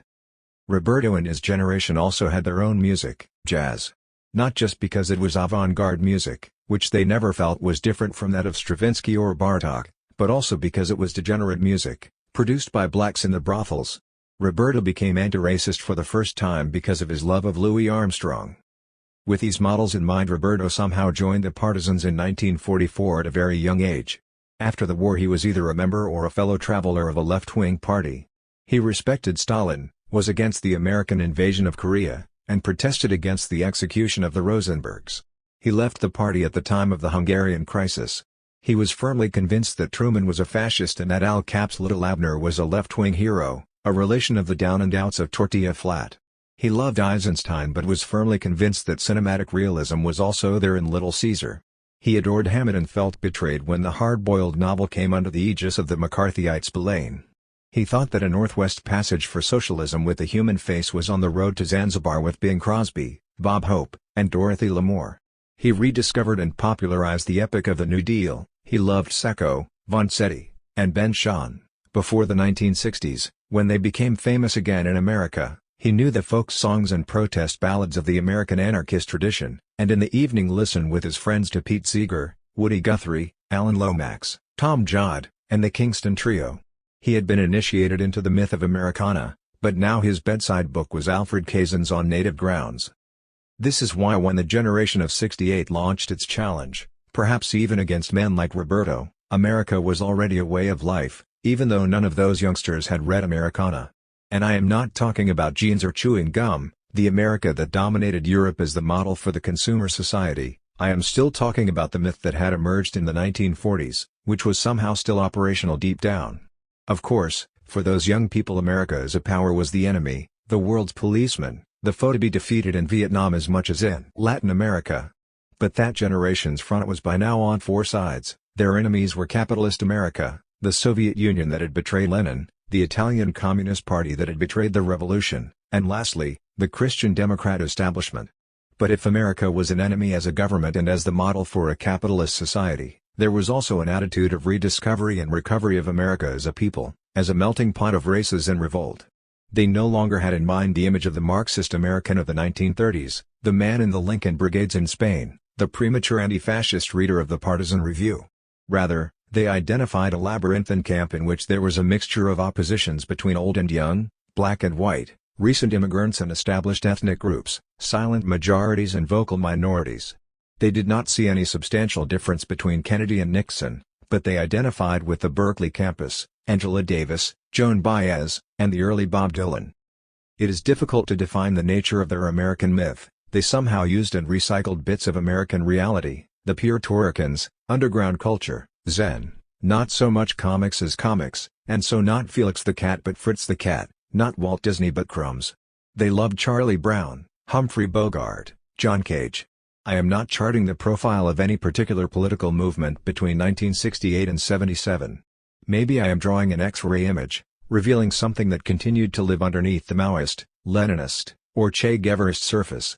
I know I am photographing something that was there, because this something exploded in it after 1977. The student revolt of the time resembled more a black ghetto uprising than the storming of the Winter Palace. And I suspect that the secret, clearly subconscious model for the Red Brigades was the Manson family.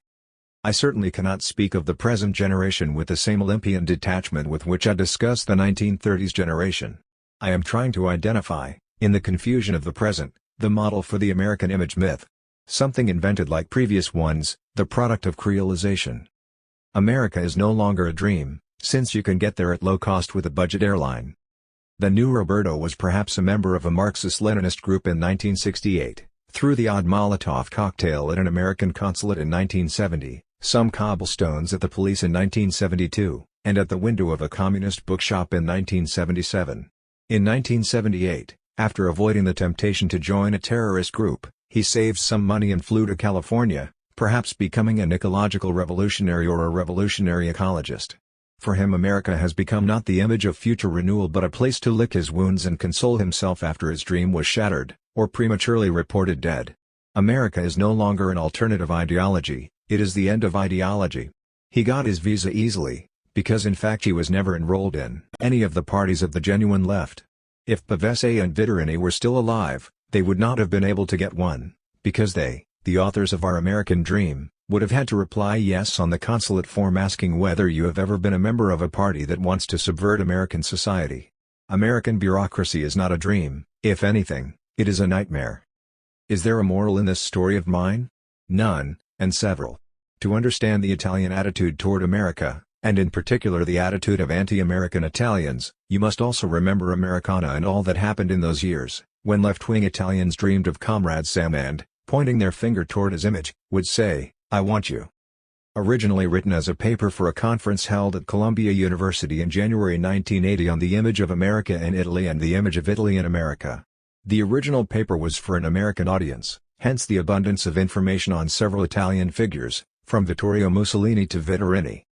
The Power of Falsehood. In his Quaestio quod libetales z. 14, St. Thomas Aquinas replies to the question Utrum veritas sit fortior intervinum et regum et mulierum, in other words, whether the power of truth is more potent, more persuasive, and more constricting than the authority of a king, the influence of wine, or the fascination of a woman. The reply given by Aquinas, who respected the king, did not disdain, I believe, the odd glass of good wine at his table, and had proved that he could resist the temptations of women by chasing with a burning brand the naked courtesan whom his brothers had introduced into his bedroom to persuade him to become a Benedictine and not dishonor the family by donning the mendicant habit of the Dominicans, was, as usual, subtle and complex. Wine, rulers, women, and truth are not comparable because non sunt unius generis, they are not of one genus. But if one considers them per comparationem ad aliquam effectum, by comparing them in their effects, they all can move the human heart to some course of action. Wine acts on our corporeal aspect, quod facit per temulentium loqui, since it makes us speak through drink, while our animal-sensitive nature can be swayed by delectatio venerea, erotic pleasure, or in other words by a woman. Thomas could not conceive of sexual impulses on the other side that could legitimately move a woman, but we cannot expect Thomas to be Eloise. As for the practical intellect, it is obvious that the king's wishes, or the rule of law, has power over it. But the only force that moves the speculative intellect is truth. And since vires corporales subiscentur viribus animalibus, vires animalis intellectualibus, et intellectuals practici speculativus, idea simpliciter veritas dignur est et excellentur et fortior, bodily power is subject to animal powers, and our animal powers are inferior to intellectual strength, and practical intellectual strength is second to speculative intellectual power, then it is clear that truth is worthier, more excellent, and stronger. Such then is the power of truth. But experience teaches us that truth often takes a long time to prevail, and the acceptance of truth costs blood and tears. Might it not happen that something dubious shows similar force, whereby it would be legitimate to talk of the power of the falsehood?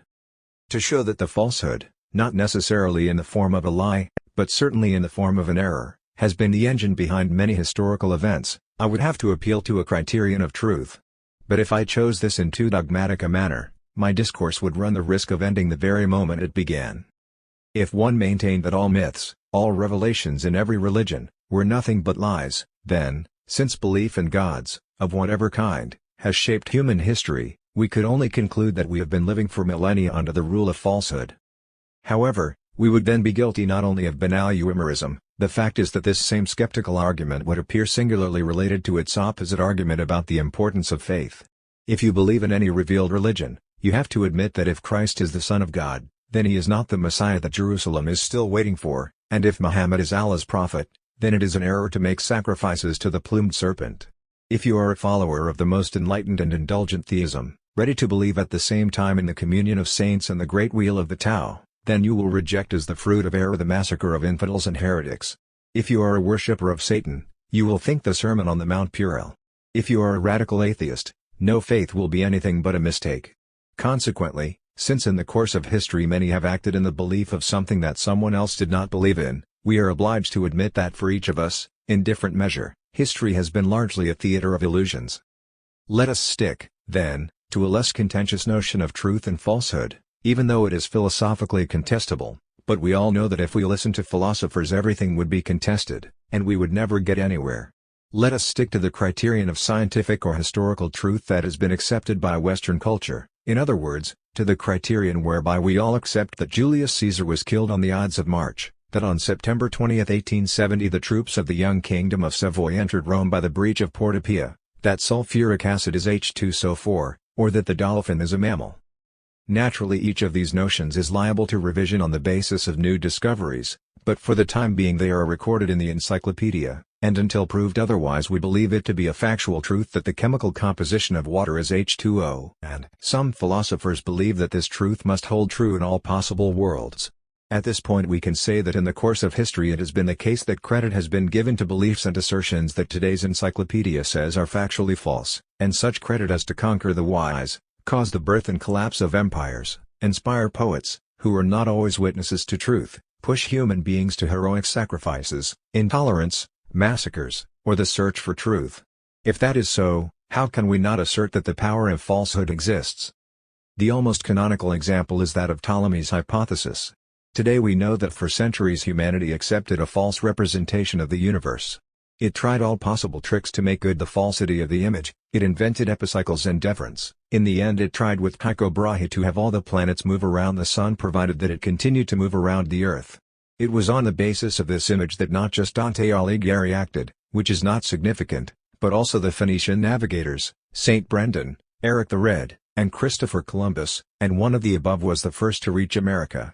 Moreover, but on the basis of a false hypothesis, man managed to divide up the globe into parallels and meridian degrees, as we still do, only changing the first meridian from the Canaries to Greenwich. The example of Ptolemy, which by association triggers the memory of Galileo's unfortunate story, seems deliberately created to lead one to think that my history of falsehood and its power, in its secular boldness, only concerns cases where dogmatic thought has refused to accept the light of truth. But let us consider a story of the opposite hue, the story of another false opinion, patiently constructed by modern secular thinking to defame religious thought. Try an experiment, and ask an ordinary person what Christopher Columbus was aiming to prove when he wanted to reach the east by sailing to the west, and what the learned men of Salamanca obstinately denied in order to stop his voyage. The reply, in most cases, will be that Columbus thought the earth was round, while the wise man of Salamanca held that it was flat and that after a short while the three caravels would plunge into the cosmic abyss. 19th century lay thought, irritated by the fact that the Church had not accepted the heliocentric hypothesis, attributed the idea that the earth was flat to the whole of Christian thought, patristic and scholastic. 19th century positivism and anti-clericalism went to town with this cliché, which, as Geoffrey Burton Russell has shown, was reinforced during the battle fought by the supporters of Darwin's ideas against all forms of fundamentalism. It was a question of proving that just as the churches had been wrong about the roundness of the earth, so they could be mistaken about the origin of species. They then exploited the fact that a 4th century Christian author like Lactantius, in his Institutiones Divinae, who had no choice but to regard as correct many biblical passages in which the universe was described as being modeled on the tabernacle, and therefore as a quadrangle, was opposed to pagan theories of the roundness of the earth, also because he could not accept the idea that the antipodes existed where men would have to walk with their heads upside down. Finally it was discovered that a 6th century Byzantine geographer, Cosmas Indicopleustes, in his Topographia Christiana, had maintained that the cosmos was rectangular, with an arch that curved over the flat floor of the earth. Once more the archetype was the tabernacle. In an authoritative book, History of the Planetary Systems from Thales to Kepler by J. L. E. Dreyer, it was admitted that Cosmos was not an official representative of the Church, but a lot of space was given to his theory. Although E. J. Dijksterhuis concedes in the mechanization of the world picture that Lactantius and Cosmos must not be considered representative of the scientific culture of the Church Fathers, he asserts that Cosmos's theory became the prevailing opinion for many centuries to come. The fact is that Lactantius was left to stew in his own juice by early and medieval Christian culture, and Cosmas's text, written in Greek, and therefore in a language that the medieval Christian had forgotten, was made known to the Western world only in 1706, in Montfaucon's Collectio Nova Patrum et Scriptorum Graecorum. No medieval author knew Cosmas, and he was regarded as an authority of the Dark Ages only after his work had been published in English in 1897. Ptolemy knew, of course, that the Earth was round, otherwise he would not have been able to divide it into 360 meridian degrees. Eratosthenes knew it as well, since in the 3rd century BC he had calculated the length of the equator in broadly accurate terms. In fact, Pythagoras, Parmenides, Eutychus, Plato, Aristotle, Euclid, Aristarchus, Archimedes all knew of it, and it turns out that the only people who did not believe it were two materialist philosophers, Leucippus and Democritus. Macrobius and Martianus Capella were also well aware that the Earth was round. As for the Church Fathers, they had to cope with the biblical text that mentioned the damned tabernacle shape, but Augustine, even though he did not hold strong opinions on the matter, knew the views of the ancients, and agreed that sacred scripture spoke in metaphors. His position is rather a different one quite common in patristic thought, since it is not by knowing the shape of the earth that one soul is saved. The question appeared to him to be of little interest. At a certain point Isidore of Seville, who was no model of scientific accuracy, calculates that the length of the equator was 80,000 stadia. Could he have thought the earth was flat? Even a first-year high school student can easily deduce that if Dante enters the cone of hell and comes out the other side to see unfamiliar stars at the foot of Mount Purgatory, this means that he knew perfectly well that the earth was round. But let's forget about Dante, since we tend to think he can do no wrong. The fact is that the same opinion was held by Origen and Ambrose, and in the scholastic period many writers, such as Albertus Magnus and Thomas Aquinas, Roger Bacon, John of Holyrood, Pierre d'Ailly, Giles of Rome, Nicole d'Oresme, and John Buridan, to name but a few, spoke and thought of the earth as spherical. What, then, was the question at issue in Columbus's time? It was that the learned men of Salamanca had made more precise calculations than his, and believed that the totally spherical earth was bigger than our Genoese mariner thought, and therefore that he was mad to try to circumnavigate the globe and arrive in the east by sailing west. Columbus, though, inspired by sacred fire, and a good sailor, if a hopeless astronomer, thought the earth was smaller than it was. Naturally neither he nor the wise men of Salamanca suspected that another continent lay between Europe and Asia. So you see how complicated the question is, and how narrow are the bounds between truth and error, right and wrong. The doctors of Salamanca, though they were right, made a mistake, and Columbus, though wrong, pursued his error with determination and was right, through serendipity. Yet have a look at Andrew Dixon White's History of the Warfare of Science with Theology and Christendom. It is true that in these two thick volumes he aims to list all the cases where religious thought retarded the development of science, but since he is an informed man, he cannot conceal the fact that Augustine, Albertus Magnus, and Aquinas knew very well that the earth was round. Nevertheless, he claims that in order to maintain this they had to fight against the dominant theological view.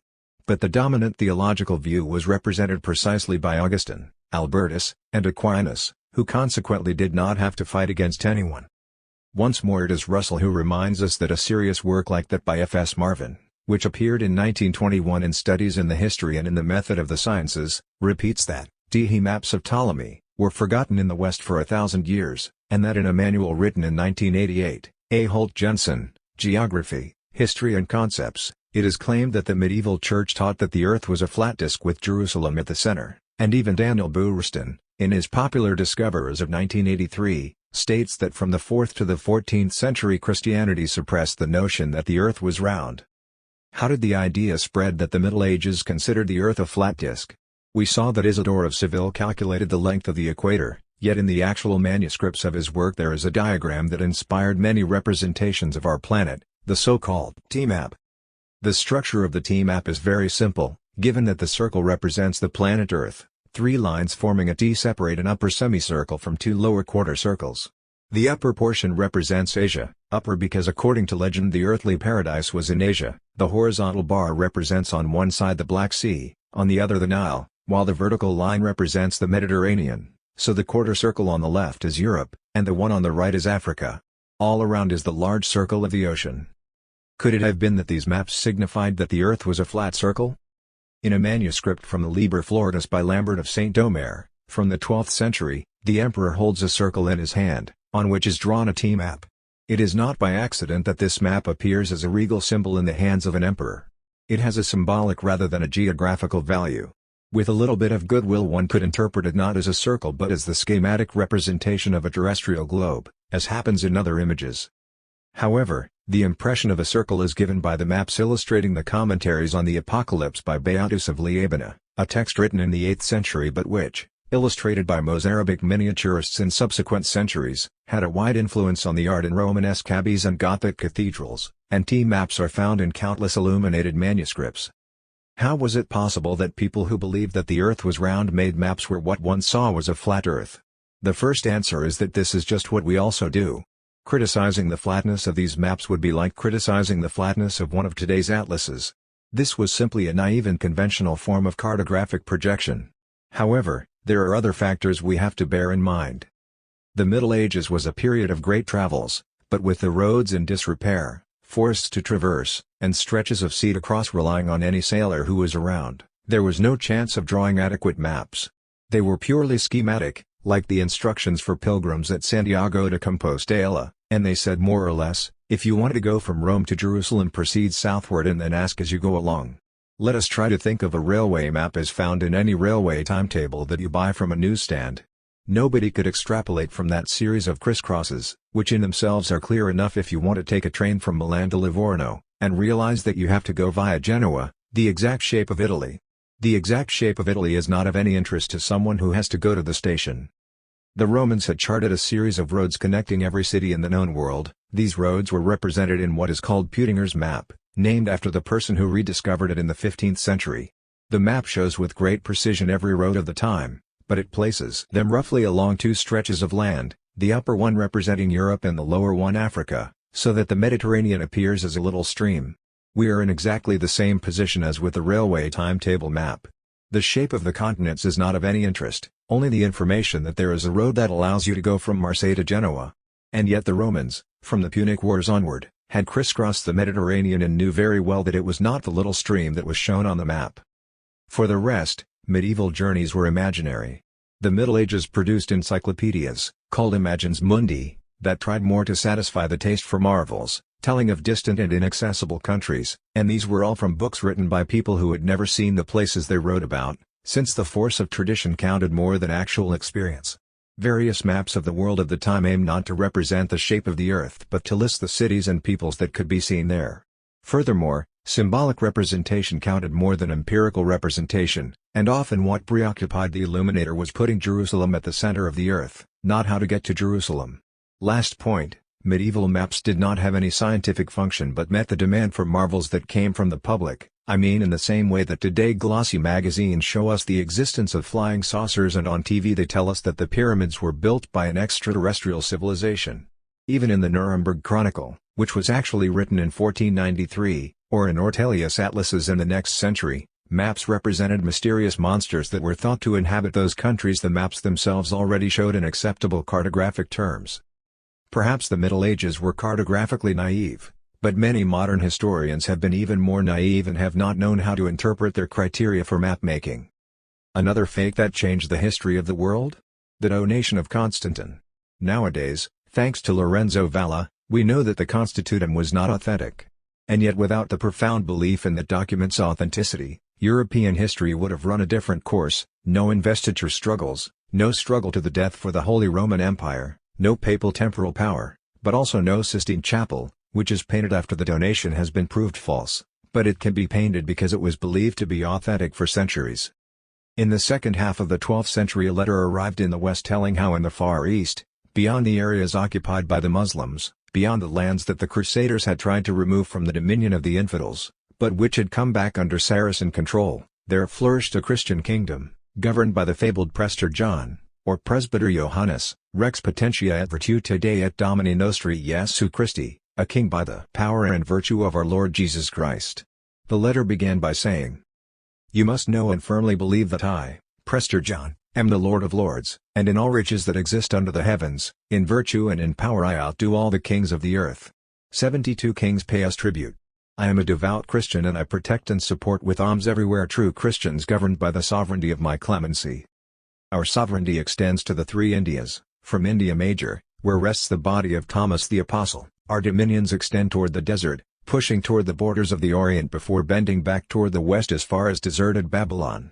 Beside the Tower of Babel, in our dominions there are born and live elephants, dromedaries, camels, hippopotamuses, crocodiles, panthers, wild asses, white and red lions, bears, and white blackbirds, deaf cicadas, griffins, tigers, jackals, hyenas, wild bulls, centaurs, wild men, horned men, fawns, satyrs and their female equivalents, pygmies, cynocephaly, giants 40 cubits tall, one-eyed men, cyclops, a bird called the phoenix, and almost every kind of animal that lives under heaven's vault. In one of our provinces there is a river called the Indus. This river, which flows from paradise, extends its meandering course through different channels throughout the whole province, and in it are found natural stones, emeralds, sapphires, carbuncles, topazes, chrysolites, onyxes, beryls, amethysts, sardonyxes, and many other precious gems. In the furthermost regions of our land, we have an island, where all year round, twice a week, God rains manna in great abundance, which is gathered and eaten by the peoples who live on no other food but this. For they do not plow, nor sow, nor reap, nor move the earth in any way to extract its richest fruit.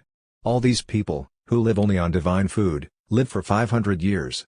Yet when they reach the age of 100, they are rejuvenated and regain their strength by drinking thrice the water from a fountain which springs up at the root of a tree that grows in that place. None of those among us are liars. Among us there is no one who is an adulterer. No vice has any power with us. Translated and paraphrased several times in the course of the following centuries, up until the 17th century, and existing in various languages and versions, the letter played a decisive role in the expansion of the Christian West toward the Orient. The notion that there could be a Christian kingdom beyond the Muslim territories legitimized all their expansionist and exploratory undertakings. Prester John would be spoken about by Giovanni Piandel Carpine, William of Rubruck, and Marco Polo. Halfway through the 14th century Prester John's kingdom would move from a vague Orient to Ethiopia when Portuguese navigators began their African adventure. Contacts with Prester John would be attempted by Henry IV of England, the Dudu Berry, and Pope Eugenius IV. At Bologna, when Charles V was crowned, there would still be discussion of Prester John as a possible ally for the reconquest of the Holy Sepulchre. How did Prester John's letter come about, and what was its aim? Perhaps it was a document of anti-Byzantine propaganda, produced in Frederick I's scriptoria, but the problem concerns not so much its origins. This period abounded in forgeries of all types, as its reception. This geographical fantasy served to bolster a political project. In other words, the ghost evoked by some scribe with a flair for forgeries, a highly prized literary genre at the time, acted as an alibi for the expansion of the Christian world toward Africa and Asia, and friendly support for the white man's burden. Another invention that was rich in historical implications was that of the Rosicrucian confraternity. Many scholars have discussed the climate of extraordinary spiritual renewal that emerged at the dawn of the 17th century, when the idea of a golden century gathered pace. This climate of expectation pervaded both Catholic and Protestant areas in different forms. In an interplay of mutual influences, plans for ideal republics come forward, from Campanella's Città del Sol to Johann Valentin Andreas Christianopoulos, as well as hopes of a universal monarchy and a general renewal of morals and religious sensibility, at the very time when Europe, in the period around the 30 Years' War, was raging with national conflicts, religious hatreds, and the rise of raison d'etat. In 1614 a manifesto appeared, entitled Fama Fraternitatis R.C., in which the mysterious Rosicrucian confraternity revealed its existence, and gave notice of its own history and its mythical founder, Christian Rosenkreuz, who had apparently lived in the 15th century and learned secret revelations from Arabic and Jewish sages in the course of his wanderings in the Orient. In 1615 there appeared, alongside the Fama, which was in German, a second manifesto, in Latin, Confessio Fraternitatis Rosii Crucis. Ad eruditos Europae. The first manifesto hopes that there might arise in Europe too a society in possession of gold, silver, and jewels in abundance, which would distribute these to the kings to satisfy their needs and legitimate aims, a society that would teach the rulers to learn everything that God has allowed man to know and help them with their deliberations. Amid alchemical metaphors and more or less messianic invocations, both manifestos insist on the secret nature of the confraternity and on the fact that their members cannot reveal its real nature. Our edifice, even though 100,000 people should see it, will be forever intangible, indestructible, and hidden from the sinful world. Consequently, the final appeal of the Fama, to all the learned men of Europe, To make contact with those who had drawn up the manifesto might appear even more ambiguous, even though we have not for the moment revealed our names, nor when we meet. Nevertheless, we will certainly get to know everyone's opinion, in whatever language it is expressed, and whoever makes his name known to us can confer with one of us either viva voce or, should there be some impediment to that, in writing. Almost at once, people from all corners of Europe began to write appeals to the Rosicrucians. Nobody claimed to know them, no one said he was a Rosicrucian, everyone tried somehow to let it be understood that they were entirely in agreement with its program. Julius Sperber, Robert Flood, and Michael Meyer all speak to the invisible Rosicrucians. Meyer, in his Themysauria, 1618, maintains that the confraternity really does exist, even though he admits that he is too humble a person to have ever belonged to them. But as Francis Yates observed, the usual behavior of Rosicrucian writers was to claim not only that they were not Rosicrucians but that they had never even met a member of the confraternity. For a start, Johann Valentin Andrea and all his friends in the Tübingen circle, who were immediately suspected of being the authors of the manifestos, spent their lives either denying the fact or playing it down as a literary game, a youthful folly. Moreover, not only is there no historical evidence of the existence of the Rosicrucians, but by definition there cannot be. Still today, the official documents of the Amorque, Anticus et Mysticus Ordo Rosicrucis, whose temple, rich in Egyptian iconography, can be visited in San Jose, California, state that the original texts legitimizing the order certainly do exist but for obvious reasons will remain secret and locked up in inaccessible archives. We are interested not so much in today's Rosicrucians, however, who are just part of folklore, as in the historical ones. From the earliest appearance of the first two manifestos, critical pamphlets began to be published, attacking the confraternity with accusations of various kinds, in particular those of being forgers and charlatans. In 1623 there appeared in Paris anonymous notices announcing the arrival of the Rosicrucians in the city, and this announcement unleashed fierce polemics. In both Catholic and libertine circles, the common rumor that the Rosicrucians were devil worshippers was expressed in an anonymous effroyables pactions fed entre le diable et les pretendus invisibles, terrifying pacts made between the devil and the so-called invisible ones, also of 1623. Even Descartes, who during a journey to Germany had tried, it is said, to contact them, unsuccessfully, of course, was suspected on his return to Paris of belonging to the confraternity, and he got out of the predicament with a masterstroke. Since the common legend had it that the Rosicrucians were invisible, he made his appearance at many public occasions and thus diffused the rumors that surrounded him, according to Baillet in his Vie de Monsieur Descartes.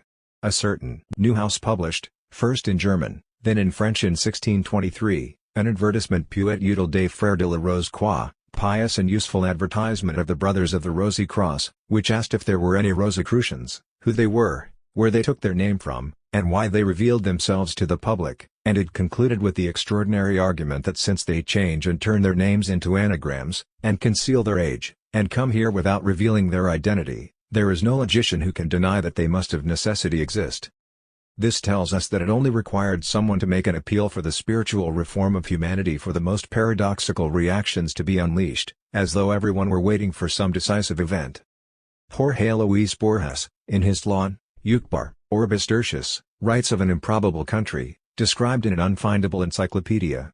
From the researches into this country it emerges, through vague clues based on texts that plagiarize each other, that in fact what is being talked about is an entire planet, with its own architectures and wars, with the terror of its mythologies and the sound of its languages, with its emperors and seas, its minerals and birds, its fishes, its algebra and its fire, and its theological and metaphysical controversies. This entity is the creation of a secret society of astronomers, engineers, metaphysicians, poets, chemists, moralists, painters, geometers, under the guidance of an obscure man of genius. We are here faced with a typical Borges invention, the invention of an invention. Yet Borges's readers know that he never invented anything. His most improbable stories come from his rereading of history. In fact, at a certain point Borges says that one of his sources was a work by Johann Valentin Andrea, which, though Borges got this information secondhand from De Quincey, described the imaginary community of the Rosicrucians, a community that others later genuinely founded from the example of what he had imagined. In fact, the Rosicrucian story produced historical developments of considerable significance. Symbolic Masonry, a transformation of actual Masonry, which had real confraternities of artisans, who had preserved over the course of the centuries the terms and ceremonies of the ancient builders of cathedrals, emerges in the 18th century thanks to some English gentlemen. With Anderson's constitutions, symbolic Masonry tried to legitimize itself by maintaining the antiquity of its origins, which they claimed went back to the Temple of Solomon. In subsequent years, through the efforts of Ramsay, who created so-called Scottish Masonry, what has worked into this foundation myth is the relationship between the builders of the temple and the Templars, whose secret tradition apparently reaches modern Masonry through the mediation of the Rosicrucians. If in early Masonry the Rosicrucian theme introduces elements of mysticism and the occult into an organization that is by now a rival to throne and altar, at the beginning of the 19th century it will be in defense of throne and altar that the Rosicrucian and Templar myth will be taken up again in order to combat the spirit of the Enlightenment. Already before the French Revolution people discussed the myth of secret societies and the fact that there existed unknown superiors who guided the destiny of the world. In 1789 the Marquis de Lafayette, in his essay Sur le secte des Illumines, warned, "In the bosom of the thickest darkness a society of new beings has been formed, who know each other without ever having been seen."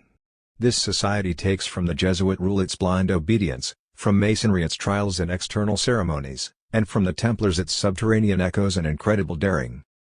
Between 1789 and 1798, as a response to the French Revolution, the Abbé Barruel wrote his memoir Pour servir à l'histoire de Jacobinism, apparently a historical work but one that could however be read as a serial novel. After being destroyed by Philippe le Bel, the Templars turned into a secret society to destroy the monarchy and the papacy. In the 18th century they got hold of Masonry to create a sort of academy whose diabolical members included Voltaire, Turgot, Condorcet, Diderot, and d'Alembert, and it was from this group that Jacobinism was born. But the Jacobins themselves were in turn controlled by an even more secret society, the Bavarian Illuminati, who were regicides by vocation. The French Revolution was the final outcome of this conspiracy.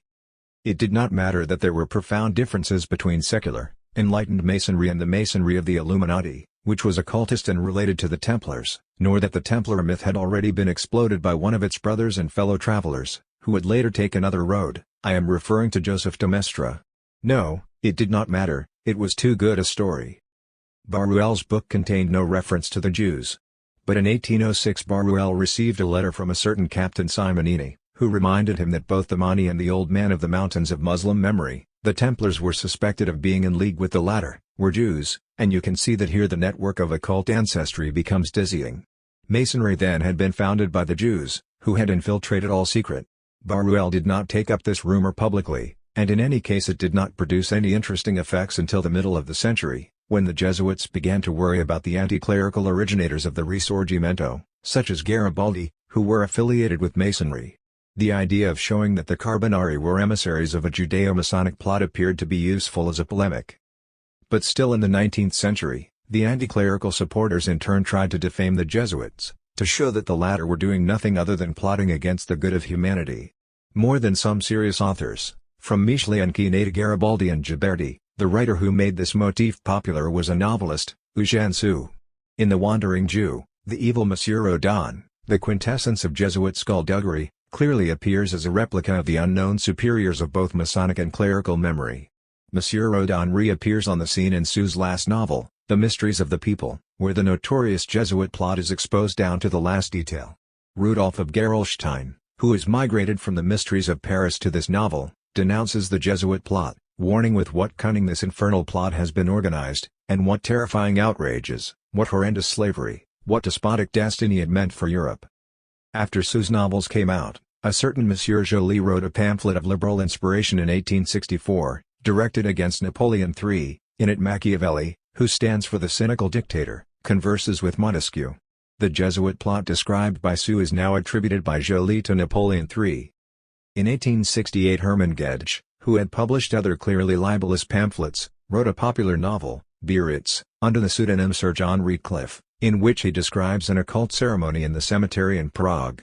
Gedge is simply copying a scene from Dumas' Joseph Balsamo, 1849, which describes the meeting between Cagliostro, head of the unknown superiors, and other Illuminati, when they are all plotting the affair of the Queen's necklace. But instead of Cagliostro and company, Gedge has representatives of the 12 tribes of Israel appear at a meeting, as they prepare to take over the world. 5 years later the same story will be taken up in a Russian work, The Jews, Masters of the World, where it is treated as if it were real history. In 1881 Le Contemporain reprints the same story, claiming that it comes from a reliable source, the English diplomat Sir John Radcliffe. In 1896 François Bournan uses the story of the Grand Rabbi again, but this time he is called John Radcliffe, in his book Les Juifs, nos contemporains. From this point onward, the Masonic meeting invented by Dumas, blended with the Jesuit plot invented by Sue and attributed by Joly to Napoleon III, becomes the real speech made by the great rabbi, which then resurfaces in various forms and in various places. There now comes on the scene Peter Ivanovich Raykovsky, a Russian already suspected of contacts with groups of revolutionaries and nihilists, who later, having duly repented of his past, would become involved with the Black Centurions, a terrorist organization of the extreme right, and then turn informer before becoming head of the Tsar's political police, the Okhrana. Now Raykovsky, to help his political protector, Count Sergei Witte, who had been worried by an opponent of his, Elie de Sion, had Sion's house searched and found a pamphlet in which Sion had copied Joly's text against Napoleon III, but attributed Machiavelli's ideas to Witte. Raykovsky, fiercely anti-Semitic, this was happening at the time of the Dreyfus affair, takes that text, cancels all references to Witte, and attributes the ideas to the Jews. One cannot be called Sion, even with a C, rather than Ons, without evoking a Jewish conspiracy. The text altered by Raykovsky probably constituted the primary source for the Protocols of the Elders of Zion. It betrays its novelistic source since it is not really credible, except in a novel by Sue, that the baddies should express their wicked plans in such an open and shameless way.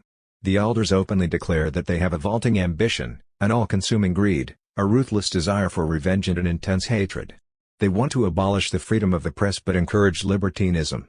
They criticize liberalism but uphold the idea of capitalist multinationals. To stir up revolution in every country, they intend to exacerbate social inequalities. They want to build subways so as to bomb big cities. They want to abolish the study of the classics and ancient history but to encourage sport and visual communication in order to turn the working classes into imbeciles. It was easy to identify a document produced in 19th century France in the Protocols, because it abounds in references to problems in French society at the time. But it was also easy to spot many very famous popular novels among its sources. Alas, the story, once more, was so convincing in narrative terms that it was taken seriously. The rest of this story is history. An itinerant monk, Sergei Nilus, in order to further his Rasputinian ambitions, and obsessed with the Antichrist, printed and commented on the Protocols. After this the text travels across Europe until it comes into Hitler's hands. We have explored some false ideas that have made history, and about which everyone has more or less heard. But there are other crazed ideas we have forgotten about. From 1925 onward publicity was given in Nazi circles to the theory of an Austrian pseudoscientist, Hans Horbiger, a theory called Welttisselher, the theory of eternal ice. It had enjoyed the favor of men such as Rosenberg and Himmler. But with Hitler's rise to power Horbiger was taken seriously even in some scientific circles, for instance, by a scholar like Leonard, who had discovered X-rays along with Röntgen. According to the theory of eternal ice, expounded as early as 1913 by Philip Foth in his Glacial Cosmogony, the cosmos is the theater of an eternal struggle between ice and fire, which produces not an evolution but an alternation of cycles, or of epochs. There was once an enormous mass at a very high temperature, millions of times bigger than the Sun, which collided with an immense accumulation of cosmic ice. The massive ice penetrated this incandescent body, and after working inside it as vapor for hundreds of millions of years, it caused the whole thing to explode. Various fragments were projected both into icy space and into an intermediate zone where they became the solar system. The Moon, Mars, Jupiter, and Saturn are made of ice, and the Milky Way is a chain of ice that traditional astronomy has viewed as stars, but in fact these are photographic tricks. Sunspots are produced by blocks of ice detaching themselves from Jupiter. Now the force of the original explosion is decreasing, and every planet completes not an elliptical revolution, as official science erroneously believes, but something approximating an imperceptible spiral around the bigger planet that attracts it. At the end of the cycle through which we are living, the Moon will come closer and closer to the Earth, gradually making the waters of the oceans rise, submerging the tropics, and allowing only the tallest mountains to emerge, while the cosmic rays will become more and more powerful and cause genetic mutations. Finally the Moon will explode, turning into a mixture of ice, water, and gas, which in the end will plummet down onto the Earth's globe. Because of complicated events due to the influence of Mars, the Earth too will turn into a sphere of ice and in the end will be reabsorbed by the Sun. Then there will be a new explosion and a new beginning, just as in the past the Earth had already had and then reabsorbed another 3 satellites. This cosmogony presupposed a sort of eternal return that went back to very ancient myths and epics. Once more, what today's Nazis call the wisdom of tradition was in this way set up against the false knowledge of liberal Jewish science. Furthermore, a glacial cosmogony seemed very Nordic and Aryan. In The Morning of the Magicians, Pauwels and Bergier attribute to this profound belief in the glacial origins of the cosmos the confidence, encouraged by Hitler, that his troops would be able to cope very well in the frosts of Russian territory. But they also maintain that the need to prove how cosmic ice would react had slowed down the experiments on the V1s. Still in 1952, a certain Elmar Brugge published a book in honor of Horbiger, whom he hailed as the 20th century Copernicus, claiming that the theory of eternal ice explained the profound links between earthly events and cosmic forces, and concluding that the silence of democratic Jewish science about Horbiger was a typical example of the conspiracy of mediocrities. The cultivators of magical Hermetic and Neo-Templar sciences operating around the Nazi Party, for instance, the adepts of the Thugesellschaft founded by Rudolf von Sabotendorf, is a phenomenon that has been widely studied. Apparently in Nazi circles they also paid attention to another theory, which posits that the Earth is empty and we live not on its outside, on its eternal, convex crust, but inside it, on the internal concave surface. This theory was articulated at the beginning of the 19th century by a certain Captain J. Cleves Sims of Ohio, who wrote to various scientific societies, "To the whole world, I declare the Earth is hollow, habitable within, containing a number of solid concentric spheres, one within the other, and that it is open at the pole 12 or 16 degrees. A wooden model of his universe is still preserved in the Academy of Natural Sciences in Philadelphia."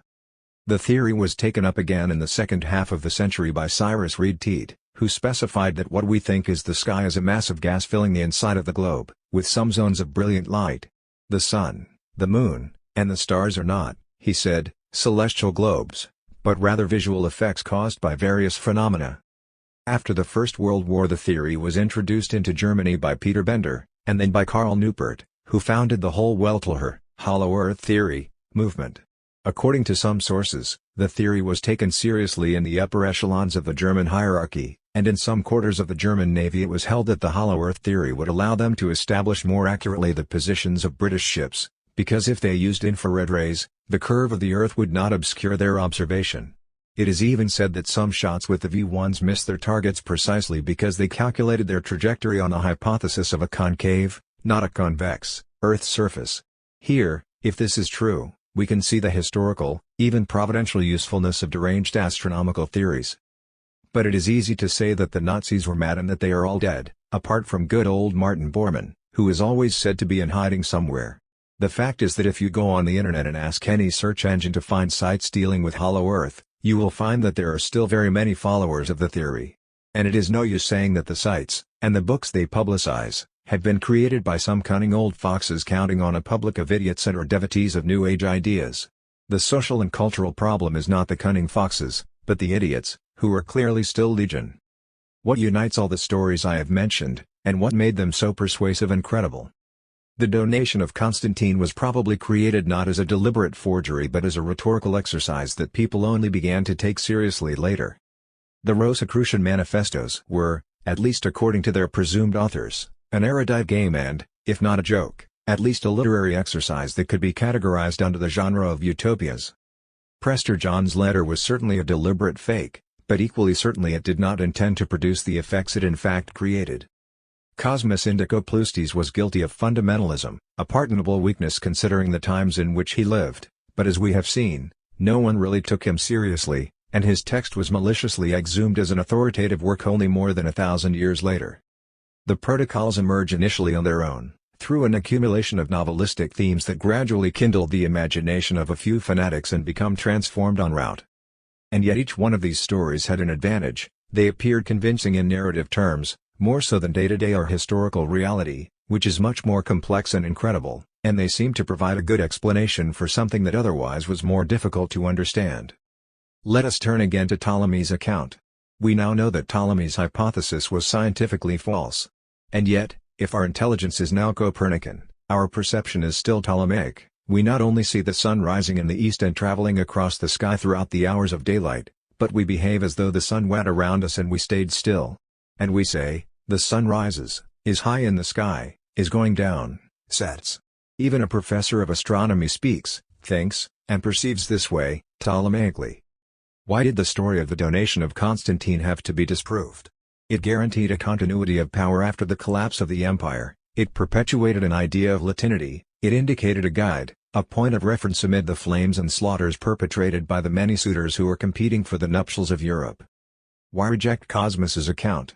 In other respects he was a careful traveler, a diligent gatherer of geographical and historical curiosities, and in any case his theory of the flat earth, at least from a narrative point of view, was not entirely improbable. The earth was a huge rectangle bounded by 4 immense walls upholding 2 layers of the heavenly vault. On the first shone the stars, and on the intervening layer, or insel, lived the blessed. Astronomical phenomena were explained by the presence of a very high mountain to the north, which by hiding the sun created night, and by coming between the sun and the light produced eclipses. As has been observed, even Teed's hollow earth theory was difficult to refute for 19th-century mathematicians, because it was possible to project the convex surface of the earth onto a concave surface without noticing too many discrepancies. Why reject the story of the Rosicrucians if it answered the need for religious harmony? And why discount the story of the Protocols if it managed to explain so many historical events with its conspiracy myth?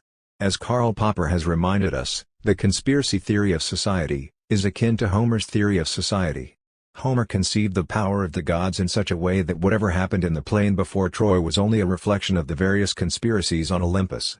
The conspiracy theory of society comes from abandoning God and then asking, who is in his place?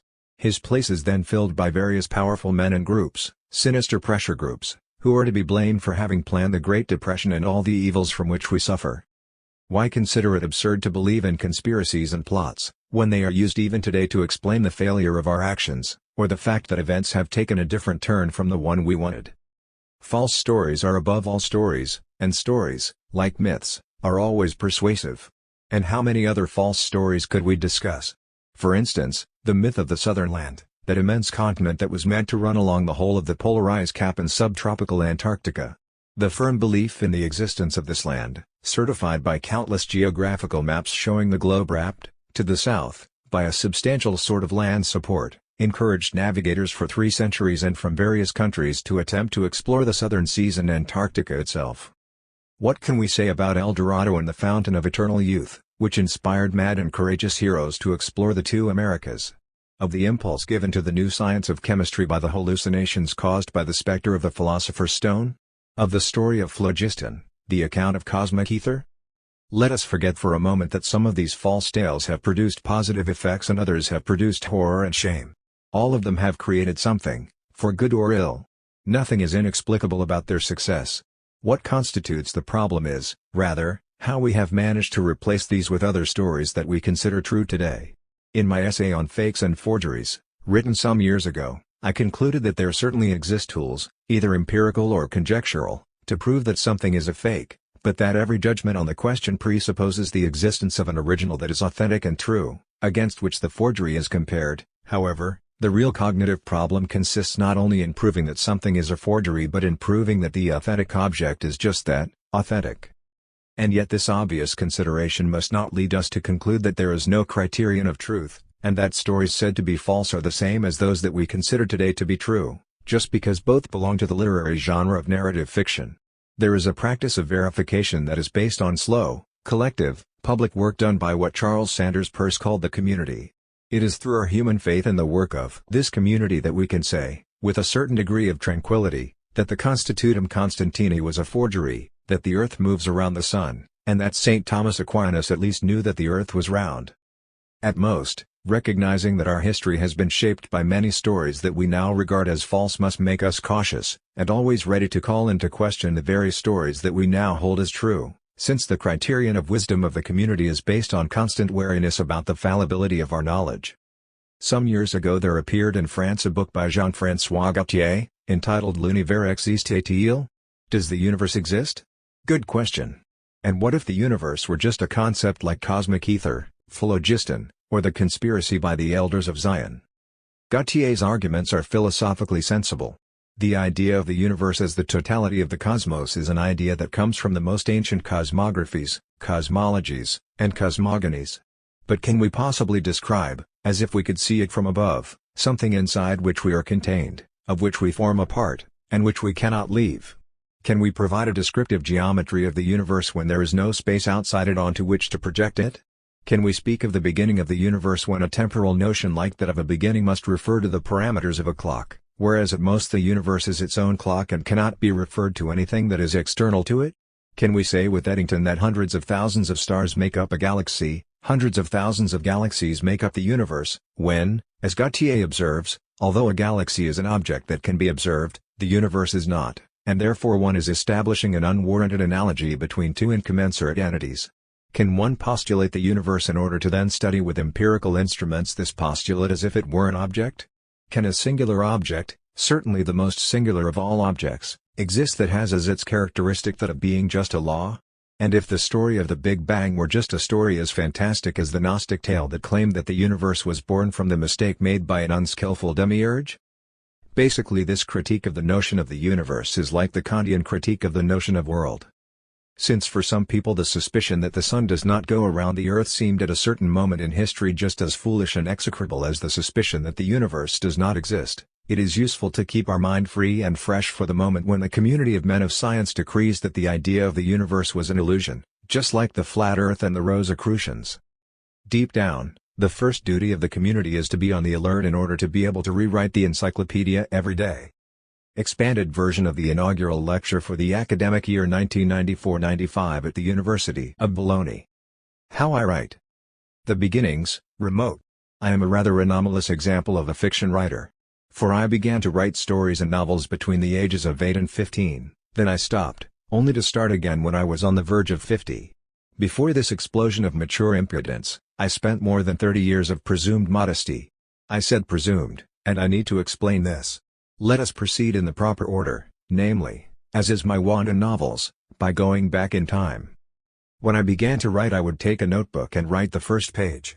The title would have a Salgari flavor, because his works were one of my sources, along with those of Verne, Bousnard, Jacques Liot, and the years 1911-21 of the Giornale Illustrato dei Viaggi e dell'Avventura di Terra e di Mare, illustrated journal of travels and adventures on land and sea, discovered in a trunk in the basement.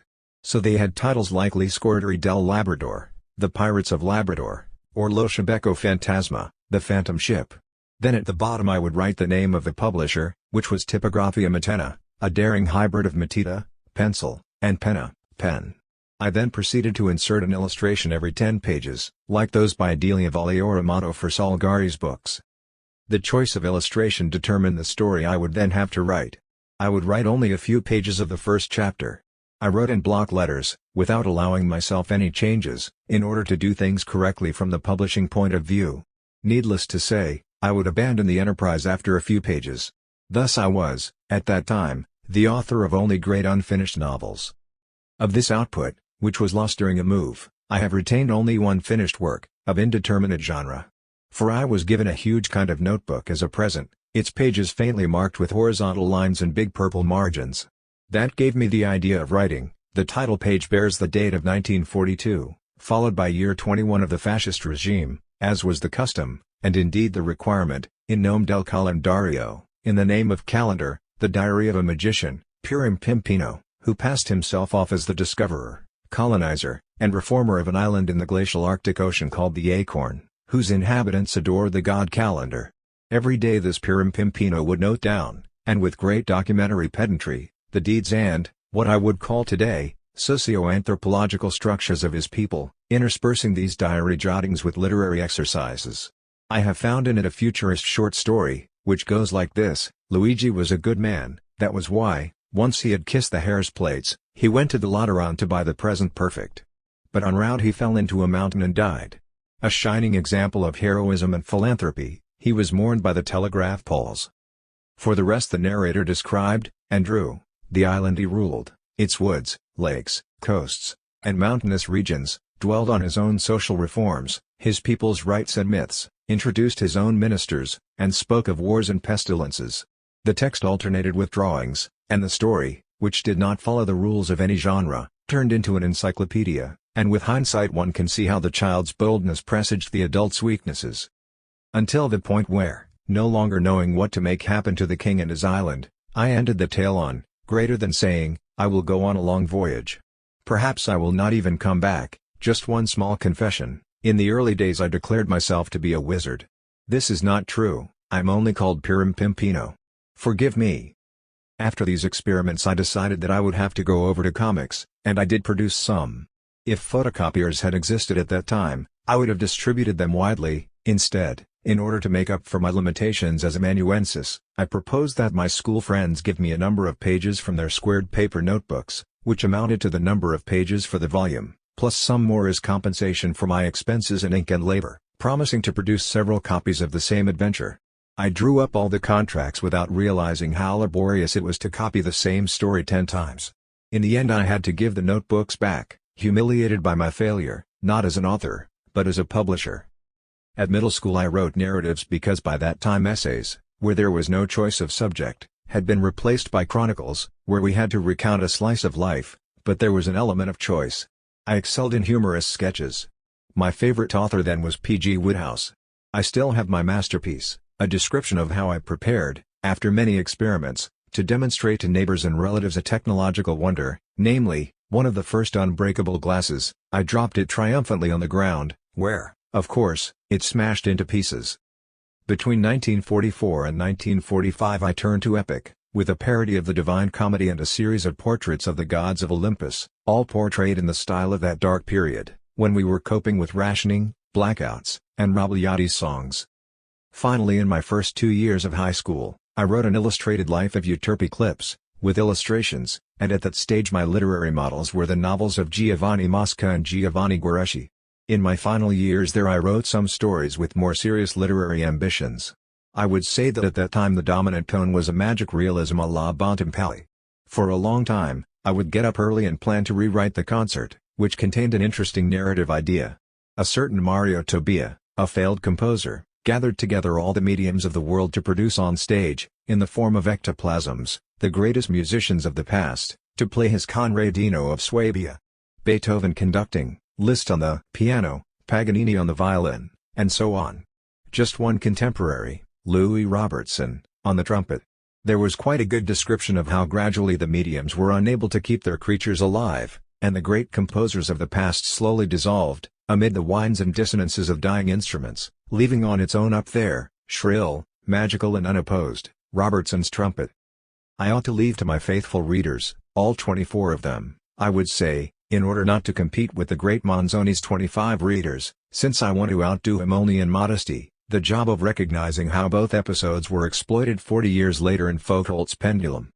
I also wrote some ancient stories of the young universe, whose protagonists were the Earth and the other planets, just after the birth of the galaxies, as they were seized by reciprocal passions and jealousies. In one story, Venus fell in love with the Sun and with a huge effort managed to remove herself from her own orbit to go and annihilate herself in the incandescent mass of her beloved.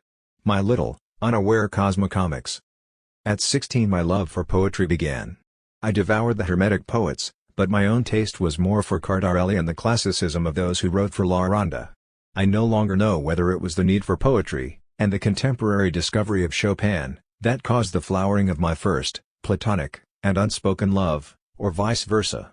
In either case, the mixture was disastrous, and not even the most tender and narcissistic of nostalgias would allow me to revisit those efforts now without feeling deep and thoroughly deserved shame.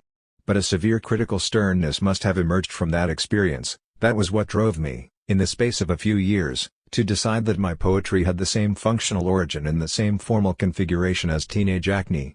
Hence the resolution, kept for over 30 years, to abandon so-called creative writing, and to limit myself to philosophical reflection and the writing of essays. The essayist and the fiction writer. This was a decision that I have never regretted for 30 years or more.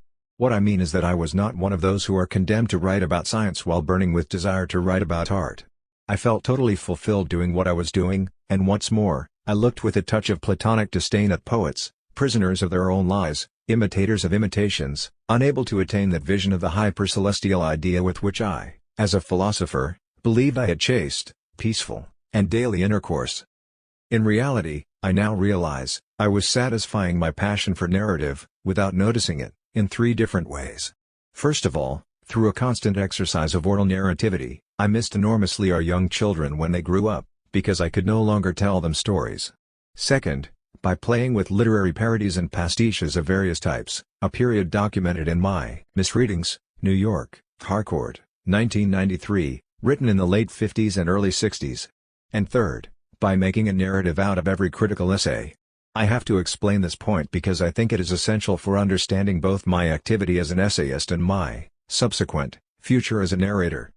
When I was examined for my graduating thesis on the problem of aesthetics in Thomas Aquinas, I was struck by one of the criticisms of the second examiner, Augusto Guzzo, who, however, later published my thesis as it was. He told me that what I had actually done was to rehearse the various phases of my research as if it were an inquiry, noting the false leads and the hypotheses that I later rejected, whereas the mature scholar digests these experiences and then offers his readers, in the final version, only the conclusions. I recognized that this was true of my thesis, but I did not feel it to be a limitation. On the contrary, it was precisely then that I was convinced that all research must be narrated in this way. And I think I have done so in all my subsequent works of non-fiction. As a result, I could refrain peacefully from writing stories because in fact I was satisfying my passion for narrative in another way, and when I would later write stories, they could not be anything other than the account of a piece of research. Only in narrative this is called a quest. Where did I start from? Between the ages of 46 and 48 I wrote my first novel, The Name of the Rose. I do not intend to discuss the, how shall I say, existential motives that led me to write a first novel. They were numerous, probably cumulative, and I believe the fact that I felt a desire to write a novel is motivation enough. One of the questions that the editor of this volume has put to the writer she has contacted is, what are the phases one goes through in the genesis of a text? The question blithely implies that writing goes through phases. Usually naive interviewers hover between two mutually contradictory convictions: one, that a text we call creative develops almost instantaneously in the mystic heat of inspirational raptus, or the other, that the writer has followed a recipe, a kind of secret set of rules that they would like to see revealed. There is no set of rules, or, rather, there are many, varied and flexible rules, and there is no hot magma of inspiration.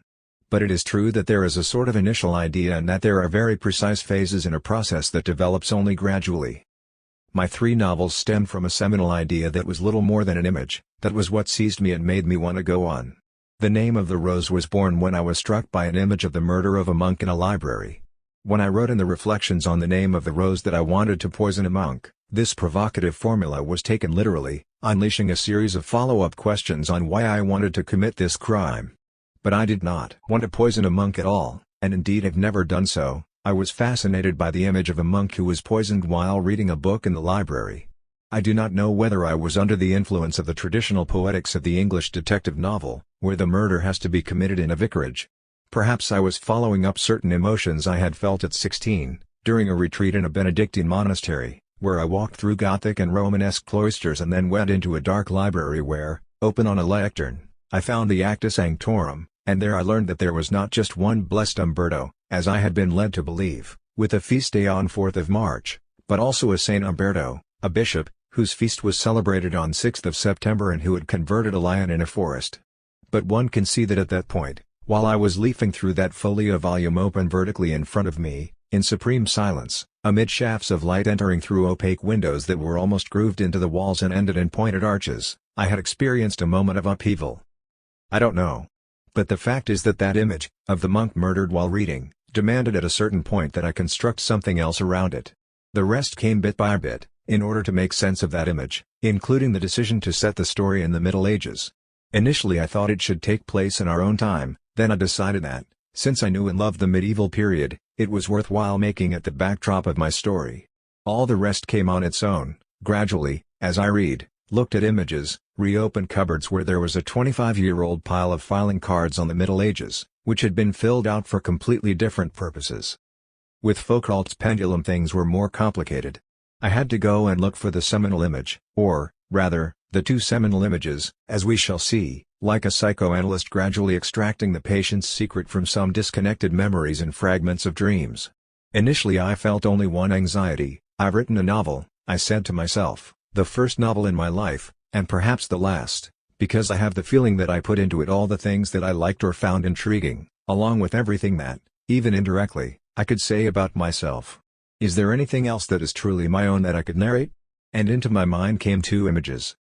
The first was that of the pendulum, which I had seen for the first time 30 years previously in Paris, and it had made a huge impression on me. I am not saying that I forgot about it over the years. On the contrary, at one point in the 60s I was asked by a film director friend of mine to write a script for a film. I don't want to talk about this, since subsequently it was used to make a terrible film that had nothing to do with my original idea, and luckily I managed to ensure that my name did not appear anywhere on it, not to mention the fact that I was paid just a token fee. But in that script there was a scene that took place in a cavern at the center of which hung a pendulum, and someone was clinging to it as he whirled through the darkness. The second image that imposed itself on me was that of myself playing a trumpet at a funeral of partisans. A true story, which, besides, I had never stopped telling. Not often, but always in situations of great intimacy, late at night, having the last whiskey in a welcoming bar, or during a walk along the water, when I felt that a woman, either opposite or beside me, was just waiting for a good story in order to say how wonderful and take my hand. A true story around which other memories clustered, and a story I found beautiful. That was it, the pendulum and that story in the cemetery on a sunlit morning. I felt that I could tell a story around those two things. There was just one problem: how to get from the pendulum to the trumpet. The reply to this question took me 8 years, and became the novel. Similarly, with the island of the day before, I started from two very strong images that had surfaced in instant reply to the question, if I were to write a third novel, what could it be about? I've spoken too much about monasteries and museums, I said to myself, too much, that is, about places of culture. I should try to write about nature. Nature and nothing else. And how would I be forced to see nature and nothing else? By placing a shipwrecked man on a deserted island. Then, at the same time, but for totally independent reasons, I bought one of those world time watches, where a middle ring rotates in the opposite direction to the hands in order to make local time line up with a series of places written on the outer ring. These kinds of watches have a sign indicating the international date line. That this line exists, we all know, if for no other reason than having read Around the World in 80 Days, but it is not something we think about every day. This provided a flash of inspiration. My man had to be west of that line and see an island to the east, an island distant in both space and time. It was a short step from here to deciding that he must actually be not on the island but opposite it. At the outset, since my watch showed, at this fated point, the Aleutian Islands, I could see no good reason for placing someone there to do something. Where was he? Stuck on an oil rig platform? Moreover, as I will make clear shortly, I only write about places I have been to, and the idea of going to such cold places, looking for an oil rig platform, did not exactly fascinate me. Then, as I continued to leaf through the atlas, I discovered that the line also passed through the Fijian archipelago. Fiji, Samoa, the Solomon Islands. At this point other memories intervened, other trails opened up. I read a few things, and then I was in the middle of the 17th century, the century when exploration voyages to the Pacific began to proliferate. This stirred the memory of many aspects of my old research on Baroque culture. That then led to the idea that the man could be shipwrecked on a deserted ship, a kind of ghost ship, and off I went. By that stage, I would say, the novel could walk on its own 2 feet. First of all, construct a world. But where does a novel walk to? Here is the second problem that I consider fundamental for a poetics of narrative. When interviewers ask me, how did you write your novel? I usually cut them short and reply, from left to right. But here I have enough space for a more complex reply. The fact is that I believe, or at least I now understand better, after 4 attempts at fiction, that a novel is not just a linguistic phenomenon. A novel, like the narratives we construct every day, explaining why we arrived late that morning, or how we got rid of someone annoying, uses a plane of expression, words that are very difficult to translate into poetry because what also counts there is their sound, to convey a plane of content, namely, the narrated facts. But on the level of content itself we can identify 2 more sides, story and plot. The story of Little Red Riding Hood is a pure sequence of actions that are chronologically ordered. The mother sends the little girl into the woods, the girl meets the wolf goes to wait for her at her grandmother's house, eats the grandmother, dresses up as her, etc. The plot can organize these elements differently. For instance, the story could begin with the girl seeing the grandmother, being astonished at how she looks, and then go back to the moment she left home, or with the child returning home safely, thanking the woodsman, and telling her mother the preceding phases of the story. The tale of Little Red Riding Hood is so centered on its story, and, through it, on the plot, that it can be rendered in satisfying terms in any discourse, that is to say, using any form of representation, through cinematic images, or in French, German, or in comic strips, all of which has happened. I have considered the relationships between expression and content in the contrast between prose and poetry on several occasions.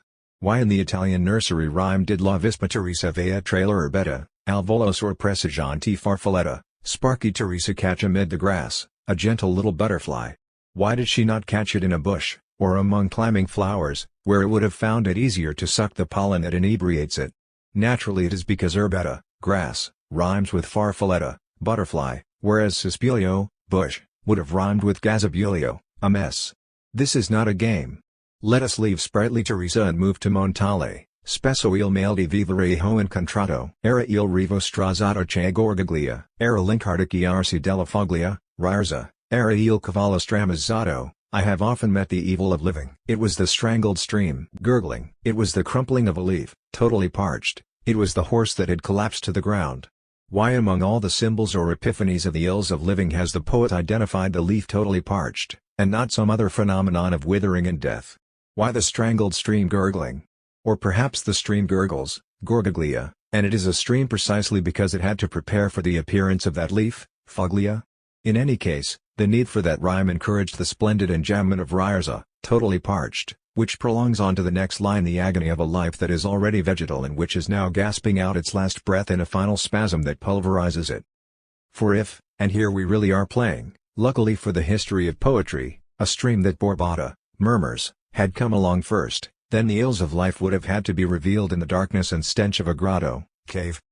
On the other hand, although Verga's novel begins with un tempo malavoglia erano stati numerosi come I sassi della strada vecchia di Trezza, at one stage the malavoglia had been as numerous as the stones on the old road to Trezza, and se n'erano persino ad Agnina, ad Aci Castello, there were even some at Agnina and Aci Castello. He certainly could have chosen some other name for his town or village, and perhaps he might have liked Montepulciano or Viterbo, but his choice was limited by the decision to make his story happen in Sicily, and even the simile of the stones was determined by the nature of that place, which did not allow stretches of pastoral, almost Irish, urbetta. Thus in poetry it is the choice of expression that determines the content, whereas in prose it is the opposite. It is the world the author chooses, the events that happen in it, that dictate its rhythm, style, and even verbal choices. However, it would be a mistake to say that in poetry the content, and along with it the relationship between story and plot, is irrelevant. To give just one example, in Leopardi's A Sylvia there is a story. There was a young girl just like that, the poet was in love with her, she died, the poet remembers her, and there is a plot. The poet appears first, when the girl is now dead, and brings her alive again in his memory. It is not enough to say that in a translation of this poem the change of expression means giving up on so many phonic and symbolic values, the play on Sylvia and Salavi, you were crossing, on rhyme and meter. The fact is that no adequate translation would fail to respect both story and plot. It would be the translation of another poem. This may seem a banal observation, but even in a poetic text the author is speaking to us about a world. There are two houses, one opposite the other. There is a young girl alla pre femminile intenta, busy with her girl's work. All the more reason then that this should happen in narrative. Manzoni writes quite well, we might say, but what would his novel be if it did not have the Lombardy of the 17th century, Lake Como, two young lovers from a humble social background, an arrogant local aristocrat, and a cowardly curate? What would the Promessi Sposi, the betrothed, be if it were set in Naples while Eleanor Pimentel Fonseca was being hanged? Come on. This is why, when I wrote The Name of the Rose, I spent a full year, if I remember correctly, without writing a line, and for Foucault's Pendulum I spent at least 2, and the same for The Island of the Day Before. Instead I did drawings and diagrams, invented a world. This world had to be as precise as possible, so that I could move around in it with total confidence. For The Name of the Rose I drew hundreds of labyrinths and plans of abbeys, basing mine on other drawings and on places I visited, because I needed everything to work well. I needed to know how long it would take two characters in conversation to go from one place to another. And this also dictated the length of the dialogues. If in a novel I had to write while the train stopped at Modena station, he quickly got out and bought the newspaper, I could not do so unless I had been to Modena and had checked whether the train stops there long enough, and how far the newsstand is from the platform, and this would be true even if the train had to stop at Innisfree. All this may have little to do with the development of the story, I imagine, but if I did not do this, I could not tell the tale. In Foucault's Pendulum I say that the two publishing houses of Manuzio and Garamond are in two different but adjoining buildings, between which a passage had been built, with a frosted glass door and 3 steps. I spent a long time drawing several plans and working out how a passage could be built between the 2 buildings, and whether there had to be a difference of level between them. The reader takes those 3 steps without realizing it, I believe, but for me they were crucial. Sometimes I have wondered whether it was necessary to design my world with such precision, seeing that those details were not prominent in the tale. But it was certainly useful for me in gaining confidence with that environment. Moreover, I have been told that if in one of Luchino Visconti's films 2 characters had to talk about a box full of jewels, even though the box was never opened, the director would insist that there were real jewels in it, otherwise the characters would not have been credible, that is to say, the actors would have performed with less conviction. So for the name of the rose I drew all the monks of the abbey. I drew almost all of them, though not every single one, with a beard, even though I was not at all sure that the Benedictines wore beards at that time, and this was later a scholarly problem that Jean-Jacques Hinault, when he made the film, had to solve with the help of his learned consultants. It is worth noting that in the novel it is never said whether they were bearded or not. But I needed to recognize my characters as I was making them speak or act, otherwise I would not have known what to make them say. For Foucault's Pendulum I spent evening after evening, right through to closing time, in the Conservatoire des Arts et Métiers, where some of the main events of the story took place. In order to write of the Templars I went to visit the Forêt d'Orient in France, where there are traces of their commanderies, which are referred to in the novel in a few vague allusions. To describe Casaubon's night walk through Paris, from the Conservatoire to Place des Vosges and then to the Eiffel Tower, I spent various nights between 2 a.m. and 3 a.m. walking, dictating into a pocket tape recorder everything I could see, so as not to get the street names and intersections wrong.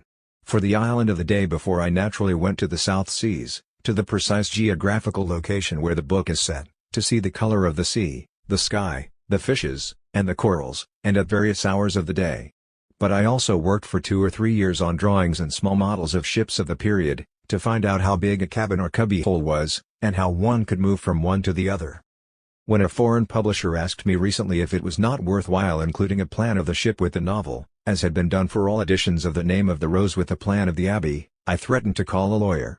In The Name of the Rose I wanted the reader to understand perfectly what the place was like, but in The Island I wanted the reader to be confused, and not be able to find his bearings in the little labyrinth of that ship, which held surprise after surprise in store.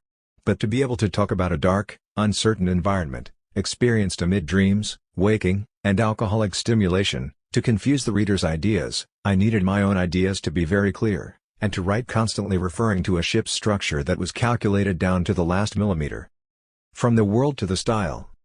Once this world has been designed, the words will follow, and they will be, if all goes well, those that world and all the events that take place in it require. For this reason the style in The Name of the Rose is, throughout, that of the medieval chronicler, precise, faithful, naive, and amazed, flat when necessary. A humble 14th-century monk does not write like Goethe, nor remember things like Proust. In Foucault's Pendulum, on the other hand, a plurality of languages had to come into play: Olier's educated and archaizing language, Ardendy's pseudo-Danuncian, the disenchanted and ironically literary language of Belbo's Secret Files, which is both deliberate and tortuous, Garamond's mercantile kitsch style, and the ribald dialogues of the 3 editors during their irresponsible fantasies, who are able to mix erudite references with double entendres of dubious taste. But what Maria Cordy defined as leaps of register, and I am grateful to her for pointing this out, did not depend on a simple decision about style. They were determined by the nature of the world in which the events took place, which was culturally uneven. Then for The Island of the Day before, it was the very nature of the world it took off from that determined not just the style but the very structure of dialogue and the constant conflict between narrator and character, with the subsequent participation of the reader who is continually appealed to as a witness and accomplice in that conflict. In fact, in Foucault's Pendulum the story takes place in our time, so there was no problem of recovering a language that was no longer used. In The Name of the Rose the story is set in fairly remote centuries, but at a time when people spoke a different language, the ecclesiastical Latin that appears so often, according to some, too often, in the book to remind us that the story took place in a distant time. For this reason the stylistic model was indirectly the Latin of the chroniclers of the time, but directly it was the modern translations that are commonly read, and in any case I had taken the precaution of warning the reader that I was transcribing from a 19th-century translation of a medieval chronicle. In The Island, however, my character could not but talk in a Baroque way, though I myself could not do so, except by parodying the manuscript that Manzonier rejects at the beginning of his transcription of it in The Betrothed.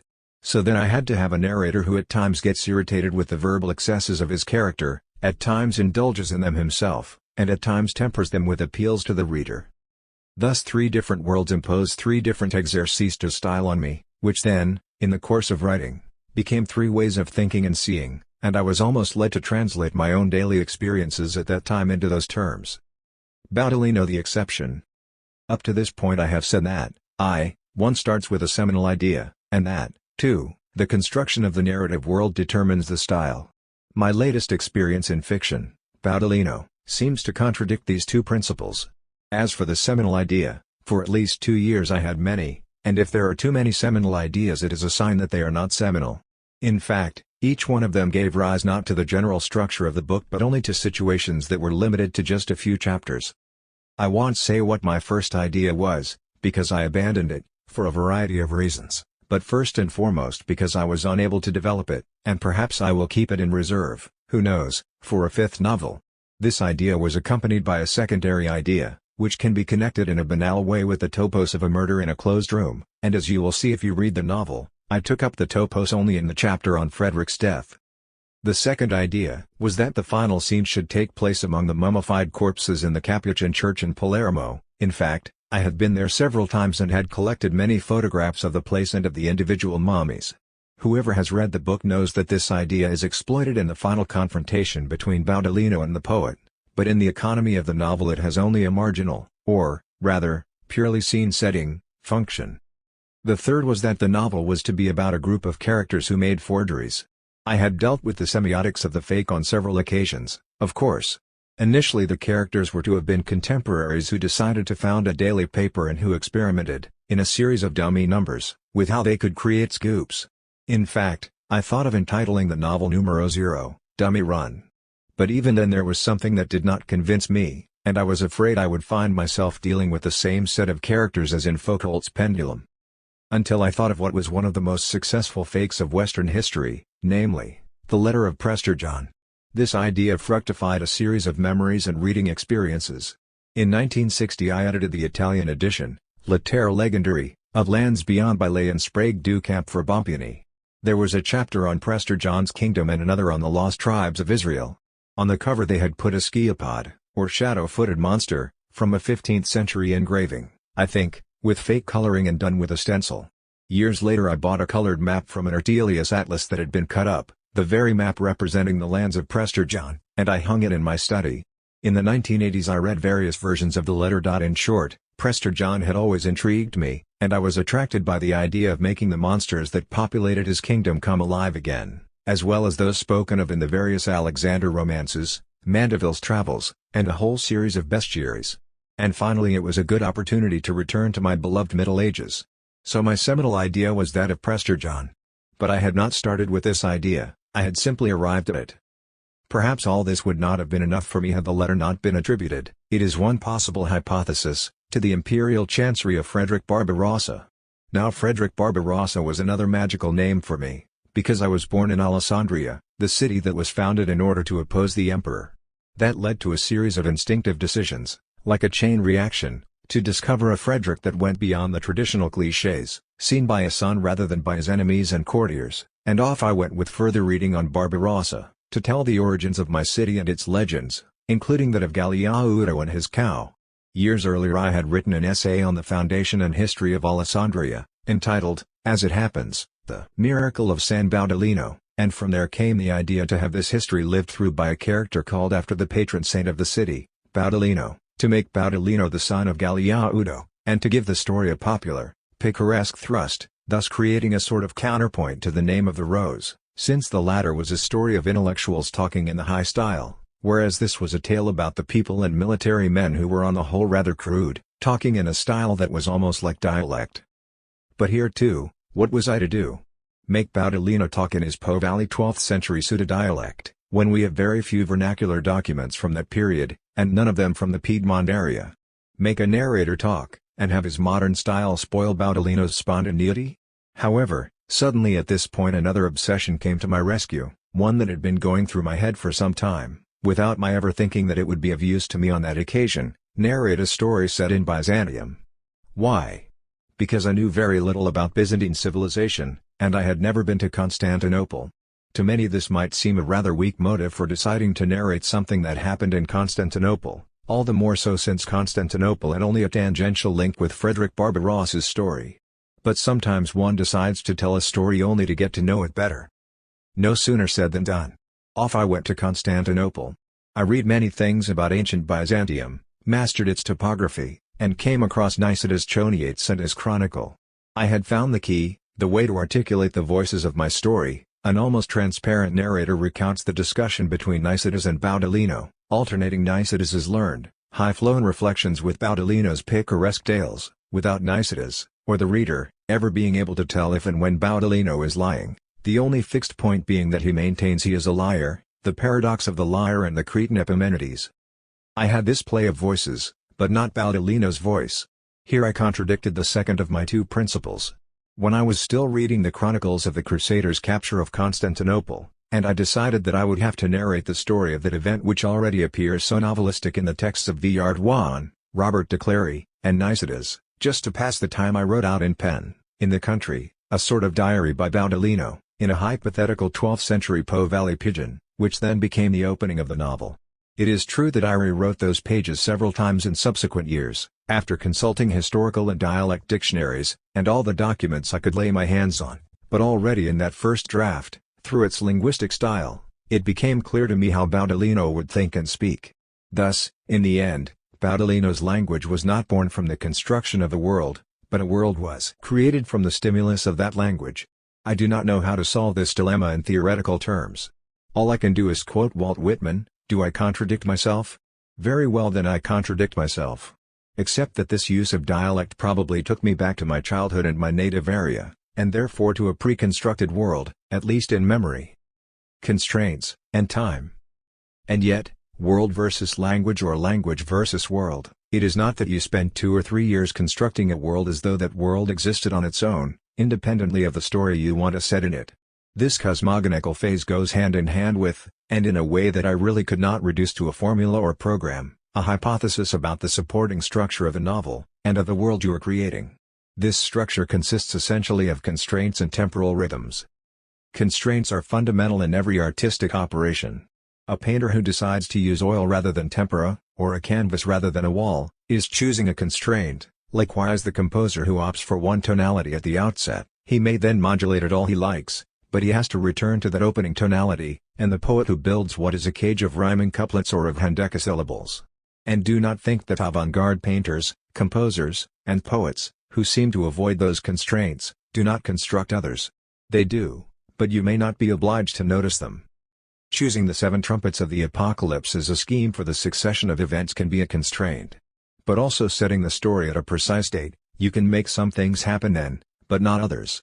It can be a constraint deciding that, to indulge the magic obsessions of your characters, the number of chapters in Foucault's pendulum has to be 120, not one more or one less, and it has to be divided into 10 parts, like the Sephiroth in the Kabbalah. Constraints then gradually determine a temporal sequence. In the Name of the Rose, if the story had to follow a sequence based on the apocalypse, plot time could coincide, except for substantial digressions, with the time of the story. The story begins with the arrival of William and Adzo at the Abbey, and ends with their departure. Easy, and easy to read. With Foucault's pendulum, the very pendular movement of the eponymous device forced me to adopt a different temporal structure. Casaubon arrives at the conservatoire one evening, hides there, and conjures up past events, then the story returns to its starting point, etc. If for the Name of the Rose I had gradually built up a kind of sequential timetable or calendar, trying to work out what was to happen each day for a week. For Foucault's pendulum I created a sort of serpentine structure, which registered the shifts back to the past and the anticipations of the future. Like a measuring scale, or orthogonal Cartesian axes. The character is here now, but remembers what happened at time X in the past. The beauty is that these schemes are rigid when you think of them at the time, but I have drawers full of schemes I constantly redid as the novel progressed. I mean, the beauty of the story is that you have to create constraints, but you must feel free to change them in the course of writing. Except that at that point you have to change everything and start again from scratch. Besides, one of the constraints in the pendulum was that the characters had to have lived through 1968, But since Belbo then writes his files on computer, which also plays a formal role in the whole story, since it in part inspires its aleatory and combinatory nature, the final events absolutely had to take place between 1983 and 1984 and not before. The reason is very simple: the first personal computers with word processing programs went on sale in Italy in 1983, or perhaps 1982. And this is worth bearing in mind by all those who try to explain the success of The Name of the Rose by insisting that it was written by computer. In 1978-79 you could scarcely find in America those cheap little computers called Dendy, and no one would ever have dared write more than one letter on them. In order to make all that time elapse from 1968 to 1983, one was forced to send Casaubon somewhere else. Where? Memories of some magic rituals I had witnessed there led me to Brazil. There I knew what I was talking about and what the shape of that world was. And this was the reason and the auspicious origin of what many found too long a digression, and which for me, and for some benevolent readers, was essential, because it allowed me to make happen in Brazil to Amparo, in shortened form, what would happen to the other characters in the course of the book. If IBM, Apple, or Olivetti had started selling word processors 6 or 7 years earlier, my novel would have been different. There would have been no Brazil, to the relief of many superficial readers, but from my point of view it would have been a great loss. The Island of the Day Before was based on a series of historical constraints and rigid novelistic restrictions. The historical constraints evolved from the fact that I needed Roberto to participate as a young man in the siege of Casale, to be there at Richelieu's death, and then to arrive at his island after December 1642, but not later than 1643, the year in which Tasman went there, even though this was some months earlier than the time in which my story was set. But I could set the story only between July and August because that was the period when I saw the Fiji Islands, and a ship took several months to get there. This explains the mischievous novelistic insinuations that I made in the final chapter, to persuade myself and the reader that perhaps Tasman had come back later to that archipelago without saying anything to anybody. Here one sees the heuristic usefulness of constraints that force you to invent silences, conspiracies, ambiguities. You will ask me, why all these constraints? Was it really necessary for Roberto to be present at Richelieu's death? Not at all. But it was necessary for me to set myself constraints. Otherwise the story could not have gone along under its own steam.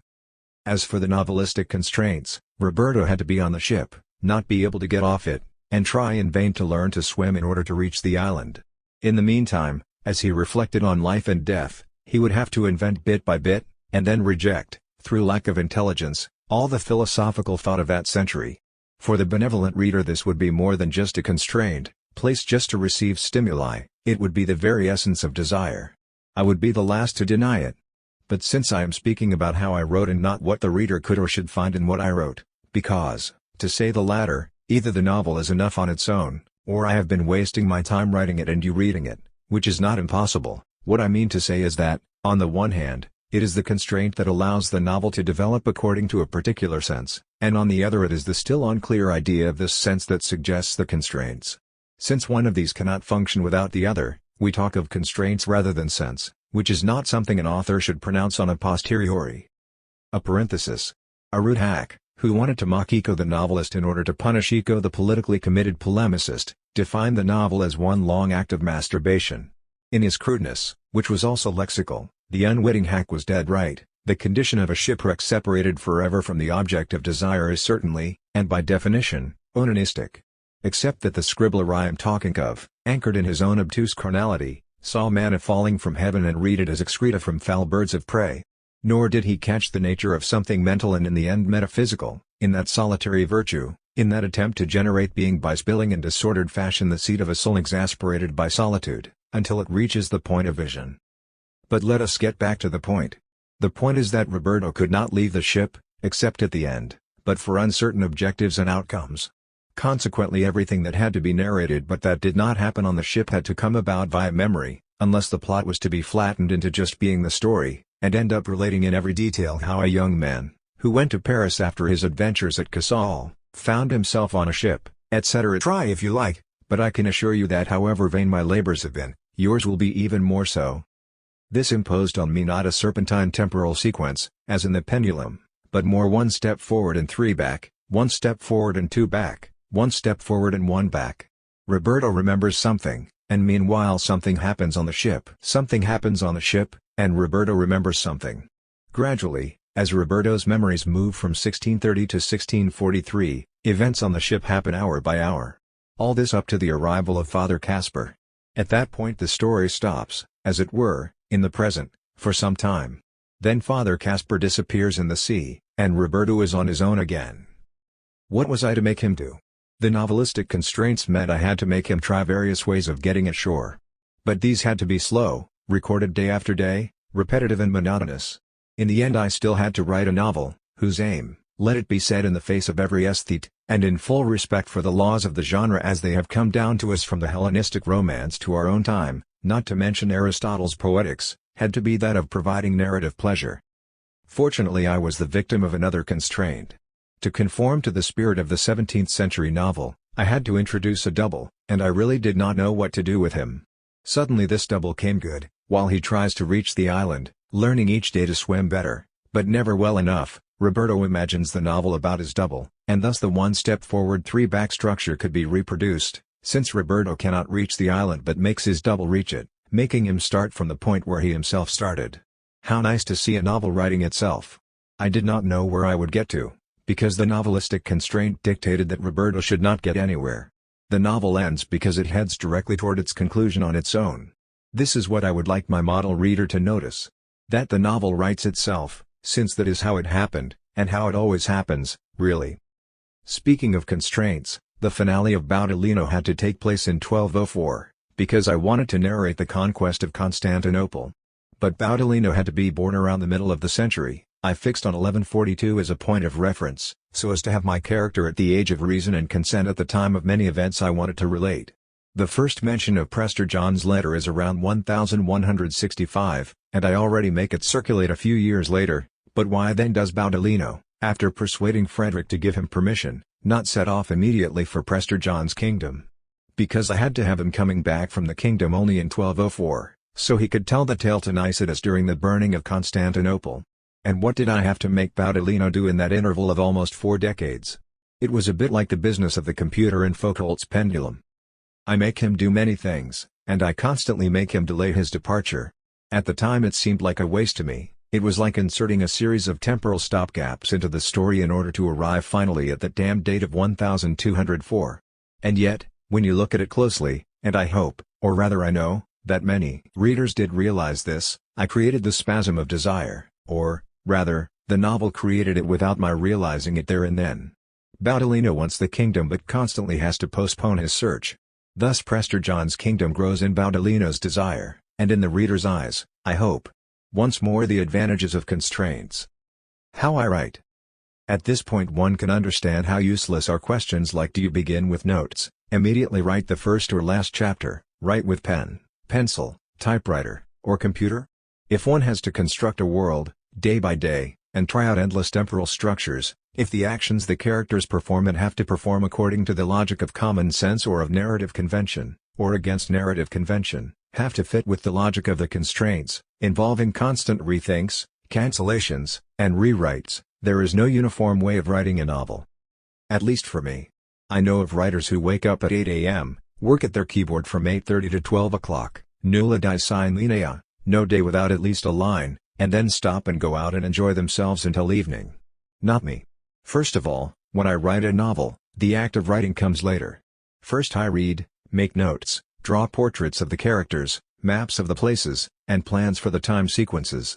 And these are done with a felt pen, or computer, depending on when and where one does this, or on the kind of narrative idea or detail one wants to record, on the back of a train ticket, if the idea comes to you on a train, in a notebook, on an index card, using ballpoint, tape recorder, or blackberry juice if really necessary.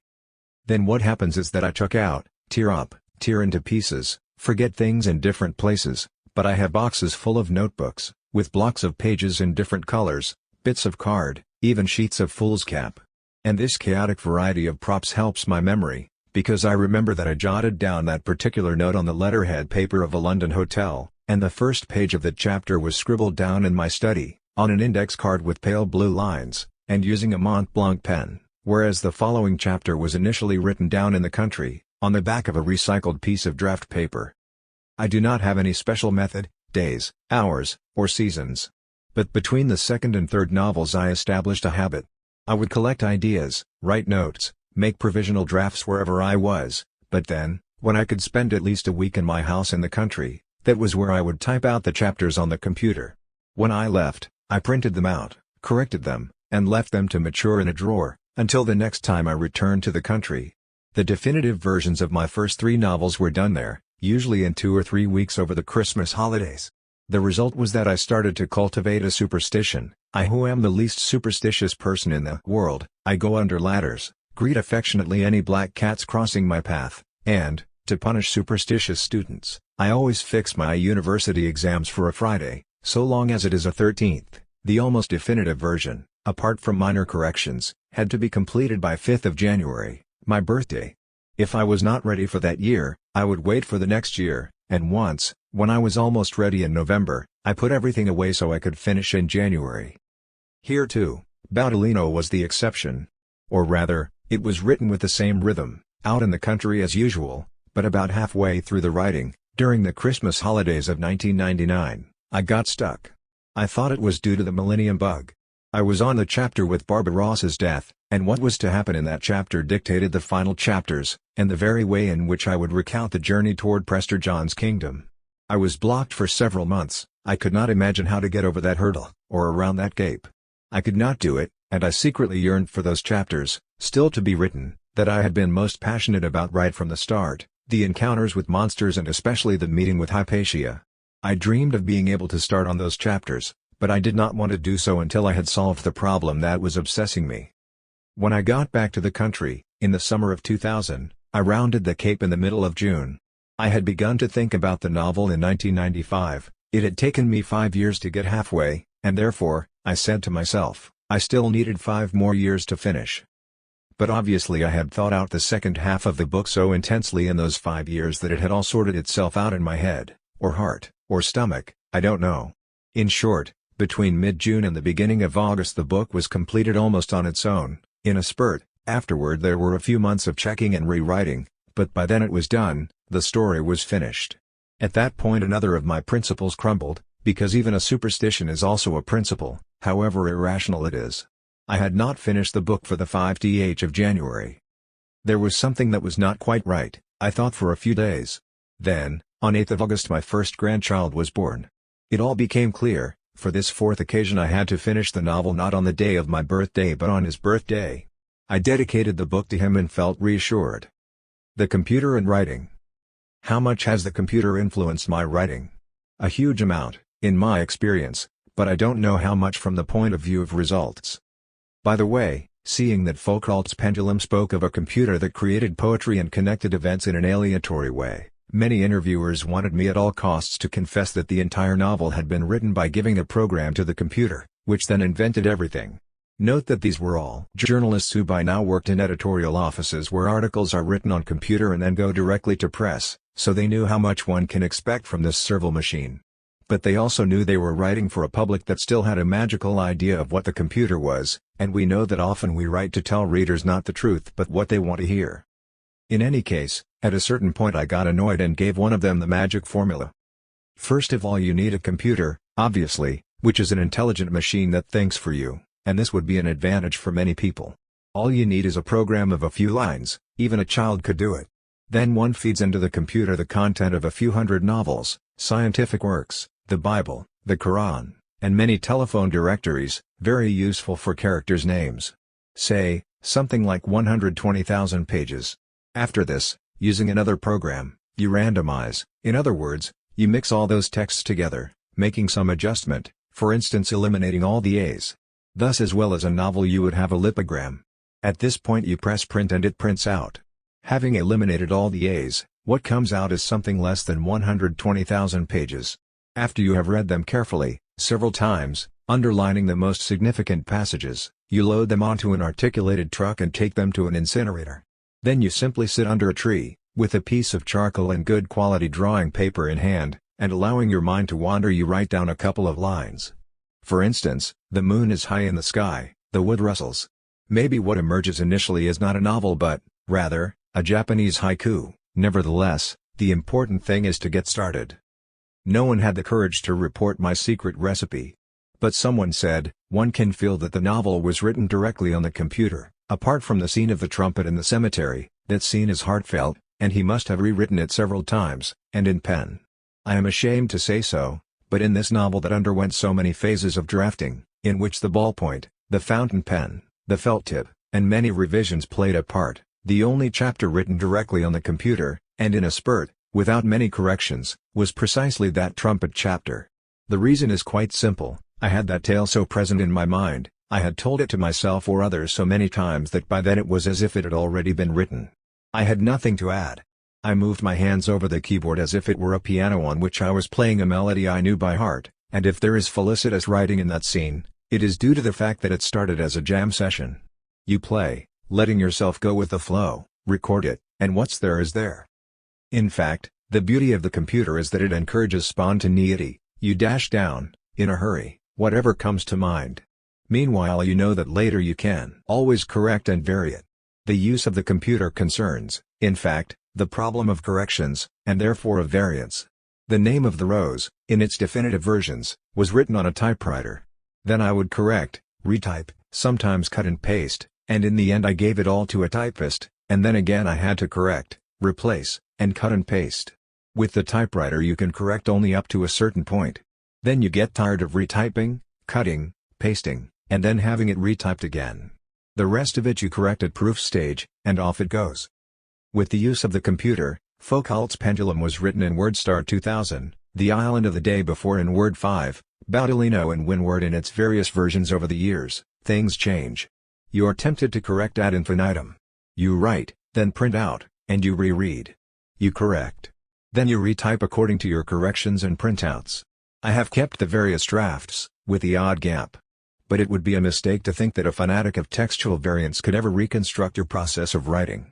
In fact, you write, on the computer, print out, correct, by hand, and make the corrections on the computer, but as you do so you choose other variants. In other words, you do not rewrite exactly what you have corrected by hand.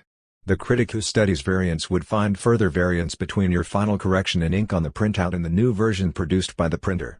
If you really wanted to encourage pointless theses, you have all of posterity at your disposal. The fact is that the existence of the computer means that the very logic of variants has changed. They are neither a rethinking nor your final choice. Since you know that your choice can be changed at any time, you make many changes, and often you go back to your original option. I really do believe that the existence of electronic means of writing will profoundly alter criticism of variants, with all due respect to the spirit of Contini. I once worked on the variants in Manzoni's Anisacri, Sacred Hymns. At that time the substitution of a word was crucial. Nowadays it is not. Tomorrow you can go back to the word you rejected yesterday. At most what will count is the difference between the first handwritten draft and the last one out of the printer. The rest is all coming and going, often dictated by the amount of potassium in your blood. Joy and sadness. I do not have anything else to say about the way I write my novels. Except that they have to take many years. I do not understand those who write a novel a year. They might be wonderful, and I do admire them, but I don't envy them. The beauty of writing a novel is not the beauty of the live match, it is the beauty of the delayed transmission. I am always annoyed when I realize that one of my novels is coming to the end, that is to say, that according to its internal logic it is time that it, he or she, stopped, and that I stopped too, when I notice that if I were to go any further it would only make it worse. The beauty, the real joy, is living for 6, 7, 8 years, ideally forever, in a world that you are creating bit by bit, and which becomes your own. Sadness begins when the novel is over. This is the only reason you would instantly want to write another one. But if it is not there waiting for you, it is pointless trying to rush it. The writer and the reader. However, I would not like these last statements to generate automatically another view common to bad writers, namely, that one writes only for oneself. Do not trust those who say so, they are dishonest and lying narcissists. There is only one thing that you write for yourself, and that is a shopping list. It helps to remember what you have to buy, and when you have bought everything you can destroy it, because it is no use to anyone else. Every other thing that you write to say something to someone. I have often asked myself, would I still write today if they told me that tomorrow a cosmic catastrophe would destroy the universe, so that no one could read tomorrow what I wrote today? My first instinct is to reply no. Why write if no one will read me? My second instinct is to say yes, but only because I cherish the desperate hope that, Amid the galactic catastrophe, some star might survive, and in the future someone might decipher my signs. In that case writing, even on the eve of the apocalypse, would still make sense. One writes only for a reader. Whoever says he writes only for himself is not necessarily lying. It is just that he is frighteningly atheistic. Even from a rigorously secular point of view. Unhappy and desperate the writer who cannot address a future reader. A first version of this piece was written for Maria Teresa Serafini, ed. Come si scrive un romanzo, Milan, Strumenti Bompiani, 1996. The editor had asked a number of writers a series of questions, which correspond to the sections of this essay. In the meantime I also published my fourth novel, Baudolino, and consequently I have inserted into the present version some passages dedicated to this, my latest experience with writing.